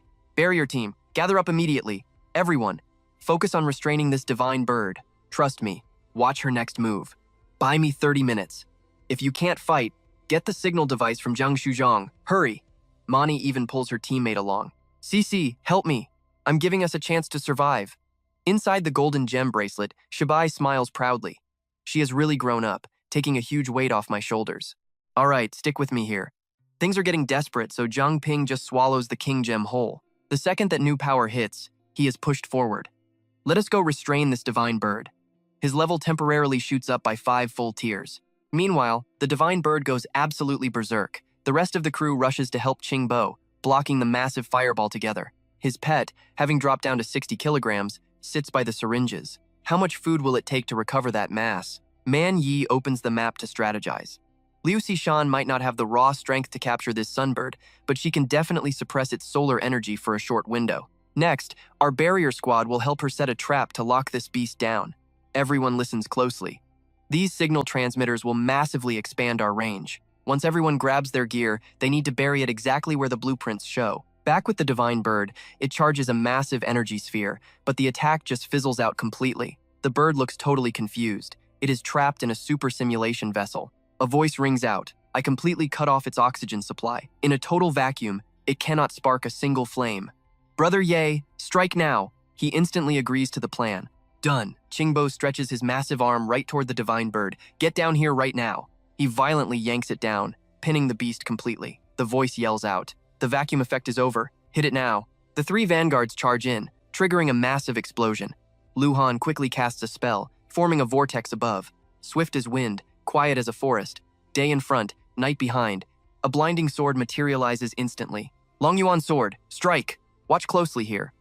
Zhang Ping gathers immense energy in his hands. Fusing with the Chu brothers' bloodline just instantly rocketed him straight to level 19. Adding the King Gem and the Dark Fog, his attack power is basically maxed out. Another sword drops in. Luhan, I have got your back. He points forward. Go now. The blade shoots toward the divine bird. Taking the hit, it screeches madly. That intense power completely swallows the beast, leaving absolutely nothing but a single feather behind. Lai Xian looks suspicious. Is it actually over? Zhang Ping only dares to hope. That fight was so chaotic he never got a chance to appraise the bird properly. Hopefully, everything turns out fine. They stare into the thick smoke. Did we really defeat the king? Shockingly, the feather floats up like it is alive. Shibai speaks grimly. No, it is not over. He breaks down exactly what is happening. After the very first Chu family head died, the sunbird completely vanished from the world. Legends say it turned into a spirit, guarding its master's tomb for ages, absolutely refusing to ever leave their side. I know what you are thinking. We all thought it was dead for years, but its return just confirmed another ancient legend. Exactly as Shibai said, the beast revives. The sunbird is an immortal spirit. Its power surges as it attacks relentlessly. The white-haired elder charges in, unleashing his technique. Super simulation, gasification, total vacuum. Qingbo also swings his massive arm, but it barely tickles the beast, and his entire arm just shatters on impact. He quickly pulls back his burning arm. The flames are clearly out, so why is it still this hot? The water evaporates instantly. Next, Zhang Ping in dragon form slams into its chest, pinning its wings with his claws. I got it, attack now. Everyone rushes in with a coordinated strike, using fists and blades, but their weapons instantly snap clean in half. Lai Xian gets violently blasted away. This heat is somehow worse than my sun flame. Qingbo figures it out. Its actual body is radiating terrifying heat. Not only that, Zhang Ping realizes the terrible truth. It does not just blast fire, it can actually control the surrounding temperature. The bird charges a huge fireball, blasting it straight toward Baide. Luckily, Lai Xian dives in. Look out! Completely shocked, he screams out, Vice Director! Down below, Qingbo quickly reaches out, catching the falling Lai Xian and gently lowering him. The white-haired elder standing on Qingbo looks incredibly worried. It seems our amplification buff has completely worn off. Baide and the crew land, rushing to Lai Xian. Director. Coughing up blood, he groans. Almost lost my life. Seeing them, Zhang Ping feels totally guilty. Even the vice director got hurt. Internally, he struggles with his own power. Level 9 supplement effect failed. Level 10 supplement effect failed. The gem from before was leveled up twice, so why do I feel absolutely nothing after eating it? Are they just out of options? Suddenly, a voice echoes. Zhang Ping, do you copy? He recognizes CC. She reports urgently. The trap is set. Lure the bird over here now. Zhang Ping agrees. Understood. Zhang Ping flies off, drawing the beast's attacks. Soon he yells out, Senior Ye, hurry up! But the bird phases right through him. Senior Ye! Man Yi's formation is finally ready. Now is the time. 4 of them unleash the Glacier Storm attack directly at the beast. Caught inside a massive vortex, the divine bird's entire body is slowly consumed by freezing ice. Even its screaming beak gets frozen solid. The beast is totally restrained. Man Yi grabs everyone, yelling frantically, This trap will not hold long. Run while you can! Zhang Ping hesitates. But wait, what about Senior Ye? Luckily, Chang Chun steps out from the bushes. Do not worry, I am completely unhurt. Zhang Ping suddenly gets an idea. We need to move fast, so why do not you 2 seniors rest inside the gem first? The white-haired elder speaks weakly. We really are quite exhausted, so that works perfectly. They both phase straight into the contract gem's pocket space. The base is completely destroyed, so where can they even hide? Trust me, you and I definitely want to see what happens next. Stick with me, things are about to get wild. There is no place to hide, and that sunbird is breaking out any second. Like she said, this place is completely ruined. Suddenly, Shibai chimes in, saying their only real option is heading toward the training area. There is a backup shelter nearby meant for non-combatants. He tells everyone to move, and they instantly bolt without asking questions. Meanwhile, the ice holding the sunbird starts cracking. Man-Ni watches, looking super anxious. Zhang Ping notices and asks what is wrong. She is absolutely shocked. It has only been half an hour, but the trap is already failing. Looking around frantically, she knows they need cover fast. Right then, an idea hits him. He pulls out the mist lamp, explaining that it can actually hide their auras within a certain range. He tells everyone to stick close and follow his lead. They safely make it to a cave entrance, and Bai Day finally relaxes, glad to escape that damn bird. Lu Han scans the area, telling them to rest and save energy. Zhang Ping looks exhausted, making Cici worried enough to check on him. Wiping his sweat, he assures her he is fine. Using that much mist energy just drained him a bit, but a quick breather will fix it. Lu Han is still stressing though. He asks if heading deep into the ancient ruins will just end up attracting that crazy sunbird. He totally agrees. They absolutely cannot let that monster destroy the last remaining ruins of ancient human civilization. But Shibai steps in to calm them down. He reveals the training ground has mystical properties that completely block detection, keeping them hidden from the bird. But there is a catch. That exact spot is also the investigation team's main operating base. And according to Su Qingba, some unknown forces infiltrated that team a long time ago. Now pay attention, this is where it gets crazy. Besides worrying about a potential ambush, they also have to watch out for the mountain ancestor, a terrifying king-tier mutant beast. Shibai admits he only heard rumors from old friends and never expected it here. Then, he actually suggests a crazy way to survive. He confirms the terrifying aura of the mountain ancestor is lingering just outside the training zone. To get inside, they have to sneak right behind it. He tells them to grab some bindweed flowers, because apparently, this massive beast absolutely hates the smell. Zhang Ping is super skeptical. A king-tier mutant beast is scared of some flowers? He wonders if the bindweed in this world is somehow totally different. He turns to Lai Xian, asking him to guard the area while he looks for food and those flowers. The older man hesitates, clearly unsure about this. Pointing at Zhang Ping, Lai Xian insists he rests after burning so much energy. He offers to go with Bai Day instead, and the instructor quickly agrees. But our main character stays totally calm, pointing out that it is completely pitch black outside. He tells them not to argue. His skills are literally built for night operations, so he should go. Cici steps up, grabbing his hand to join him. Thinking about it, bringing Cici makes sense. She knows the wilderness way better than him anyway.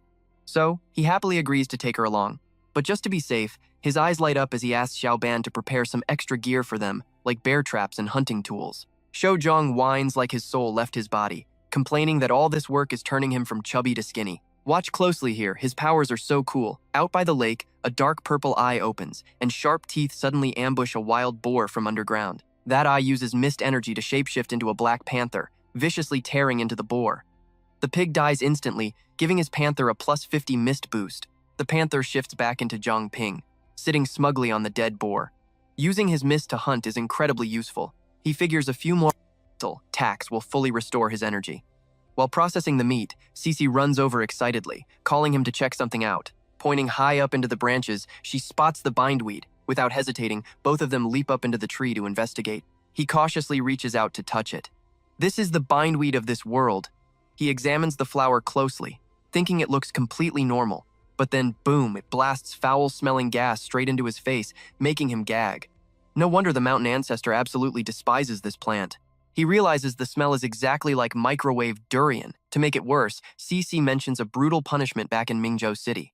They actually lock people inside a bindweed-filled room for a whole day. He looks totally dumbfounded. Isn't that basically just marinating a human being? As they chat, glowing seeds start floating gently through the air around them. He reaches out to catch one, totally mesmerized by the beauty. Cici explains these are seeds of the mystic grass. When the season changes, they ride the wind to find new places to bloom and grow. Tucking her hair behind her ear, she softly wishes for a peaceful life, far away from all the endless fighting and conflict. Too bad perfect endings are rare. The bindweed releases its stench, then fades, while the beautiful mystic grass just floats around, never really finding a true home. Lost in thought, he calls her name and holds up a glass bottle. He tells her endings are not fixed, just like this sealed jar. She watches in awe as he explains that it blocks out the stink while giving the mystic grass a safe, quiet environment. She blushes and says, "Let's go." But you and I know peace never lasts high above. That sunbird is furiously screeching, still hunting for them. It attacks innocent forest animals. Back at their hidden cave, night falls, with just a flickering warm light inside. Everyone is gathered around the roasted boar, stuck in a brutal survival situation, yet eating amazing barbecue. Talk about an unexpected luxury. Shou Zhang, with his mouth totally stuffed with meat, keeps begging Zhang Ping to roast more, complaining he will literally waste away to nothing if he doesn't eat. Let's jump right back into it. Baide pokes his chubby belly, joking around. Oh yeah, you're so skinny now. What do you think, Zhang Ping? Ping instantly hands him a massive plate of meat. Here, take this. I'll probably be relying on your abilities for the next few days anyway. Chu Zhang immediately shoves him aside. Well, don't mind if I do. He eagerly goes for a bite but burns his mouth. Baide grabs his shoulder, laughing. You just stuffed freshly roasted meat in your face, of course it's hot. Yan Hu watches this, feeling totally heartbroken. If only our village had this kind of warm vibe. Yan Long's mood isn't much better. Snap out of it. We were just tools back in our village. Nobody cared if we lived or died, so why would they ever treat us like actual human beings? Suddenly, Zhang Ping walks over and hands them a plate of meat. This is for you two. Seeing them freeze, he says, Why are you just standing there? Eat! They happily take it. Thanks! Suddenly, a massive tremor shakes the ground. What's happening? Cece rushes to the cave entrance. Look, it's over there! Massive explosions keep hitting in the distance. A massive stampede of beasts charges right at them. Zhang Ping looks worried. Did a mountain fire trigger a beast tide? Then, the real culprits appear.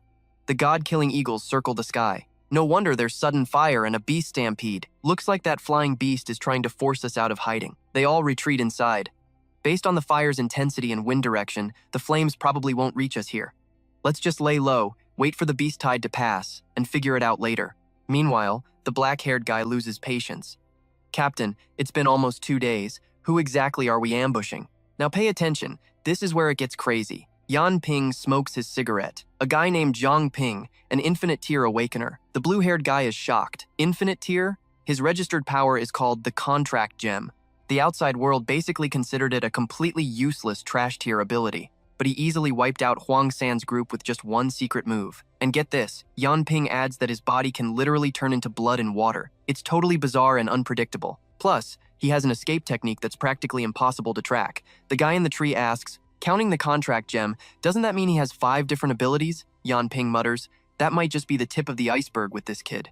He warns them dead serious. As an infinite tier awakener, heaven only knows what other insane hidden tricks he's got up his sleeve. So if he actually shows up outside the training zone, do not take him lightly. Stay sharp and never underestimate him, or you're going to lose your lives. Back with our crew, after his wind listening spell ends, Zhang Ping looks dead serious. Cece, they really did set up an ambush team outside. She asks him, how many are there? He holds up 2 fingers. The spell's feedback wasn't perfectly clear. I can't get an exact number, but there are at least 2 peak tier awakeners. Lai Xian ponders for a second. On a good day, I could probably take out 2 peak tier awakeners all by myself. Zhang Ping smirks, fully confident. I could probably handle one too, but Bai Day is skeptical. Zhang Ping, are you actually sure you can fight a peak tier awakener? He's about 70% sure, answering honestly. Even though I'm only at the mid-tier awakening level right now, my appraisal skill lets me read the enemy's exact status. Unless we run into an absolute powerhouse like Master Feng, anyone else won't be a huge problem. He reminds the team, once the stampede ends, I'll scout how many peak tiers they have. For now, let's take turns on night watch. Rest up and save our energy. They all nod in agreement. Sounds good. Early the next morning, he and Cece are fast asleep from total exhaustion. You saw this coming, right? Chu Zhang runs in yelling, big trouble. They all rush outside, completely stunned by the scene. Ping makes a quick guess. Last night, that firebird completely destroyed the surrounding forest. If we want to reach the training zone now, we literally have to cross this scorched wasteland. Zhang Ping rubs his chin. That beast is actually pretty smart. Shibai walks up. That's the only path to the training zone. We cannot avoid it. He turns to ask Zhang Ping. I estimate it'll take us half a day to cross. Zhang Ping, can that lantern of yours hold up? He replies dead serious. I'm not totally sure. The lantern's durability is drained, and it won't last much longer. He pulls the lantern out. With great power comes great responsibility. Guess you're relying on me. Bai Day grabs his shoulder, praising him. With great power comes great responsibility. Well said. Lai Xian smiles. I never expected you to be so philosophical. I'll remember that quote. Someday, we should engrave it on the sign of Master Feng's hall. But Zhang Ping's face is just awkwardly blank. Who knew stealing a quote from a movie in my past life would work? Inside, the Zhao brothers overhear it. With great power comes great responsibility. They lock eyes and repeat it. With great power comes great responsibility. Yan Hu thinks deeply. The village never treated us like humans, just tools. But Zhang Ping, facing dead ends, still tried his absolute best to save us. Even though we were enemies, he still respected us. Yanlong agrees completely. At first, I thought he was just weird, but now it seems he's actually a genius. Zhang Ping becomes their ultimate idol. With great power comes great responsibility. Suddenly, everyone stares at the Zhao brothers. What are you two doing? Yanhu rushes to the group. I have a way. Boss Zhang Ping, I know how to help you. Yanlong bows down, begging desperately. Please give us a chance. We will follow you. He places a hand on his chest. I, Zhao Yanlong, swear to follow Lord Zhang Ping forever. If I betray you, let lightning strike me. Yanhu drops to his knees. Me too. They both bow completely flat before Zhang Ping and the others. Boss Zhang Ping, I am willing to swallow your gem. To prove my absolute loyalty, I'll swallow it too. From now on, we will only listen to your commands and no one else. Ping smirks. I'm curious. Why this sudden loyalty? What do you and I make of this twist? Stick with me here. And Ganhu desperately begs, Boss Zhang Ping, you risked absolutely everything to save our lives. If we cannot stay by your side, we would be betraying your kindness. Nganlong bows his head too. You are completely worthy of our trust, and even more worthy to follow. Zhang Ping just stares at them. The two brothers keep on kissing up, nodding in total agreement. If we go back to the Holy Ancestor Village, we will just be lifelong tools. So we are following you, boss. Even if it costs our lives, zero regrets. Hearing this, Zhang Ping quickly tells them to stand up. Hold on with the loyalty oaths. First, I need to know something.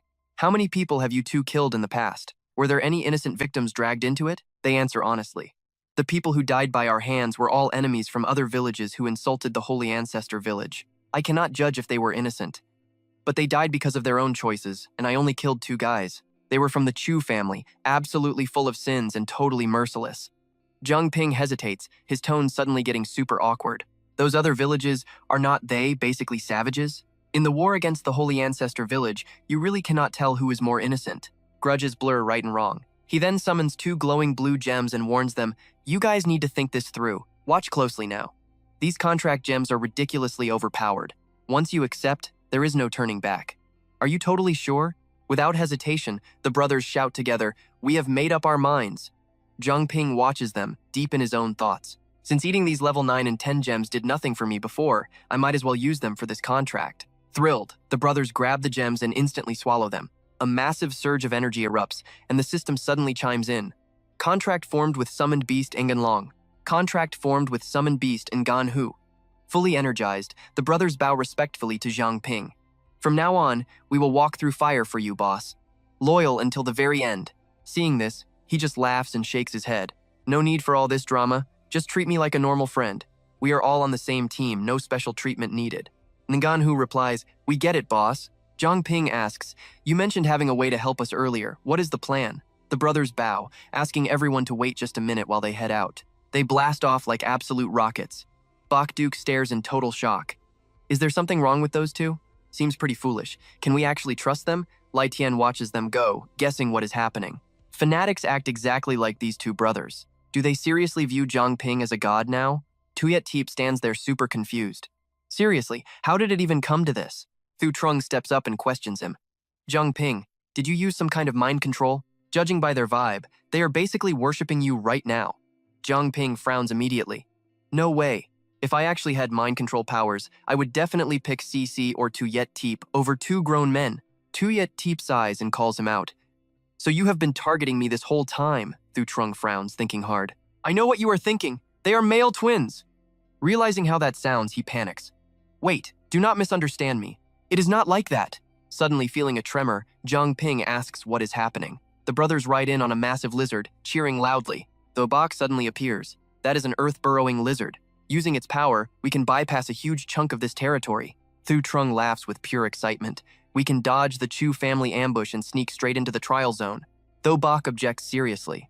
Not quite. The mountain ancestor is a king-tier beast, so this lizard will never dare go near that area.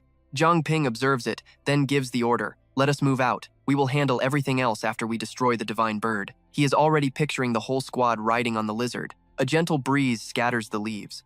Nganlong explains the lizard's limits, saying this is as far as we can ride it. The earth lizard absolutely refuses to move forward. Frustrated, Zhang Ping says, then have it make a few more trips to carry everyone else. Though Bach scans the area from the cliff, past this canyon is the training ground, making it the absolute perfect ambush spot for enemies. We are super close to the training zone now. Start handing out the morning glories to everyone. CC quietly hands out the flowers. Zhang Ping asks her for 2 extra ones, saving them for seniors, Diep and 2, just in case. Cece turns and asks him, "Are you worried the Chu family might have even stronger experts waiting to ambush us?" Zhang Ping replies confidently, "Not just them, but I expect the Divine Bird to crash the party too. We will definitely need both seniors working together to handle that threat."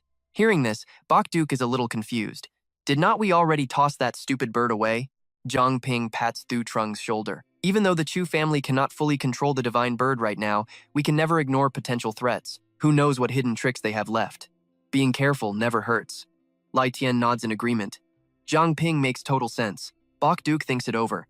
But if the Sun Divine Bird attacks, even if those 2 seniors were at their absolute peak power, they still could not stop it, especially while recovering from injuries. Zhang Ping's eyes shine with ultimate confidence.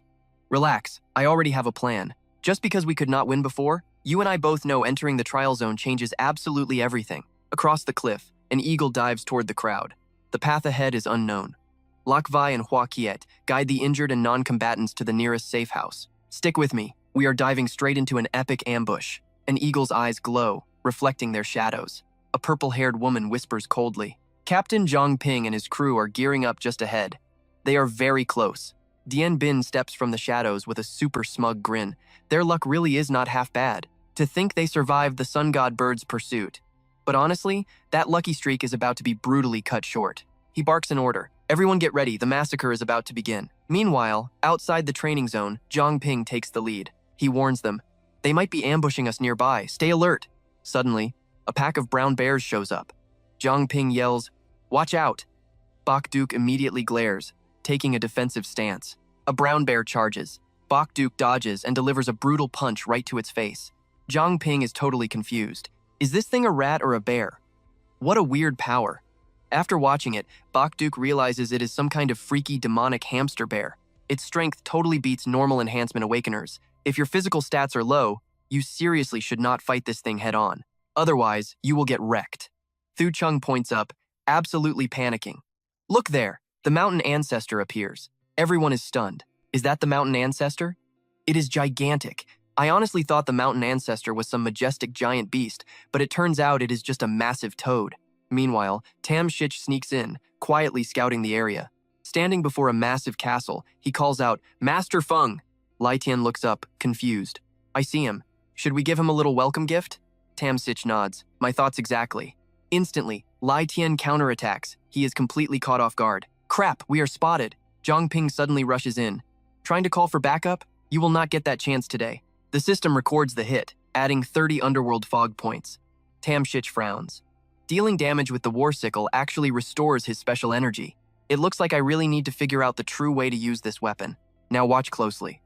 The system panel displays the total underworld fog energy. Tam Shich flexes his full power. 1,000 points equals 10,000% strength. Combat power jumps 10,000 times. Offense, defense, transformations. It is a crazy power spike. Meanwhile, the woman beside Dien Bin reports, "Ah, Luke is dead." He walks to the cliff, eyes full of sick excitement. Looks like they noticed the ambush. They are challenging us. Tam Shich, drop the manners, go return the favor.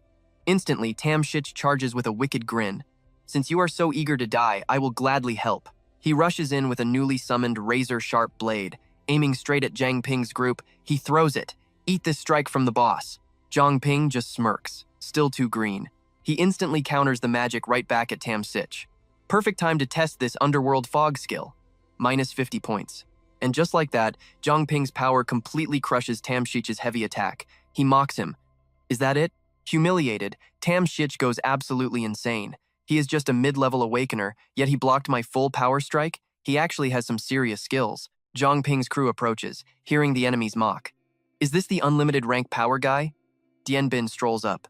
We must kill him before he fully matures. Hearing this, Zhang Ping starts putting the pieces together. Appraisal successful. Zuo Xiangming panics seeing Dien Bin appear. The guy holding the black knife is Ma Ban. Need my help? Zhang Ping replies helplessly. No, senior, just stay hidden. I have a plan. He scans the enemies and forms a strategy. There are 3 peak awakeners there. I will take on one of them myself. Master Feng takes 2. The other 6 high-tier guys are all yours. Cece, does that sound good? She nods in agreement. If we cannot win this fight, then our clearing team is seriously pathetic. Everyone, when we get back, training is going to double. Dien Bin puffs on his cigarette, mocking them. Just Tu Kong Bok alone made our Chu family suffer so much. Let's pause for a second. If this unlimited rank kid actually awakens, the whole situation is going to get completely out of hand. He orders the woman, "No mercy. Summon the sun god bird immediately." She nods. "Understood." Dien Bin charges first, shouting commands to everyone. "Listen up, one goal only. Kill Zhang Ping at all costs." "Understood." Seizing the moment, Zhang Ping charges forward to face him head-on. "Engage." An absolutely brutal battle erupts, with Dien Bin locking all his attacks squarely onto Zhang Ping. The woman supports from behind. Spirit of the blazing flame, heed the call. A massive power gathers in the sky, tearing through the air and incinerating everything she points at. From total darkness, light is born. Energy gathers and forms the sun god bird. Long live the bird. Dien Bin clashes violently with Zhang Ping, his face twisting into a sinister, savage grin. Sensing the perfect moment, he barks out, "Everyone fall back!" Cici instantly recognizes it. It is the divine bird. Zhang Ping stands there, totally confused. Didn't that bird lose control? How did they summon it? The bird blasts blinding energy. Zhang Ping screams, "Everyone be careful!" As it attacks, Zhang Ping is stunned. These absolute lunatics actually called it out. But wait, this divine bird is not in a rampaging state. He sees Dien Bin's squad completely unharmed. Why isn't it attacking them? A crazy, reckless idea sparks in his head. He turns and sprints straight at Dien Bin. Dien Bin readies his sword. "You want to die!" He swings with zero hesitation. Suddenly, a system notification pops up. Dien Bin spots something weird and roars, "Get back!" Right then, a massive, terrifying explosion detonates right in front of him. Dien Bin jumps back, mocking, "Thinking you're smart." Zhang Ping smirks. "Feeling is mutual. Aren't you afraid it dies here?" Dien Bin sneers, "It is the Chu family's beast. You die first." And that is where we leave it. Wild cliffhanger, right? Seeing things go south, Zhang Ping barks an order. "Everyone group up. We are switching to Plan B." He summons the Gem of the King and signals the two seniors. "Stick to the strategy." Let's dive right in. The team instantly shifts to the backup plan. "Understood. System alert! The Gem of the King is active." Right then, Zhuo Xiangming charges in, screaming at the divine bird. "You stupid chicken, your fight is with us." Dien Bin is absolutely floored. "Zhuo Xiangming, aren't you supposed to be dead?" Zhuo Xiangming just grabs the bird's neck. "I will deal with you later." The whole area goes dead silent. The woman panics. Captain, Zhang Ping, and his entire crew just vanished. While Zhuo Xiangming brawls the divine bird, Dien Bin finally gets it. What? They actually used the classic lure, the tiger tactic. He instantly orders his squad. "Move, they could not have gotten far." "Yes, sir." Dust clouds choke the forest while Zhang Ping leads the escape. Over here, just about 10 more trees. CC trails behind, seriously worried. Last time, all of us combined could not scratch that divine bird. Can those two seniors really hold it off on their own? He just smirks, completely unbothered. "Do not sweat it. I already planned for this." The mountain ancestor is an insanely territorial mutant beast. If it senses a massive threat like the divine bird, it will snap. The seniors already packed the morning glory flowers. So, they just need to stall until the mountain ancestor shows up. Then the flowers do their magic. Watch closely here. If they trigger this massive monster turf war, they get out alive. But Cici asks, what about the investigators? If they interfere, will the plan still work? Zhang Ping already calculated that too. I purposely steered the divine bird toward their squad, and the bird just kept attacking them. Their entire investigation team had to scramble away. That proves they have zero control over this beast. They must be using some kind of trick to block its perception.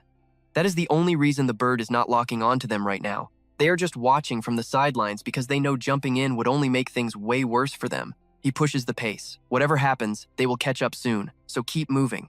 Meanwhile, a guy hands Dien Bin something. "Captain, their auras are completely gone. We lost them." Dien Bin pieces it together. To hide a top-tier expert this fast, they must be using the Chu family's Nightingale lantern. That is the only way. But they only have one lantern. How the hell did Zhang Ping conceal so many people? Dien Bin scoffs coldly.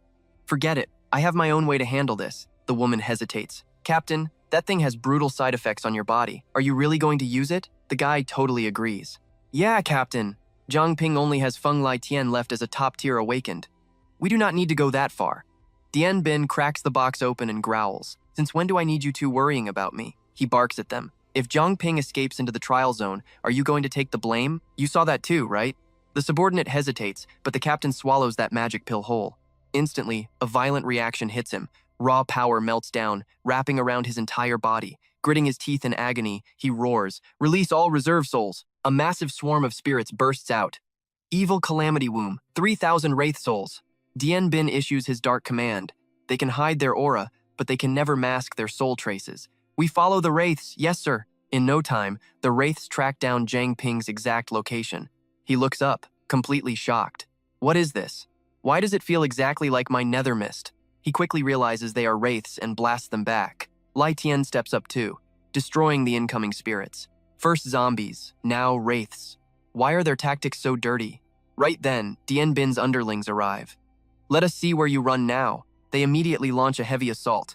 The raw power shoots at Lai Tian, but he barely dodges. Checking the energy burn, Lai Tian is shocked. That guy's strength is no joke. The woman then blasts at Zhang Ping's crew. Go to hell! Flames completely swallow Zhang Ping and Lai Tian. As the fire clears, the woman hears a voice. Little girl, decent firepower. Lai Tian steps out looking epic. Thanks for warming up my Undying Crimson Phoenix body.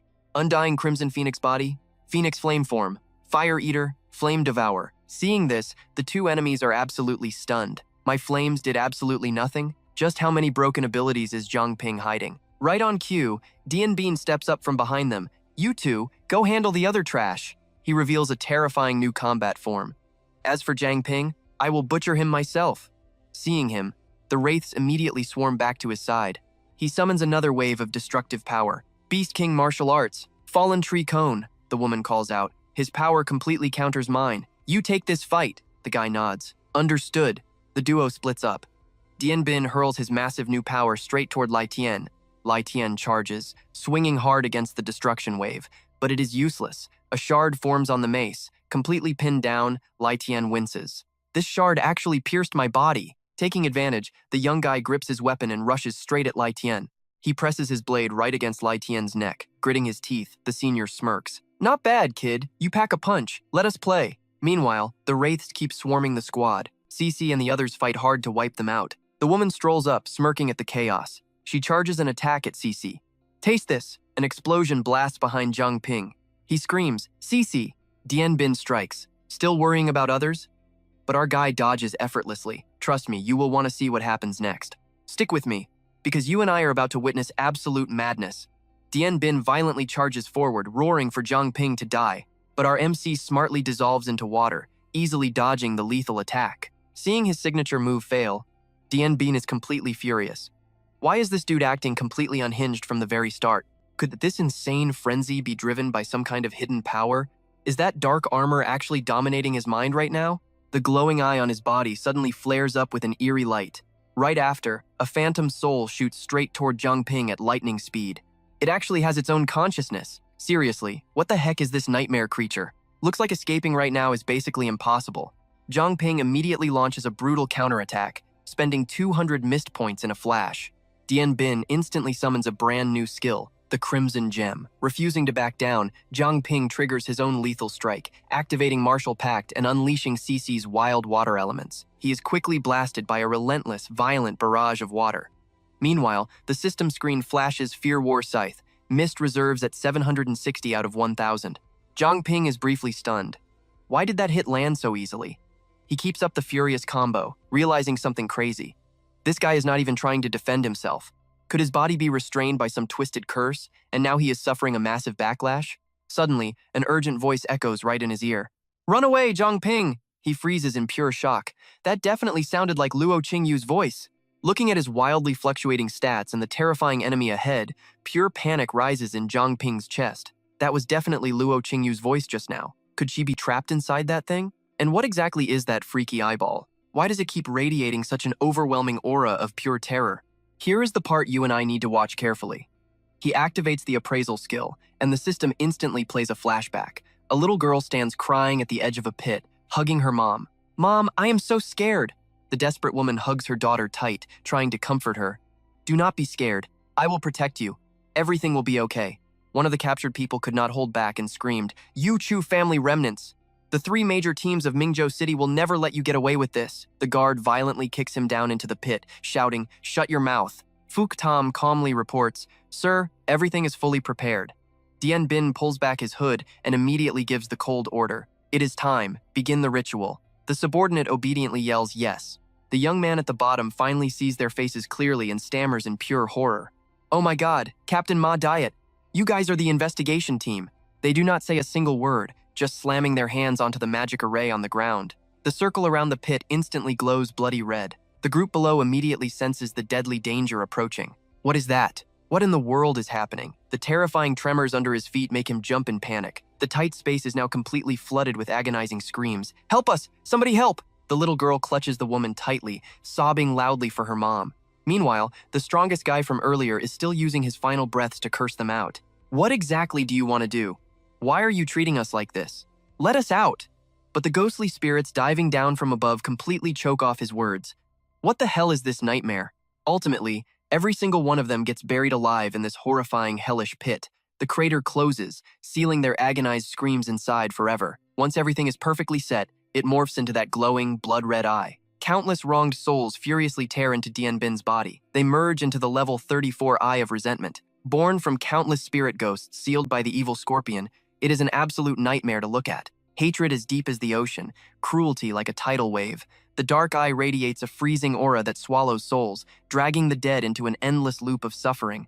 The spirits trapped here used to be innocent people, now crystallized into endless biting resentment. The earthly sins reflected in this eye are as deep as the darkness itself, totally bottomless and full of sheer despair. Having witnessed this entire horrifying process, Zhang Ping finally understands exactly what is going on.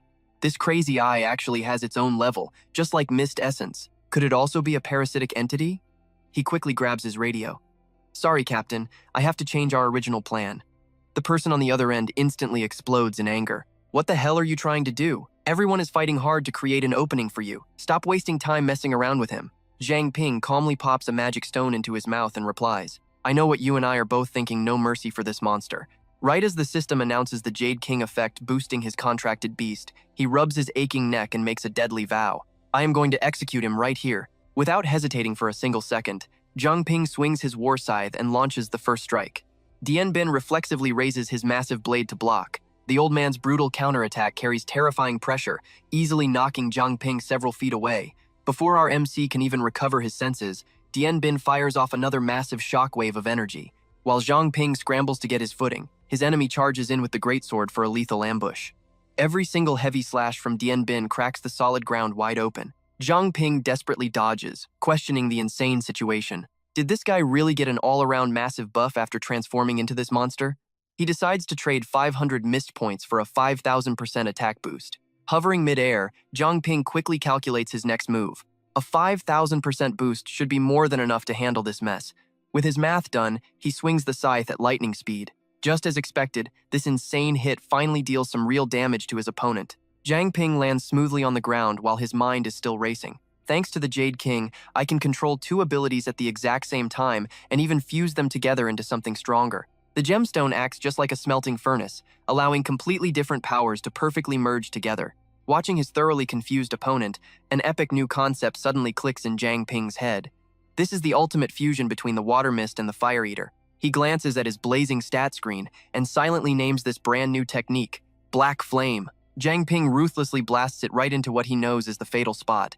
That freaky eyeball is definitely his weak point. In a flash, he completely gouges the dark eye straight out of Dien Bin's body. The second Zhang Ping crushes it, the system pops up with a celebration. Over-leveled kill of the Eye of Resentment. But honestly, this result does not make him too happy. Taking down the Eye of Resentment gave me an instant breakthrough, finally pushing me into the ranks of high-level awakened. Sure enough, a second later, the system adds a new alert. Jade King has unlocked the side effect limit, but the user cannot absorb any more new abilities from it. Zhang Ping spreads his arms wide, feeling the intense changes in his body. With this level up, the default ability went straight to the gemstone. It seems choosing your power during the mid-level breakthrough is super critical. No wonder I could not get new abilities from the gem lately. This must be the true evolutionary path up to the absolute highest tier. If I want a new skill, I can still use the xenograft, so this does not really affect me much. While he is deep in thought, Dien Bin has actually morphed back into his human form. He heavily leans on his greatsword to keep from collapsing, but his mouth is still talking trash. I never expected this thing to evolve to such an insane level. Yet right after saying that, Dien Bin flashes a sickeningly evil grin. But even so, do not even dream of walking away alive. He growls out a deadly warning. The Eye of Resentment has completely broken free from my control now. Meanwhile, Zhang Ping only has one single question echoing in his head. Where in the world is Luo Qingyu's soul right now? Seeing him stay silent, Dien Bin just keeps screaming. A disaster you cannot even imagine is coming, so just wait for your doom. Despite the crushing pressure, Zhang Ping's eyes are locked on finding one specific shadow. Seeing the vengeful spirits charging forward, he panics. No way. And trust me, you and I are going to want to see what happens next. Stick with me here, the last wave isn't finished, but more are swarming in. An unexplainable feeling creeps up the aura of these souls feels totally wrong, completely different from the ones before. Zhang Ping is still over here desperately fighting off the resentful spirits, but suddenly he yells out in total shock. No, I can't feel a single thing. Suddenly, something strange smashes right into his face. In a flash, he gets teleported to a completely unknown place. Looking around, where the hell is this? The sky is choked with thick, heavy smoke. From behind him, a figure sprints over like a total maniac. Help! Save me! A terrified man is being chased down by a pack of wolves, screaming, "Is anyone even there? Somebody help me!" The man literally phases right through Zhang Ping's body, still screaming for his life. Zhang Ping's eyes go wide in shock as it finally clicks, these are spirits. The man's spirit suddenly faceplants hard into the dirt. Right then, a sharp, piercing pain shoots directly through Zhang Ping's chest. The agony gets worse by the second, making his face turn completely pale. What in the world is happening to him? Why is he sharing this spirit's exact pain? The phantom reaches out, trying to summon some kind of magic. At that exact moment, Zhang Ping feels a deep, throbbing agony violently ripping through every single cell of his body. After violently struggling for a moment, he painfully realizes the absolute truth. Some insane soul magic just dragged him right into this twisted nightmare. Could this place actually be their final memories? Trapped forever with the raw, unfinished agony they felt right before death? His chest hurts like it's being viciously crushed. What is this? Outside, his teammates are fighting a desperate, bloody battle. Shou Zhang groans in misery. Director Feng, my body. Zhang Ping's eyes snap wide open in realization. Is this the true, terrifying power of the evil eye? After wrestling with endless pain, he lies completely paralyzed on the ground. The spirits keep rushing in, attacking him relentlessly. Now you're going to want to see this trembling in absolute agony. He actually drags himself up. What the hell is coming next? Seeing endless angry spirits completely surrounding him, he shakes his head in total disbelief. No! He bows down, desperately begging them, "Please, stop, just don't." He spots a spirit brutally attacking Jingjiao and screams in pure terror, "Stop it right now." But the phantom completely ignores his warning, lunging straight forward to violently strike her down. Zhang Ping's body is in absolute agony, like his flesh is being ripped apart inch by bloody inch. Tears blur his vision as blind rage takes over. "You absolute bastard." He stands there, furious, screaming at the top of his lungs, "You piece of trash, I can take you any time." He steps forward, reaching out to violently grab the spirit's leg. But then it hits him hard. He literally can't touch these spirits at all, making him experience her exact pain with his own two eyes. Is this some kind of twisted karma? Jingjiao's spirit appears, looking deeply lost in thought.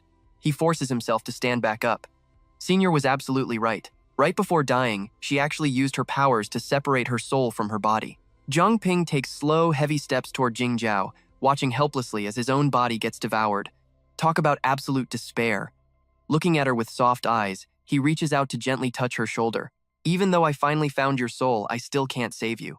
I'm so incredibly sorry for completely failing to keep my promise to you."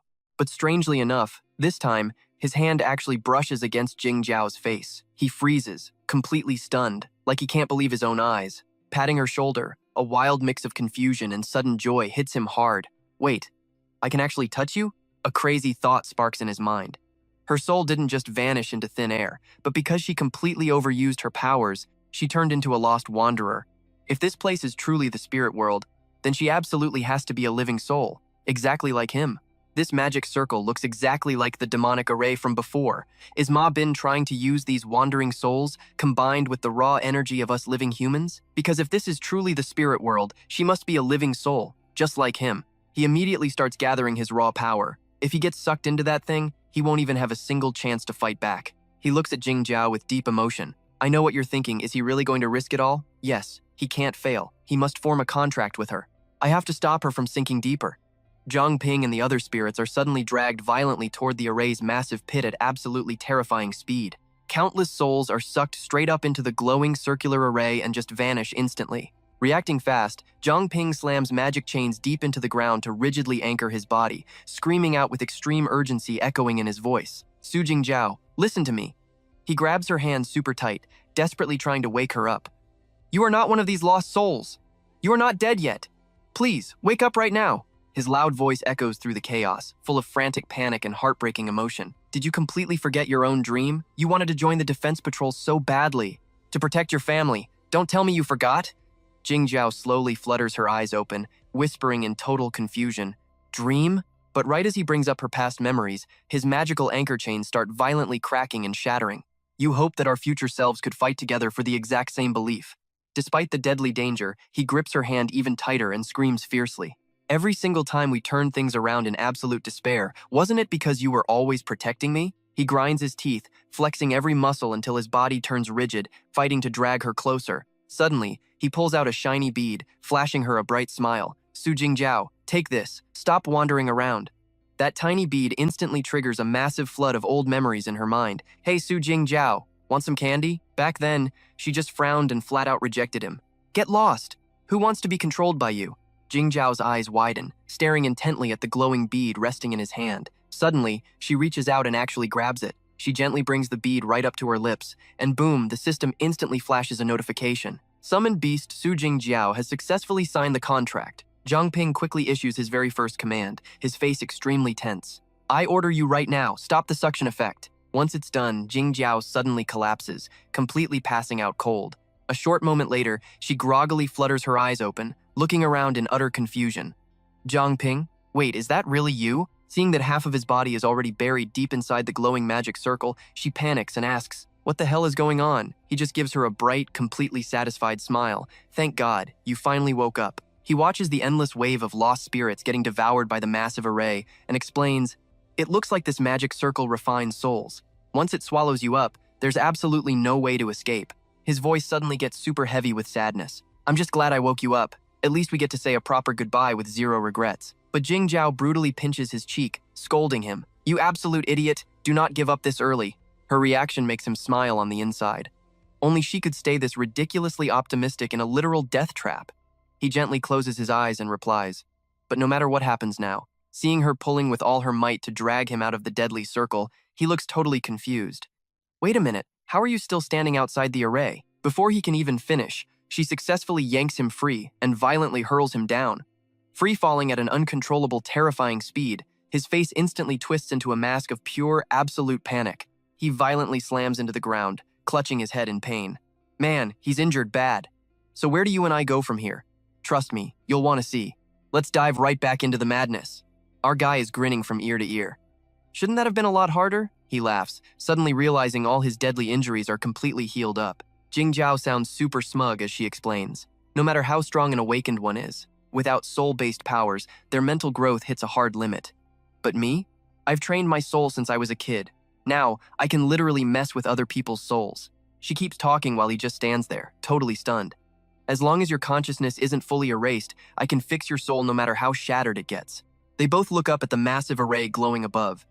Jingzhao explains its mechanics, how it attacks the soul directly, something normal people just can't fight off. But for me, a piece of cake, she says.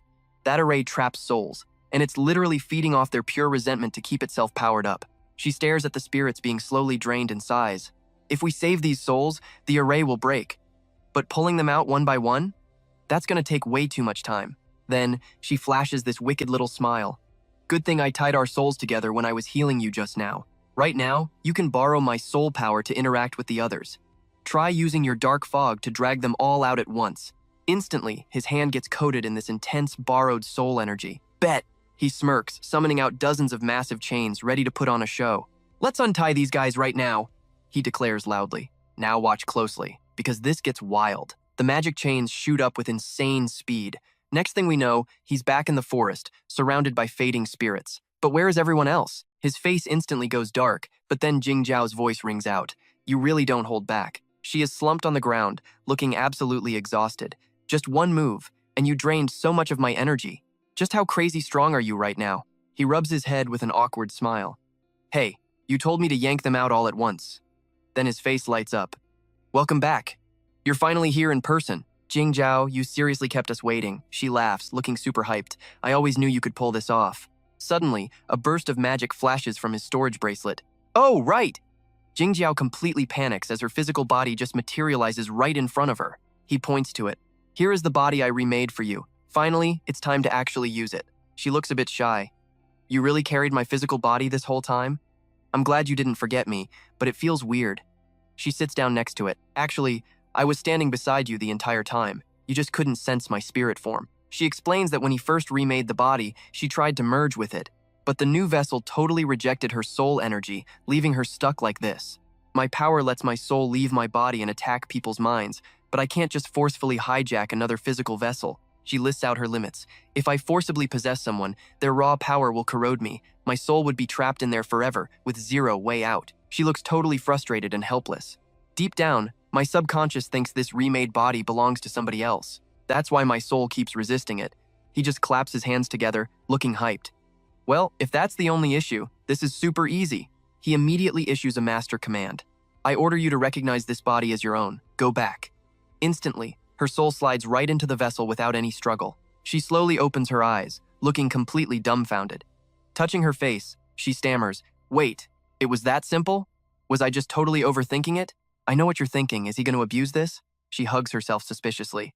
"You won't order me to do weird stuff later, right?" He aggressively looks away, totally flustered. "How could I even do that? What kind of creep do you think I am?" Meanwhile, Cece's group finally escapes that deadly array and pops back into reality. Lai Xian scowls, absolutely furious. Damn it, being trapped and totally helpless there was so frustrating. He crosses his arms, giving everyone a huge, relieved smile. It's a good thing she used her soul power to shatter that array. Otherwise, we wouldn't have made it out safe. Jing Jiao puts her hands on her hips, super proud. Obviously, small stuff like that can't stop me. His eyes go wide with shock. If we all got back from the soul world, did Ma Bin's squad return too? Jing Jiao shakes her head. No need to worry. She explains the mechanics. An array like that usually needs multiple awakened fighters working together, but that guy sacrificed his own life to force it open, just to trap everyone. Too bad for him. He never expected I could break it, and he definitely didn't expect you to wake me up from my deep slumber. His tone turns dead serious. Those guys had a blood feud with your grandpa. Dying by your hand today? That's pure karma. Lai Xian checks the perimeter. The other enemies are wiped out too. Right now, there is nobody left who can stop us. Cece steps up, super curious. Is this Jing Jiao? How did she suddenly wake up? He hesitates to answer, suddenly freezing up as he notices something completely off in the distance. The ground violently shakes as heavy winds blow dust everywhere. Earthquake! Jing Jiao screams in panic. Cece runs forward, looking incredibly tense. These tremors. No, this feels wrong. There's something moving underground. Our boy's eyes widen with pure stress. Could it be? The massive divine bird is circling the sky, while the mountain ancestor slowly erupts from the earth, causing massive quakes. Wait, the mountain ancestor? Its gigantic body breaches the surface, triggering shockwaves. The divine bird gets furious and starts blasting it with fireballs, but the mountain ancestor just stands there, tanking everything like nothing. Its huge mouth bulges like it's chewing on something. Seconds later, it spits out trees and bizarre objects. The divine bird roars, finally getting the giant's full attention. And that's where we leave it. Trust me, you will want to see this monster clash. Zhuo Xiangming watches from the bushes. This morning glory stuff actually works. Ye Changchun and the old man quickly rushed out of the area, heading straight toward Zhang Ping. Zhang Ping and the rest of the crew must be waiting for them. Let's dive right back into the madness. You and I, no time to waste. Meanwhile, Dou Ba quickly led Zhang Ping's group straight toward a massive deep pit. Eerie, glowing smoke poured out of it, looking absolutely terrifying. This was the entrance to the training grounds! Thu Trung gasped in pure shock. Wait, this is the entrance? He looked completely baffled. But where exactly is the actual door? Thobak confidently spoke up. What you see is just an illusion. Only Zhang Ping has the power to open the real entrance. But right now, he still needs a little bit of time to get things ready. Zhang Ping turned around to announce to the group. Perfect timing, guys. Everyone, take a break and rest up right here. Over on Sunto's side, they have already started making their move. Senior Diep Ye Changchun and Senior Zhuo Xiangming should be meeting up with us very soon. Luo Qingyu suddenly froze in absolute panic and disbelief. Wait, Zhuo Xiangming? Zhang Ping just laughed, looking super smug. Yep, that is your grandfather. He is the one who actually told me all about your abilities. He kept explaining. Because of that info, I was able to figure things out fast and pull you right out of that dark abyss. Now pay close attention here, because things are getting shady. Mysterious cloaked figures were secretly watching every single move Zhang Ping's group made. One of them coldly barked out an order. Keep a close eye on them. We cannot let our captain die for absolutely nothing. Meanwhile, Zhang Ping just sat by a roaring campfire, casually prepping a huge dinner for everyone. He tossed a massive chunk of meat onto the grill, and that irresistible mouth-watering smell filled the air. Right nearby, Lai Tian and Bak Duke were pushing themselves to the limit doing push-ups. They grunted seriously. Even when we are not actively fighting, we cannot afford to slack off on training. Luke Han was literally acting as extra weight on Kimba's arms for push-ups. He just kept complaining in his head. Why do I always get dragged into this heavy workout stuff? But Kimba looked incredibly hyped, yelling out, "Hell yeah!" Meanwhile, Thu Trung looked like a literal dried-up mummy. He quietly crept up to where Zhang Ping was grilling the meat. His face was pale, purple, and completely lifeless as he reached out. So hungry. "Got anything for me to eat?" Zhang Ping jumped back, totally freaked out, and screamed. "Holy crap, where the heck did this living zombie come from? Did Thanta village attack us already?" Nganho stood right behind them and started mocking the guy. "This zombie barely even has an aura. It is just pathetically weak. I would not take it even if you paid me." Ngan Long immediately joined in on the joke. "Who is this absolute loser? How do you even forge a corpse this trash?" Thu Trung totally collapsed onto the ground. His skin was super dry and wrinkled, with zero life left in him. A living zombie can at least move around. Me? I am basically just a dead corpse right now. Zhang Ping quickly handed him a huge piece of meat, instantly bringing a massive smile back to his face. All right, you worked hard, so eat up. Anyway, even if you used my pure bug body, it still would not make up for all the fat you just burned." Meanwhile, Luo Qingyu and the other girls were chilling inside the tent together. The dim yellow light made it super cozy. Man Ni leaned in, looking really curious. "Oh right, I heard that Zhao Zhao and Zhang Ping used to be classmates. So, do you know Cici as well?" Luo Qingyu looked over at Cici and smiled warmly.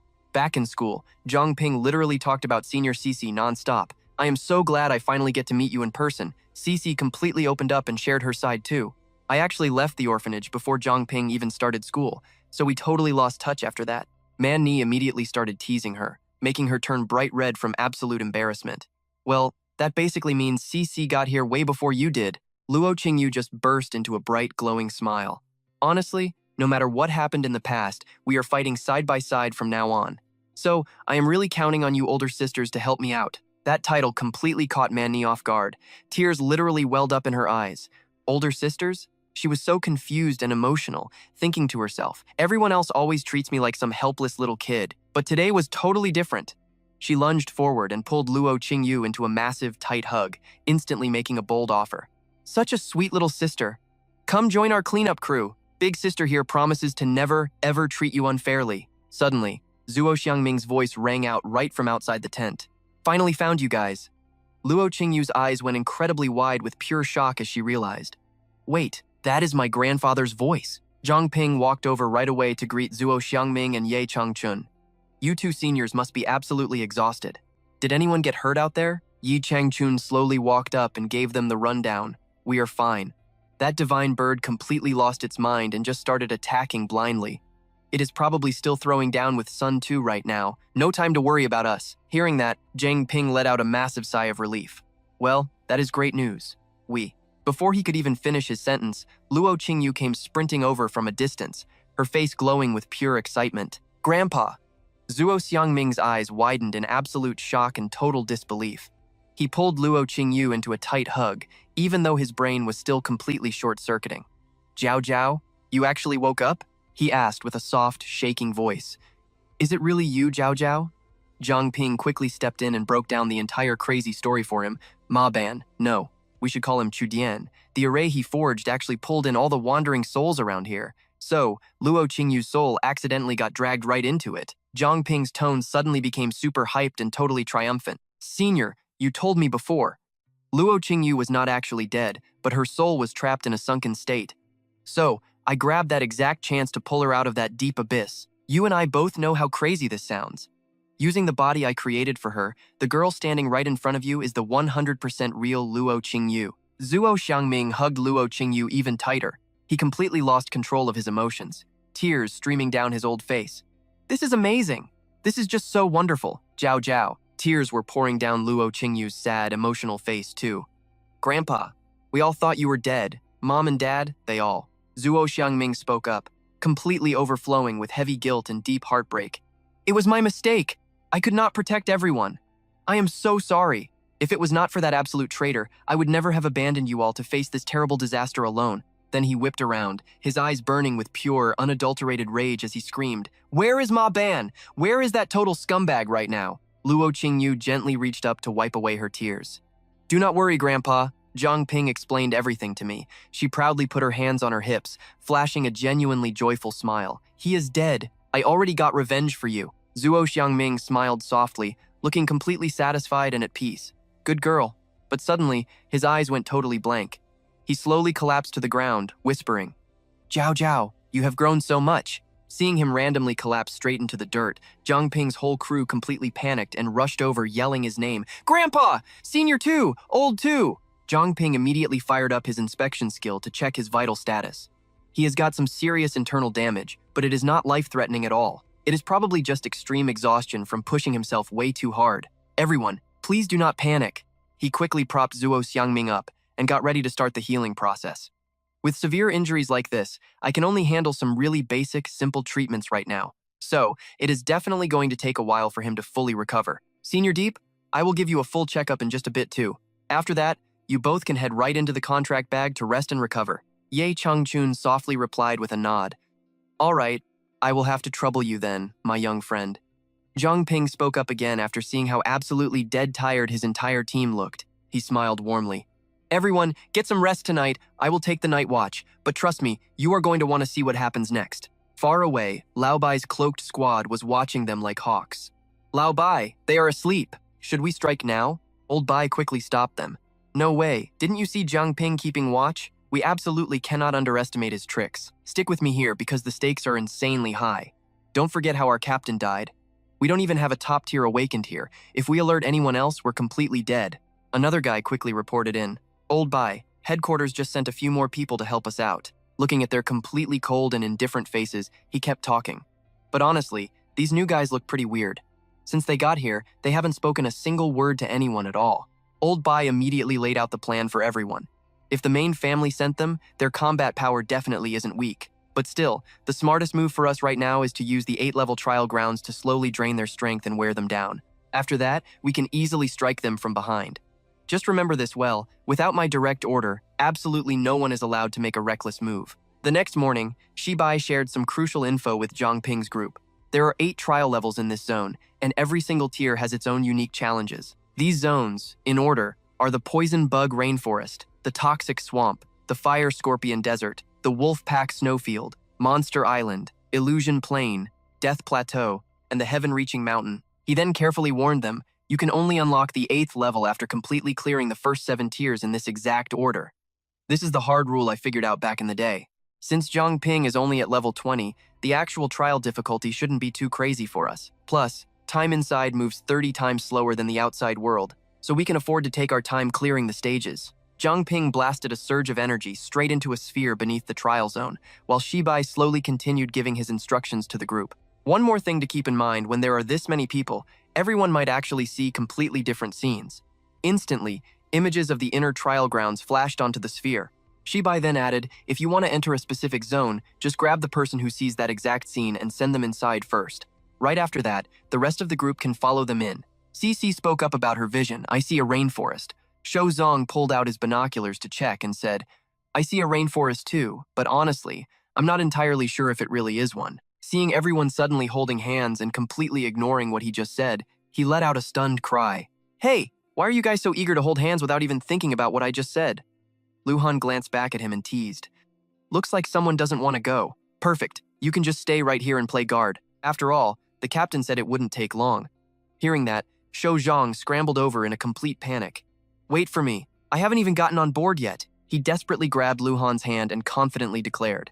Seriously, do you guys actually think I'm afraid of dying? Just wait until we get in there. You'll see me fight bravely, and I'm going to totally shock every single one of you. In an instant, the inner trial world engulfed them one by one. Seeing Zhang Ping's group moving deeper into that dimension, Shou Zhang frantically shouted out, Follow them! Don't let Zhang Ping get away! And just like that, they were all teleported straight into the exact landscape they had just seen inside the sphere. They stood in a dense rainforest, packed with lush green trees, but a heavy, gloomy fog hung thick in the air.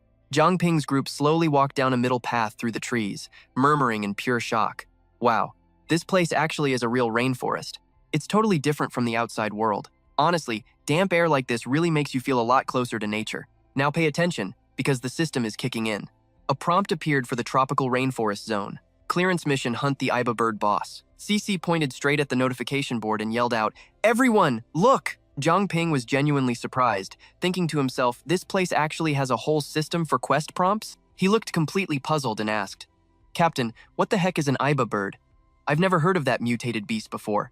Is it super rare like the heavenly frost fox? Shibai then shared his past trial experience.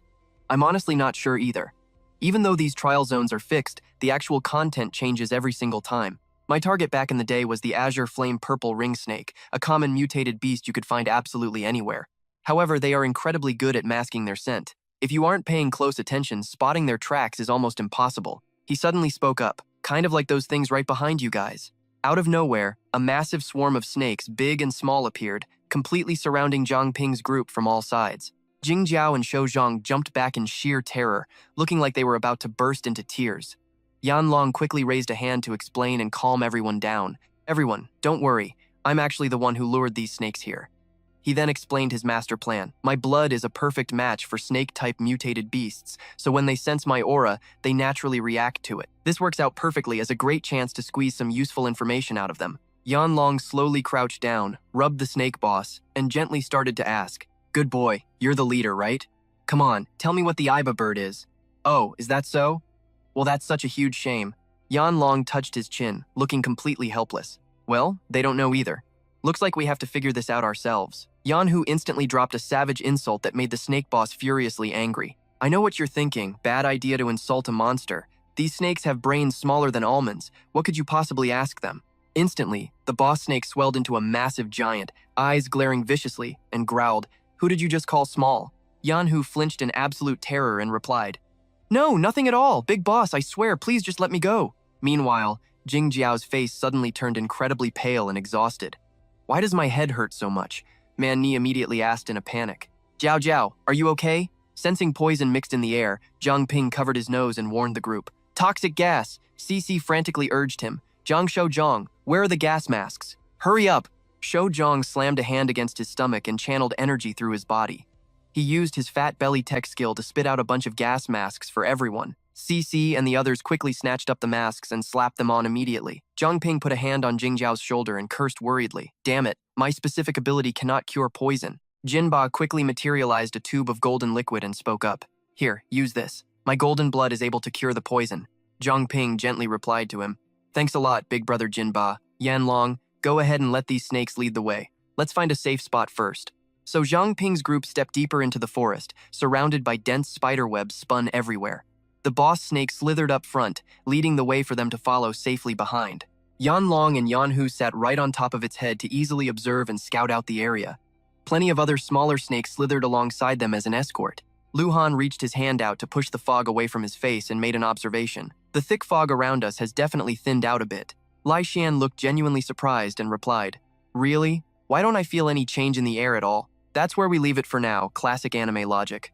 Lu Han answered, "That's just because your physique is insanely strong." Lai Xian threw up both arms to flex his massive muscles and cheered excitedly. "Let's dive right into this wild manhwa."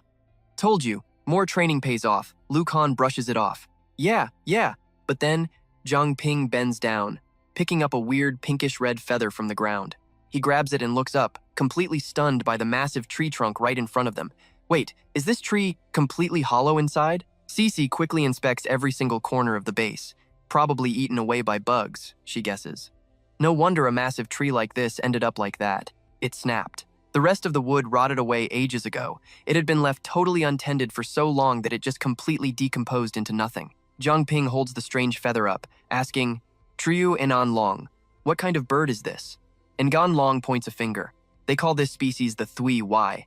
Zhang Ping stares hard at the feather, looking seriously conflicted. "Thui?" Cece immediately asks, "Are you suspecting this feather is connected to the Iba bird?" Using his golden vault skill, Zhang Ping instantly stores the feather inside his bracelet. Hard to say right now. This area is huge, definitely holds more than one bird species. The group turns around, sticking to Zhang Ping's game plan. "Let us just look around the area for now. We might just stumble upon some solid clues." Sunset quickly falls, painting the whole forest in this warm orange glow. But Zhang Ping and Ngan Long, they are still frantically hunting down other forest birds, desperate for any tiny clue. Meanwhile, Cece is quietly stalking near a lake, right where flocks of birds and a few swans are leaning down to drink. She suddenly unleashes her power, freezing the entire lake surface in a split second. Ice-piercing storm! A few birds freeze solid instantly, while the rest frantically flap away in pure panic. ECC's ice rapidly spreads, coating the lakeside bushes in white frost. Over in another dark corner of the forest, the rest of the crew is still busy hunting birds. Night falls. Zhang Ping's team finally starts a campfire, roasting meat for dinner and huddling up together to talk strategy. Thu Trung speaks up. Didn't they say this mission was super easy? So why haven't we seen a single sign of the Iba bird? Stuffing his face with meat, he acts sad. So many innocent birds died. I really feel heartbroken for them. Cece, sitting right next to him, snaps back. You literally did nothing. So why are you swallowing down fake emotions along with all that roast meat? Right then, Truk Chao peeks quietly from a tree behind them. Thu Trung instantly denies it. Who said that? Without my gas mask, you'd all be poisoned by now. But watch closely here. Zhang Ping's sharp instincts kick in. Frowning, he yells, You hiding over there! Come out! We already spotted you! Kim Ba immediately goes on high alert. Is it an enemy? But Cece doesn't think so at all. Doesn't really look like one. Thu Trung turns around looking totally dumbfounded. Wait, am I the only one who didn't sense anything? Man Ni slowly walks over to Truk Chao, asking gently, Don't be scared. We mean zero harm. Where are you from? Why aren't you home this late? Looking confused and awkward, Truk Chao stammers, You guys? Then she asks bluntly, Are you warriors here to kill the Aba bird? Zhang Ping's group surrounds her, watching her eat. He gently asks, Little girl, what's your name? Where are you from? Wiping her mouth, the girl hesitates before answering, My name is Truk Chao. I am from Truk Nguyen village. Suddenly, Truk Chao bites her lip. Tears start streaming down. Sobbing, she recalls that horrible moment. The Aba bird! They attacked our village. Everyone inside. Zhang Ping leans down, softly comforting her. Do not be afraid. We are here to wipe them out completely. Take your time. Tell us everything so we can prepare. Truk Chao timidly continues.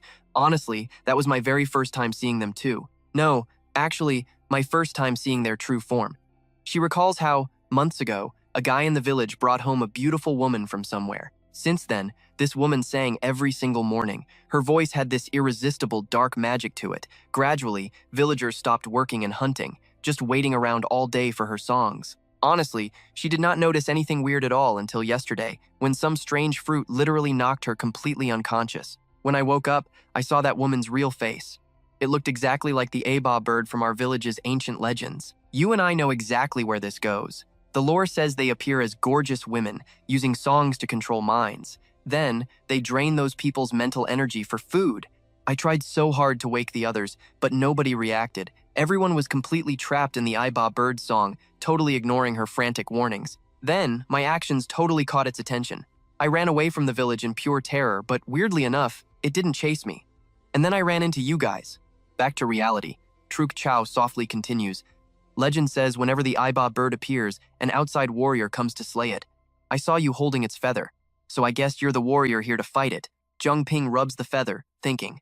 It feeds on mental energy, so it mimics humans. He speaks quietly. Based on your story, this bird's power is definitely mental-based. Right then, Luo Qingyu hums in agreement. I can definitely help everyone pinpoint the true form of the Aba bird, but we can't confirm if its song has other special effects yet. Zhang Ping stands, planning. Time is super tight. Truk Chao, lead the way. First, let us help you clear out the Iba bird in your village, using one as our benchmark. Then, using appraisal skills, we might score some major clues. Suddenly, it is morning at Truk Nguyen village. Zhang Ping's crew slowly enters while the girl loudly calls out, Mom, Dad, I brought the warriors. Cece looks totally confused. Something is wrong, nobody is around. She murmurs blankly, Normally, wouldn't the Iba bird start singing right about now? Truk Chao looks down, worried. Where did everyone go? Then, she just sprints forward without hesitating. Dad! Zhang Ping and Man Ni instantly chase her. Too dangerous, don't run. Truk Chao slowly pushes the iron gates open. But the moment she sees the scene inside, her face goes completely pale. Tons of Aba birds are hanging midair, their dead, white eyes rolled back. Now hold your breath for this part.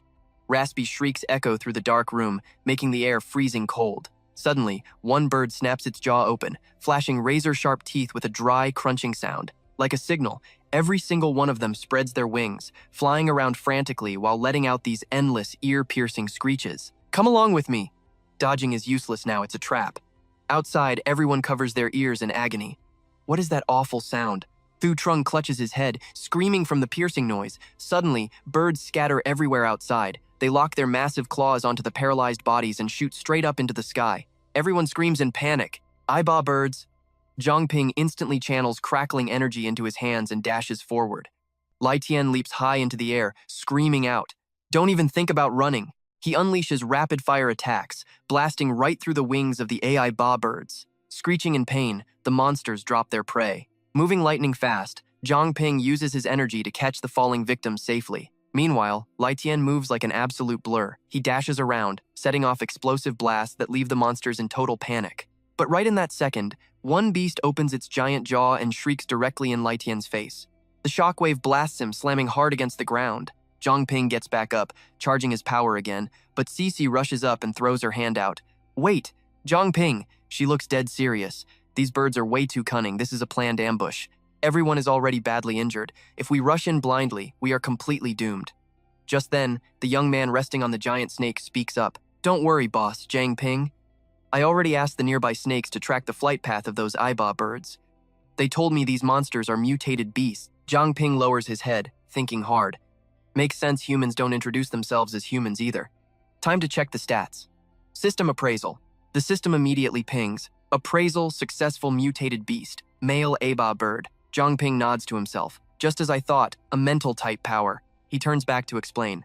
These things definitely use mental attacks. Luckily, the power of my contract gem gives me an incredibly strong mental defense. That shriek did absolutely nothing to me. Listen, the hatchlings can't move, so the parents capture prey alive to bring back to the nest. The villagers might still be breathing, just held captive.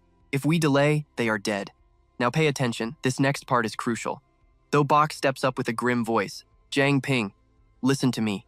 The people in this trial zone, they are just creations of the ancient ruins, meant purely for training. Even their memories only exist for the awakened ones taking this test. The safest, smartest move is to wait until everyone heals up before we attack. Zhang Ping's eyes waver. He looks down at Chuk Chao lying on the cold ground. In my eyes, these are real lives. They are completely innocent and helpless, and their lives are absolutely worth protecting. As long as there is one tiny spark of hope, I refuse to turn away no matter the risks. His eyes suddenly flare up with raw, intense determination. Don't worry about me. I am fully confident I can destroy that bird. If things get way out of hand, I can just call Senior Deep and Senior 2 for backup. We won't die. Hearing this, Luo Qingyu and Cece shout together. We are coming too. Cece looks dead serious. I specialize in mental power, so my defense won't break. Luo Qingyu chimes in too. I can shield your minds. Leave the support role entirely up to me. Moments later, the three of them jump onto Adai's giant back. Zhang Ping speaks up. Adai, please lead the way.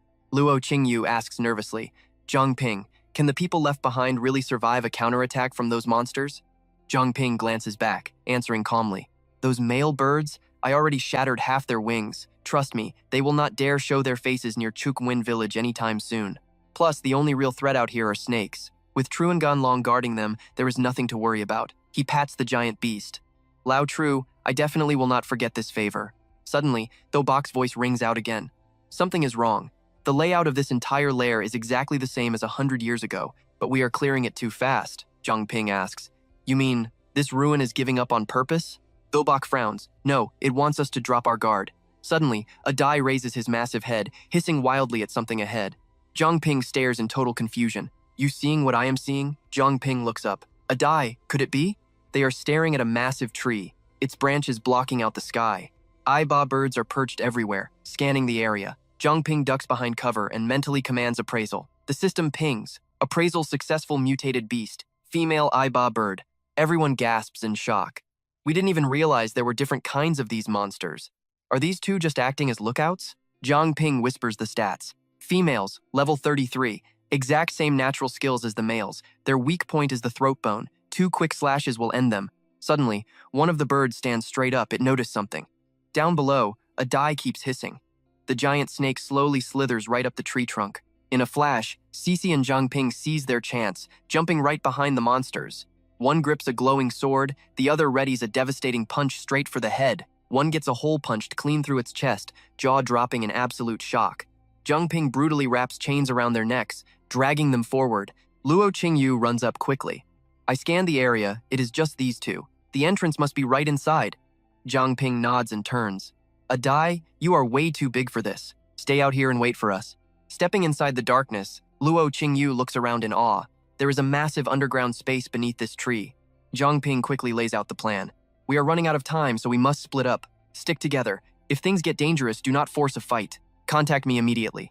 Cece nods. Got it. Splitting off, Zhang Ping goes deeper alone.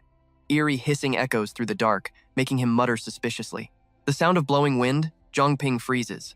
No, that doesn't sound like wind. That sounds like heavy breathing.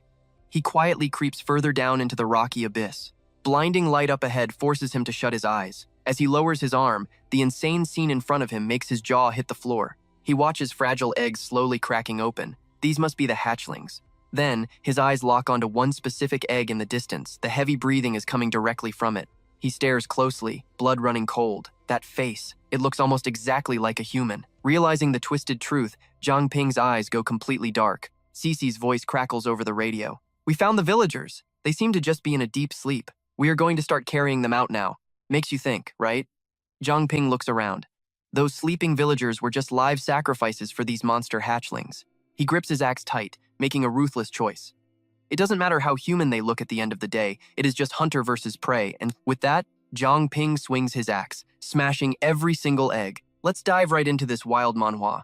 If these monsters live, innocent people die, simple as that. Wiping them out, Zhang Ping grabs his radio and says, "I am coming to help you too." The green egg in his hand suddenly lets out an ear-piercing screech. Meanwhile, elsewhere, Cece carries a girl on her back, nervously complaining about finding villagers. Up above, a massive swarm of Iba birds completely blacks out the sky. She continues bitterly.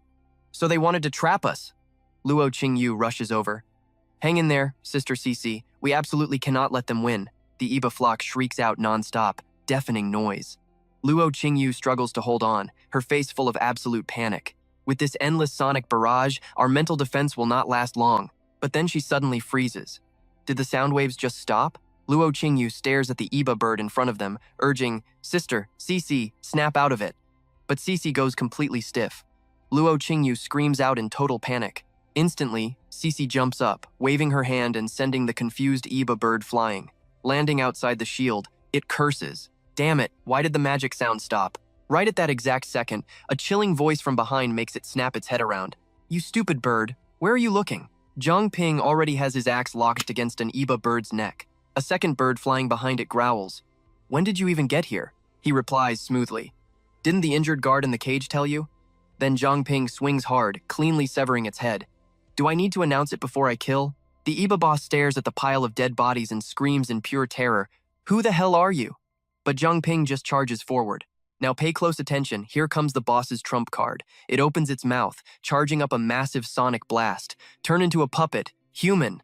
The Iba boss unleashes a sky-shattering scream. Its throat rips open as sonic waves blast out like invisible, earth-shaking shockwaves. Shattered rocks tumble from the cliffside, raining down like crazy. Cece grabs her head, cursing, "Damn it, this sound is even more insane." The boss gloats internally. "Taking my magic sound attack at this range? Even a king-level fighter could not dodge this completely." But without warning, a massive, bloody gash appears right across its chest. Zhang Ping grips his axe, straight up mocking it.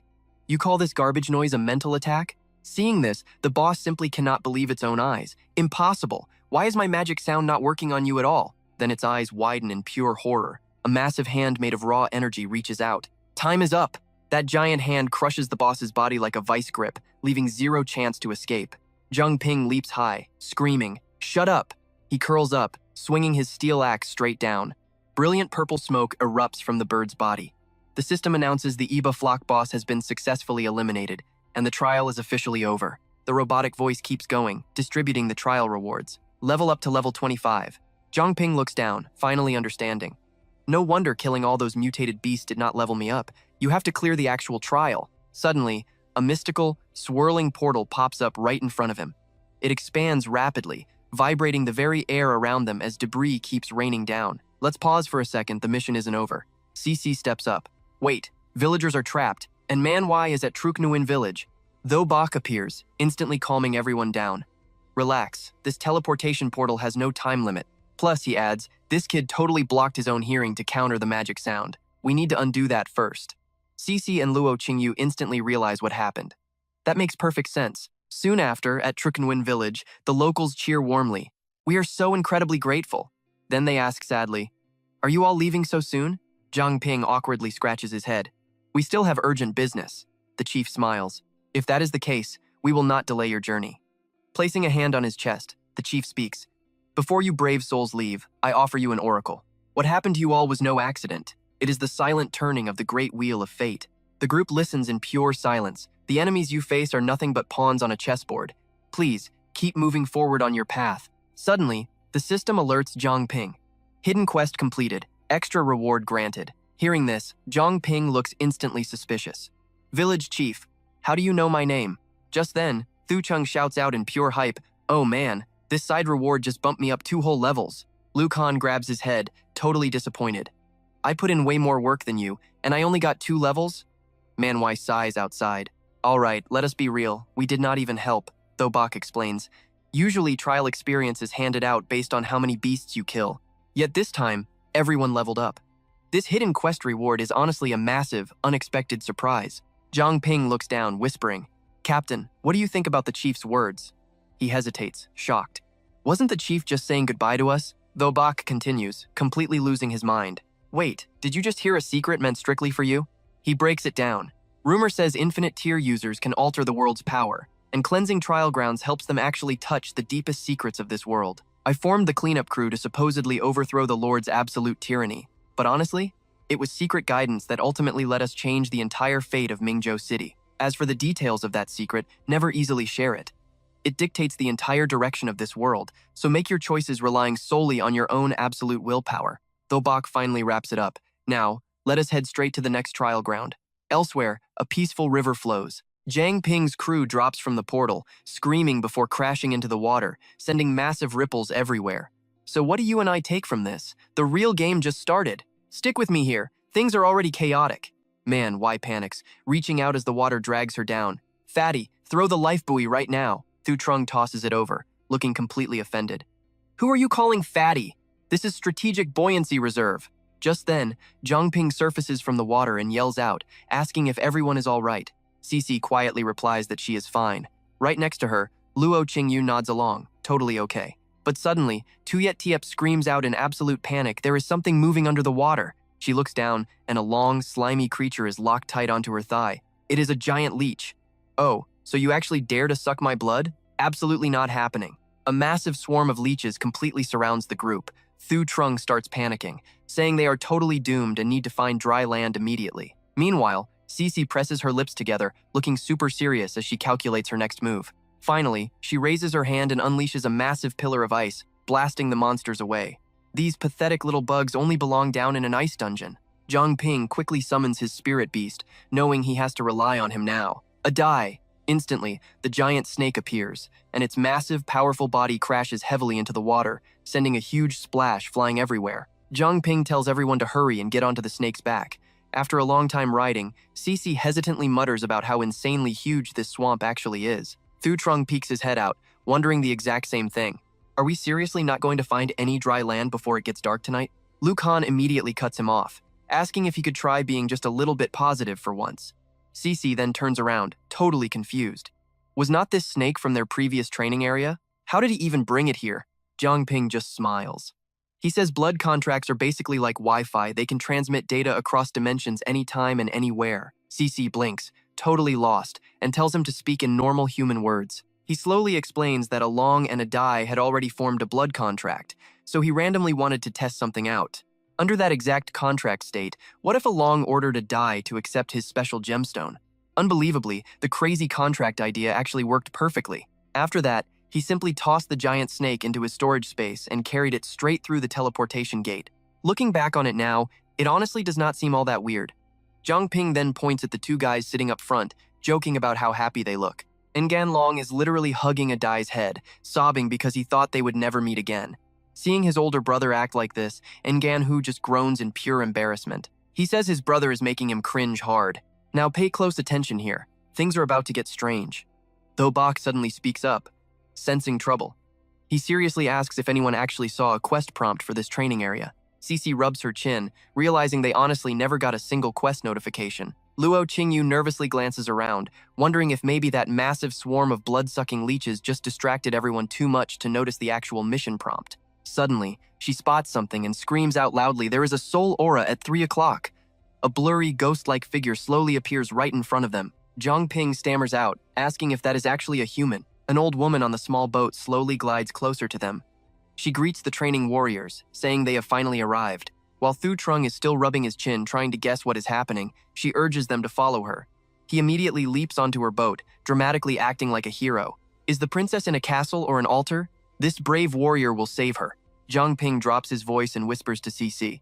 This entire thing could easily be a trap, so they need to stay super careful. But she just sighs helplessly, saying they should just follow her anyway. Watching Thu Trung standing there like an idiot on the old woman's boat, Lu Khan grinds his teeth. This fat guy is their real trial right now. In a blink, it is already late afternoon. They finally arrive at the toxic swamp of Vaitrung village. Someone points out that even the village is built over the water, meaning this training ground probably has zero dry land. Thu Trung laughs proudly, totally full of himself. See? It was his brilliant decision-making, so he definitely deserves extra rice tonight. Lu Khan just smirks and mocks him instantly. Yeah, you are super brilliant, just born with the wrong brain. The moment they step inside a house, a man's deep, booming voice echoes out, warmly inviting the brave warriors to come inside. The village chief smiles brightly, declaring that their V Trung village has finally received its shining ray of hope. Once everyone is comfortably seated, he introduces himself as V Ton Bak, the actual chief of V Trung village. He sincerely apologizes for his simple little village having absolutely nothing special to offer such honored guests, hoping they can forgive the poor hospitality today. The Wei Bak suddenly speaks up first, asking the chief how exactly he is related to Vian Hung. Ton Bak hesitates before replying that the man is his great-grandfather. A talking bracelet? The sheer mystery of these warriors is truly beyond his wildest imagination. He slowly explains that according to ancient village teachings, whenever they face a terrible crisis, brave warriors will miraculously appear to bring them hope. He figures you guys are already pretty used to this hero stuff, so he decides to skip the long boring intro and get straight to the main problem. Ton Bak reveals that in the southern waters of their village, there is a giant sacred turtle named Tru Nuyet Huyen Kui. It has a super gentle personality and is really friendly with humans. In the hearts of the villagers, it has always been their ultimate guardian deity. You and I both know a twist is coming, right? His voice turns dead serious. Recently, the guardian turtle became wildly violent, randomly attacking tons of innocent villagers without warning.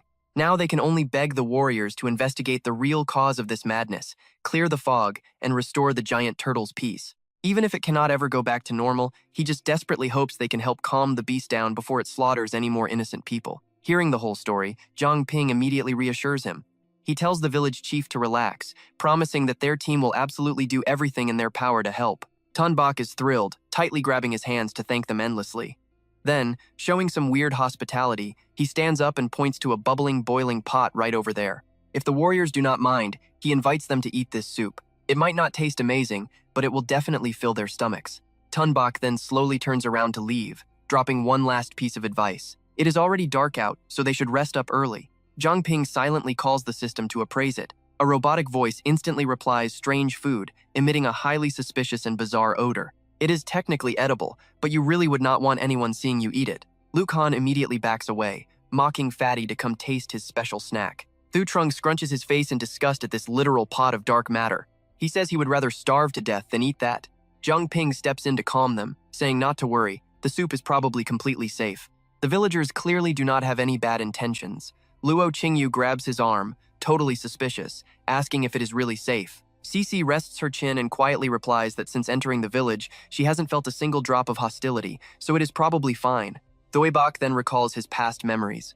A full 100 years ago, when he came here to train, the village chief was actually named Vian Hung. He helped them find a specific bird egg to feed Haiyan Kui, and back then, the turtle was only the size of a wash basin.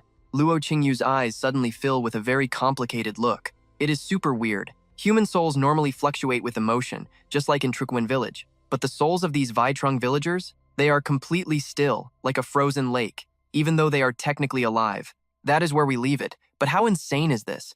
Zhang Ping interrupts, completely stunned. You mean these villagers are basically zombies from the Holy Ancestor tomb? Thu Trung peeks in too. Did you even hear what you just said? Luo Qingyu is absolutely sweating bullets, stammering out a tense apology. I am sorry, I really cannot explain it clearly. Let's dive right back into the madness, guys. Zhang Ping steps up to break the tension. He points out that wandering without clues is a complete waste of time. Past experience screams that the village chief's invitation is definitely the real key to their mission. In the dead silence of the village night, he finally gives a soft order. Everyone, just get some rest for now. Tomorrow, we move out. Outside, Uncle Ton glares darkly at the old fairy woman. His voice drips with pure malice. I hope these sacrifices are fresh enough. Meanwhile, the entire crew is riding on a Dai's back, cruising straight down the dark river. Thutrung complains playfully, groaning that they have been traveling for a while now. My butt is completely numb from sitting so long. Just how much longer is this swamp anyway? CC stares silently at the dark reflection on the water. There is definitely a difference here. I can feel it. The water in this spot is way deeper than anywhere I have ever seen before. Suddenly, pure panic hits her. She screams, "There is something under the water, everyone!" Right as those words leave her mouth, a massive object erupts from the dark depths, totally ripping through the dead silence and sending violently churning waves crashing everywhere. Lu Khan is floating midair on his sword. Thank God he came prepared this time. Zhang Ping looks down with a dark expression and asks, "How is everyone else doing?" Right now, the rest of the team is balancing on a solid ice block made by Cici. Tuyet Diep shouts back, "We are all fine." Cici quickly adds, "I will freeze a few more platforms for us." Boom! The giant creature breaches and slams viciously right into a die. Zhang Ping yells out in total panic, "A die." The poor beast is completely wrapped up by the monster, crying out in absolute agony. He watches in confusion. What the heck is that gray thing, another giant snake? Gritting his teeth, Zhang Ping calls out to the system, "Identify." But before the system screen even pops up, that gray nightmare dives straight back underwater, leaving a swirling black hole behind. Zhang Ping gasps in pure shock. It completely vanished. Still, he freezes for a second, calculating his next move. No, he can still feel it. A die is definitely still somewhere nearby, just like a moment ago. At this range, he can definitely still issue commands. In a panic, he tosses out his gem and roars, "A die, hear my order! Recall to the contract gem right now." Yet, his only answer is the eerie sound of water dripping across the dark river. Zhang Ping bites his lip in total confusion. Why is there no reaction? Watch closely, because things are about to get wild. Normally, a recalled beast flashes into bright light. But right now, a strange blue glow suddenly shoots up from beneath the water into the sky. Zhang Ping desperately thinks to himself, could it actually still be under the water? Suddenly, a heavy rumbling echoes as churning white foam violently pushes the entire river surface upward. Lu Khan completely tenses up and mutters out loud, "So this is its actual true form." He quickly pockets his gem and responds, "Looks like we found the right target." Right then, a colossal turtle covered entirely in massive sharp spikes heavily breaches the surface. They all scream in absolute terror, moon-chasing black tortoise. Facing this giant beast, the squad does not hesitate for a second and charges in to attack. A heavy metal chain is instantly launched, wrapping tight around its thick neck, making the monster wail in pure agony. Zhang Ping grips the chain tight and roars, "Let us see where you run this time." He then calls the system, "Identify." The screen instantly flashes a bold notification, "Success. Mutant beast, moon-chasing black tortoise." Hearing this, Zhang Ping grinds his teeth, blown away. A king-tier talent, and it is a spatial type too. Suddenly, he yells out an urgent warning, "This is bad! Captain Kimba, get out of there right now." Kimba just stares back, confused. What? By now, Kimba and his crew have landed right on the turtle's shell. Down below, Lai Tian grabs its jaw and pulls with insane strength. The giant turtle thrashes endlessly from the intense pain, turning the entire river surface into a chaotic mess. The rushing river currents form a massive whirlpool, violently dragging Zhang Ping's chain down. He shouts in pure panic, "This is bad. Everyone is going to get pulled under." Uncle Tun quickly steps up to take charge. "This environment actually benefits me. Let me go down and deal with this beast." Hearing that, Zhang Ping immediately pulls out a gem. "Then I will leave it to you, Senior Tun." Deep underwater, everyone is desperately swimming around the giant turtle. Damn it actually has a trick like this up its sleeve. Kimba stares at a strange pale liquid bleeding into the water, totally confused. What in the world is this now? Suddenly, the massive beast shoots straight toward the surface, freezing reverse flow. An explosive surge of force blasts everyone nearby high into the air, as the water below literally detonates into giant churning waves of white foam. Right in the middle of this raging tornado, the colossal turtle launches violently out of the water. Uncle Tun keeps barking orders. "Sister Lu, keep making floating ice. Leave the underwater fighting to me." Hearing that familiar voice, Luo Qingyu completely loses it and screams in shock, "Grandpa!" The squad on the ice block keeps coughing violently. This water stinks so bad. Now, the giant turtle furiously roars out, "You greedy invaders! You do not just oppress the villagers, you occupy the entire village too. I know what you are thinking. Invaders? Wait a second." Zhang Ping is just as stunned. Invaders? Are there other people here? He starts to realize the village chief has been hiding something huge from them all along. Zhang Ping carefully steps forward to make peace. "Please do not misunderstand. We have absolutely no hostility toward you, but the beast is not buying it at all. I will never let you achieve your dark goals." Right at this intense moment, Zhang Ping suddenly rips off his outer jacket. Wait a second. He raises his blood-soaked arm and declares, I will stake my own life on it. Can we just calmly talk this out? His bold move actually makes the beast hesitate for a split second. But high up in the sky, a massive bird shadow suddenly appears, swooping in fast. The giant turtle growls back deeply. I will spare your lives for now. That thing in the sky is not easy to handle. It slowly sinks beneath the water. If you can defeat it, I will consider talking with you. Totally confused, Zhang Ping silently calls the system again. Identify. A second later, he grinds his teeth and yells, what kind of joke is this? He looks up at the colossal bird circling above. A mutant beast is here too.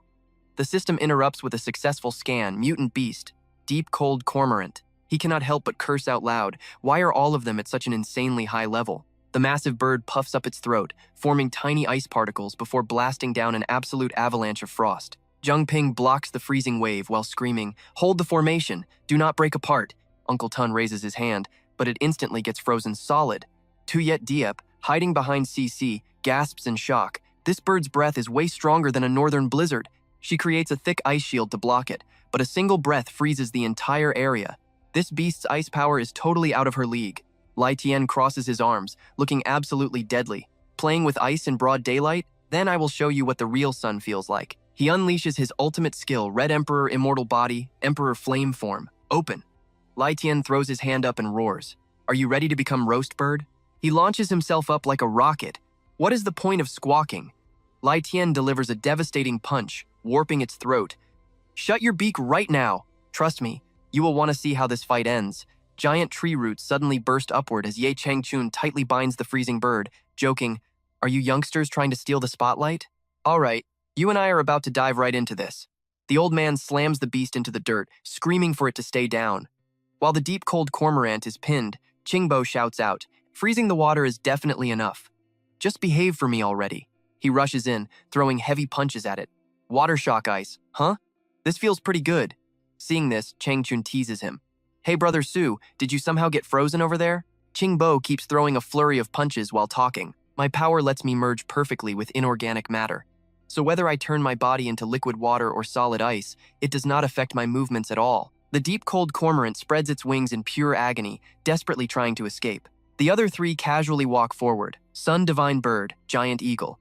Jinbo's face looks absolutely thrilled. Today, I am going to make a massive bird feast. He cracks his knuckles, the loud popping echoing around. Two senior experts. Let us make a bet right now. Who will be the first one to snap this bird's wings? Baide raises his claws and charges right in. Whoever loses this bet has to do 100,000 push-ups. Lai Shan takes the lead, using his Beast King Fist, Taowu possession technique. After the deep cold cormorant gets completely locked down, the other two guys immediately jump onto its back. They unleash a massive barrage of punches together straight into the beast. Take this, you roasted bird. Jinbo generates another surge of raw power from his hands, yelling, let us hit it one more time. He instantly dashes toward the creature at lightning speed, screaming, take this. Watching all this madness unfold, Mani turns around and curiously asks Zhang Ping, are they seriously always this hot-tempered normally? He looks away, awkwardly dodging the question. They have probably just been holding back for way too long. Anyway, the opponent is not a king-tier beast, it has soul attacks. Lai Xian sounds a bit disappointed. This is definitely not enough. I am still not having enough fun. Meanwhile, Jinbo puts his hands on his hips and sighs. As expected, the gap between a mutated beast and a king tier is still huge. The deep cold cormorant lies completely lifeless on the ice. Suddenly, the black tortoise surfaces from out of nowhere. Do you guys not smell the strange scent coming from that thing? Shou Zhang gets totally jumpy and panics. Oh my god, when did you pop up? Now pay attention here, because you and I need to watch this closely. Cece notices what it said.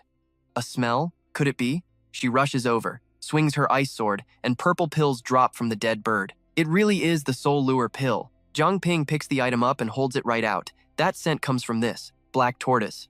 Those intruders you just mentioned earlier, could they actually belong to the Chu family? It glares back with eyes full of suspicion. I do not know what this Chu family is, but right now it seems like you guys are definitely not on the same side as them. That group of people from before, they were hunting down the moon black tortoise. To adapt to the extreme cold moonlight energy, they needed to eat the deep cold cormorant eggs. During its growth period, for the sake of the next generation's development, a group of people would occasionally come to the village to steal the bird eggs. A few days ago, a squad arrived at the village. They used this bizarre medicinal pill to mind control the cormorant and successfully extracted the bird eggs out. I thought the whole nightmare was finally over. but they actually ordered the bird to slaughter the villagers. As the guardian spirit beast, I immediately joined the battle, but I was simply no match for them at all, and I ended up getting severely injured by their brutal attacks. They even wanted to use the pill to control me. I had absolutely no other choice but to use the moonlight energy to escape away. Zhang Ping stares deeply at the soul lure pill in his hand, thinking hard. I never expected this kind of situation. But why did the villagers keep us totally in the dark? Then he raises it up and shouts loudly.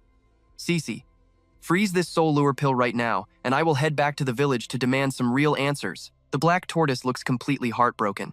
As a guardian beast, I failed to protect the village. My solemn oath to that gentleman has sadly been left completely unfulfilled. Right after it finishes speaking, Situbai's voice suddenly echoes out. My friend, this is not your fault. Right now we share the exact same enemy, and you no longer have to fight this battle all alone. The black tortoise's eyes go wide with pure shock. This voice is. It frantically asks, Mr. Situ, is that really you? He replies in a calm, steady tone.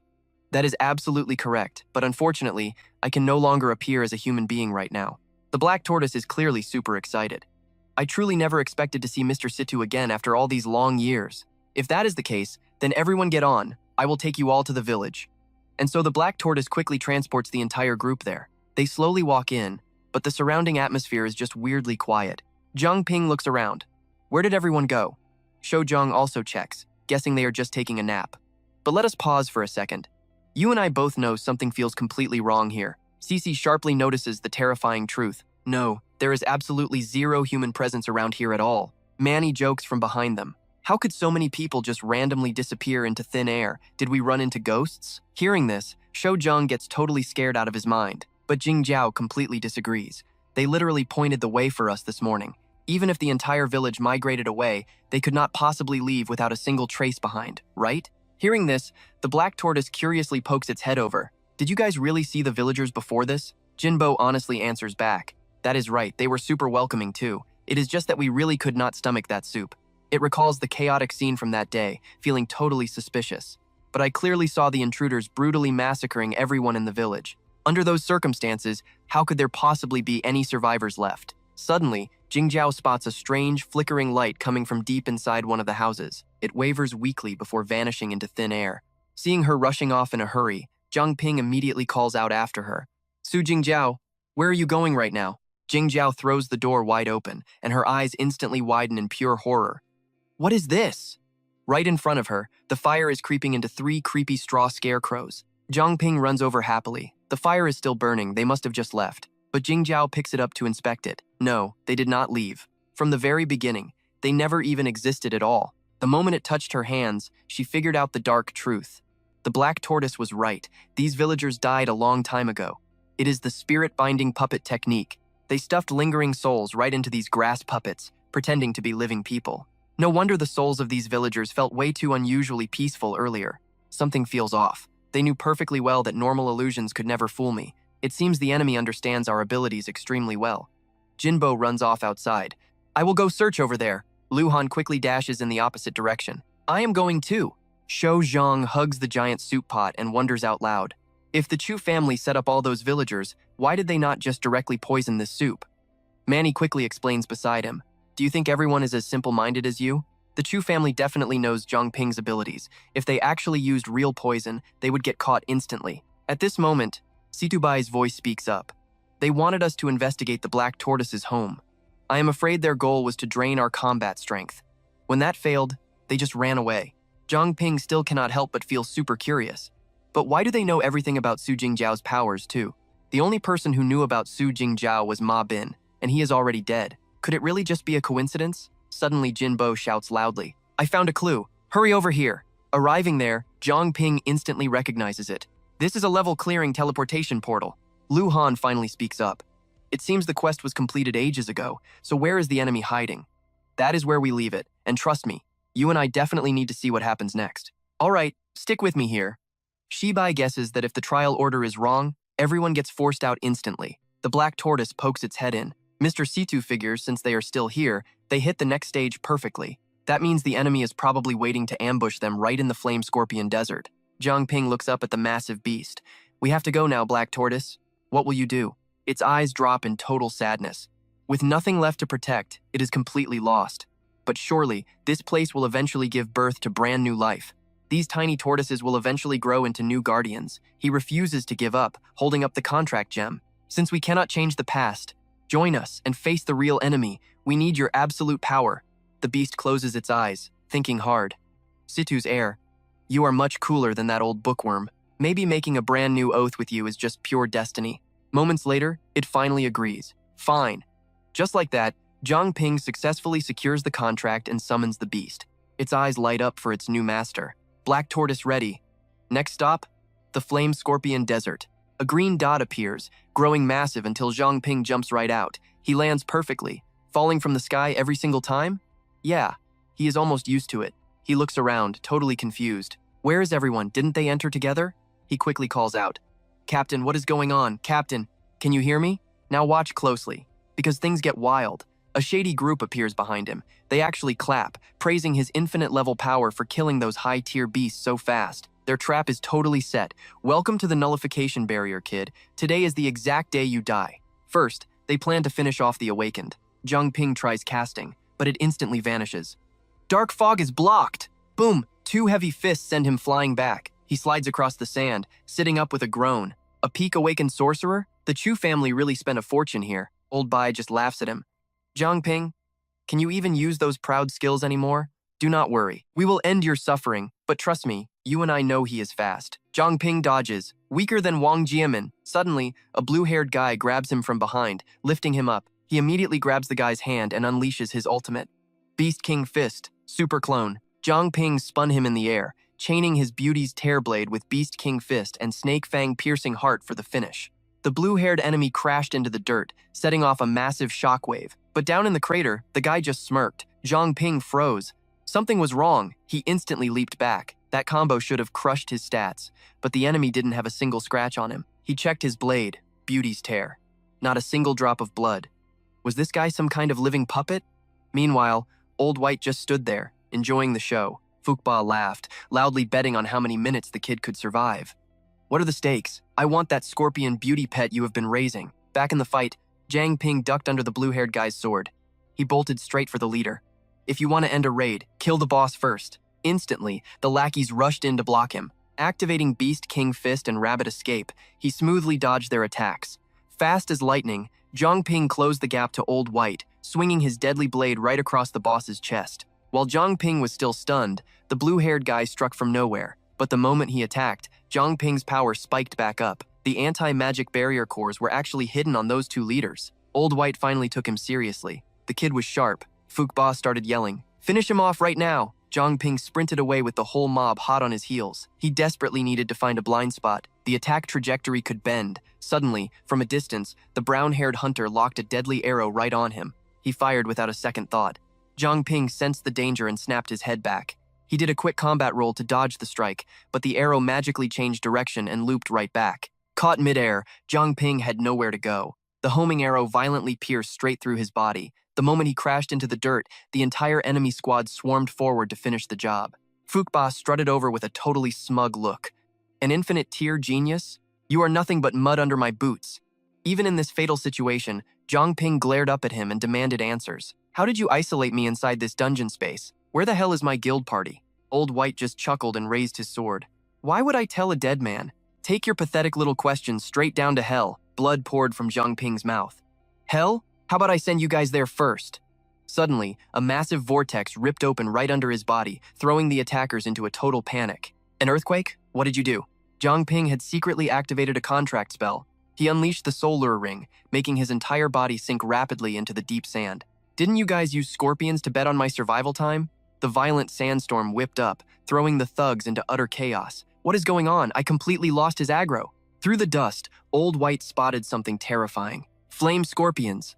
Zhang Ping's voice echoed all around them. That bet, I am paying you back double. Suddenly, the entire squad was surrounded by a massive swarm of red scorpions. This is bad. He actually possessed a flame scorpion. The archer frantically shot them down one by one. Fuqua just stood there, totally paralyzed by fear. Damn it, there are too many mobs. Where the hell is he hiding? Old White slashed desperately at the endless red scorpions while roaring out a command. Mobilize all our level 30 awakened. Dig up the whole desert if you have to. Just find Zhang Ping.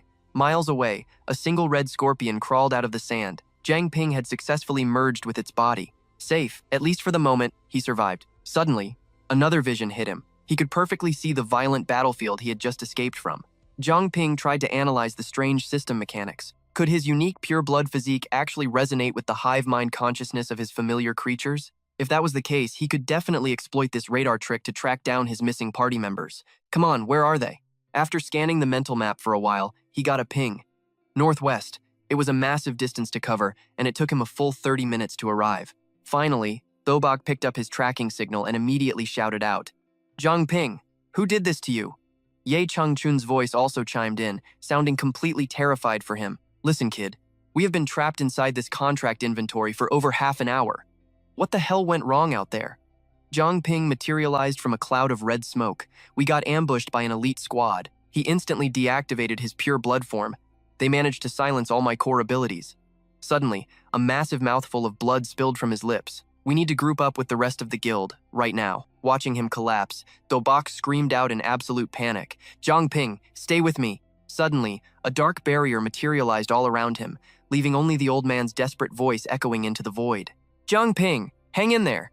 Meanwhile, back at the combat zone, the Soul Lure Ring was fully controlling the red scorpions, leading the Chu family guards right into a trap. Old White stared at the swarm of red scorpions just sitting completely frozen. His tracking signal ended exactly right here. After that, his presence literally vanished from the map. He ground his teeth and scoffed. "An infinite tier class? He is just a rat that is really good at hiding." Fukba nervously stepped up next to him. "Old White, should we go report to the boss and ask for backup?" Old White immediately screamed right in his face. "Report my ass. Who even knows where that guy is right now? Listen to me. This is our one and only shot at the bounty." He threw his hand up, issuing a new raid command. "Lock down this perimeter. I will force the fire scorpions to scan every inch of this desert. I want him dead or alive." Meanwhile, Zhang Ping had been dragged into Manni's secret safe zone, where a voice suddenly echoed. Broken ribs punctured his lungs, leaving 3 major critical wounds.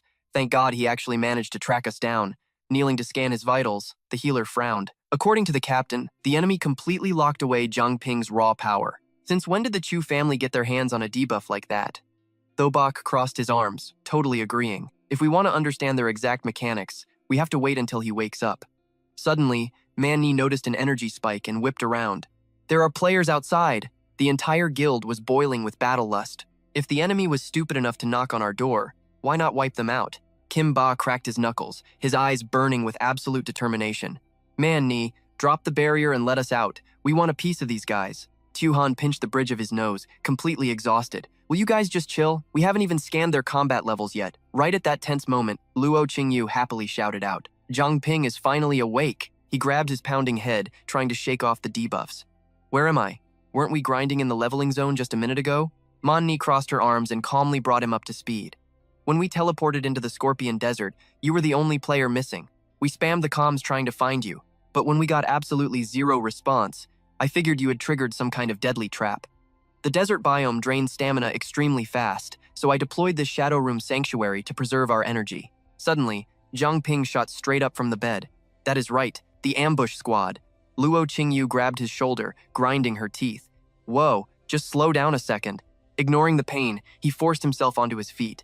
The enemy raid consists of the investigation team's remnants, packed with elite assassins from the Chu family. They definitely tracked us and hacked their way into this training zone. 2 of their bosses are absolute monsters. Not only are their base stats insane, but they do not feel pain or even bleed. The mysterious items they use to completely silence my mana are actually equipped right on those 2 captains. The exact second I launched a physical attack against them, my sealed stats actually spiked and recovered a huge chunk of power. To test my theory, I activated the Soul Lure Ring to pull massive scorpion aggro and create pure chaos. And guess what? Once the sandstorm totally blinded their vision, my combat power immediately started regenerating.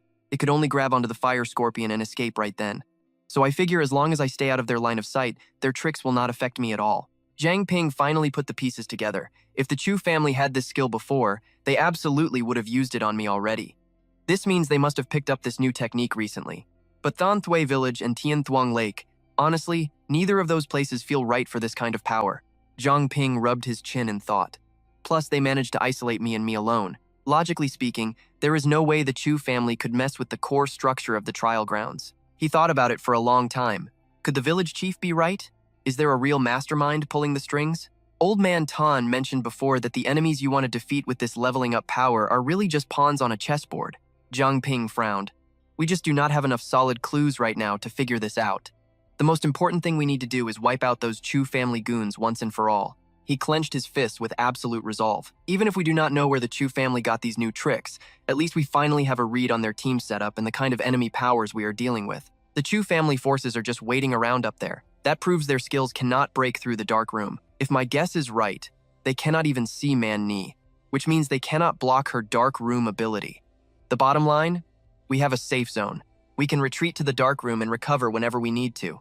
We can use this huge advantage to take them down one by one. The next day, the Chu family troops were still prowling the wasteland area. Lai Tian finally stepped onto the battlefield. I hear you guys have 2 top-tier awakened hunters on your side. Why do you not step up and show yourselves? He let out a nasty laugh. Let your granddaddy see what you can actually do. Hearing that, Lao Bok spun around and gritted his teeth. Where the hell did they come from? Fukba summoned 2 awakened fighters to meet the challenge. You got a death wish? Just then, a very familiar voice caught both of their attention. Hey there, are you boys looking for me? Seeing Zhang Ping show up left them totally stunned. Zhang Ping, the glowing energy in his hand slowly fizzled out. He frowned, feeling uneasy. Just as I thought, those 2 are completely blocking my powers. He glanced over at the brutal fight breaking out nearby. Thank goodness Team Leader Kim and Director Fuang are sitting right in their blind spot. Their powers are still working fine.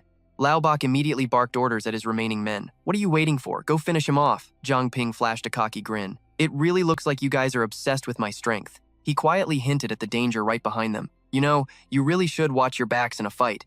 Unsurprisingly, Bok Duke had already grabbed those 2 idiots by the neck. Man Ni, open the dark room now, she answered from inside. Got it. Entering the room immediately canceled out his Lion King transformation. Fuckba was totally powerless and screamed out in pure rage. Bastard! Even now, Lao Bok sounded as arrogant as ever. You really think you alone can lock us down? Right as he said that, a shadow loomed up behind them. You have us to deal with too. Uncle Than and the rest of the crew strolled up with total confidence. You 2 brats think you are pretty tough now, huh? Fukba started shaking like a leaf. Captain 2! His brain scrambled to make sense of it. Was not this guy supposed to be dead? Lao Ba quickly threw someone else under the bus. It was all Ma Ban. He forced us to do it. Uncle Than looked completely furious, his eyes burning right through them. Cut the crap. I never got the chance to finish him off myself. I am going to use you 2 to blow off some serious steam today. Luo Qingyu hid behind Cici, totally terrified. I have never seen Grandpa get this angry before. The 2 men screamed in endless pain as the beating started. My arm is snapping. It is going to break. She tilted her head calmly. Senior 2 and the others have things handled right here. I need to go outside and back up Zhang Ping. Luo Qingyu chimed in quick. I am coming too, so I do not have to keep my guard up around these 2. Out in the wasteland, Zhang Ping pulled out the contract gem. With those guys gone, I can finally tap into my real powers again. Gripping his upgraded battle scythe, he took a step forward. Time to test out a brand new move. The Fire Eater passive triggered instantly. The Mist Body skill came right after. Zhang Ping swung the scythe, coating the blade in both scorching flames and thick fog. With one single strike, he sent those 2 thugs straight to the underworld. A few more rapid swings dropped the rest of them like flies. Another goon panicked when he saw Cici and Tu-Han step up. They have more backup! He barely finished his sentence before she pierced him with several deadly strikes. Zhang Ping flashed them a smile. What are you all doing out here? Luo Qingyu walked over. The enemies causing that debuff got completely locked inside the dark room by Sister Man Ni. Let us just focus on clearing out the mob outside. He pulled out the contract gem again. Perfect. Only the 2 strongest, highest level targets remain. Senior Deep, I am leaving this massive chunk of experience points entirely to you. The old man laughed with pure excitement. You got it. Meanwhile, Uncle Kim leaped up high to dodge a strike from the blue-haired punk. He landed right behind him and readied a heavy punch. Uncle Kim's eyes flashed fiercely. The time is now! He unleashed the golden blood skill, punching the blue-haired guy miles away. But seconds later, the enemy flew right back with his sword, leaving Kim totally annoyed. My attacks are doing 0 damage. The swordsman slashed down hard, but he managed to dodge it. Uncle Kim jumped backward to gain space. These 2 monsters are immortal. Lai Tian quickly added his thoughts. The physical bodies of living creatures are still pretty weak. These guys are way more of a headache than the living.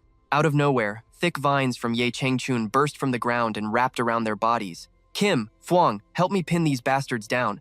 Both men instantly rushed in to lock the targets in place. The old man's vines dug deep into their flesh, just like brutal tentacles. Whether you are a living human or undead, you need energy to keep moving, Every kind of power absolutely has a limit. Uncle Kim watched them wither away and got totally hyped. So strong, senior deep, drain every last drop from them. Soon, the two were nothing but dried husks, with strange red coins popping out from their foreheads. Uncle Kim just stared, too terrified to actually touch them. The clown coins. Is this crazy item the source of their power? Back in the dark room, a bruised and battered Fuqba was stuttering and begging for mercy. Please, stop hitting us! Tied tightly together, both men squirmed on the floor. We will tell you everything. Uncle Thon stood there gripping the Bagua symbol. You guys use this gear to suppress other people's powers? Deep suspicion grew in his mind. Ma Ban killed me with a dagger that had the exact same effect. It seems like all these magical weapons are coming from the very same source. Lao Bak sat up and spoke with total desperation. Yes, but to trigger this thing, the two of us have to focus all of our attention on it, and while we use it, we absolutely cannot cast any other abilities. Luo Qingyu gave a thumbs up. I read his soul just now. The guy is not lying to us. Uncle Thon's eyes burned bright red with rage. So that means this artifact was made specifically to counter Zhang Ping? Lao Bak's voice shook as the old man stood up, casting a massive, terrifying shadow over them. I am about to settle this score right now. Tell me, who gave the order to hunt us down? Luo Qingyu is watching. The first one to lie gets all 10 fingers broken. Want to guess whose fingers snap first? Uncle Thon slowly looked up into the empty air. His deep voice brought back old memories. About 15 years ago, Chu Dianbin ordered us to haul some cargo into the trial grounds.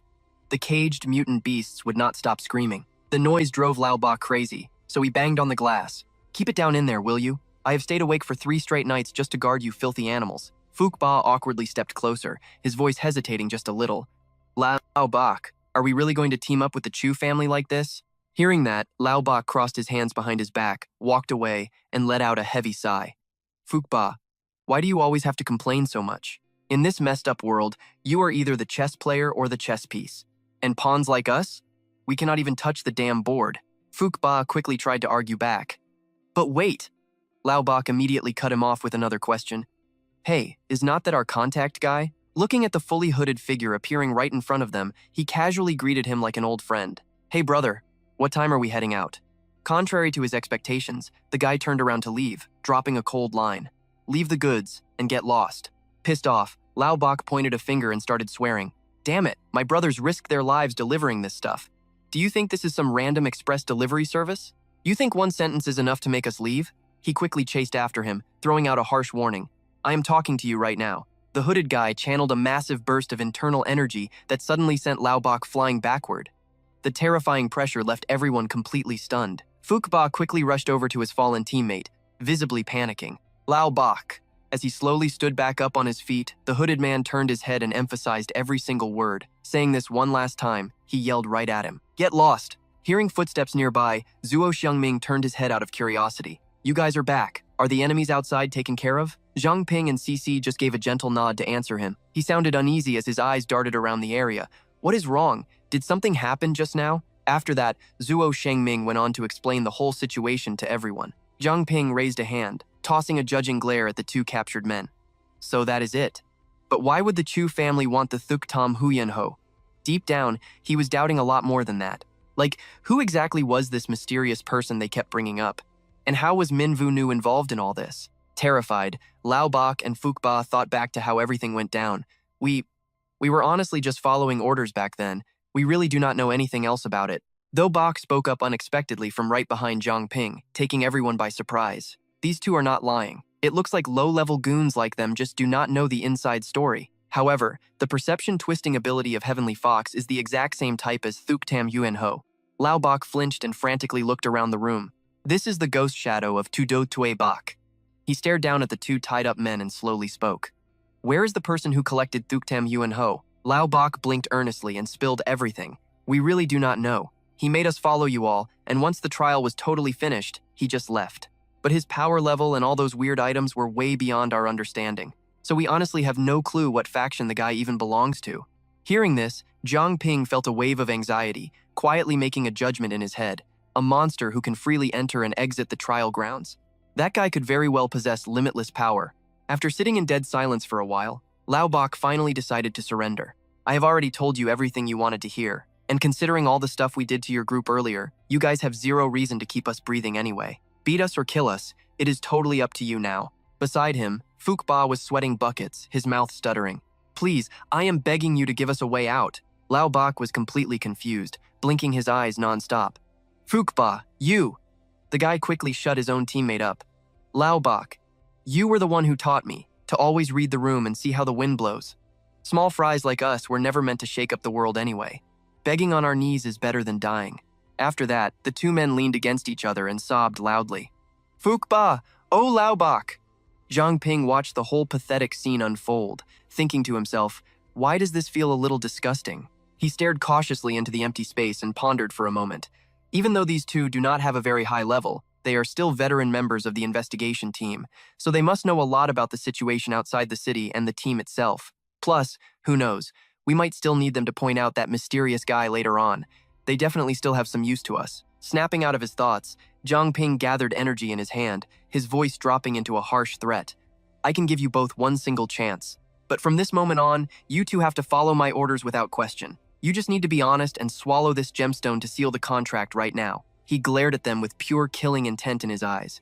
If you want to survive, you better put on a good performance. Fuq Ba nervously shot a glance over at his partner. This thing is way more ruthless than the blood oath of the Chu family.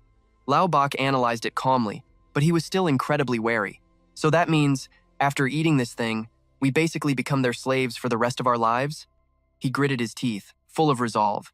If doing this means we get to live, then let us just risk it all. Lao Bak bit down on the gemstone while trembling and shouted out loud. Scene 4, cutting over to the Wolfpack territory up on the snowy mountain. The freezing wind blew hard and dry, threatening to turn anyone out here into a solid ice block. Thu Trung walked with Zhang Ping's group, hugging himself tight while shivering violently. So cold, it is too freezing. This damn weather, did you investigation team guys pull some kind of dirty trick?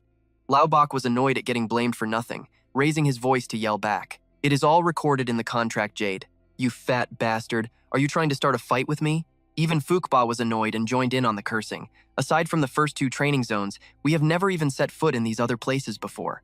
A red notification quickly flashed on the screen. New training quest. In exactly 18 hours, a huge wave of mutated beasts will swarm into Bak Thiet town. Please help the locals defend their home. Zhang Ping confidently took the lead, raising his voice to announce the news. The training quest just showed up again. Looks like that mystery guy finally gave up and stopped messing with us. Quick, hurry up! After walking for a while, Zhang Ping suddenly froze and stared straight ahead. Ah, so that right there is Bak Thiet town, is it not? Zhang Ping quickly approached, and the gate guard greeted them with a stern voice. Welcome to Bak Thiet town. Everyone please follow me. They quickly went inside with the guard. The weather out here was getting even colder, and there was not a single soul wandering the streets. Luo Qingyu innocently looked around like she was out on a simple stroll. Wow, I feel like it has been ages since I last saw buildings designed like this. Thu Trung casually replied without even bothering to turn his head. That is exactly how it should be. Why could not those past villages come over here and learn a thing or two? The guide quickly stopped and pointed straight at a massive building. Room fee is 10,000 Mingzhou per night. Heating is charged separately. Thu Trung grumbled, feeling pretty annoyed and wanting to haggle. Why are the prices here even more expensive than the black market back in Mingzhou City? We are the brave warriors helping you guys deal with the mutated beasts. Could you give us a small discount? Hearing that, the soldier quickly walked away, tossing back a mocking remark. More fools who think they are some kind of saviors here to help? Stay if you want, or get lost. Feeling threatened, Thu Trung got scared and stuck close to his teammates. This place does not seem very welcoming to guests, does it? Over at the Bak Thiet Town Tavern, Zhang Ping and the 5th security team threw a massive, wild drinking party. Thu Trung mumbled in awe while stuffing his face with food. This stuff is totally worth the money. Even if I die, I will be a well-fed ghost. Man Ni held up her bowl, praising it constantly. Never expected this. Mingzhou City currency actually works here too, so money won't be an issue moving forward. Shibai happily glanced around, taking in the sights. When I first started my training journey, this place was just a small tribe. Now, look at how much it has grown. A drunkard stumbled over, swaying on his feet, and slurred out a sloppy welcome to the group. Hey pal, you guys look like outsiders. Am I right? Zhang Ping politely turned around, holding out a hand to explain. I heard a beast horde is hitting the town tomorrow. The man was totally drunk, his eyes hazy and unfocused. A beast horde? Oh, you mean those dangerous wolves? Yeah, word is that whenever the wolf pack attacks, outsiders always show up to help the locals fight off the monsters and defend the town. The drunkard, his face flushed bright red, stumbled closer. He casually slung an arm over Zhang Ping's shoulder and laughed. But that kind of stuff is old news now.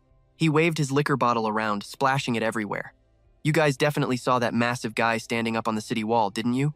That thing can fire 5 massive arrows all at the exact same time. It doesn't matter how many dangerous wolves show up, they are totally useless against it. You guys might as well just sit back and be useless freeloaders. Zhang Ping ignored him and turned away in disgust. Was it really that simple? Seeing his teammate sigh and stare out at the distance, he raised an eyebrow in confusion. Zhang Ping quickly walked over and asked out of concern, "What's wrong?" Jing Yao turned her head and explained innocently, "I was just thinking, it has been a really long time since I last visited Mingzhou City. I wonder what the city looks like right now." Meanwhile, back in Mingzhou City, laborers were working around the clock, building and repairing structures without a single moment of rest. Zemin stood in the corner, pointing fingers and shouting orders. "If you do not finish fixing this rundown shop in 3 days, I will throw all of you right into the wall." One of the workers stammered nervously, "But sir, the materials." Zemin immediately snapped at him, cutting him off. "No excuses. I want to smell fresh bread by tonight." Curious locals walking by saw the commotion and started whispering. Vice City Lord Huang is really working hard. I heard he acted like a lapdog for the patrol team just so he could climb his way up to that position. Inside the Lord's mansion, Shi Yu sat arrogantly on the throne, waiting for her loyal mutated beasts to report. "Your Highness, the city's renovation work is almost completely finished. As far as the humans know, this was just a natural disaster handled by the patrol team." She crossed her legs, looking incredibly elegant and haughty. "I wonder if the pigs in this city will actually eat and sleep well." The mutated beast stayed kneeling, continuing its polite report. "Everyone is praising how well you govern the city, my lady. Your Highness. As for the Chu family, how do you want to handle them?" Shi Yu stood up from the throne and slowly walked over. "I know exactly what you are worried about. The king is imprisoned by Situ Shibai, so you fear the Chu family will sneak in. Are you saying you do not trust me?" The mutated beast lowered its head to the floor in pure terror. "No, I wouldn't dare." But she ignored its desperate apology. Shi Yu calmly walked past, her long hair fluttering in the air. "It is only a matter of time before the king kills Situ Shibai. And as for this Chu family dog, a dog only acts like one when it barks. As long as the leash stays firmly in my hands, it's fine."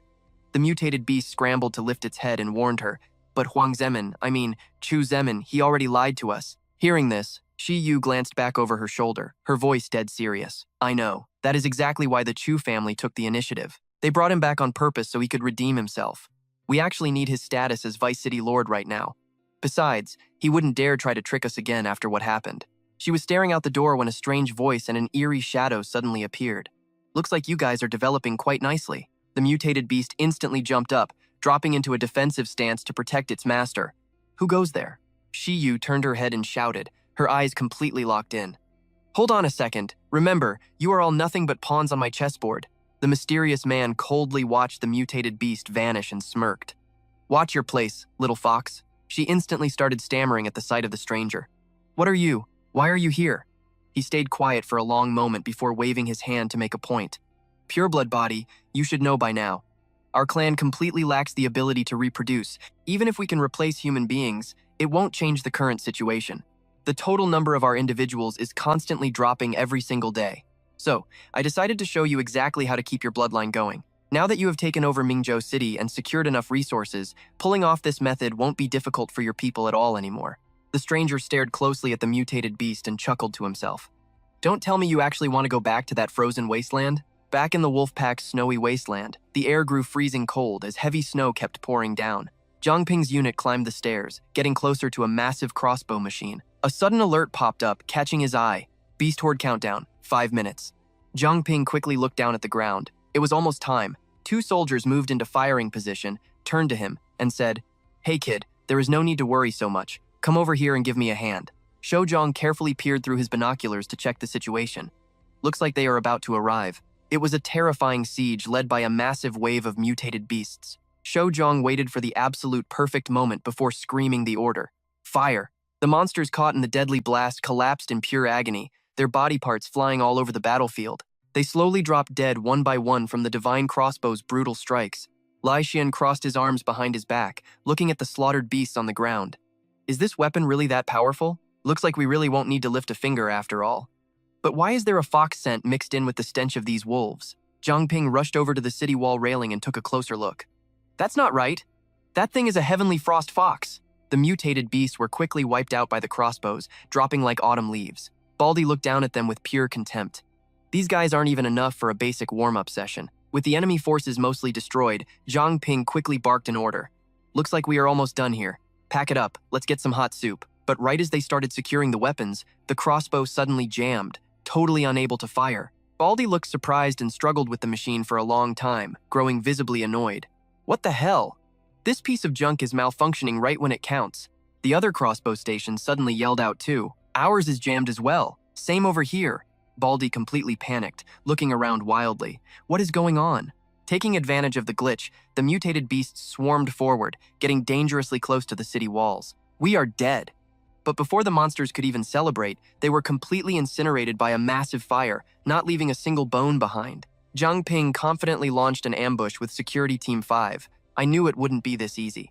Jinba pumped his fists in sheer excitement, shouting a threat. I should have let my fist teach these freaks a lesson from the very start. Baldy frantically ordered the nearby soldiers. Hurry up and go get Engineer Song right now. I am on it. Down below, Zhang Ping's brave teammates charged straight into the chaos, fighting the nasty mutated beasts in brutal hand-to-hand combat.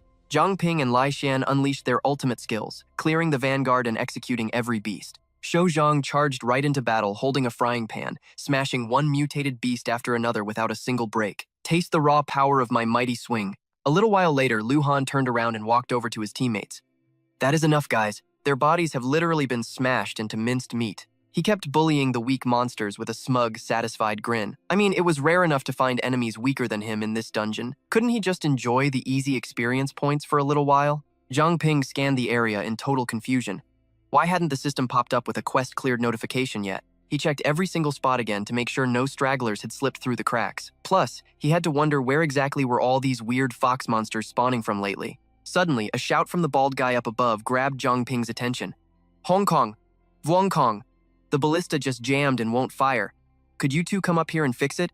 You dragged us out here for this kind of garbage? Vuong Kong and Hong Kong crossed their arms, clearly annoyed as they grumbled. Seriously, we haven't even had our morning coffee yet. The system window flashed in front of him. Nightwalker quest, initiated. In a flash, Zhang Ping leaped straight onto the city gate, scaring the living daylights out of those two. He landed right in front of Hong Kong, gripping his heavy blade with eyes full of pure murder. Without wasting a single second, Zhang Ping slashed a brutal horizontal strike straight across his chest. Hong Kong stumbled backward, completely panicking as he screamed. Where did this absolute psycho come from?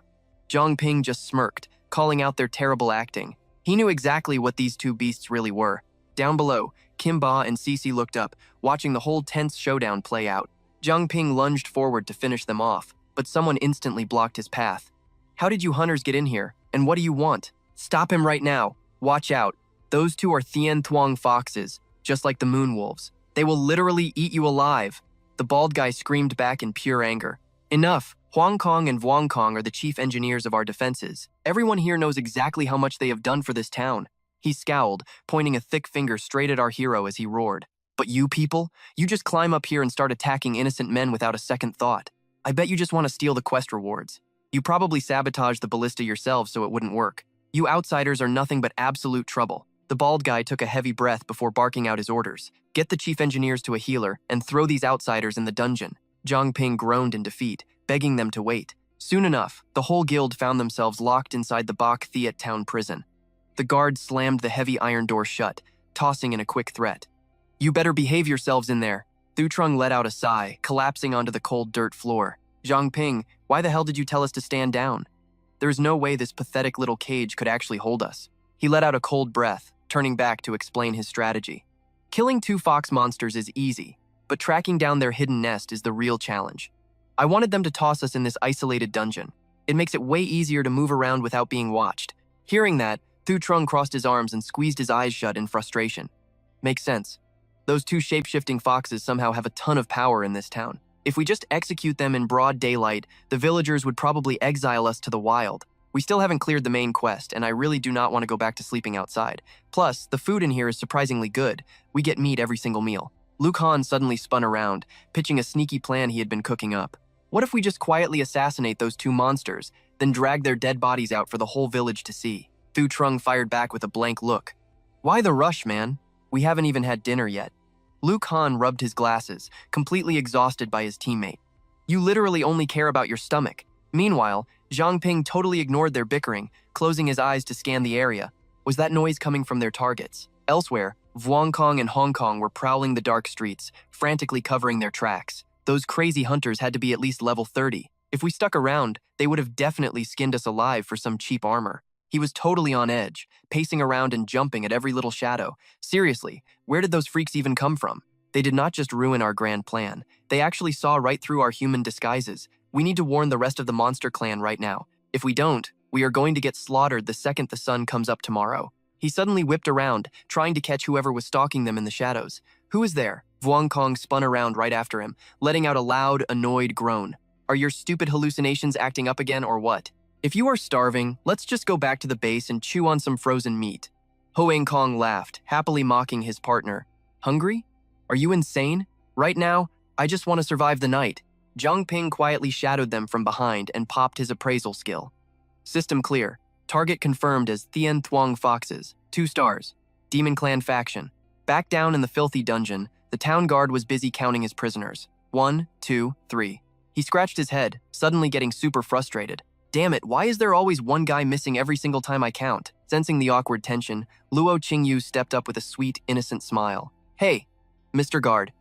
You have counted us 3 times since breakfast. Maybe you should try using your fingers this time. Thu Trung jumped right in, playing along flawlessly. Exactly.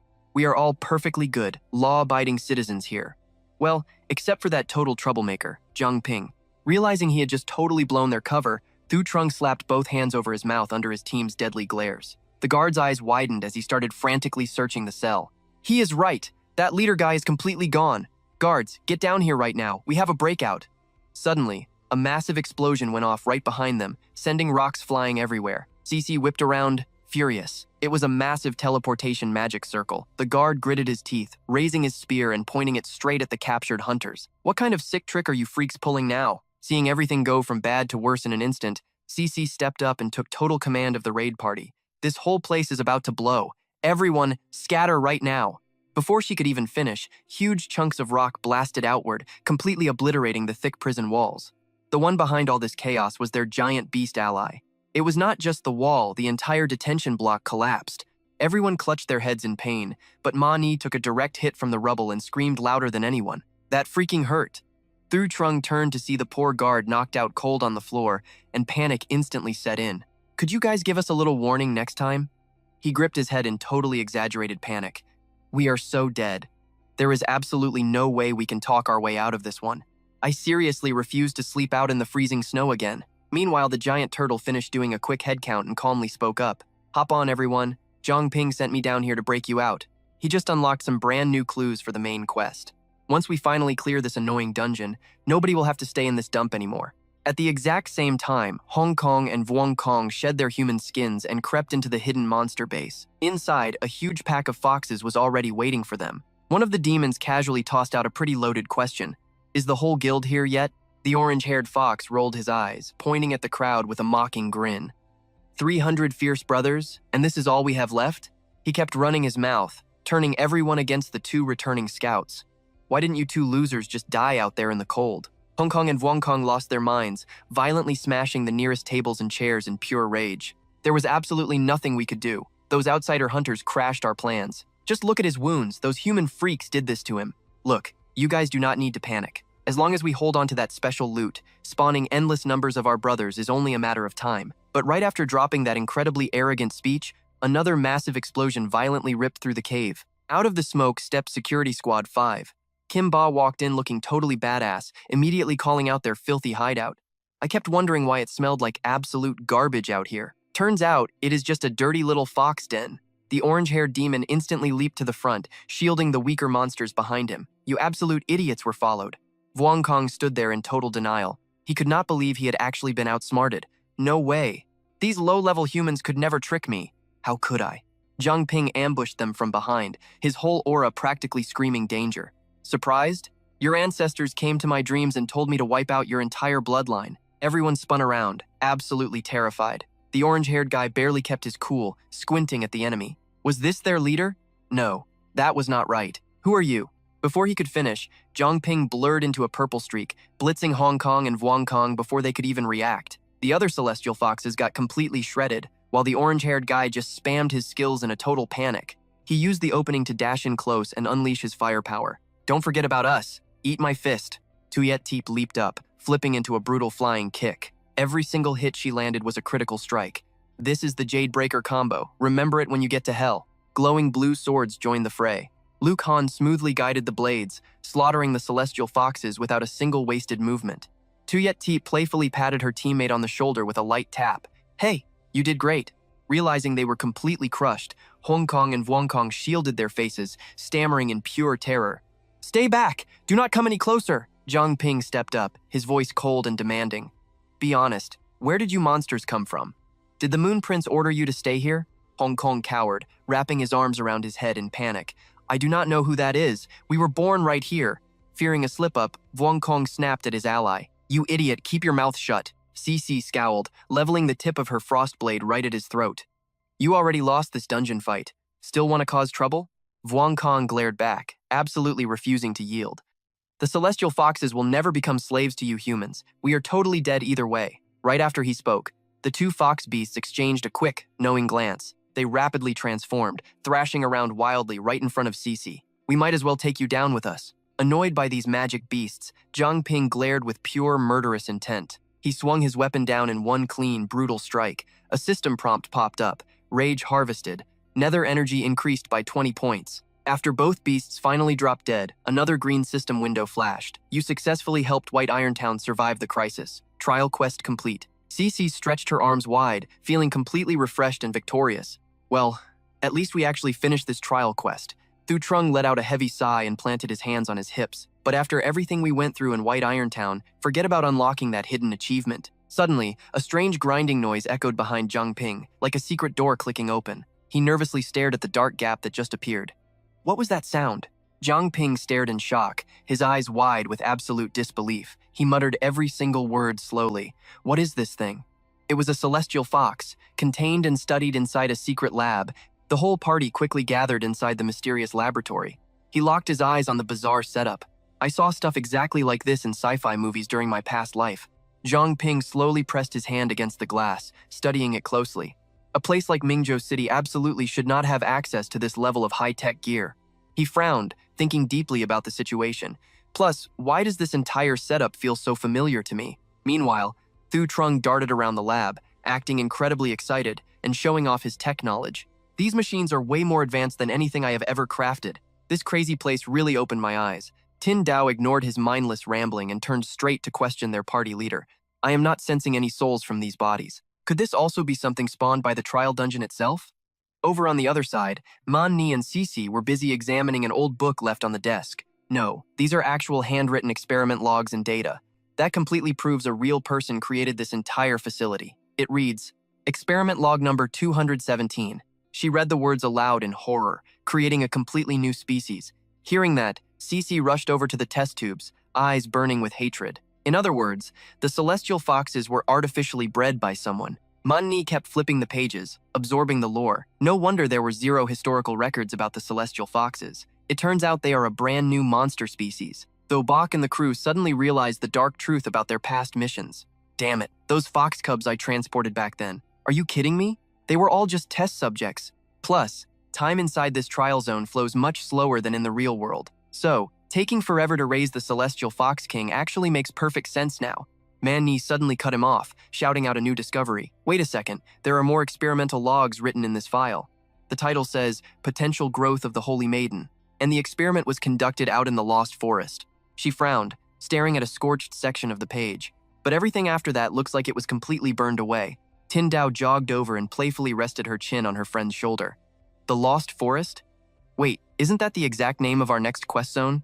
Curious, Zhang Ping skimmed through the notebook. Looks like the only way to uncover the truth is to keep grinding this trial. But to stop them from spawning any more celestial foxes, we need to completely trash this lab before moving to the next zone. Meanwhile, back at the Holy Ancestor Village, Quan Din was fast asleep. Huang Min walked in. Zhao Tuyet sensed his presence but didn't even bother to look back. "Why are you here?" The old man gestured slowly, his wrinkled eyes narrowing. "You promised that once you break through to the King Realm, you would hand over the corpses of Cece and Toybach. So, naturally, I am just here to check on your leveling progress." Hearing this, Zhao Tuyet waved her hands, casting magical seals all around her body. "To reach the King Realm, I have to completely absorb the Holy Maiden's awakening power. I have spent so much time and energy researching this specific array formation." Right now, I am confident I have mastered at least 70% of it. She used her magic to levitate Quan Din into the air, screaming with pure confidence. Today is the day I ascend to the king rank. Suddenly, a massive explosion ripped through the room, completely blasting the roof off the building.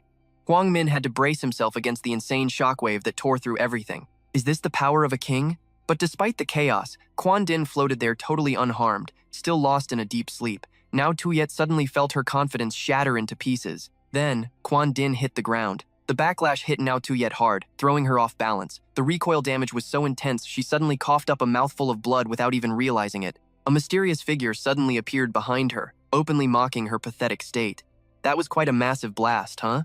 Honestly, if I had not been here today, your precious holy ancestor village would be absolute rubble right now. Hearing that voice, Ngao Tuyet scrambled to turn around. You?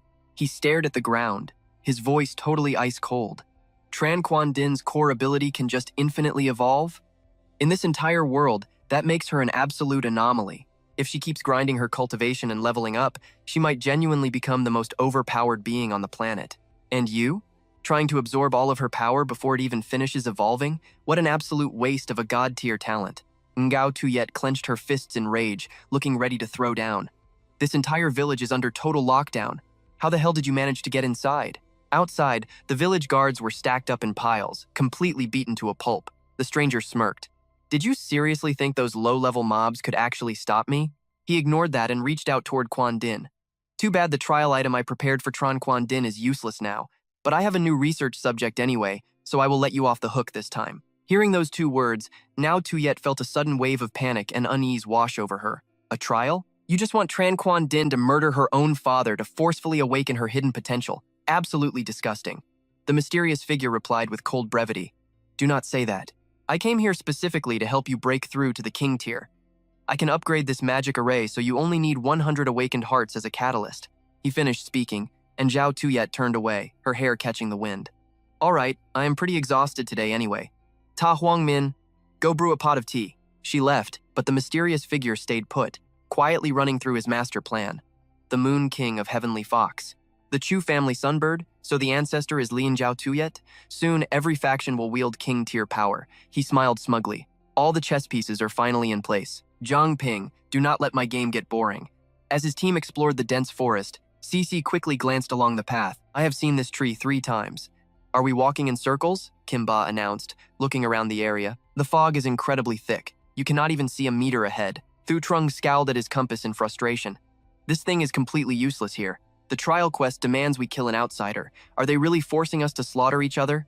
Zhang Ping calmly spoke up from the front to reassure his team. In theory, this trial zone allows solo players to enter, so it definitely would not assign an impossible quest that a single person could never clear. But wait, didn't the captain mention that the dungeon adapts the trial mechanics based on whoever enters it? Suddenly, a random voice echoed out, terrifying the squad like a ghost. By the looks of it, you guys are outsiders, right? Cici spun around, weapons drawn. Who is there? A frightened OY Town resident raised his hands. Sorry, I did not mean to scare you. I am just a local. You guys looked lost, so I came to check. I can guide you if you want. Luo Qingyu stepped near Zhang Ping and innocently added, I checked already. She means no harm. The resident led them to a massive gate and spoke up. We are here. This is OY Town. Zhang Ping instinctively scanned his surroundings. The fog is much thinner here. Is there some sort of magical barrier keeping it out? Thoba quickly appeared to share his memories. I remember OY as a rundown village that just sold funeral goods. How did it level up into a place like this? He stepped closer to the resident and mocked. Plus, if you have already turned into a wandering spirit, something terrible must have happened in this trial zone, right? She slowly turned her head, stammering slightly but with resolute eyes. That is a very long story. But first the gates opened, and the other locals cheered in unison. Welcome to OY Town. Night soon fell. Everyone gathered in OY Town. Zhang Ping and Security Squad 5 sat around, enjoying a huge feast. Thu Trung ate happily but still leaned in to whisper. Can this place really serve us? I cannot even hear their heartbeats. Annoyed, Luo Qingyu chewed her meat and deliberately spoke loud. Not all wandering spirits harm humans. Honestly, I trust them. An OY Town local quickly stepped in to diffuse the tension. Do not blame him. Back in the day, we would have been terrified seeing spirits too. Finishing his food, Zhang Ping looked up at their strange hovering state. You were all human once. Why did you end up like this? Hearing that, he looked down sadly, avoiding eye contact to dodge the past. We ran into a massive 10-story tall giant. Zhang Ping stared blankly into space, picturing it. A giant? Was it that thing? The local frowned heavily, explaining helplessly. After turning into spirits, our concept of time just faded away completely, so we honestly do not even know how many years ago this happened. That day, the forest fog mysteriously vanished. Then, 4 massive mountains of flesh literally fell right out of the sky. They trampled the forest. Facing those kinds of monsters, we had zero chance to fight back. His voice choked back tears. OY Village was reduced to absolute ruins. Not a single villager escaped. Everyone died in that disaster. An unknown amount of time passed, and then everyone miraculously came back to life. When we woke up, we realized we were all wandering spirits. The local slowly closed his eyes, reminiscing. Then the fog covered the woods again. The giants seemed to lose their targets and completely stopped moving. Right around that same time, an outsider showed up in our village. Under his leadership, we did not just rebuild the village. We used his shared knowledge to upgrade and develop the town into what you see today. Because of that, he became our town's great sage. Zhang Ping listened closely, suspecting something very weird. An outsider actually changed the dungeon environment? Could that mysterious guy be connected to the creation of Heavenly Fox itself? He slammed the table and stood up. Where is this great sage right now? Soon, the entire group arrived at the sage's front gate. A local led Zhang Ping inside. Lord Sage, outsiders are here. Tran Hao Van angrily yanked the curtain aside, cursing out loud. Why did it take so long this time? That is not your style. He blinked in shock, squinting to see clearly. Wrong people? I really am just a foolish old man. Manhwa rushed forward, shouting. You are Tran Hao Van! Zhang Ping suddenly remembered. Is that the Tran Hao Van who went missing 10 years ago? She quickly brought up Tran Quan Din's father, sending a sudden jolt of electricity straight through his body. Tran Hao Van jumped up to interrogate these strangers. You know Quan Din? How is she doing now? The panicked local tried calming him. Lord Sage! He eventually composed himself and issued an order. Head out for now. I need to chat with them. The local bowed politely and obeyed. Yes, sir! Once the local left the room, Manhwa explained Tran Quan Din's current situation. Hearing the whole story, Tran Hao Van looked up, leaning back in his chair with total exhaustion. In the end, it was totally unavoidable. He slammed his fist into the chair, furious at himself. He clearly made a deal to trade his own life for Quan Din, but that bastard actually dared to break their promise. Tran Hao Van was so enraged he fell ill, coughing violently. Zhang Ping panicked and rushed over to help him. A red system alert quickly popped up. The bloodline body activated. He healed the old man while urgently passing on the warning. That guy you are talking about is our mutual enemy. What exactly did he do? Tran Hao Van wiped his mouth with a towel and slowly recalled the painful memories of his past. Years ago, I left Mingzhou City to train and level up. During my journey, I ran into an incredible woman. She was not only highly skilled but also kind and deeply understanding. We quickly fell in love and became husband and wife. I found out later she was a saintess who escaped from Holy Ancestor Village. At that time, Liangao Tuyet had already taken complete control over the entire settlement. Her innate saintess powers helped her resist Liangao Tuyet's vicious mind control. That exact clarity made her realize the cruel oppression happening around her, pushing her to run away for good. What followed was endless pursuit by the forces of Holy Ancestor Village. Quan Din was born under that massive pressure, especially since Lin Jiao Tuyet was a major wanted criminal in Mingzhou City. Since my wife was a runaway saintess from Holy Ancestor Village, we could not ask Mingzhou City for any kind of backup. Tran Hao Van sighed heavily, his tone turning grim. In pure desperation, I secretly contacted my father, Tran Hock Li. I tried everything possible to have him take Quan Din into the city to be raised safely. But right as we were sending Quan Din off, the assassins caught up. My wife fought with her life to protect him, but she was completely outmatched. In our absolute darkest moment, that man appeared. In the blink of an eye, he slaughtered every single pursuer. He swore he would protect Quan Din perfectly, but the heavy price was me coming to this cursed place forever, living among wandering souls. He sat up straight. His voice turned more serious than ever before. At first, I figured doing all this for Quan Din was no big deal, but as time passed, I slowly realized this entire training ground is actually just that man's private backyard. Whether it is the deadly fog or those massive giants, he controls absolutely everything from the shadows single-handedly. He uses me to cultivate bloodlines, feeds the resentment of ghosts to the giants, and waits for Quan Din to kill me just for fun. We are nothing but simple tools for his sick entertainment. Tran Hao Van showed a deeply sorrowful expression, mourning the memory of his beloved son. I have lost count of how many years I have been locked up here. To keep me alive, he constantly sent medicine my way. But this time, the supply completely stopped. He did not send anything. I honestly thought I was finally going to be freed. Turns out, it was just because you guys showed up. Suddenly, a strange, loud noise struck his house. Tran Hao Van stared at the ceiling, calmly speaking his final words. It looks like my time is almost completely up. That guy once told me that the moment I die, the fog will vanish, and the giants will regain their full power. Zhang Ping clenched his fists in pure anger. Are you kidding me right now? I am absolutely not going to let you die. Unlike that fierce energy, the old man had almost given up on everything. What is the point of any of this? No matter what I do, absolutely nothing is going to change. He raised his voice, urgently reminding the old man. Didn't you just say that? The massive giants only get their strength back after you die, right? So let's strike while they are still weak and wipe every last one of them out. Despite death creeping closer by the second, Tran Hao Van showed zero fear. He just kept his completely emotionless face pointed down. No, that is definitely not what I mean. Even if we slaughter all the giants right now, what does it actually change? He looked up at the warmly smiling family portrait. Reuniting with Quan Din was the single reason I kept trying to survive in the first place. Now that my wife and son are both dead, no amount of bloody revenge will ever bring them back to me. No matter how hard I try, no matter how desperately I risk my life leveling up, this cruel world just keeps taking absolutely everything away from me anyway. Hearing this, Zhang Ping turned cold and stopped pouring energy into healing him. Tran Hao Van lifted his tired eyes and let out a sigh. I do not want to keep going. I am so tired of living like this. Come on, just kill me so this training quest can end. Completely provoked, he yelled back with a furiously angry face. Tran Hao Van, you think the world is unfair to you? You think it took everything you had? Zhang Ping harshly scolded him, delivering a brutal reality check. Stop being an idiot. All of that is just how things are. He stepped closer, grabbed Tran Hao Van by the collar, and violently yanked him up. The living corpses in Holy Ancestor Village, the Chu family's Beast Tamers, Mingzhou City trapped by Heavenly Fox, and even the wandering ghosts in your own little town. Nothing makes sense in this place. Nothing ever goes exactly the way we want it to. This world is an absolute nightmare. Do you seriously think you are the only one who finally figured that out? Zhang Ping's eyes burned with furious killing intent. But so what? Are we supposed to just drop our weapons, give up fighting, and die a pretty death? No way. I will keep battling. I will fight and resist until the very last second of my life. He emphasized every single word, cutting deep into the old man's soul. I absolutely will not let that bastard get what he wants. Finishing his sentence, Zhang Ping let go and pulled out a weapon to challenge him. That guy played games with your life. If you really want to quit, use this dagger and finish it yourself. He turned around, making sure his teammates witnessed it. Make your choice. Die right here like a pathetic bug, or become a demon of revenge. That day, humanity remembered the terrifying fear of being ruled by giants.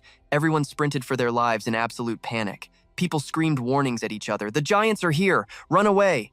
One desperate villager collapsed, burying his face in his hands. Where are we even supposed to hide? We are dead. We are totally doomed this time. Someone quickly stepped up to calm the chaotic crowd. Do not panic, everyone. Let's work together and figure out a way to take down these giants. The people of OY Town widened their eyes in sheer panic, stressing every single syllable. Monster! True Nguyet casually watched the crowd like a tourist, tilting her head with a question. Monster, are you talking about me? Her tired subordinates shook their heads, not even wanting to look. Who else could it be? Meanwhile, Zhang Ping focused completely on his healing skills, monitoring the old man's vitals closely just like a real doctor. Tran Hao Van's condition had temporarily stabilized for the time being. Now, I have to rely on you guys. A system alert popped up. The pureblood body had fully activated. The rest of the guild quickly split into strike teams for the raid. Team A had Kim Ba, Lu Tuthian, and Lu Kan. Team B included Feng Lai Tian, Bak Duke, Chu Zuo Shangming, and Long Fuk Ba. Team C consisted of Diep Ye Changchun and Zuo Xiangming. Finally, Team D was Trin Tuyet Tiep, Triongan Long, Triongan Ho, and Adai. The assigned members shouted in unison, "Understood!" Zhang Ping concentrated on casting his healing spells, but his mind stayed focused on the coming battle. Those giant monsters haven't completely recovered their full strength yet. Splitting into 4 squads to take out the 4 giants at once is our best strategy. Let's just hope there are no nasty surprises waiting. Without missing a beat, the teams quickly pushed forward into the Lost Labyrinth forest. Kimba took the lead and called out to the group. The fog was actually clearing up. He couldn't believe that mysterious guy managed to pull this off. But with the mist gone, they finally got a clear look at the terrifying giant standing right in front of them. Staring down at the 3 of them was a massive giant. Its sheer size froze him in his tracks for a second. So, this is the monster our Team A is supposed to take down, huh? Kimba didn't waste a single word. Lu Kan leaped swiftly onto his flying sword and brought a hand to his mouth. Wind step! In a flash, Lu Kan zoomed right past the giant's ear before the massive creature even realized he was there. He pointed straight ahead and commanded his weapons to strike. Go! The giant was instantly shredded by a relentless, heavy barrage of Liu Khan's flying blades. The beast stared dumbfounded at the perfectly round hole blasted through its shoulder. Backing away to a safe distance, Liu Khan carefully watched the giant's reaction to the attack. There was no blood at all, and the wound was healing incredibly fast, exactly like those two puppet golems from before. It suddenly ambushed him, closing the distance in a flash with a strike so fast, Liu Khan couldn't even block it. Kimba quickly leaped into the fray to save him, throwing a truly devastating punch. Stay focused. In other words, these massive giants must also have a hidden core controlling all of their movements, right? Liu Khan nodded in agreement. Exactly, just like that ugly crest on the heads of the previous two golems. But this giant's body is way too massive. There is no easy way to figure out exactly where its core is hidden. He stayed silent for a few seconds before making a bold call. Captain, I want to use the power of the golden blood. Kimba looked shocked. He cautiously asked to confirm. Didn't you say your power could only be maintained for a maximum of 30 seconds? Liu Khan calmly explained his plan right away. I have been constantly training my stamina alongside Director Fuang and the rest of the guild, so I should be able to hold it much longer now. Kimba smiled faintly, sharing a knowing look with his teammate. Seeing you this confident, I am guessing you have already figured out a way to take this thing down. All right, just make sure you know your own limits out there. Liu Khan gave a cold nod. True to his word, he quickly injected the golden liquid straight into his body. Drinking this power-packed blood will temporarily boost my abilities, but it takes a massive toll on my physical body, which means I really cannot keep it active for too long. While my stats are boosted like this, my flying sword can actually transform into pure, intangible blade aura. Because of that, the speed of a single slash can literally reach the speed of light. Channeling his newly buffed power, Liu Khan prepared to unleash the fierce dimensional aura slash. He quickly gave orders to his teammate below. This giant's regeneration cannot keep up with my slashing speed. The moment you spot its core, you have to hit it with an absolute critical strike. Kimba got into his stance and began gathering his raw power. Got it, golden blood fully unleashed. As Liu Khan kept attacking, he analyzed the battlefield. This is no good. The efficiency is way too low. I need to widen my attack range. He looked down and shouted for backup. Lu Tu Thien, I remember you have a skill to create mirrors. Can you set them up all around the giant? Cici anxiously explained in a timid voice. But that ability of mine is only really useful for confusing the enemy. Liu Khan yelled loudly, cutting her off. Forget about that, just trust me. Fueled by his encouragement, she grew stronger and far more confident. Understood. Cici focused her mana, casting Mirror Flower Water Moon to surround the massive beast. Liu Khan smiled as the giant got hopelessly confused, loudly praising his teammate. Excellent work. Cici quickly cast her very next ability, the Water Mirror Wild Dance. A red gem flashed brightly, prompting Liu Khan to excitedly yell out. Found it! That spot right there has to be the core. Captain! Kimba swiftly launched himself at the target, unleashing his golden finisher skill along with one final, deadly threat. Die! His flying kick brutally pierced straight through the critical center. The glowing core was instantly knocked completely out of the giant's massive body, shining brilliantly. The monster collapsed, totally destroyed by Team A's flawless coordination. Kimba smiled gently and rested a proud hand on his future captain's shoulder. I expect nothing less from you. Coming up with a counter strategy that fast, nobody else is fit to be the next combat captain but you. Cici quickly sent an update through the communication orb. Team A has successfully hunted down our giant. Liu Khan kept his stoic expression and brushed it off. Forget it, just thinking about the role is exhausting. Let Lu Tu Thien handle it. After making the report, she looked down and analyzed their fight. These giants are just like the puppet golems we ran into earlier. Their weak point is the core right in their chest. Kimba quickly chimed in to finish her thought. We just need to destroy that core to completely shut them down. Meanwhile, as Zhang Ping was healing him, the man suddenly coughed up a mouthful of blood, completely startling the boy. Tran Hao Van, what the heck is happening here? Why did so many hidden injuries suddenly appear inside his body? But a loud scream from the communication orb immediately grabbed Zhang Ping's attention. Get out of the way. Team A's giant suddenly woke back up, launching a barrage of attacks before anyone could even dodge. Cici quickly sent out a very urgent and brief update. The intel has changed. The giant's core is definitely in its chest. But somehow, the dead giant just came back to life. Something feels completely wrong here. Zhang Ping calmly pieced the whole situation together. The giant's destroyed core somehow managed to regenerate itself. And then Tran Hao Van suddenly suffered all these hidden injuries. Could these two things actually be connected?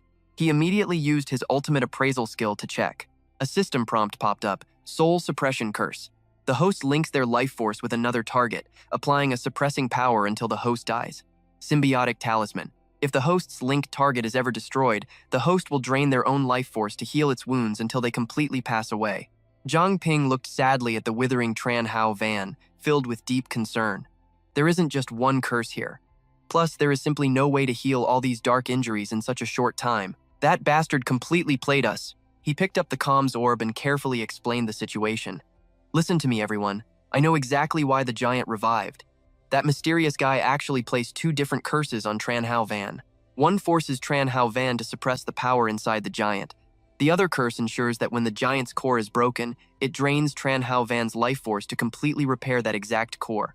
Zhang Ping emphasized every single final word. Destroying the core right now will only speed up Tran Hao van's death. Liu Kang gritted his teeth, sprinting away from the giant. Damn it! Using my sword aura earlier already burned through way too much stamina. Right now, even controlling my flying sword is getting pretty difficult. Wait a minute. If Zhang Ping's chain reaction theory is right, what does that mean for Team A? He turned to look at the bloodthirsty giant and froze in total disbelief. Doesn't that mean the giant's raw power is actually much stronger now than before? The beast slammed the ground, sending a shockwave that knocked the whole team off their feet. Kim Ba scrambled up, biting through the intense pain. Is this the giant's true power? At the exact same time, Team D was struggling hard against their own giant. Duke Teep screamed loudly for help. We managed to avoid the giant's detection this whole time, but we are still getting crushed by its gravity attacks. This gravity field is just way too wide. Ngan Long asked helplessly for a plan. But how are we supposed to escape this zone now? The situation over with Team B wasn't looking much better either. Bok Duke punched the ground fiercely, completely frustrated. Don't you two have a special item that bans the use of skills? Get it out of there now. The teammate lay face down in the dirt, completely giving up. We want to, but we can't see a single thing right now. Team G was taking a brutal beating. Kim Ba just stood there, analyzing the raid like a detective while his squad fought for their lives. If I merge my body into it, this power won't affect me at all, but the giant doesn't even need to breathe. So it looks like I have no way to attack this monster either. Ye Changchun cut him off, totally annoyed. Stop talking nonsense and get over here to help us. Zhang Ping looked down sadly, his anxiety going through the roof. The squad's situation wasn't looking good at all. They couldn't fight, but they couldn't just stand there either. Was there really no other way to clear this? Tran Hao kept a stern face, his eyes showing heavy exhaustion. No, I still have a backup plan ready. He announced clearly into the comm sphere. Everyone, please create an opening and destroy the giant's core at the exact same time. When that happens, leave it to me. I can stop the giant's core from ever regenerating. Zhang Ping turned his head anxiously to confirm the plan one last time. You actually have a way to break this curse? Tran Hao just smiled softly. His head swayed back and forth as he spoke in a very weak voice. I have lived here a long time, so of course I have a few hidden tricks up my sleeve, but we only get one shot. I am counting on you all. Hearing the order, Kim Ba quickly gathered his mana and unleashed his ultimate skill, the Blood Spear of Noble Gold. Cece gritted her teeth, struggling to stammer out her words. We have to destroy the boss core together. I cannot drag the rest of the team down. He felt a surge of pride for his teammates. Great job. Let us show them the true power of our combat squad. Over with the other group, brothers Lao Bak and Fook Ba decisively split their yin and yang symbol right down the middle. They cheered excitedly right in front of the massive boss. It worked. The gravity field is finally gone for good. He quickly turned around to warn his celebrating teammates. But doing this means we have absolutely zero defense left. You guys really have to protect us from any incoming attacks now. Loi Tian clenched his fists, intense flames roaring all around his body. Sorry about that. Lighting the fire took a little longer than expected. He confidently cracked his knuckles and announced, Relax, this won't take long at all. Ye Changchun had also taken control of the battle and flashed a smug smile. You brought this on yourself. Now it is your turn to drop to your knees. He quickly glanced at his ally. Brother 2, hold the monster down tight. I am going to drain a little bit of its nutrients to use for myself. Tyat Teep's team had completely knocked out the Divine Snake, leaving it knocked out cold on the dirt. She gathered with her squad to discuss their next leveling strategy. Are you guys absolutely sure this method will actually work? Tyat Teep winced as she recalled some very unpleasant memories. I cannot believe we actually got swallowed alive by the giant. That gross feeling of sliding straight down its throat, I never want to experience that ever again. Ngan Ho lit a torch with a small flame and scanned the bizarre, fleshy world around them. Just as I predicted, the inside of the giant's body is not affected by the gravity field at all. We are actually completely safe in here. Next, we need to pinpoint the boss core. Move very quietly and make sure the giant does not notice us at all. Somewhere else, the mysterious figure casually mumbled to himself. Sacrificing Chuvian Long still was not enough to fully restore the sun god bird's true power. It does not even have active control over itself yet. He sighed heavily, looking deeply annoyed. The Chu family really has fallen into total ruin.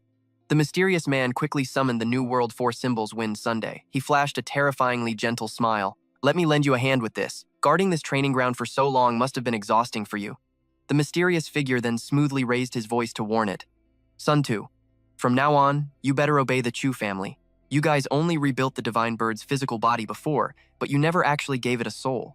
The Divine Bird's only consciousness was Chu Vianlong's lingering hatred from when he was alive, which is exactly why it became so violent. Now, I have filled that empty void using Sun To's level 39 soul. The mysterious man looked at his summoned creation with overwhelming pride.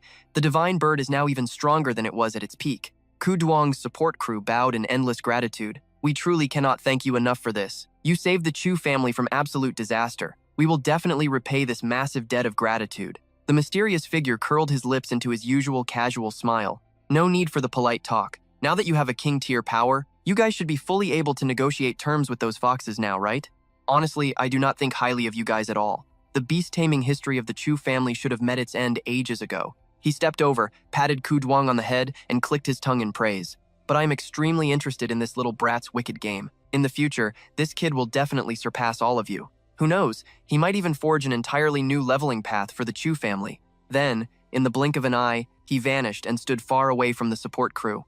There is no time to lose. Head to Mingzhou City immediately. And by the way, Lingao Tuyet has already broken through to the king tier. I highly advise you all to quietly cooperate with the Heavenly Frost Fox. Do not try pulling any dirty tricks just because the Moon King is not around. His voice grew dark and stern.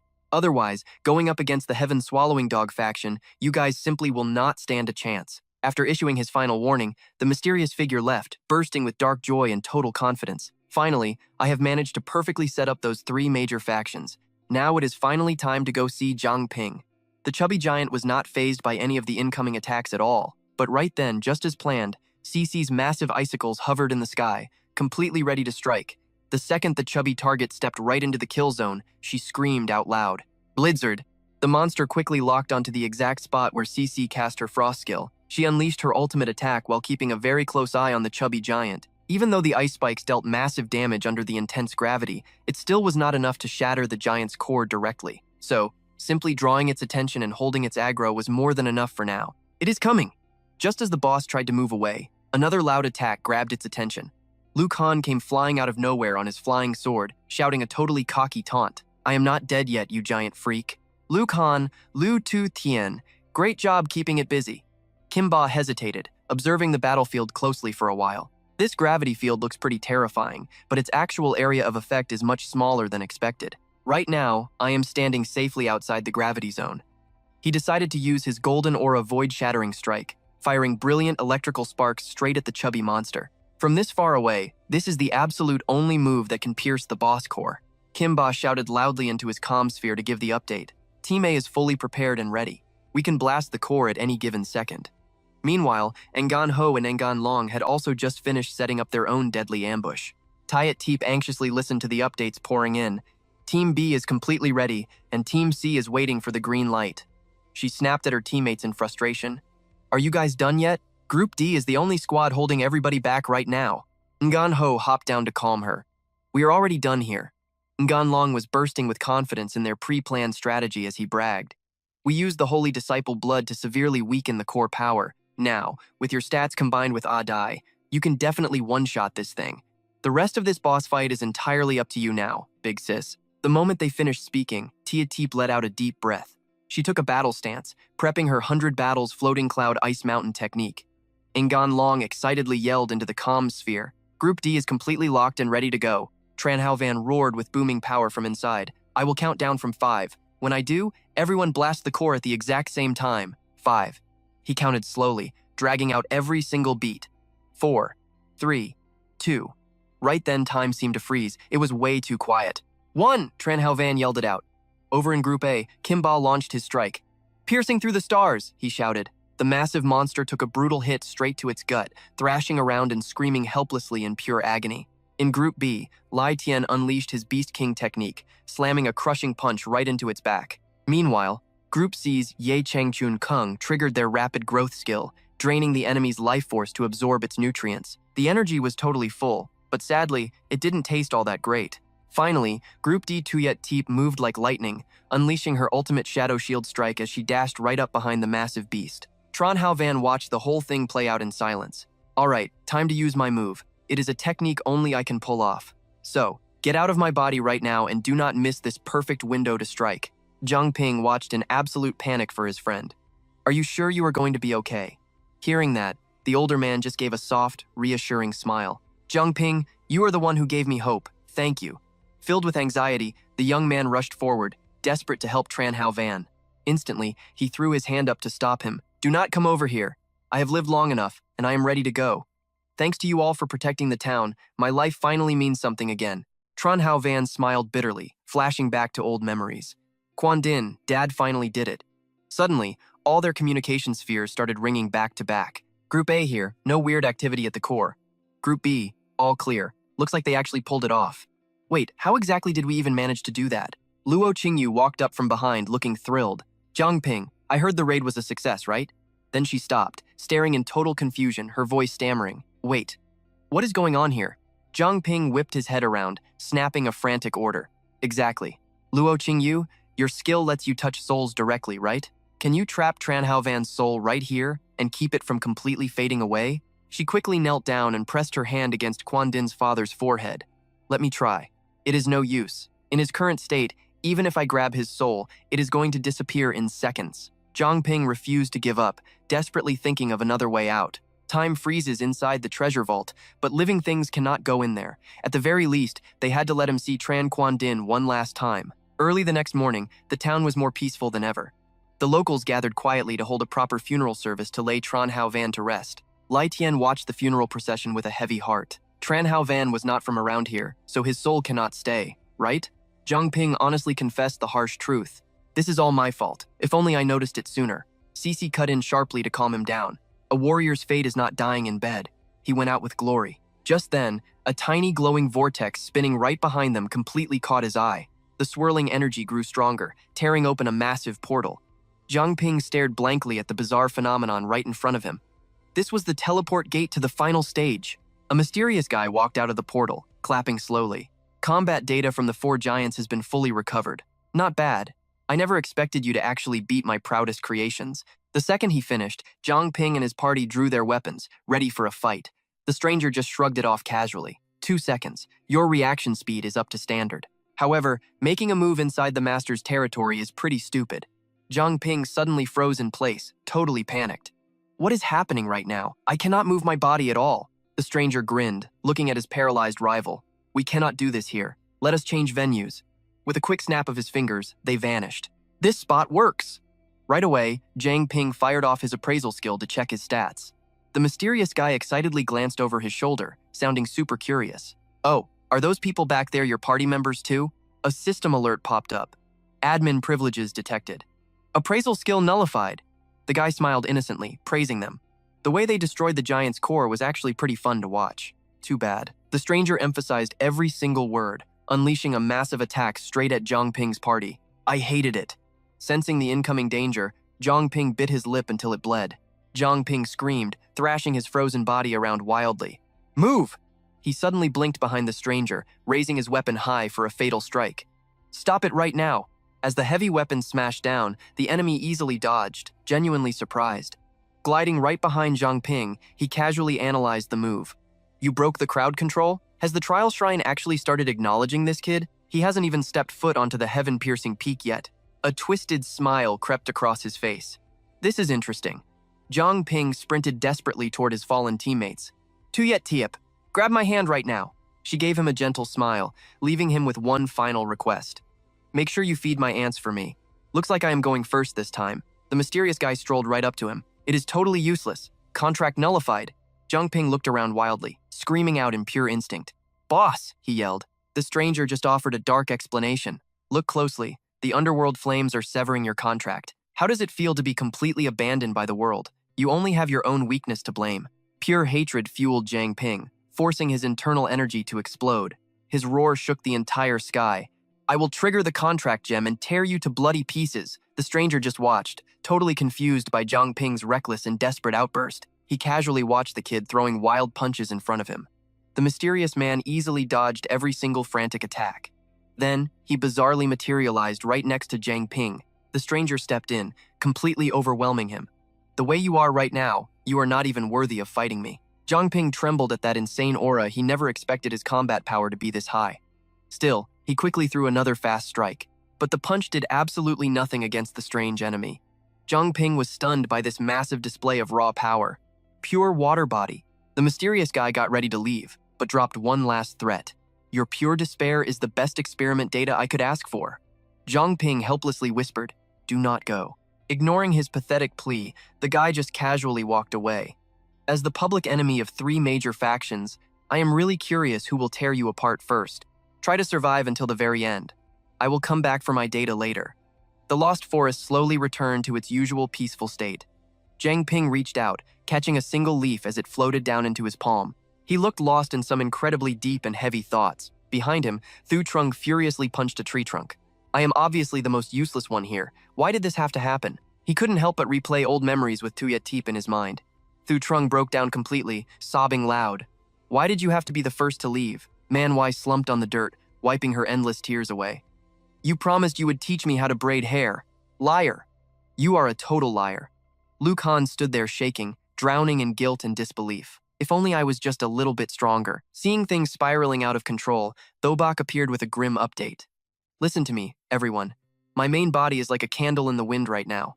I am afraid this is as far as I can go with you all. Kim Ba anxiously asked what their next move was. Captain, what are we supposed to do now? The old man quickly stepped up to calm everyone down. I know exactly how everyone feels right now, but no matter what enemy stands in our way, never let go of your hope. Thobak slowly revealed a crucial piece of information to the group. After months of brutal combat, I finally found a flaw in Weert Vung's illusion. But to shatter it completely, we need to rely on the power of the Saintess. Before heading back to Mingzhou City, we have to save the Saintess from Lingao Twit. Thoibike's body started fading away. He added, and if I die, give Weert Vung a message for me. Tell him his throne stabbed me right in the back. Marn Ni walked up to the group with a heavy heart. Captain, Trung Bin gave a cold order.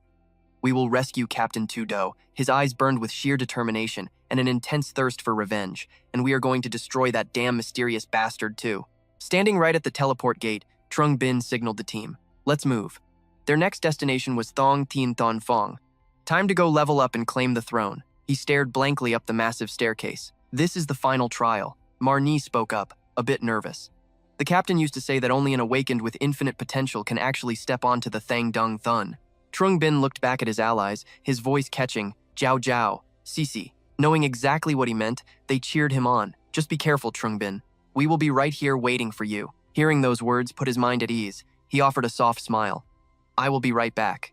Taking a deep breath, Trung Bin stepped onto the first stair. He gazed up at the towering, endless flight of stairs, 999 steps left to go. I will carry the will of my team all the way to the end.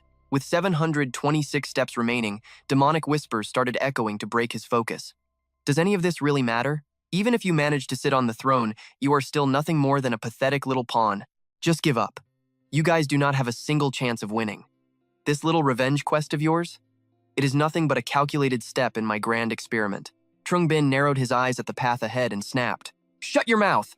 489 steps left. Tui Tierp and the Trial brothers suddenly materialized, waving at him. Hey boss, Jung Bin. He phased right through them like a ghost, his resolve completely unbroken. Sorry guys, you would not want me stopping here anyway. Just a bit further up, a brand new obstacle blocked his path. Standing in his way were Ingar Tui, Thivur, and Thun Dio. Trung Bin flashed a sarcastic smile. Well, look who it is. Enemies really do cross paths. 247 steps left. A system notification popped up, Minvur, Thur Kwaja Mindirm. He pointed a finger, openly taunting them. Come at me all at once. Thivur charged in instantly. Slashing with razor-sharp claws, the beast quickly managed to pin Trung Bin down, but he just swung his blade and broke completely free without breaking a sweat. Another alert flashed Minvur, Thun Thu Chi, Thamin Hai. Trung Bin swung his sword with ruthless, brutal force. This strike is for Captain Tudo. The system updated Minvur, K Uk Bao Tark, 2K Min Yern. He lunged forward, closing the gap in a split second to deliver a devastating point-blank strike. The prompt chimed again, Minvur. Dar Hanja Minvur Hua Hin. Chungbin bit viciously into Thundiu's neck, roaring out loud. And this is for Mingzhou City. Ngao Twit launched a nasty counterattack. Horrific skeletal arms burst from the ground, grabbing Trung Bin and forcing him to thrash around wildly. Even so, he easily broke free and split into multiple shadow clones. This slash is for Trun Har Vun and Trun Quan Ding. Once the enemies turned to dust, Trung Bin went right back to climbing. A brilliant, glowing crown floated just ahead of him. The final prompt flashed 2 steps left. He grabbed the shiny crown, inspected it for a second, and gave a cold command. Trial ground, pass this message to your master. Without warning, Trung Bin crushed it to pieces. This time, it is his crown getting smashed.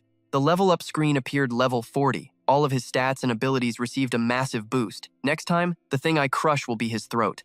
Meanwhile, back at Ngar Tuet's base, the mystery man delivered some exciting news.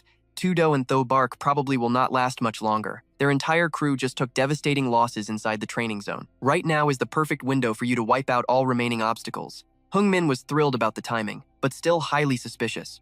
You have been hiding out in Than To Ton this entire time. So how exactly are you getting all this intel? The mysterious figure just threw his hands up and shrugged. Who knows? Anyway, best of luck. And just like that, he vanished into thin air. Following the mystery guy's advice, the villains quickly relocated. Hung Min led his army of living corpses straight toward the entrance of the training grounds. He boiled with absolute rage just thinking about it.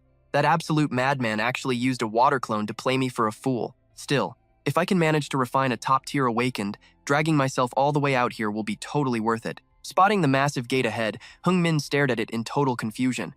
Are we here? Get in formation. Out of nowhere, Lai Tin flew in with fists blazing, roaring at the top of his lungs. I was actually planning to hunt you guys down. But since you willingly delivered yourselves right to my doorstep, Ta Hung Min, today I am ending your miserable life. A massive, bone-rattling explosion rocked the entire area immediately after. Despite taking a direct hit, Hung Min brushed it off with total arrogance. You really think you can beat me? Lai Tin stood completely stunned, seeing his target totally unharmed. My absolute strongest strike in Dung Viêm mode could not even scratch his defense? The old man casually swung his staff in a vicious counterattack. You honestly thought a weak little punch like that was going to end my life? Lai Tin was absolutely baffled by the power gap. Why was Ta Hung Min so much stronger than before? Against this, even he felt totally powerless. The brutal strike sent Lai Tin flying backward with terrifying force. Hung Min quickly carved a dark seal right into Lai Tin's chest, giving a sinister command. Be a good boy and become my living corpse. Director Fung, go take a little break for now. Terrified, Lai Tin clutched his own chest. Even my Dung Viêm form cannot purge this poison, yet he controls it effortlessly. He immediately turned back and yelled at his team. Everyone fall back right now. This monster's power is literally leagues above what it used to be. Even if we all rush him at once, we do not have a single chance of winning. Trung Bin raised his hand to stop them. Relax. Leave this guy to me. As the dust settled, Trung Bin's imposing figure was revealed. Luo Qingyu lowered his head, completely awestruck by the sheer pressure. Is that really Trung Bin? I cannot even sense a limit to the massive energy pouring out of him. Trung Bin crossed his arms and roared his ultimate skill, Guanlum Tianhar. A blinding explosion wiped the battlefield clean, incinerating the living corpses down to the bone. CC watched the whole thing in total shock. I cannot believe Trung Bin actually fused all of his unique abilities into a single overpowered form. The sheer scale of this power level left her feeling terrified and deeply uneasy. This is just way too ridiculous. Hung Min did not even hesitate, raising his weapon high to mock the boy. You cleared out a few defective pieces of trash and suddenly you think you are a god. The remaining undead swarmed around the old man, merging directly into his flesh. Hung Min mutated into a hulking giant. A terrifying aura erupted all around him. You really think getting a little bigger is enough to scare me? Before the beast could even finish mutating, Trung Bin casually reached a hand toward him with a mocking smirk. All bark, no bite. You are the one who is finished. Trung Bin held Hung Min's severed head up like a cheap plastic toy. Just die already. Even as a decapitated head, the villain kept boasting. We will see who dies first. True to his word, Hung Min blasted a deadly barrage of spikes straight at Trung Bin. Lai Tian suddenly realized the danger and screamed out a warning. Crap! That guy is trying to inject the corpse poison directly into us. I've been hit by this exact move before. Huang Min tilted his head back and laughed with pure arrogance. Figured it out, did you? Well, it is way too late. I wonder what happens when I unleash the power of infinite living corpses. His laughter was cut short. Zhang Ping raised his hand, summoning a blinding golden aura of pure killer intent. Are you done throwing a tantrum? Swept up in the blast, Huang Min screamed in pure terror. He could not believe his ultimate attack had failed completely. I pumped so much corpse poison into that move. It should have easily melted him down. How is this even possible? Zhang Ping glanced at the sharp spikes on his body and smirked in absolute disgust. So naive. Did you really think a cheap trick like this could defeat a king? Huang Min could not believe his own ears. He shrieked in panic. What? You are a king? Damn it all, that bastard played me for a total fool. In seconds, Zhang Ping's flames burned the old man to mere ash. Lai Tian stared blankly as the smoke drifted away. His senior brother's revenge was finally complete. Nearby, Luo Qingyu coughed violently, wrapping her arms tightly around herself. Why did the air suddenly turn so freezing cold? Cece sensed the sudden danger and instantly readied her ultimate skill. High above them, Mingzhou Tuyet's cold voice echoed through the air, right on cue. What an absolutely useless piece of trash. Looks like I will have to do this myself. Cece kept her eyes locked on the woman, tracking her every single move. Mingzhou Tuyet materialized out of nowhere, lounging arrogantly on a throne made of solid ice. You lapdogs of Tudo Toibak? Your lives belong to me now. With a disgustingly smug look on her face, she gently blew out a puff of freezing gray smoke. Little bugs like you can repent inside my frozen prison. Without wasting a single second, she unleashed her ultimate ice skill, summoning a massive, terrifying frost dragon. The beast roared viciously at Zhang Ping and his team. Thinking fast, Zhang Ping ran the numbers. After hitting the king tier, his extreme king blood leveled up into new king blood, shaping the underworld fog, and adding that new king blood unlocks the heaven and earth avatar. Now he could freely mix and match his heavy-hitting skills. The King of Gems, combined with the Heaven and Earth avatar, plus the Underworld Flame, creates the 8 Extreme Underworld Flame. He instantly blocked the Frost Dragon's massive strike with raw power.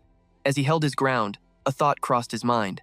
If the Underworld Flame was known for bringing total death, then the 8 Extreme Underworld Flame was meant to bring absolute life. That is exactly why the burning ice melted down and transformed into beautiful glowing butterflies that fluttered away. Snapping right out of his deep thoughts, he fired back at Mingzhou Tuyet with pure sarcasm. Well, look at that. Turns out your mighty ice is actually terrified of fire. Watching from the sidelines, Kim Ba, Cece, and Luo Qingyu were completely blown away by the insane power clashing before them. Both fighters were absolute monsters. Suddenly, Cece squeezed her eyes shut and grabbed her head, screaming out in brutal agony. The terrifying noise made Luo Qingyu jump in panic. "Sister Cece!" she yelled out in pure fear. A moment later, Cece slowly opened her exhausted eyes. A sharp gleam of pure light flashed deep within her pupils. She stared blankly ahead and muttered, "I remember it. I remember absolutely everything." Cece shifted her intense gaze toward the giant frost dragon, glaring right at Mingzhou Tuyet sitting so proudly on its massive back. "Dad, was this the hidden truth you wanted to tell me about Mingzhou Tuyet right before you passed away?" In a flashback at the Liu family estate, now Tuyet calmly walked forward. She drew her blade, slaughtering every single guard, blocking her path as she took to the sky. Cece's mother held her young daughter tight, glaring at the attacker with eyes like invisible daggers. Unable to hide his rising panic, Cece's father stepped up and screamed a fierce warning. "Mingzhou Tuyet, our Liu family has absolutely no grudge against you. Why are you marching in here slaughtering our people?" Mingzhou Tuyet kept walking, her boots echoing against the frozen ground as she moved forward. "No bad blood at all," she replied calmly, "but you have something I desperately need." The second the words left her mouth, she instantly dashed right up to Cece's father. Shaking with fear, he screamed, "In your dreams, witch!" With a desperate wave of his hands, he summoned a massive frost dragon to completely trap Mingzhou Tuyet. She casually glanced up at the terrifying ice dragon and nodded. Not bad at all. But with a single, lazy swipe of her hand, she shattered the entire beast into dust. "Still lacks a little bit of power, though," she mocked. Quick as lightning, Mingzhou Tuyet grabbed Cece's father by the throat. Lifting him right off his feet, she grinned. "This extreme cold ice soul, I'm taking it." See, and her terrified mother screamed out in absolute horror, "Husband! Dad!" Choking for air, the man gritted his teeth and gasped out his final wish. "Protect our little girl." Seconds later, Mingzhou Tuyet callously drove her heavy blade straight through his chest. Little Cece watched her father die right in front of her, crying endlessly as she screamed for her dad. Suddenly, a blinding flash of pure light erupted from where her father stood. In his final breath, the dying man unleashed the Icewind Thousand Blades, completely freezing both himself and Mingzhou Tuyet in solid ice. Back in the present, Cece frowned as the puzzle pieces clicked. Dad used a blood curse to freeze all my memories of the Liu family. He just wanted to keep me alive and safe. "Mingzhou Tuyet, it is time to pay for your horrific sins." Just as Now Tuyet's massive ice boulders were about to crush Zhang Ping, Cece summoned a flock of sharp ice birds to shatter the attack completely. "Get down here right now," she screamed at the top of her lungs. The giant chunks of jagged ice quickly crumbled into harmless little shards, raining down across the battlefield. Zhang Ping smirked with total confidence. "I know for a fact your powers go way beyond this basic stuff." A system alert suddenly flashed in his mind. Top-tier appraisal magic combined with the new king's blood creates the Eye of Royalty. He grinned and added, "But that throne you stole from us." "Appraise." The system instantly flashed another cold mechanical message. "Appraisal, fully successful. Commencing power extraction." the invisible sword, corpse control magic, extreme cold ice soul, and the power of the shadow path false king. Zhang Ping pushed off the ground with insane speed and yelled, "Think you can actually keep it?" And Zhao Tuet let out a cold, arrogant snort. Having everything taken away is just the natural destiny of the weak. Before she could even finish her sentence, Zhang Ping lunged right at her for a brutal strike. She instantly detonated her magical energy, making something terrifying crawl out from the dirt. It was her ultimate shadow technique, Lahai.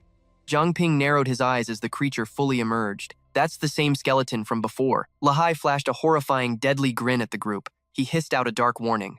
Now it is your turn to become stepping stones for the new king. Level 40 summoned Beast Lahai, alongside a level 40 Mingzhou Tuet. Standing tall on the giant monster's shoulder, she smirked. The real, absolute nightmare has only just begun.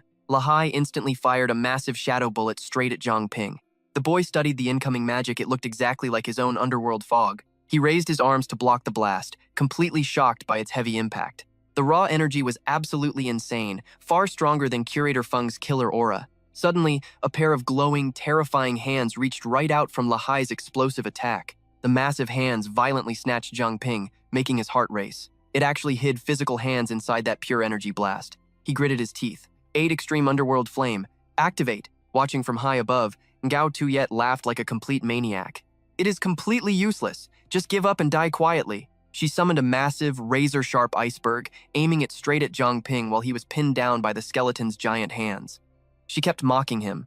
Lahai is the ultimate shadow warrior. He survived the blazing fires of absolute purgatory. You really think burning his giant body will be that easy? 1 second later, that colossal iceberg dropped out of the sky like a heavy missile, crashing violently right into the dirt. But when the thick dust cleared, the massive chunk of ice was just sitting harmlessly in Lahai's giant palm. Both villains were completely stunned.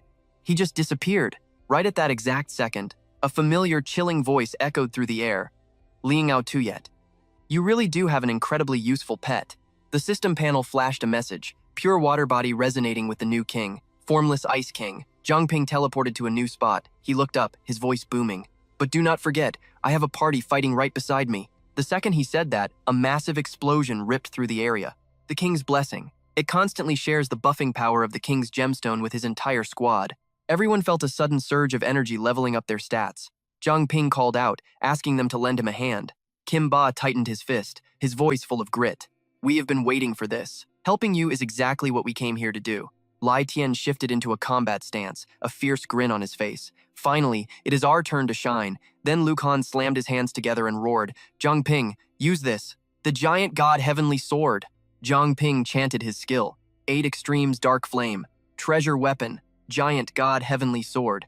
Fuse into the 8 Extremes Divine Flame Sword. And Zhao Tuyet let out a mocking laugh. Useless.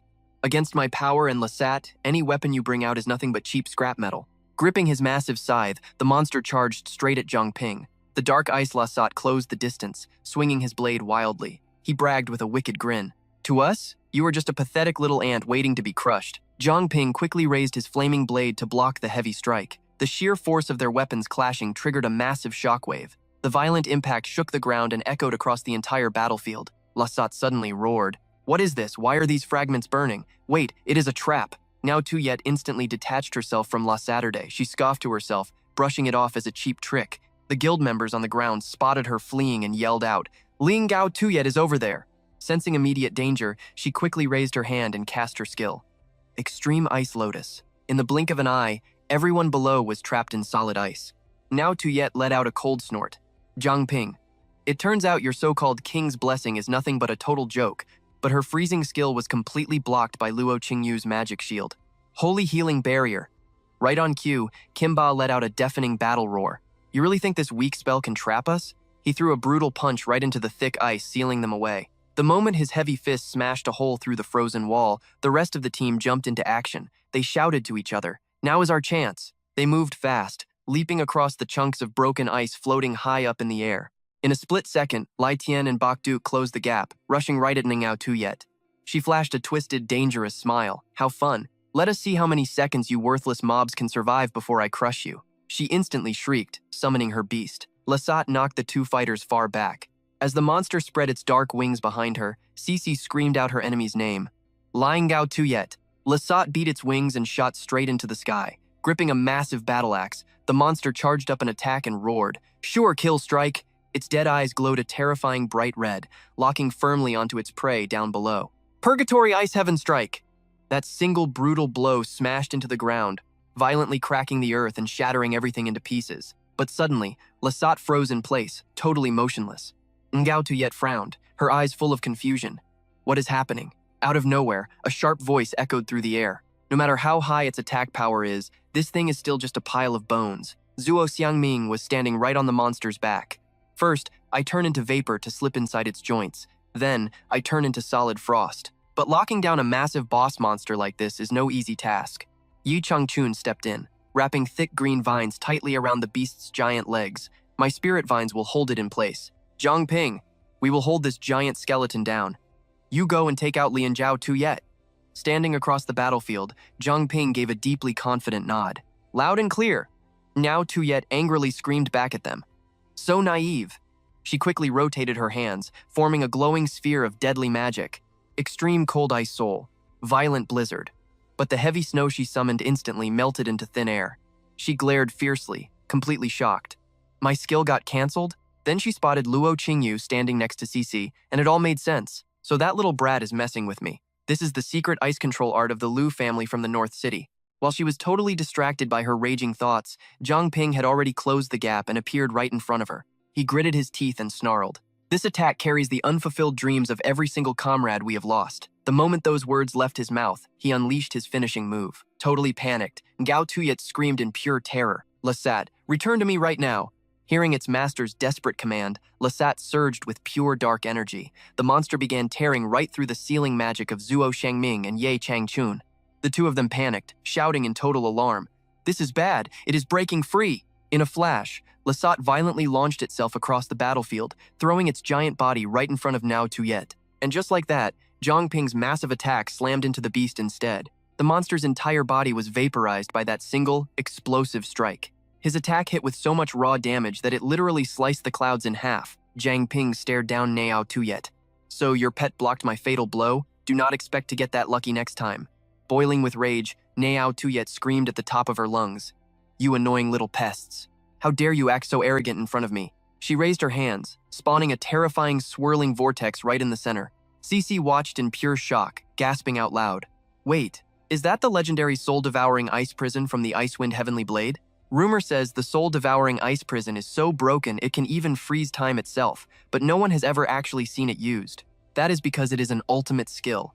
Only a king-class awakened player can actually cast it. She frantically screamed out a warning to the party. Everyone, watch out! But they were way too slow. And Zhao Tuyet had already frozen the entire team solid. Soul-devouring ice prison, eternal winter coffin, absolute zero memory at minus 273.15 degrees Celsius. Ngao Tuyet smirked, dropping a chilling threat. Nobody escapes the absolute domain of a true king. Close your eyes and accept your eternal sleep.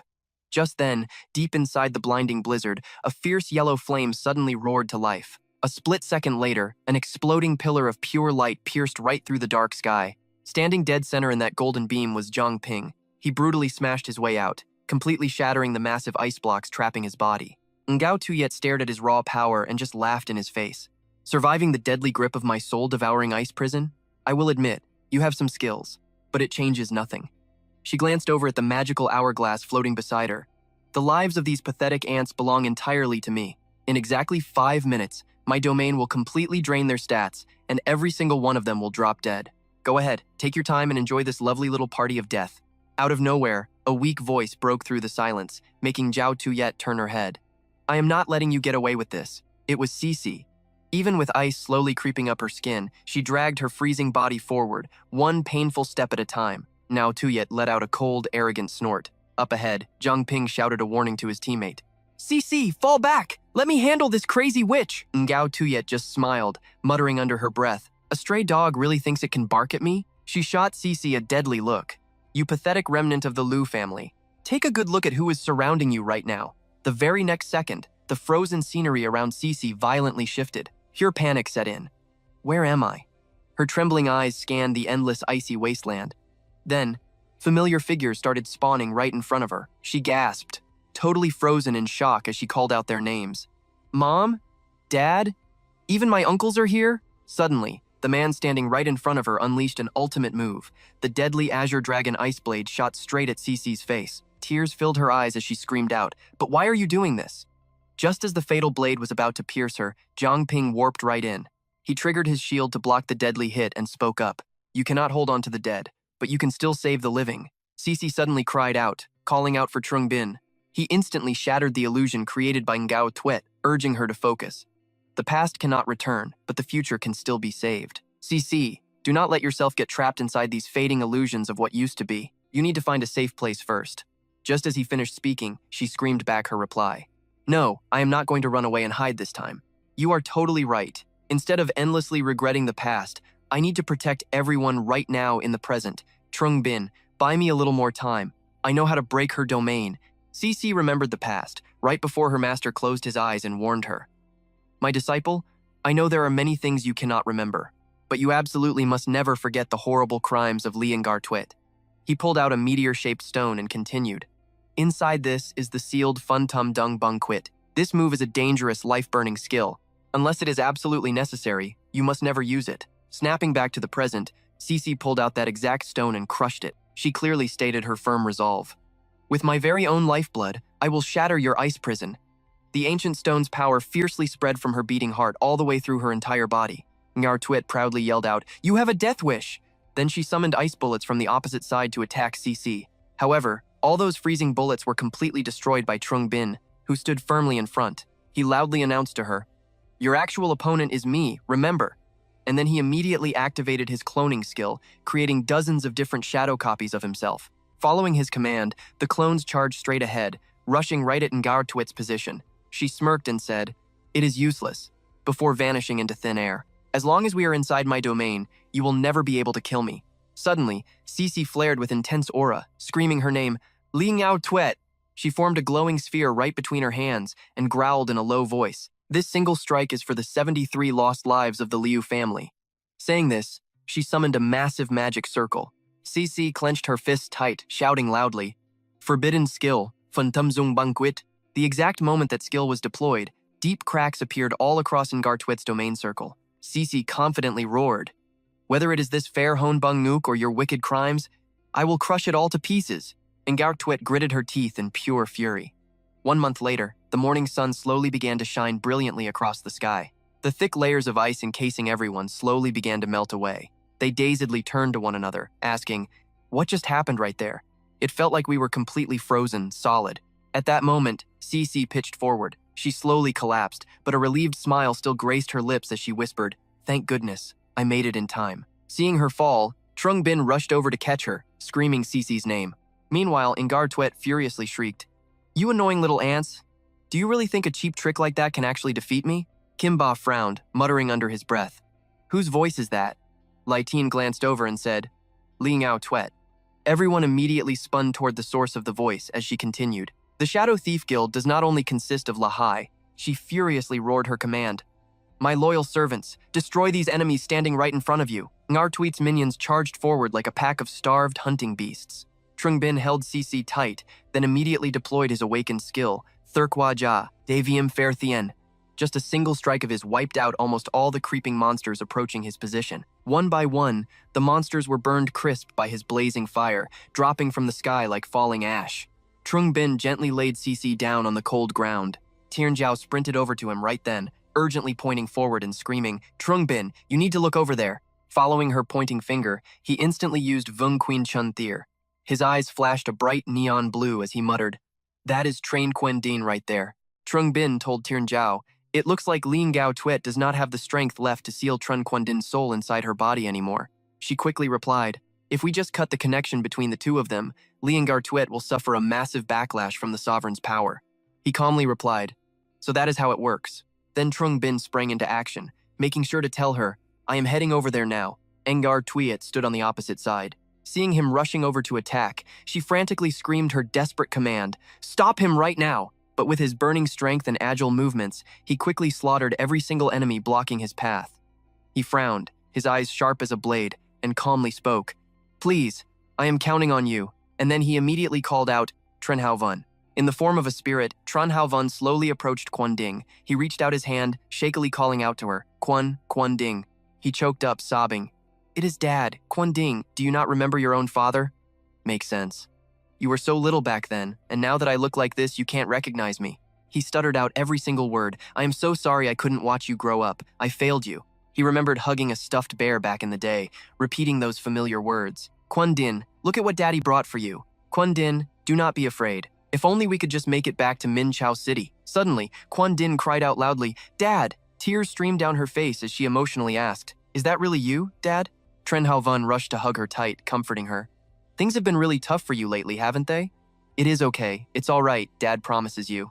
From now on, you will absolutely never be controlled by anyone else ever again. You are no holy maiden, and you are no limitless class-awakened hunter. You are just my daughter.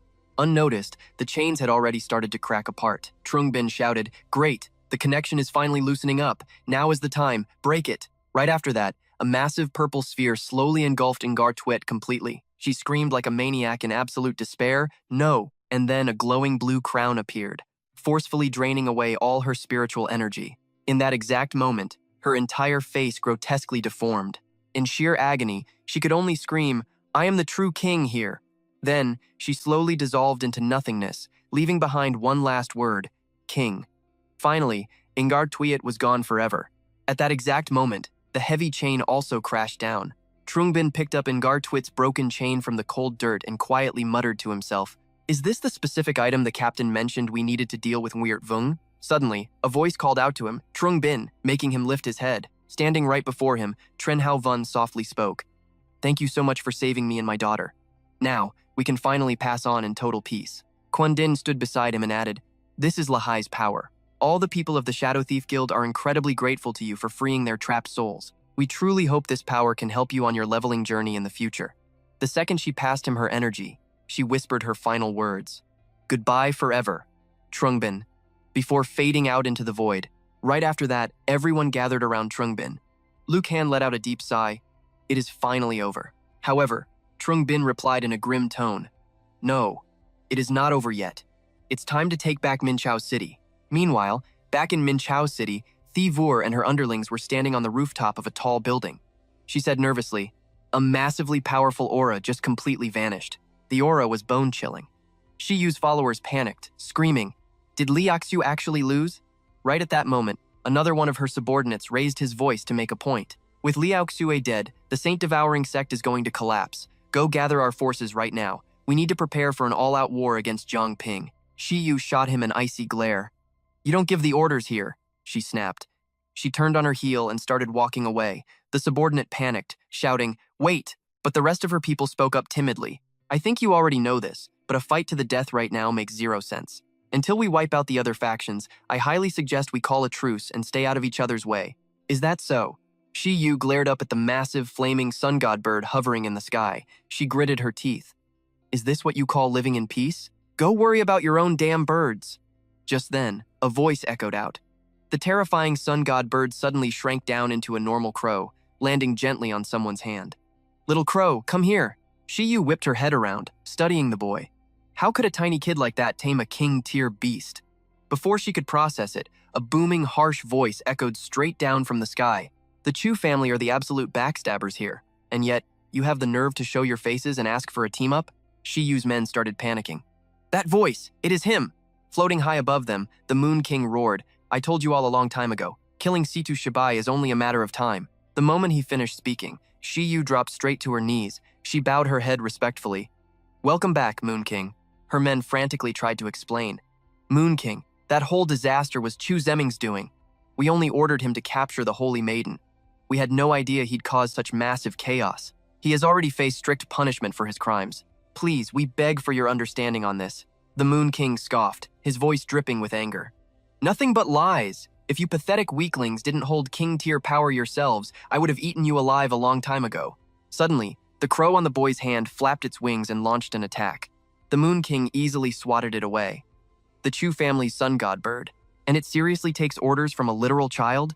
You might as well just call it a baby chicken at this point. One of Shiyu's men quickly jumped in front of the boy, yelling out, Do not show disrespect. He then quickly spun around to respectfully brief the Moon King.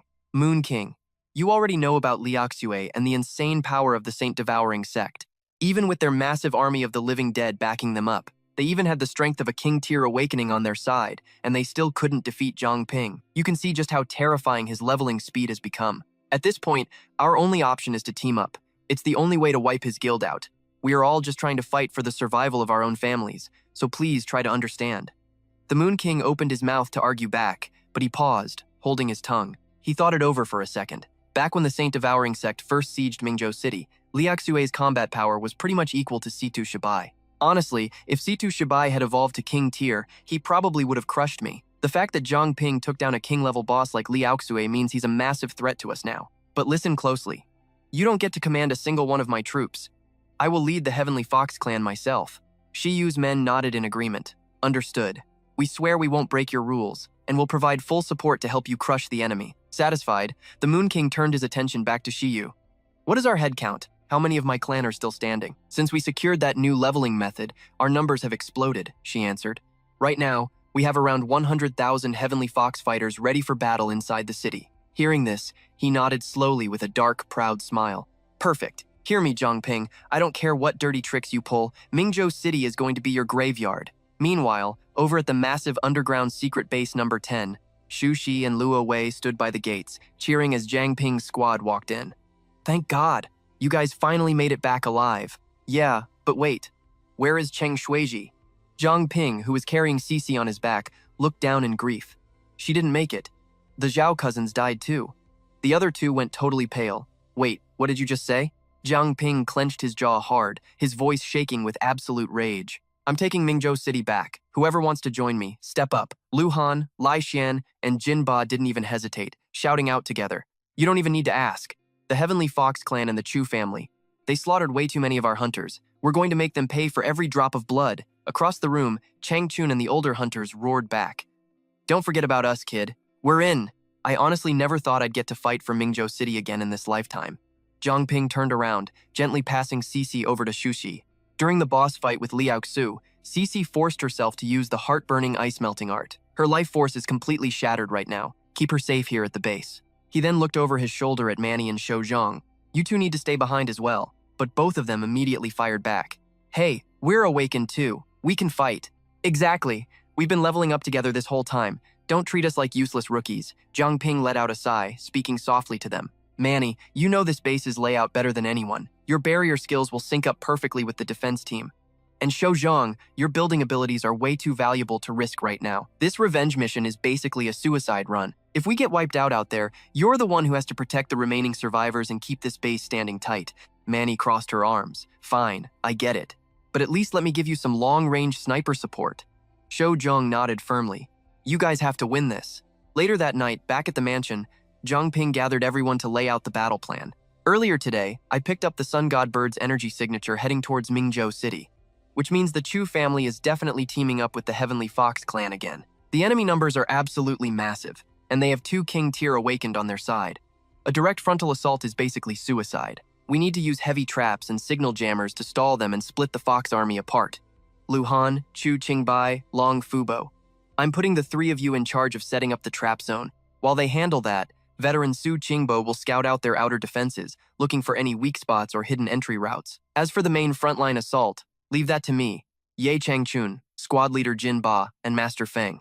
Every single hunter in the room shouted in perfect unison. Understood. After the briefing, Zhang Ping walked over to have a quick word with Jing Jiao. Jing Jiao, your psychic skill is the key to this whole raid. I need you to focus all your energy and track the Moon King, Luo Shiyu, and the Sun God Bird. But most importantly, I need you to lock on to Captain Situ's exact spatial coordinates. She gave him a firm nod. Leave it to me. I will push my senses to the absolute limit. Suddenly, a thought hit her. Wait, how are we supposed to see through the Heavenly Fox clan's illusions? Do we have to rely on your pure blood body? Zhang Ping shook his head. No, we don't need to make it that complicated. I actually leveled up the King's blessing skill specifically to counter the foxes. I can now grant a buff to our raid members that completely nullifies their illusion magic. We will be able to see their true forms with 0 issues. He frowned and muttered that the real operation would begin at midnight. A few hours later, the monster guards were taking turns standing watch, unaware of what was coming. Suddenly, a blade flew out of nowhere. In the blink of an eye, it cleanly sliced the head right off one of the patrolling guards. Panic erupted as they screamed about an enemy ambush. Meanwhile, Lu Han calmly stood below, watching it all unfold. The second the monsters spotted him, he sprinted away. They immediately gave chase, yelling at the top of their lungs to catch him and not let the little brat escape. But the moment they realized something felt off, a group of figures leaped out to block their path. The beasts shrieked in terror. It was a trap. Trying to overwhelm us with pure numbers? Idiots. However, the attackers who jumped out were nothing more than puppets. The monsters' strikes hit them, and suddenly, the decoys burst into flames. Then they completely exploded. It was a terrifying, soul-crushing suicide bomb tactic. Holding one of the explosives, Fuqua clicked his tongue in absolute admiration. Zhang Ping and Truong Thu Trung custom-built this entire batch of explosives. Old Bach chimed in, noting that they actually worked way better than any awakened superhuman's ability.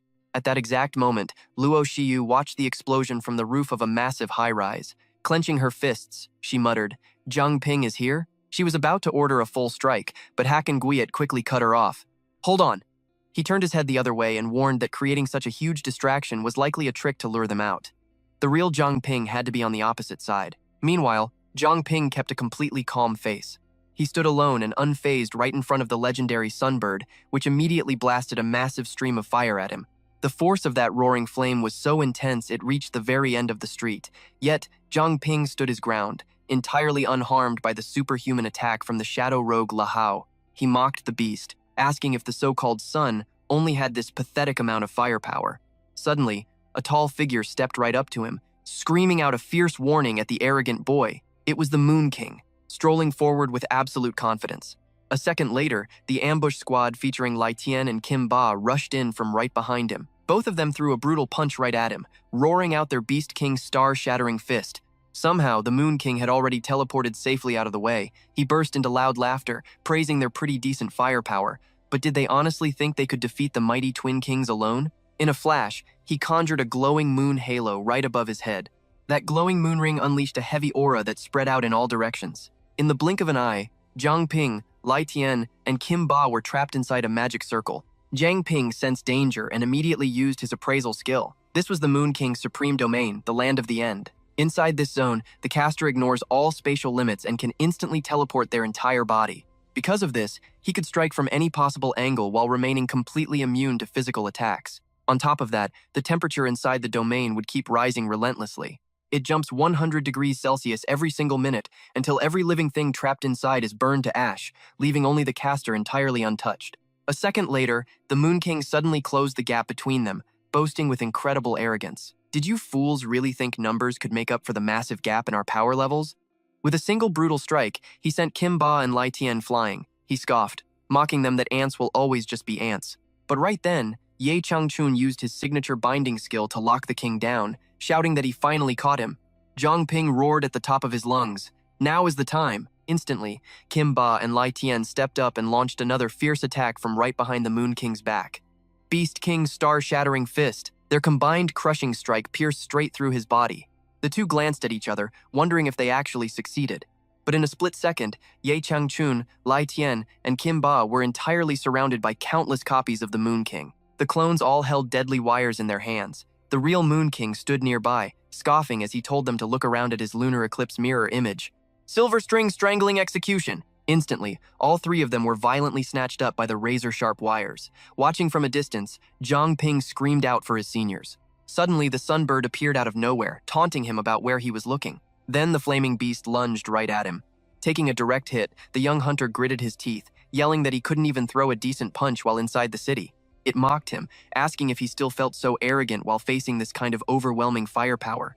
World-burning golden feathers. Blocking the heavy assault, Zhang Ping cursed in his head. The heat was just too intense, and his Dharma idol was on the verge of breaking. Just like that, the Sunbird's relentless flames flowed like actual molten lava, pouring straight toward Zhang Ping. Out on the streets, Luo Qingyu's spirit form was silently slipping inside. Around 7 o'clock, one monster complained about the sudden chill in the air. Its buddy just told it to go eat a human to warm up its cold body. Moving forward, Luo Qingyu whispered to Zuo Xiangming that the energy signature was super faint, but this had to be the spot. He curiously asked her how to even use this thing. She quickly replied that they needed to find the spatial gate entrance first. Suddenly, a creepy voice echoed out, grabbing both of their attention. The king said some rats would definitely sneak into the city tonight, and look what we found. With a super arrogant look on her face, Luo Shiyu questioned why he came here all alone. What exactly was Zhang Ping planning? Zhuo Xiangming scoffed and fired back, saying there was no way she could ever see through the boy's master plan. He then muttered to himself that they hadn't actually noticed Zhao Zhao. Wasting no time, Luo Shiyu shrieked that she would end them right now. She instantly plunged a deadly strike straight through Zhuo Xiangming's chest, coughing up blood. He still smirked and asked, "Just you?" Luo Shiyu quickly summoned her massive foxtails, gasping in total shock. How was this even possible? Tun Zhuo Xiangming. She knew his unique ability allowed him to turn his entire body into inorganic matter. Letting you turn into literal air would be pretty annoying. But from the exact second you laid eyes on me, you were trapped in my illusion. She screamed her final death threat, "Die!" Suddenly, right at that very second, something sliced through the air and cleanly severed her tails. Furious, she spun around and screamed out into the darkness, "Who is there?" Moments later, every single one of her lackeys was frozen solid. The mysterious figure finally spoke up.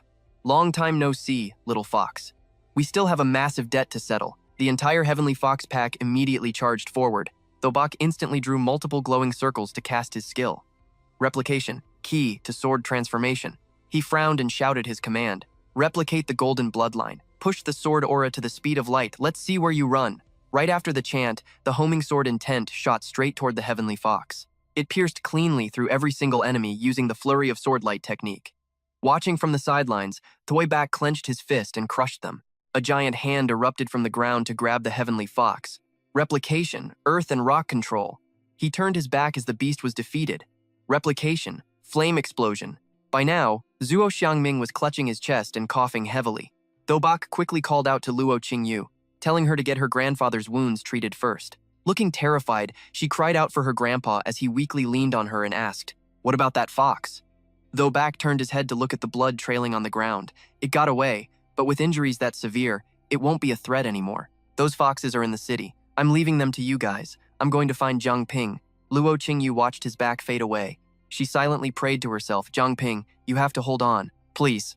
She recalled what he told her before. When the exact moment arrives, she just needs to grab one end of the chain and touch the other end to Captain Toybach's soul. That would be enough to do the trick. Back then, Luo Qingyu took the chain in a daze. She asked if this thing could really shatter Nguyen Vuong's illusion magic, and if it actually could, why not just use it directly against Nguyen Vuong in the first place? Zhang Ping calmly explained every single step. He told her he had already verified exactly what this chain could do. Actually, it is the physical manifestation of Liangao Tuyet's stealing ability when she pushes it to her absolute limit. Before all this madness, the captain ran an experiment with me. Even with his incredible infinite replication skill, he somehow completely failed to copy my boundless power. Because of that, Liangao Tuyet couldn't steal Tron Quandin's abilities at first, but instead, she used this very chain to completely shatter the rules. He paused, his expression darkening as his eyes flashed. This chain doesn't belong to her. Otherwise, she would have used it on the captain right from the very start. Long story short, once you link up with the captain, everyone's power will be temporarily shared across the board. That is the only way we can awaken the captain's soul and finally restore his physical body. Despite his firm and confident words, Luo Qingyu still felt a deep, lingering doubt. What if not even a tiny fragment of the captain's soul was left behind? To help her calm down, Zhang Ping kept explaining his plan. This chain doesn't actually shatter the illusion magic directly, but the captain still desperately wanted us to take down Liangao Tuyet first just to secure it. I think back when he was inside the trial, he deliberately said that just to hide things from the mysterious figure. A smirk tugged at the corner of his mouth. He knew I could figure out the chain's true purpose and come up with a solid plan to save him. Besides, the enemy standing in our way already has the power of Song Vuong, so the captain's strength is absolutely vital right now. But most importantly, I trust him. As he spoke, Zhang Ping recalled Toybach's exact words. And one more thing. If I end up dying, pass a message to Nguyen Vuong for me. Meanwhile, at the final battleground, then Dieu and Nguyen Vuong stood in total silence, watching closely. The young man channeled his aura and took off, glancing over at Zhang Ping while muttering under his breath. The heat in here is completely insane. Even my Si Chuang Batu that can barely handle this burning temperature. Kim Ba frowned in deep concern. Zhang Ping, are you holding up okay? Suddenly, a dark figure with razor-sharp eyes lunged forward. Just a bunch of pathetic cowards. Their defensive shield was instantly completely shattered. Nguyen Vuong stepped in with overwhelming pressure. How long do you rats plan on hiding? Dobak suddenly appeared, his voice dead calm. No need to worry about us. Kim Ba spun around, his face instantly lighting up with hope. Captain, Dobak casually strolled forward with an easy confidence. Sorry to keep you waiting. Nguyen Vuong finally processed his arrival, looking completely stunned. Though Ba, aren't you supposed to be dead already? Walking up with his hands clasped behind his back, he sneered. An arrogant fool like you could never understand. Though Bak's face darkened as he roared. Never underestimate the sheer potential of humanity. He pulled out the special chain and tossed it to Zhang Ping. Grab this chain, use our combined hope, and let's smash this absolute hell to pieces. Zhang Ping thought for a second, openly amazed. With this chain, the captain and I are basically both king tier now. Thoibok nodded in agreement, picking up the thought. Exactly right. Because of this connection, my purification and cleansing skills will actually work effectively against Nguyen Vuong now. Once his domain shatters, he won't be invincible anymore. Staring out at the completely ruined wasteland, Zhang Ping raised his voice. In the name of the Song Vuong, he officially declared the start of their counterattack. Meanwhile, deep inside the Tai Duong Then Du, an enraged Ku Duong summoned raging flames into his hands. Hope? That makes me sick to my stomach. In a flash, Then Du's phantom spirit flared up wildly. Fan, the Kimlin, he barked out a fierce command, turned to dust under this blazing light. Though Bak wasn't just going to take it. He instantly threw up a defense. A system prompt popped up. Lang Kin Yich Chuyen deflected the strike, scattering Then Du's massive attack in every single direction. That little trick finally pushed Nguyen Vuong over the edge. Don't get cocky. He ripped through space itself to strike, and a gruesome hand reached right out of the crack. Zhang Ping didn't even flinch. He summoned Ondao Jia Di Luke, forming the Luoi Kokot blade. It acted like a perfect shield, blocking the arm completely. On top of that, spatial lightning forced Lahai to back off. Though Bak ripped open a portal and barked his orders. Don't just stand there. You three get to the city and help Luke Han's team. Kim Ba answered for the group. Understood, Captain. Both of you better stay safe. Ku Duong glared down with absolute malice in his eyes. Stubborn little bugs. He instantly triggered his ultimate ability, Chung Yen Han Dan. I will use this power to crush you all. Nguyen Vuong stood off to the side, watching the chaos unfold. He gritted his teeth, thinking to himself, this energy is insanely powerful. I'm afraid even my own personal domain might get burned to ashes here. Even Thoibok and Zhang Ping were having a really hard time holding it off. Suddenly, a brilliant golden light erupted from Lahai. He was encased in a prism shield Van Tuong Chi King, granting him absolute defense. Just like that, Then Du and Lahai were dead evenly matched. Thoibok and Zhang Ping pooled their focus to hold the line together. That move fed massive amounts of energy straight to Lahai. Ku Duong flashed a twisted, arrogant smile. Struggling is useless, just die already. Thoibok channeled his inner power with one hand and gathered his aura with the other. He's just an arrogant brat after all. In the blink of an eye, he buffed Lahai with Nanquanik Chuyen. The sphere he launched swallowed all of Then Du's flames, rapidly expanding in size. Realizing he couldn't block it, Ku Duong frantically screamed, "Little bird, get out of here!" But Thoibok didn't leave him a single way out. Trying to run? Too late! He ruthlessly slammed another energy sphere right into the mix. It instantly evolved into Nanquangich Chuyen, Kontuk Bao Lu. Nguyen Vuong stood completely frozen in place, cursing out loud. Damn it all! Ku Duong jolted back, grinding his teeth. Nguyen Vuong violently swatted the massive fireball away with his hand. An intense pillar of pure energy blasted right toward them. Right then, the flaming sphere crashed down from the sky, instantly scorching the surrounding air. The resulting explosion swallowed the whole battlefield in a raging sea of fire as the intense temperature just kept climbing higher. Nguyen Vuong gnashed his teeth in pure hatred, looking absolutely furious. You actually dared to wound me this badly. That devastating attack came from Zhang Ping. He stood up confidently, delivering a cold reminder to his enemy. Mingzhou City is our true home. You invading outsiders have absolutely no right to sit there and decide its fate for us. Enraged, Nguyen Vuong flexed his body, channeling an even stronger surge of inner power. I just wanted to make sure my clan wouldn't have to endlessly wander anymore. Is that really such a crime? A twisted smile crept across his face, stretching from ear to ear. Besides, the real fun is only just getting started. With a lingering, manic laugh, Nguyen Vuong vanished entirely. Zhang Ping and Thoibok frantically scanned the area, desperately trying to track their enemy. This is bad. Why hasn't the domain disappeared yet? Suddenly, a massive fireball materialized right behind them, making both of them snap their heads around in pure shock. Though Bak glared over in sheer annoyance, sweat pouring down his entire body. Damn it. Then Du had violently resurrected from that last crushing blow using its ultimate skill, Bat Tu Then Tin, Duke Hoa Trung Sin. Zhang Ping could only stare blankly up at the scorching sky. The ground shook, throwing him completely off balance. He couldn't believe his massive attack only kept the boss monster dead for a few measly minutes. Shibai took a heavy breath and made his choice. Looks like we have to use a different strategy. Meanwhile, Zhang Ping's squad was fighting hard, wiping out the mutant beasts invading the city streets. Lu Han bravely thrust his sword, skewering the monsters one by one without flinching. But the enemy numbers were just too high. The mob quickly surrounded him, shouting, "Over here! Do not let him get away!" Before anyone could even celebrate, Jinba and Lai Xian dropped from above like absolute saviors. The two teamed up, unleashing their ultimate skills, Ice Mountain Force and Beast King Fist, pushing back the entire mutant horde. Somewhere inside the city walls, a sleepy resident was suddenly woken up by the massive noise outside. He rubbed his tired eyes, ready to curse someone out. "Why is it so loud?" Then the man screamed in pure terror. "Ah, what is this thing?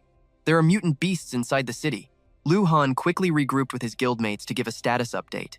"We are almost done clearing out the fox monsters on this side." The whole team looked up at the sky, staring anxiously at a bright flash in the distance. "I wonder how things are going on their end." Jinba suddenly realized something. "That giant pillar of fire is coming from Zhang Ping and Captain Situ, right?" Old Bai's group quickly checked in, sounding incredibly annoyed. "We have already finished cleaning up our area too. Seriously, just how many of these fox? It feels like no matter how many we slaughter, they just never stop coming." Hearing this, Lu Han turned around to study the enemy forces. I felt like something was off too. Did the system not say there were only a few hundred of these heavenly fox beasts to begin with? We must have killed at least 1,000 by now. Whatever, let it go.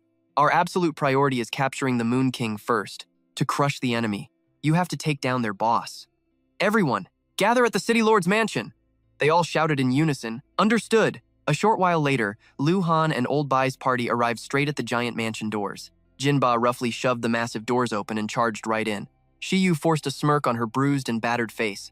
"So, you finally arrived." She sat arrogantly on the throne, not even caring that she was completely covered in mud. Lu Han walked in first, loudly threatening her. "I knew you were hiding here. You are about to die, yet you still absolutely refuse to give up your seat as City Lord." Shiyu gave a mocking laugh, throwing out a harsh insult. "It seems arrogance and greed are just hardwired into your human nature." Furious, Lu Han aimed his weapon straight at her throat and snapped back at her. "You monsters have slaughtered so many innocent people, including our very own brothers in arms." He shoved his blade closer, heavily emphasizing every single word. A blood debt must be paid in blood. But Lu Han's weapon could not even touch Shiyu's body.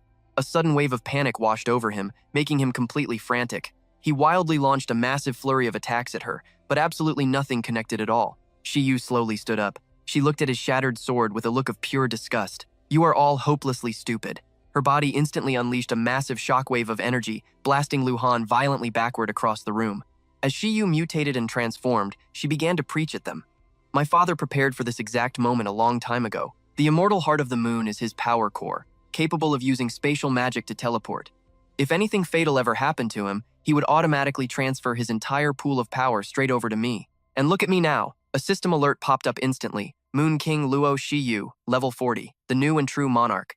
A huge swarm of mutant beasts rapidly lunged forward, launching a massive assault on Lu Han's group. Chang Chun cast his ultimate skill, Hand of 10,000 Bones, to knock back and crowd control one group. Lai Xian fired off his Beast King secret art, Primal Chaos, totally engulfing the mutant monsters in a raging sea of fire. Lu Han carefully assessed the boss, then yelled into his comms orb. "The target has evolved, confirming the Moon King is inside the City Lord's mansion. I repeat, the Moon King's true body is right here." Jinba seized the opening. He leaped at Shiyu, who was sitting still on her throne, launching a crushing Starlock punch. She just shot him an icy glare and pointed her finger. Instantly, Jinba was violently blasted backward by an invisible force. Lu Han watched the whole thing in pure terror. Why did Captain Jinba just suddenly teleport right behind my back? He looked uneasily at his teammate. Frozen in total confusion, Lu Han barely registered the explosion that almost wiped him out. Thankfully, Old Bai sprinted over and shoved him totally out of the blast zone. "Watch out." Jinba quickly rushed over to check on the situation. "Lu Han?" He nodded in deep gratitude. "I am totally fine." The three of them looked up at the giant boss who could manipulate space at will. Standard combat attacks were completely useless against her defenses. Jinba was so enraged he just started cursing like a sailor. "Damn it, she is ridiculously tough." Meanwhile, Zhang Ping was going all out with his attacks. "Give up, you cannot win this." But contrary to what he wanted, the Moon King just let out a truly wicked, evil laugh. "Keep dreaming, today either you die or I do." Zhang Ping kept attacking and blocking, finally spotting a glaring weak point in its defense. "This is bad. If we drag this boss fight out, our stamina will completely hit rock bottom." Shibai stood behind him, offering a careful warning. "Zhang Ping, think. Is there any way to lock down its movements?" He quickly turned his head to report. "Captain, I found a loophole we can actually exploit." Shibai looked up at the giant divine condor and analyzed it. That Chu family brat fused with the condor to gain immortal godhood, but doing so actually gave the beast a completely fatal weakness we can use. We cannot kill the condor directly, but we can totally mess with that kid's mind, indirectly taking control of the beast. He closed his eyes, his hands weaving a complex spell as he gave quick orders. This skill needs to be cast at close range. You set up the opening for me. Zhang Ping nodded, obeying the order. Got it. He then blasted a massive surge of power right at the flying condor. He stomped the ground hard, screaming every word at the top of his lungs. Get down here. Zhang Ping's giant purple energy hand grabbed the condor tight and violently yanked it downward. He pulled with absolutely everything he had to drag its head straight into the dirt. Zhang Ping flew up from behind, totally seizing the moment to use his appraisal skill. He winked happily, absolutely thrilled. Looks like I finally caught you. Zhang Ping activated his inside eye to strike the condor's core weakness. Once he had the enemy completely locked down, he shouted out, Captain, I got the Chu family brat right here. Zhu Yang was captured but did not look scared at all. What are you trying to do? Shibai swiftly thrust his palm right at the kid's face and yelled, Willpower override. Zhu Yang froze instantly, like his pressure points were hit, jaw dropping wide open in pure shock. The giant condor thrashed around even more violently, desperately trying to break free from Zhang Ping's heavy energy chains. Shibai watched the beast and gave his honest verdict. The mental shield protecting its will is extremely tough. Now, I can only force him into a permanent, deep sleep. But honestly, that still solves a pretty massive problem for our raid team. Shiyu noticed something weird and completely turned her head away. The divine condor has been dealt with. Whatever, that was already part of my calculations anyway. She floated straight into the air, her voice turning completely vicious. You killed my father and wiped out my clan.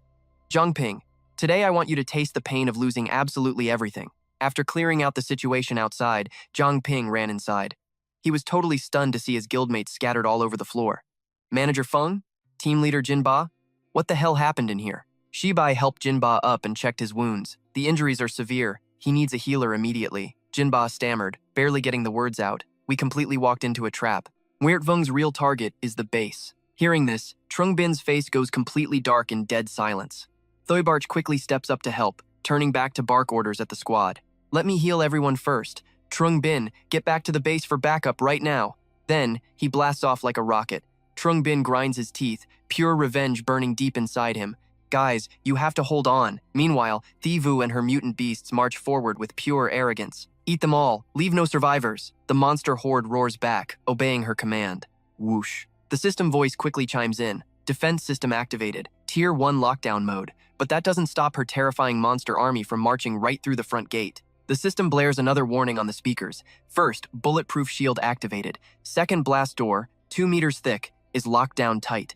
Third armored gate, 5 meters thick, is closed. All entryways sealed, pumping out oxygen, entering vacuum state. Thivur stops dead in her tracks, closely scanning the weird space right in front of her. What is this? Everything around her suddenly turns into solid walls. A barrier. She just taps a single finger against the glowing wall. It instantly shatters into 100 pieces, making Thivur laugh out loud. Amateur tricks. Thutrung watches the monitors and blurts out to the rest of his team. The base defense system is completely useless. How did they just walk right in? Manhwa is absolutely terrified, her eyes totally glued to the comms device. Why can't I reach the guildmasters group? The other members are stuck outside too. Are we completely cut off in here? Zero backup? Right on cue. Thivur smashes through the front door. She glares at them, eyes dripping with pure, murderous intent. All your signals are blocked. I cast a much stronger barrier around your pathetic little base. Thivur raises her hand into the air, flashing a deeply wicked, twisted smile. Every single person inside this building is going to die. Don't even try to run.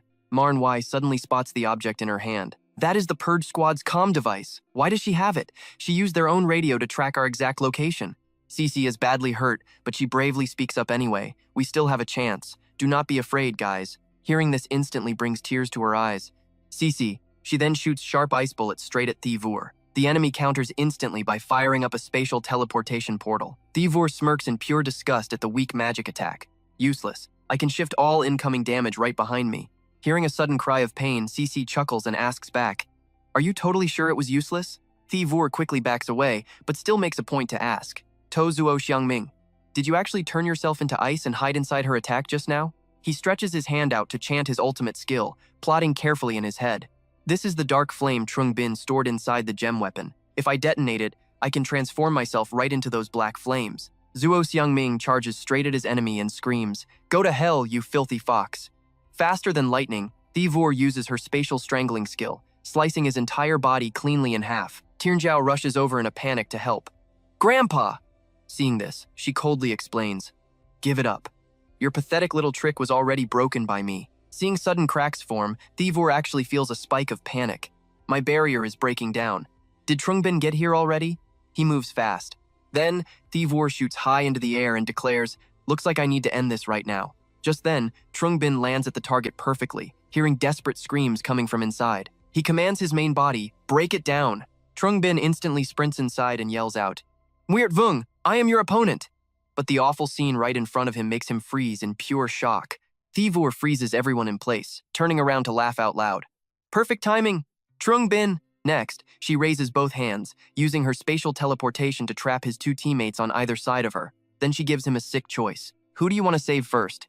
Cece is trapped burning inside the magma zone, while Tianjiao is locked deep underwater in the ocean zone. Forced to choose between the lives of his two closest friends, Trungbin doesn't hesitate for a second and charges right in. He ruthlessly swings a massive horizontal strike right at her. Luckily, she leans backward just in time to dodge the fatal blow. Lost your mind already, huh?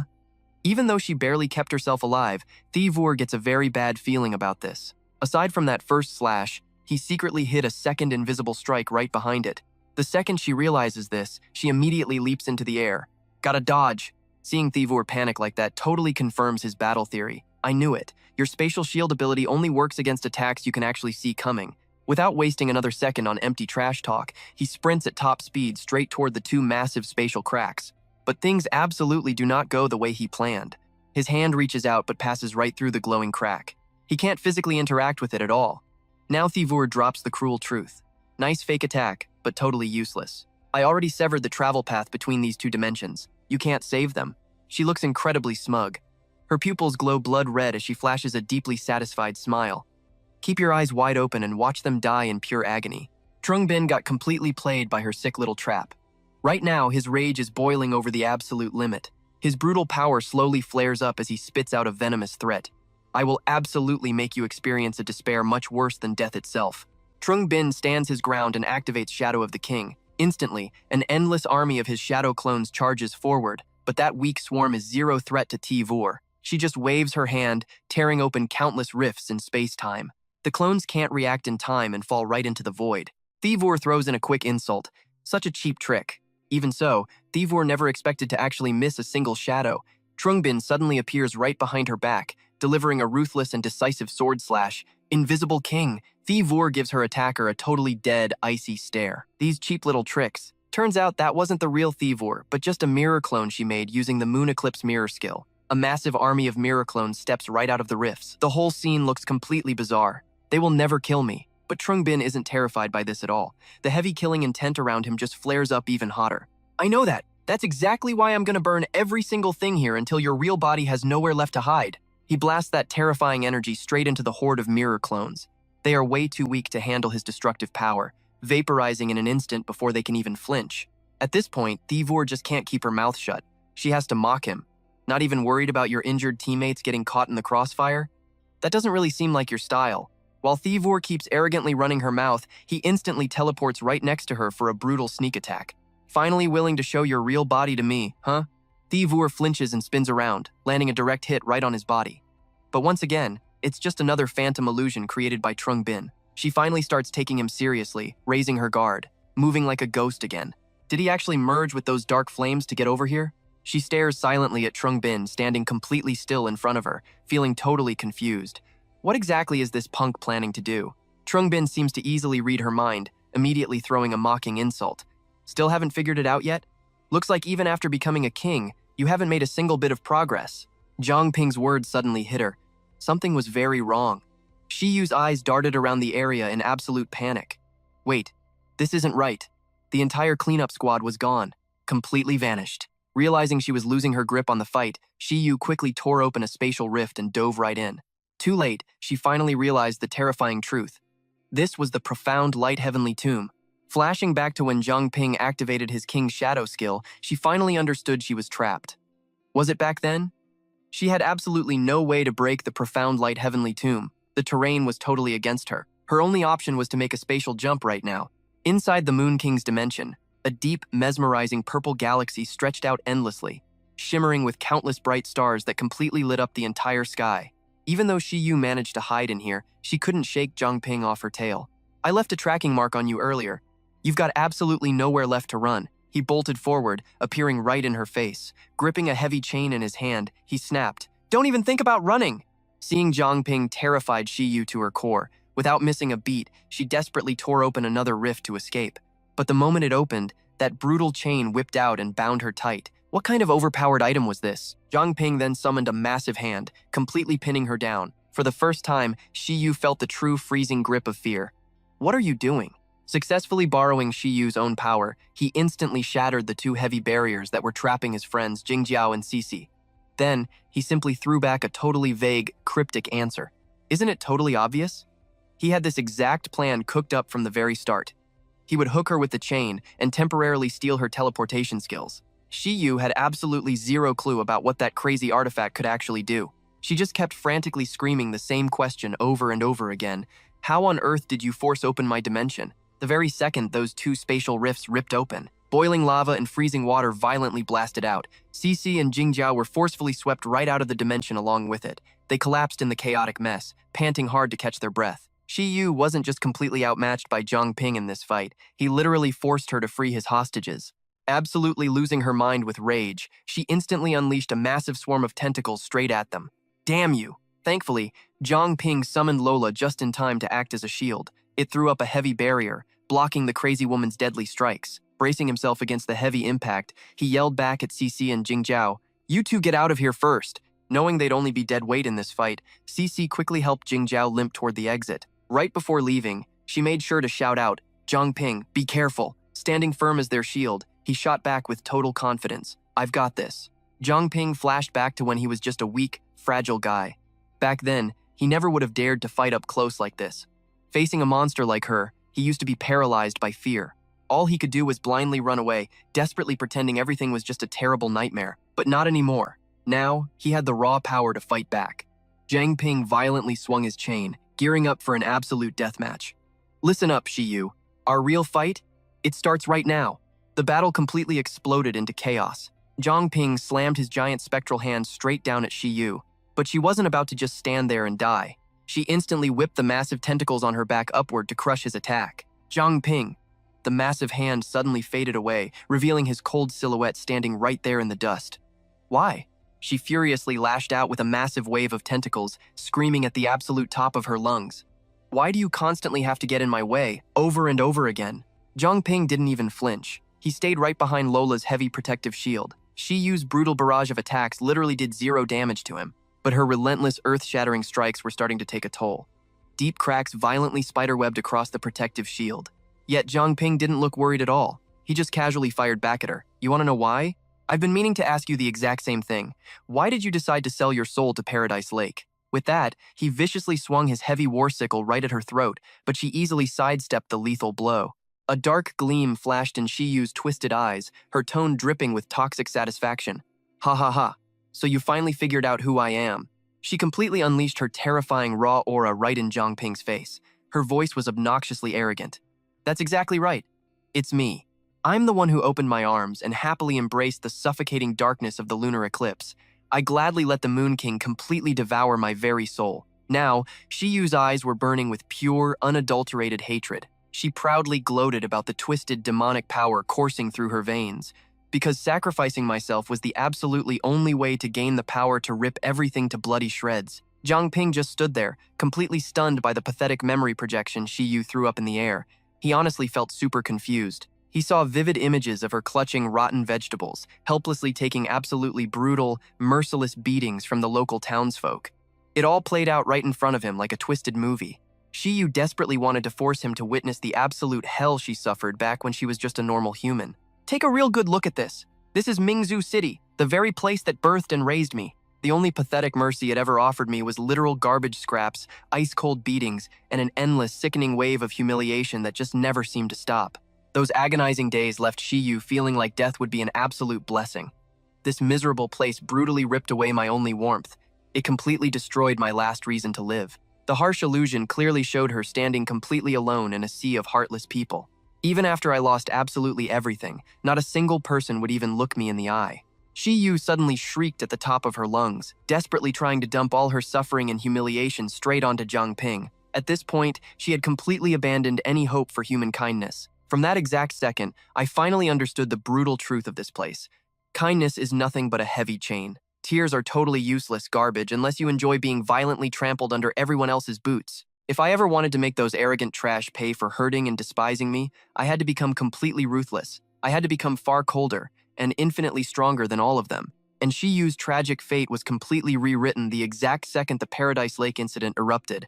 That was when it finally came for her. Facing such an unbelievably terrifying mutation for the very first time, Shi Yu instantly collapsed to the ground in fear. Surprisingly, though, the horrific entity didn't actually try to hurt her at all. It stared right into my soul and saw the toxic hatred burning inside me. It felt the violent rage that was ready to burn this entire world to ash. Even though Shi Yu was trembling and sweating bullets from pure terror, she forced herself to offer a dark deal to Paradise Lake. Let's merge together. Make us one. The tragic flashback only played up to that exact moment before the memory violently shattered into tiny, sparkling pieces. The Shi Yu standing right there was fully consumed by a sick need for brutal revenge against society.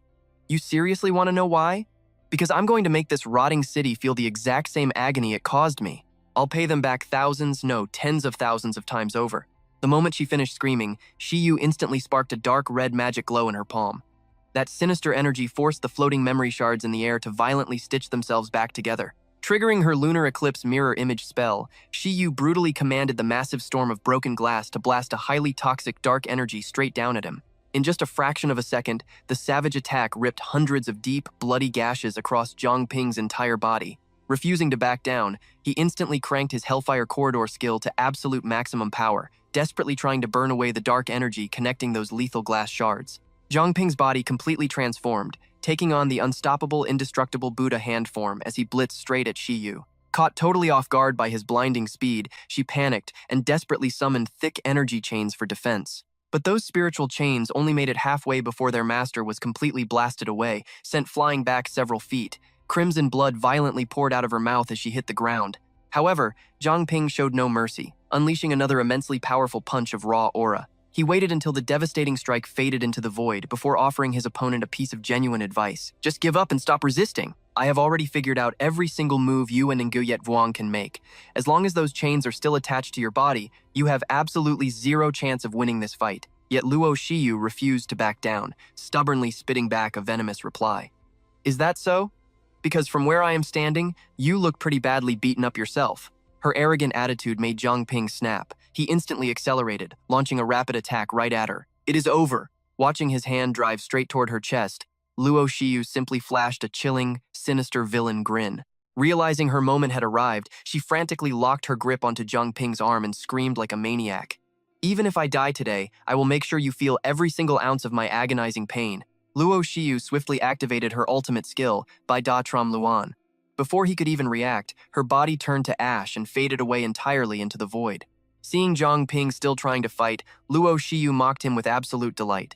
It is totally useless. This entire dimension is actually me. Even with his heaven-sent power protecting him, once he witnessed her miserable memories twisting together with her arrogant laughter, she knew he would never be able to escape this place. His mind quietly calculated every possible scenario, plunging Zhang Ping into a brief moment of deep, silent thought. He waited until she finally shut her mouth. Then, he calmly raised a single finger, sparking with intense firepower. His ultimate martial skill, Kui Ku, easily shattered the dark illusion that Luo Shiyu had carefully set up. Without stopping, Zhang Ping dashed straight toward the massive sphere of energy right in front of him. As he moved, his voice rang out with powerful resolve. Luo Shiyu, I have fully received every bit of your burning hatred, but right now, it is time to end this. He swung his arm, smashing the sphere. All of her memories, packed with endless torment, instantly collapsed into nothingness. Meanwhile, Tho Bak was transferring healing energy to Luke Hoen and Kim Ba, yet his mind still wandered off into distant, random thoughts. Zhang Ping should be fine, right? Before leaving, he specifically told me to automatically sever the chain's connection. I have no idea what the heck that guy is planning to do. His train of thought was suddenly shattered by a series of loud, chaotic noises echoing from outside. Ah, there is one over here too. What in the world are these freaky things anyway? The bloody scene looked like a pure horror movie, filled with terrified screams echoing through the air. Hurry up and call the patrol team over here right now. The survivor kept screaming for help, completely ignoring the heavenly fox beast lunging right at him. A disaster of this massive scale was happening right inside the city walls, so how did absolutely no one notice it until now? In that life-or-death second, Thoibok thankfully sprinted in and blocked the strike, activating his mimicry and flash step skills. Watching the vicious monster drop dead, the young guy blurted out a seriously stupid line. "You just killed someone!" The thick smoke made Thoibok's voice sound much more intimidating than usual. "Calm down. These things are definitely not human." That harsh reality terrified the young man so much that his face turned pale green. Mutated beasts! Without even turning around to look at the messy scene, he simply offered a calm warning. "I know this is a lot to swallow right now, but explaining everything to you would be way too complicated. Long story short, all of you need to go back and hide. Unless you get an official notice, absolutely do not step outside." Those words were like a golden ticket to survive, sending the guy sprinting away. "Please be careful, master." After the frightened crowd finally scrambled off, Thobok frowned and muttered to himself, staring into the distance. "Zhang Ping is handling Nguyen Vuong. I will take care of wiping out the rest of these fox monsters roaming the city." At that exact same moment, his large body was still lying completely flat on the ground. A short while later, Zhang Ping finally snapped out of his daze on the street. He immediately bolted upright, glancing around in total confusion as he processed the area. "Wait a minute, isn't this Mingzhou City?" Suddenly, the chaotic noise behind him grabbed Zhang Ping's full attention. Surrounded entirely by a massive pack of heavenly fox, Luo Xiu's arrogant attitude had reached its absolute peak, just as I thought. I still hate this place as much as I always did. But now, it is finally all over. Her beautiful face did not even try to hide the pure, sinister evil slowly oozing out of her. So this is what it feels like to be totally liberated.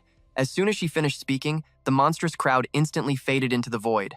Coincidentally, right after that dark illusion disappeared, Thoibok ran over to meet up with him. "Zhang Ping, why are you here? And what happened to Nguyen Vuong?" Facing that rapid-fire questioning, he calmly replied with just a few blunt words. "He is dead." Before Thoibok could even process that shocking recap, his mind was forced to switch to a new topic. "Oh right. A moment ago, while I was purging the foxes in the city, I found that incubation cage we saw before. It was hidden right under the city lord's mansion. The heavenly fox definitely used that thing to rapidly multiply their monster army in a very short time. But don't worry, I already destroyed all of it." That lengthy explanation made Zhang Ping look visibly worried. Could it be? As if reading his exact thoughts, Thoibok quickly answered for him. Yes, that mysterious person was very likely here. The two heroes kept talking back and forth while steadily walking forward together. "What about all the other survivors?" "They are perfectly fine. I wiped out every last fox monster inside the city.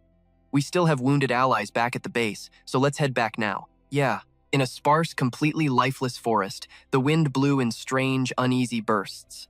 A group of Chu family members wearing dark cloaks were running for their lives, yet they still found time to curse loudly. That bastard Zhang Ping, and that completely cursed cleanup squad too. That divine beast we worked so painfully hard to awaken was ultimately destroyed by them in the end. Stop dwelling on what already happened. At least we actually managed to survive. Fortunately, the oldest guy was also the most rational, desperately trying to keep the shattered morale of the younger generation from entirely collapsing. As long as we are breathing, the Chu family can rise back up 1,000,000 times. When that day comes, we will absolutely take back everything that belongs to us. But halfway through their desperate escape, they were suddenly blocked by someone, leaving them totally stunned. "My lord, looking at the Mao. If you just grant us a little more power, my lord, we can definitely crush Zhang Ping and take back Mingzhou City." But his bone-chilling reply instantly froze the entire group in pure shock. "Whoever said I was going to help you? You have already lost." A raging, powerful fire suddenly erupted all over the masked man's body. Total failures should just disappear. Controlled by this heartless killer, the intense flames quickly incinerated the useless rats who could not even get the simple job done. He waited until their tragic, agonizing screams finally ended. Then, he chuckled to himself and spoke his true thoughts aloud. "I never expected you to actually survive until the very end. That honestly makes me both surprised and absolutely thrilled. It is time to take back this entire world." He smiled arrogantly at the sky as his hand effortlessly crushed the Dasoa mask into pieces. "Another me, huh?" His pitch-black cloak then vanished, revealing a body overflowing with dark aura. "Zhang Ping, is it?" Meanwhile, Thu Trung was busy using the B-map tech suit to handle the giant dragon right in front of him. Looking visibly annoyed, he grumbled under his breath. "I knew it. In the end, all these annoying little side chores always fall into my lap."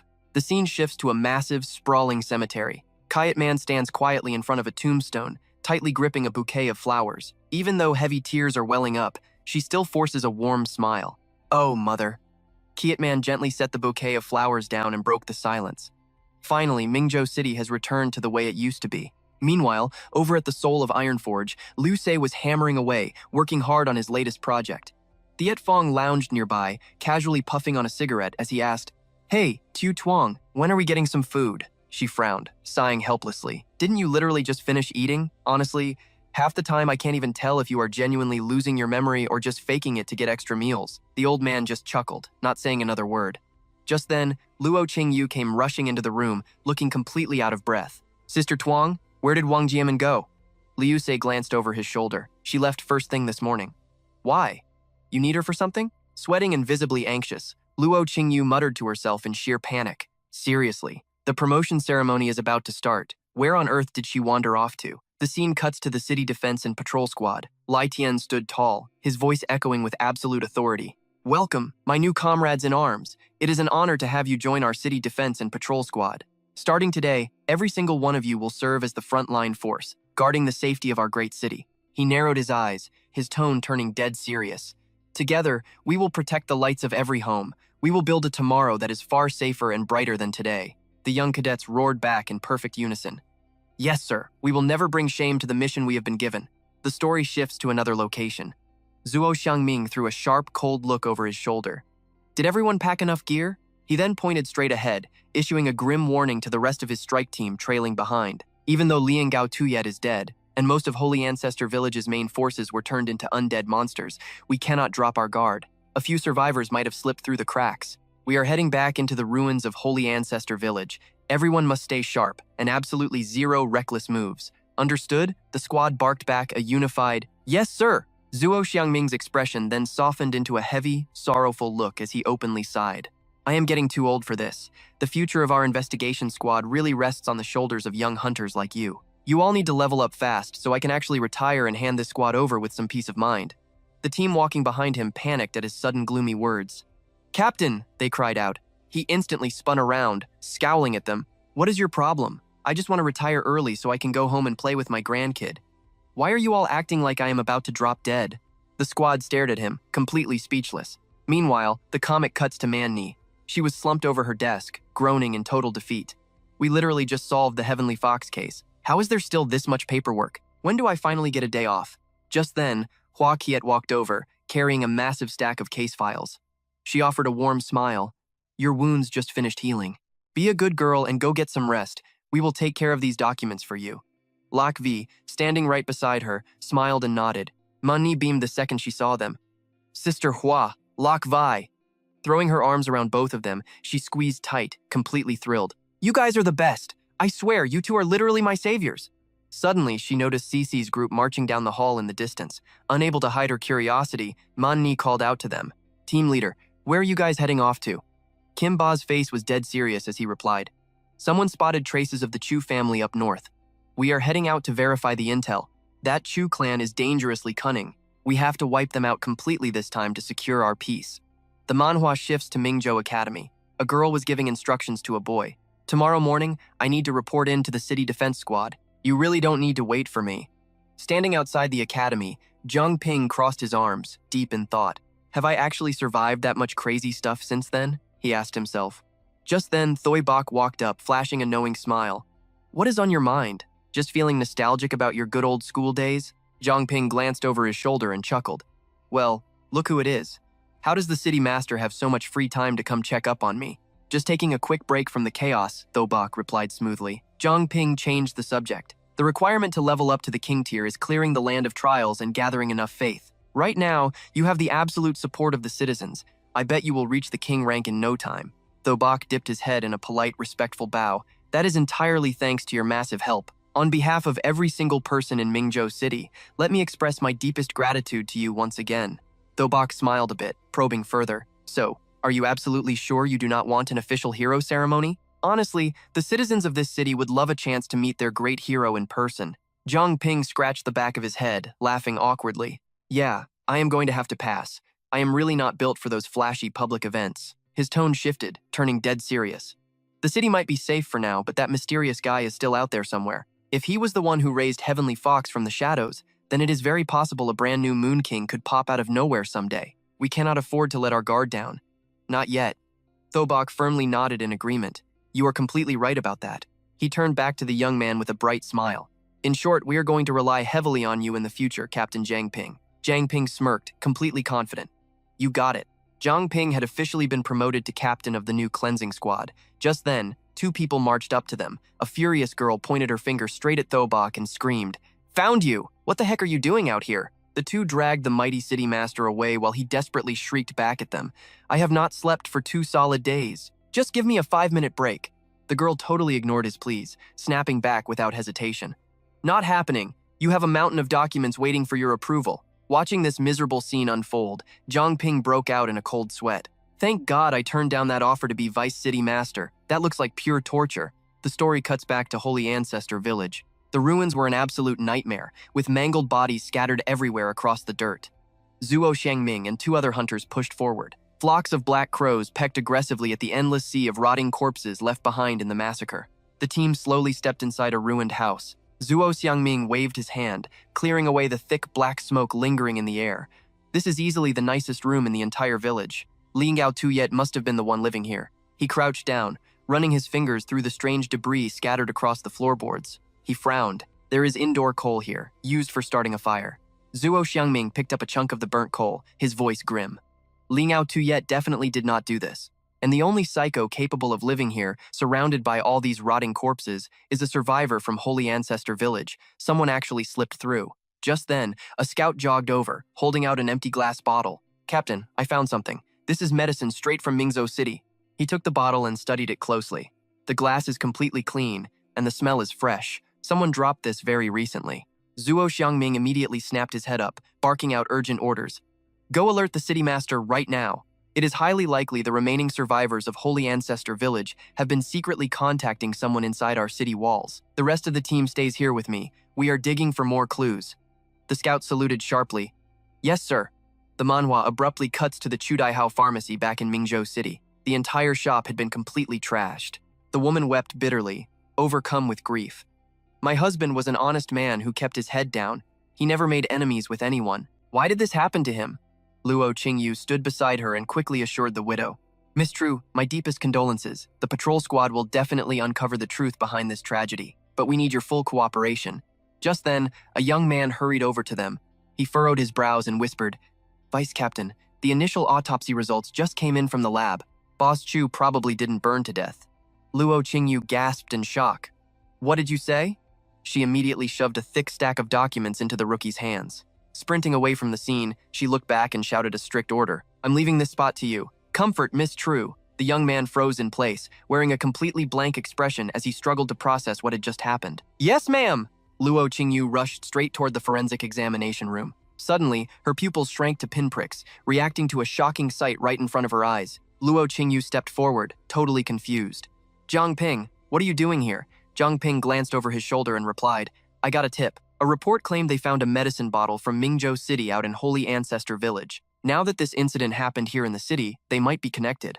Right then, the forensic examiner stepped up to share the final autopsy results. The bones are severely crushed and deformed. This damage came from a massive force crushing him while he was still alive. If he was crushed after burning, the charred corpse would shatter differently. So, the fire was almost certainly set to cover their tracks. Luo Qingyu rubbed her chin, piecing it together. That makes sense. When the pharmacy caught fire, our patrol arrived at the scene instantly and put out the flames. But when we found the body, there wasn't a single trace of his soul left. He had clearly been dead for a while. She paused. According to his wife, Chu Daihao had 0 enemies, so who in the world could be this ruthless? Zhang Ping placed his hand right on the corpse and activated his king's evil detection skill. Instantly, a mysterious, echoing voice rang out, dripping with absolute contempt. "What's so special about an awakened anyway? Soon enough, everyone will be awakened." Luo Qingyu stepped closer to check on his progress. "Find anything?" Zhang Ping glanced back and spoke up. "I definitely heard a voice. But in this state, the corpse isn't enough to reconstruct the original scene. Take me to the pharmacy to look around." Without wasting another second, the two of them headed straight to Chu Daihao's ruined shop. Zhang Ping paced around the area, scanning the wreckage. Luo Qingyu stood nearby and shared her analysis. According to the patrol squad's official report, this shop was burned down until absolutely nothing was left. She reached into a charred cabinet and shared a serious deduction, but surprisingly, the safe was completely untouched. The killer wasn't after cash, and if the widow is telling the truth, a revenge killing is also highly unlikely. Zhang Ping waved his hand to the side. Since the killer's motive is still a mystery, this won't be an easy case to crack. Suddenly, a strange flow of mana drifted past them, instantly catching his attention. Zhang Ping tracked its movement and asked himself a question. Is this spatial energy? Luo Qingyu gasped in shock and yelled out, Spatial energy? Wait, could this be the work of the Moon King? Zhang Ping quickly shook his head. No, this energy feels completely different from the Moon King. Plus, I get the weird feeling I've seen it somewhere before. He furrowed his brows and activated his king's true sight. The glowing energy trail kept rushing forward into the distance. Tracking it, Zhang Ping made a call. I can actually trace where this magic is coming from. Come on, let's follow it and see. The scene shifted to a gloomy room. A blue-haired girl carefully carried a steaming bowl of medicine to the bedside and offered it up. Auntie, please drink your medicine. The brown-haired woman accepted the wooden bowl. She took a slow sip and sighed. The poison rotting my arm won't be cured anytime soon. She wiped her mouth, a deep scowl forming on her face. Lian Zhao Tuyet has been dead for ages, but she still haunts us. Do her people really plan to hunt us down until there's no one left? Suddenly, the brown-haired woman coughed up a harsh mouthful of blood. Seeing this, the young girl panicked and tried to calm her. Auntie, don't get so worked up. Just surviving this long is a blessing. Without warning, the heavy room door crashed open, making both of them flinch. Zhang Ping stormed inside, his voice booming with pure anger. I knew it was you two. Tell me the truth. He glared fiercely at the two women and raised his voice. The murder of Chu Dai Hao and the pharmacy fire. Was that your doing? Zhang Ping narrowed his eyes and growled. What kind of sick plot is Holy Ancestor Village pulling now? Hearing those threatening words, the two women instantly broke into a cold sweat, their faces turning incredibly guarded. Sweating nervously, Tunuk frantically tried to explain. Who is Chu Dai Hao? What plot? What pharmacy? We have absolutely nothing to do with any of that. We're literally just trying to survive here. Zhang Ping obviously wasn't buying it. He shot back immediately. Then why are you two hiding out in this filthy rat hole? His eyes locked onto the small bottle clutched in the girl's fingers. Plus, you're holding the exact medicine stolen from Chu Dai Hao's pharmacy. Before things could escalate, the brown-haired woman chimed in. Tuan-gok, step back. Let me handle this. Hearing her aunt step up, Tuan-gok looked mildly surprised. Auntie? She whispered. The older woman then confessed everything. Back when Lingao Tuyet went into seclusion, that crazy old bastard, Ta Huangmin, turned everyone in Holy Ancestor Village into raw materials to forge an undead army. I was almost turned into a mindless zombie myself. To survive, right after the undead legion was teleported into the dungeon zone, the two of us managed to escape the village. The brown-haired woman took a shaky breath. But the corpse poison that old maniac planted inside me eventually flared up. That's why I look like this rotting mess. She kept explaining her side. This medicine is the only thing slowing down my body's decay. We've just been using spatial magic to teleport inside, snatch the pills, and leave. The woman stared him down, swearing her innocence. As for the brutal attack at the pharmacy, we literally just found out about it today. There's no way we did that. Zhang Ping cast a quick glance to his side. Luo Qingyu, is she telling the truth? Luo Qingyu studied the desperate pair and calmly replied. There are zero fluctuations in her soul. She isn't lying to us. He locked eyes with her and pressed further. Then how did you know this specific medicine could stop your body from rotting? And what about the mystery pills showing up in Holy Ancestor Village? Are you involved in that? The older woman furrowed her brows, looking equally confused. Honestly, it is really strange. This exact formula was personally researched and crafted by Ta Huangmin himself, but when we fled to Mingzhou City, I realized a local pharmacy was stocking it. It even had a Made in Mingzhou label slapped on. At first, I assumed they were just visually similar. The woman's tone turned dead serious. But out of sheer desperation, I stole one to ease the pain. That's when I discovered its effects were utterly identical to Ta Huangmin's dark alchemy. She then spoke with complete honesty. As for the drugs scattered back in the village, we haven't set foot in that place for a long time. So no, we have absolutely nothing to do with that. Luo Qingyu flipped through a small logbook and brought up a solid point. According to our investigation, this specific medicine was exclusively sold at Chu Dai Hao's pharmacy, nowhere else. According to his public claims, the pills were purely meant to help awakened boost their cultivation speed. She shifted her gaze over to the women, but he certainly never mentioned anything about stopping a rotting corpse curse. Hearing this, Zhang Ping furrowed his brows in thought. Boosting cultivation? It sounds like this Chu Dai Hao guy wasn't just a simple merchant after all. He was probably tied to Holy Ancestor Village from the start, or maybe somebody was using him as a pawn. Honestly, this whole quest is way more complicated than I thought. The brown-haired woman then slowly stood up. Okay, look, I already told you everything I know about this. She stared straight ahead, begging for mercy. If you really need to take my life for revenge, fine, it's yours. But I am begging you, please spare Xiao Yu. Back in the Holy Ancestor Village, that kid never did a single bad thing to anyone. Beside her, Xiao Yu kept crying out, "Auntie, please stop talking." Zhang Ping listened to this, his face falling into a deep, thoughtful silence. After a moment, he turned around and barked an order. "Xingjiao, get in touch with the hospital. Take them away for isolation and medical treatment. Keep a very close watch on them. If they decide to cooperate with the investigation later and actually behave, I will find a way to completely cure both of them." She nodded and replied, "Understood." The brunette woman broke into a cold sweat, her face completely masked in pure shock. "Wait, you aren't going to kill us?" Zhang Ping turned to walk away, explaining over his shoulder. "Li Aoxu is already dead. Killing you two now will not change a single thing. Right now, we have much bigger problems that need our attention." Suddenly, she called out, "Wait a second." Hearing that, he stopped and glanced back over his shoulder. The brunette woman took a breath and revealed her secret. "I know Zuo Xiangming has a hidden room concealed somewhere inside the village. There might be some clues left down there." Cut to Zuo Xiangming's hidden secret room, where a team of hunters was already exploring the dungeon area. Cheng Bo simply reached out, gently pushing a single loose brick on the stone wall. Instantly, a heavy wooden trapdoor in the floor slowly groaned open. Old Bai wasted no time, tossing a lit torch straight down into the darkness. He stepped down the stairs, looking back to give a strict order. "You two stay up here on guard. The rest of you, follow me down." Hearing the command, the squad shouted back in perfect unison, "Understood!" Right in front of them sat a bizarre creature, still wriggling inside a glass jar. The underground space was incredibly dark, reeking of damp mold. Old Bai scanned the creepy room, his face twisted in total confusion. Why does everyone in Holy Ancestor Village have such sick taste? Suddenly, two dark shadows materialized out of nowhere, making him jump. One of the figures lunged forward to attack. Seeing this, Old Bai roared at the top of his lungs, "Enemy ambush!" The attacker quickly wrapped a razor-thin wire tight around Old Bai's wrist. But Old Bai stayed perfectly calm, yanking his arm back to pull the guy closer. I've seen this cheap trick a million times, but the second he threw his counterattack, the man right in front of him just vanished into thin air. He gasped in shock. "What?" At that exact moment, another enemy crept out from the gateway. As they swarmed out, they kept muttering, "Eliminate the intruders! Eliminate the intruders!" Cheng Bo watched the trap spring, furrowing his brow as he yelled, "We fell right into their trap."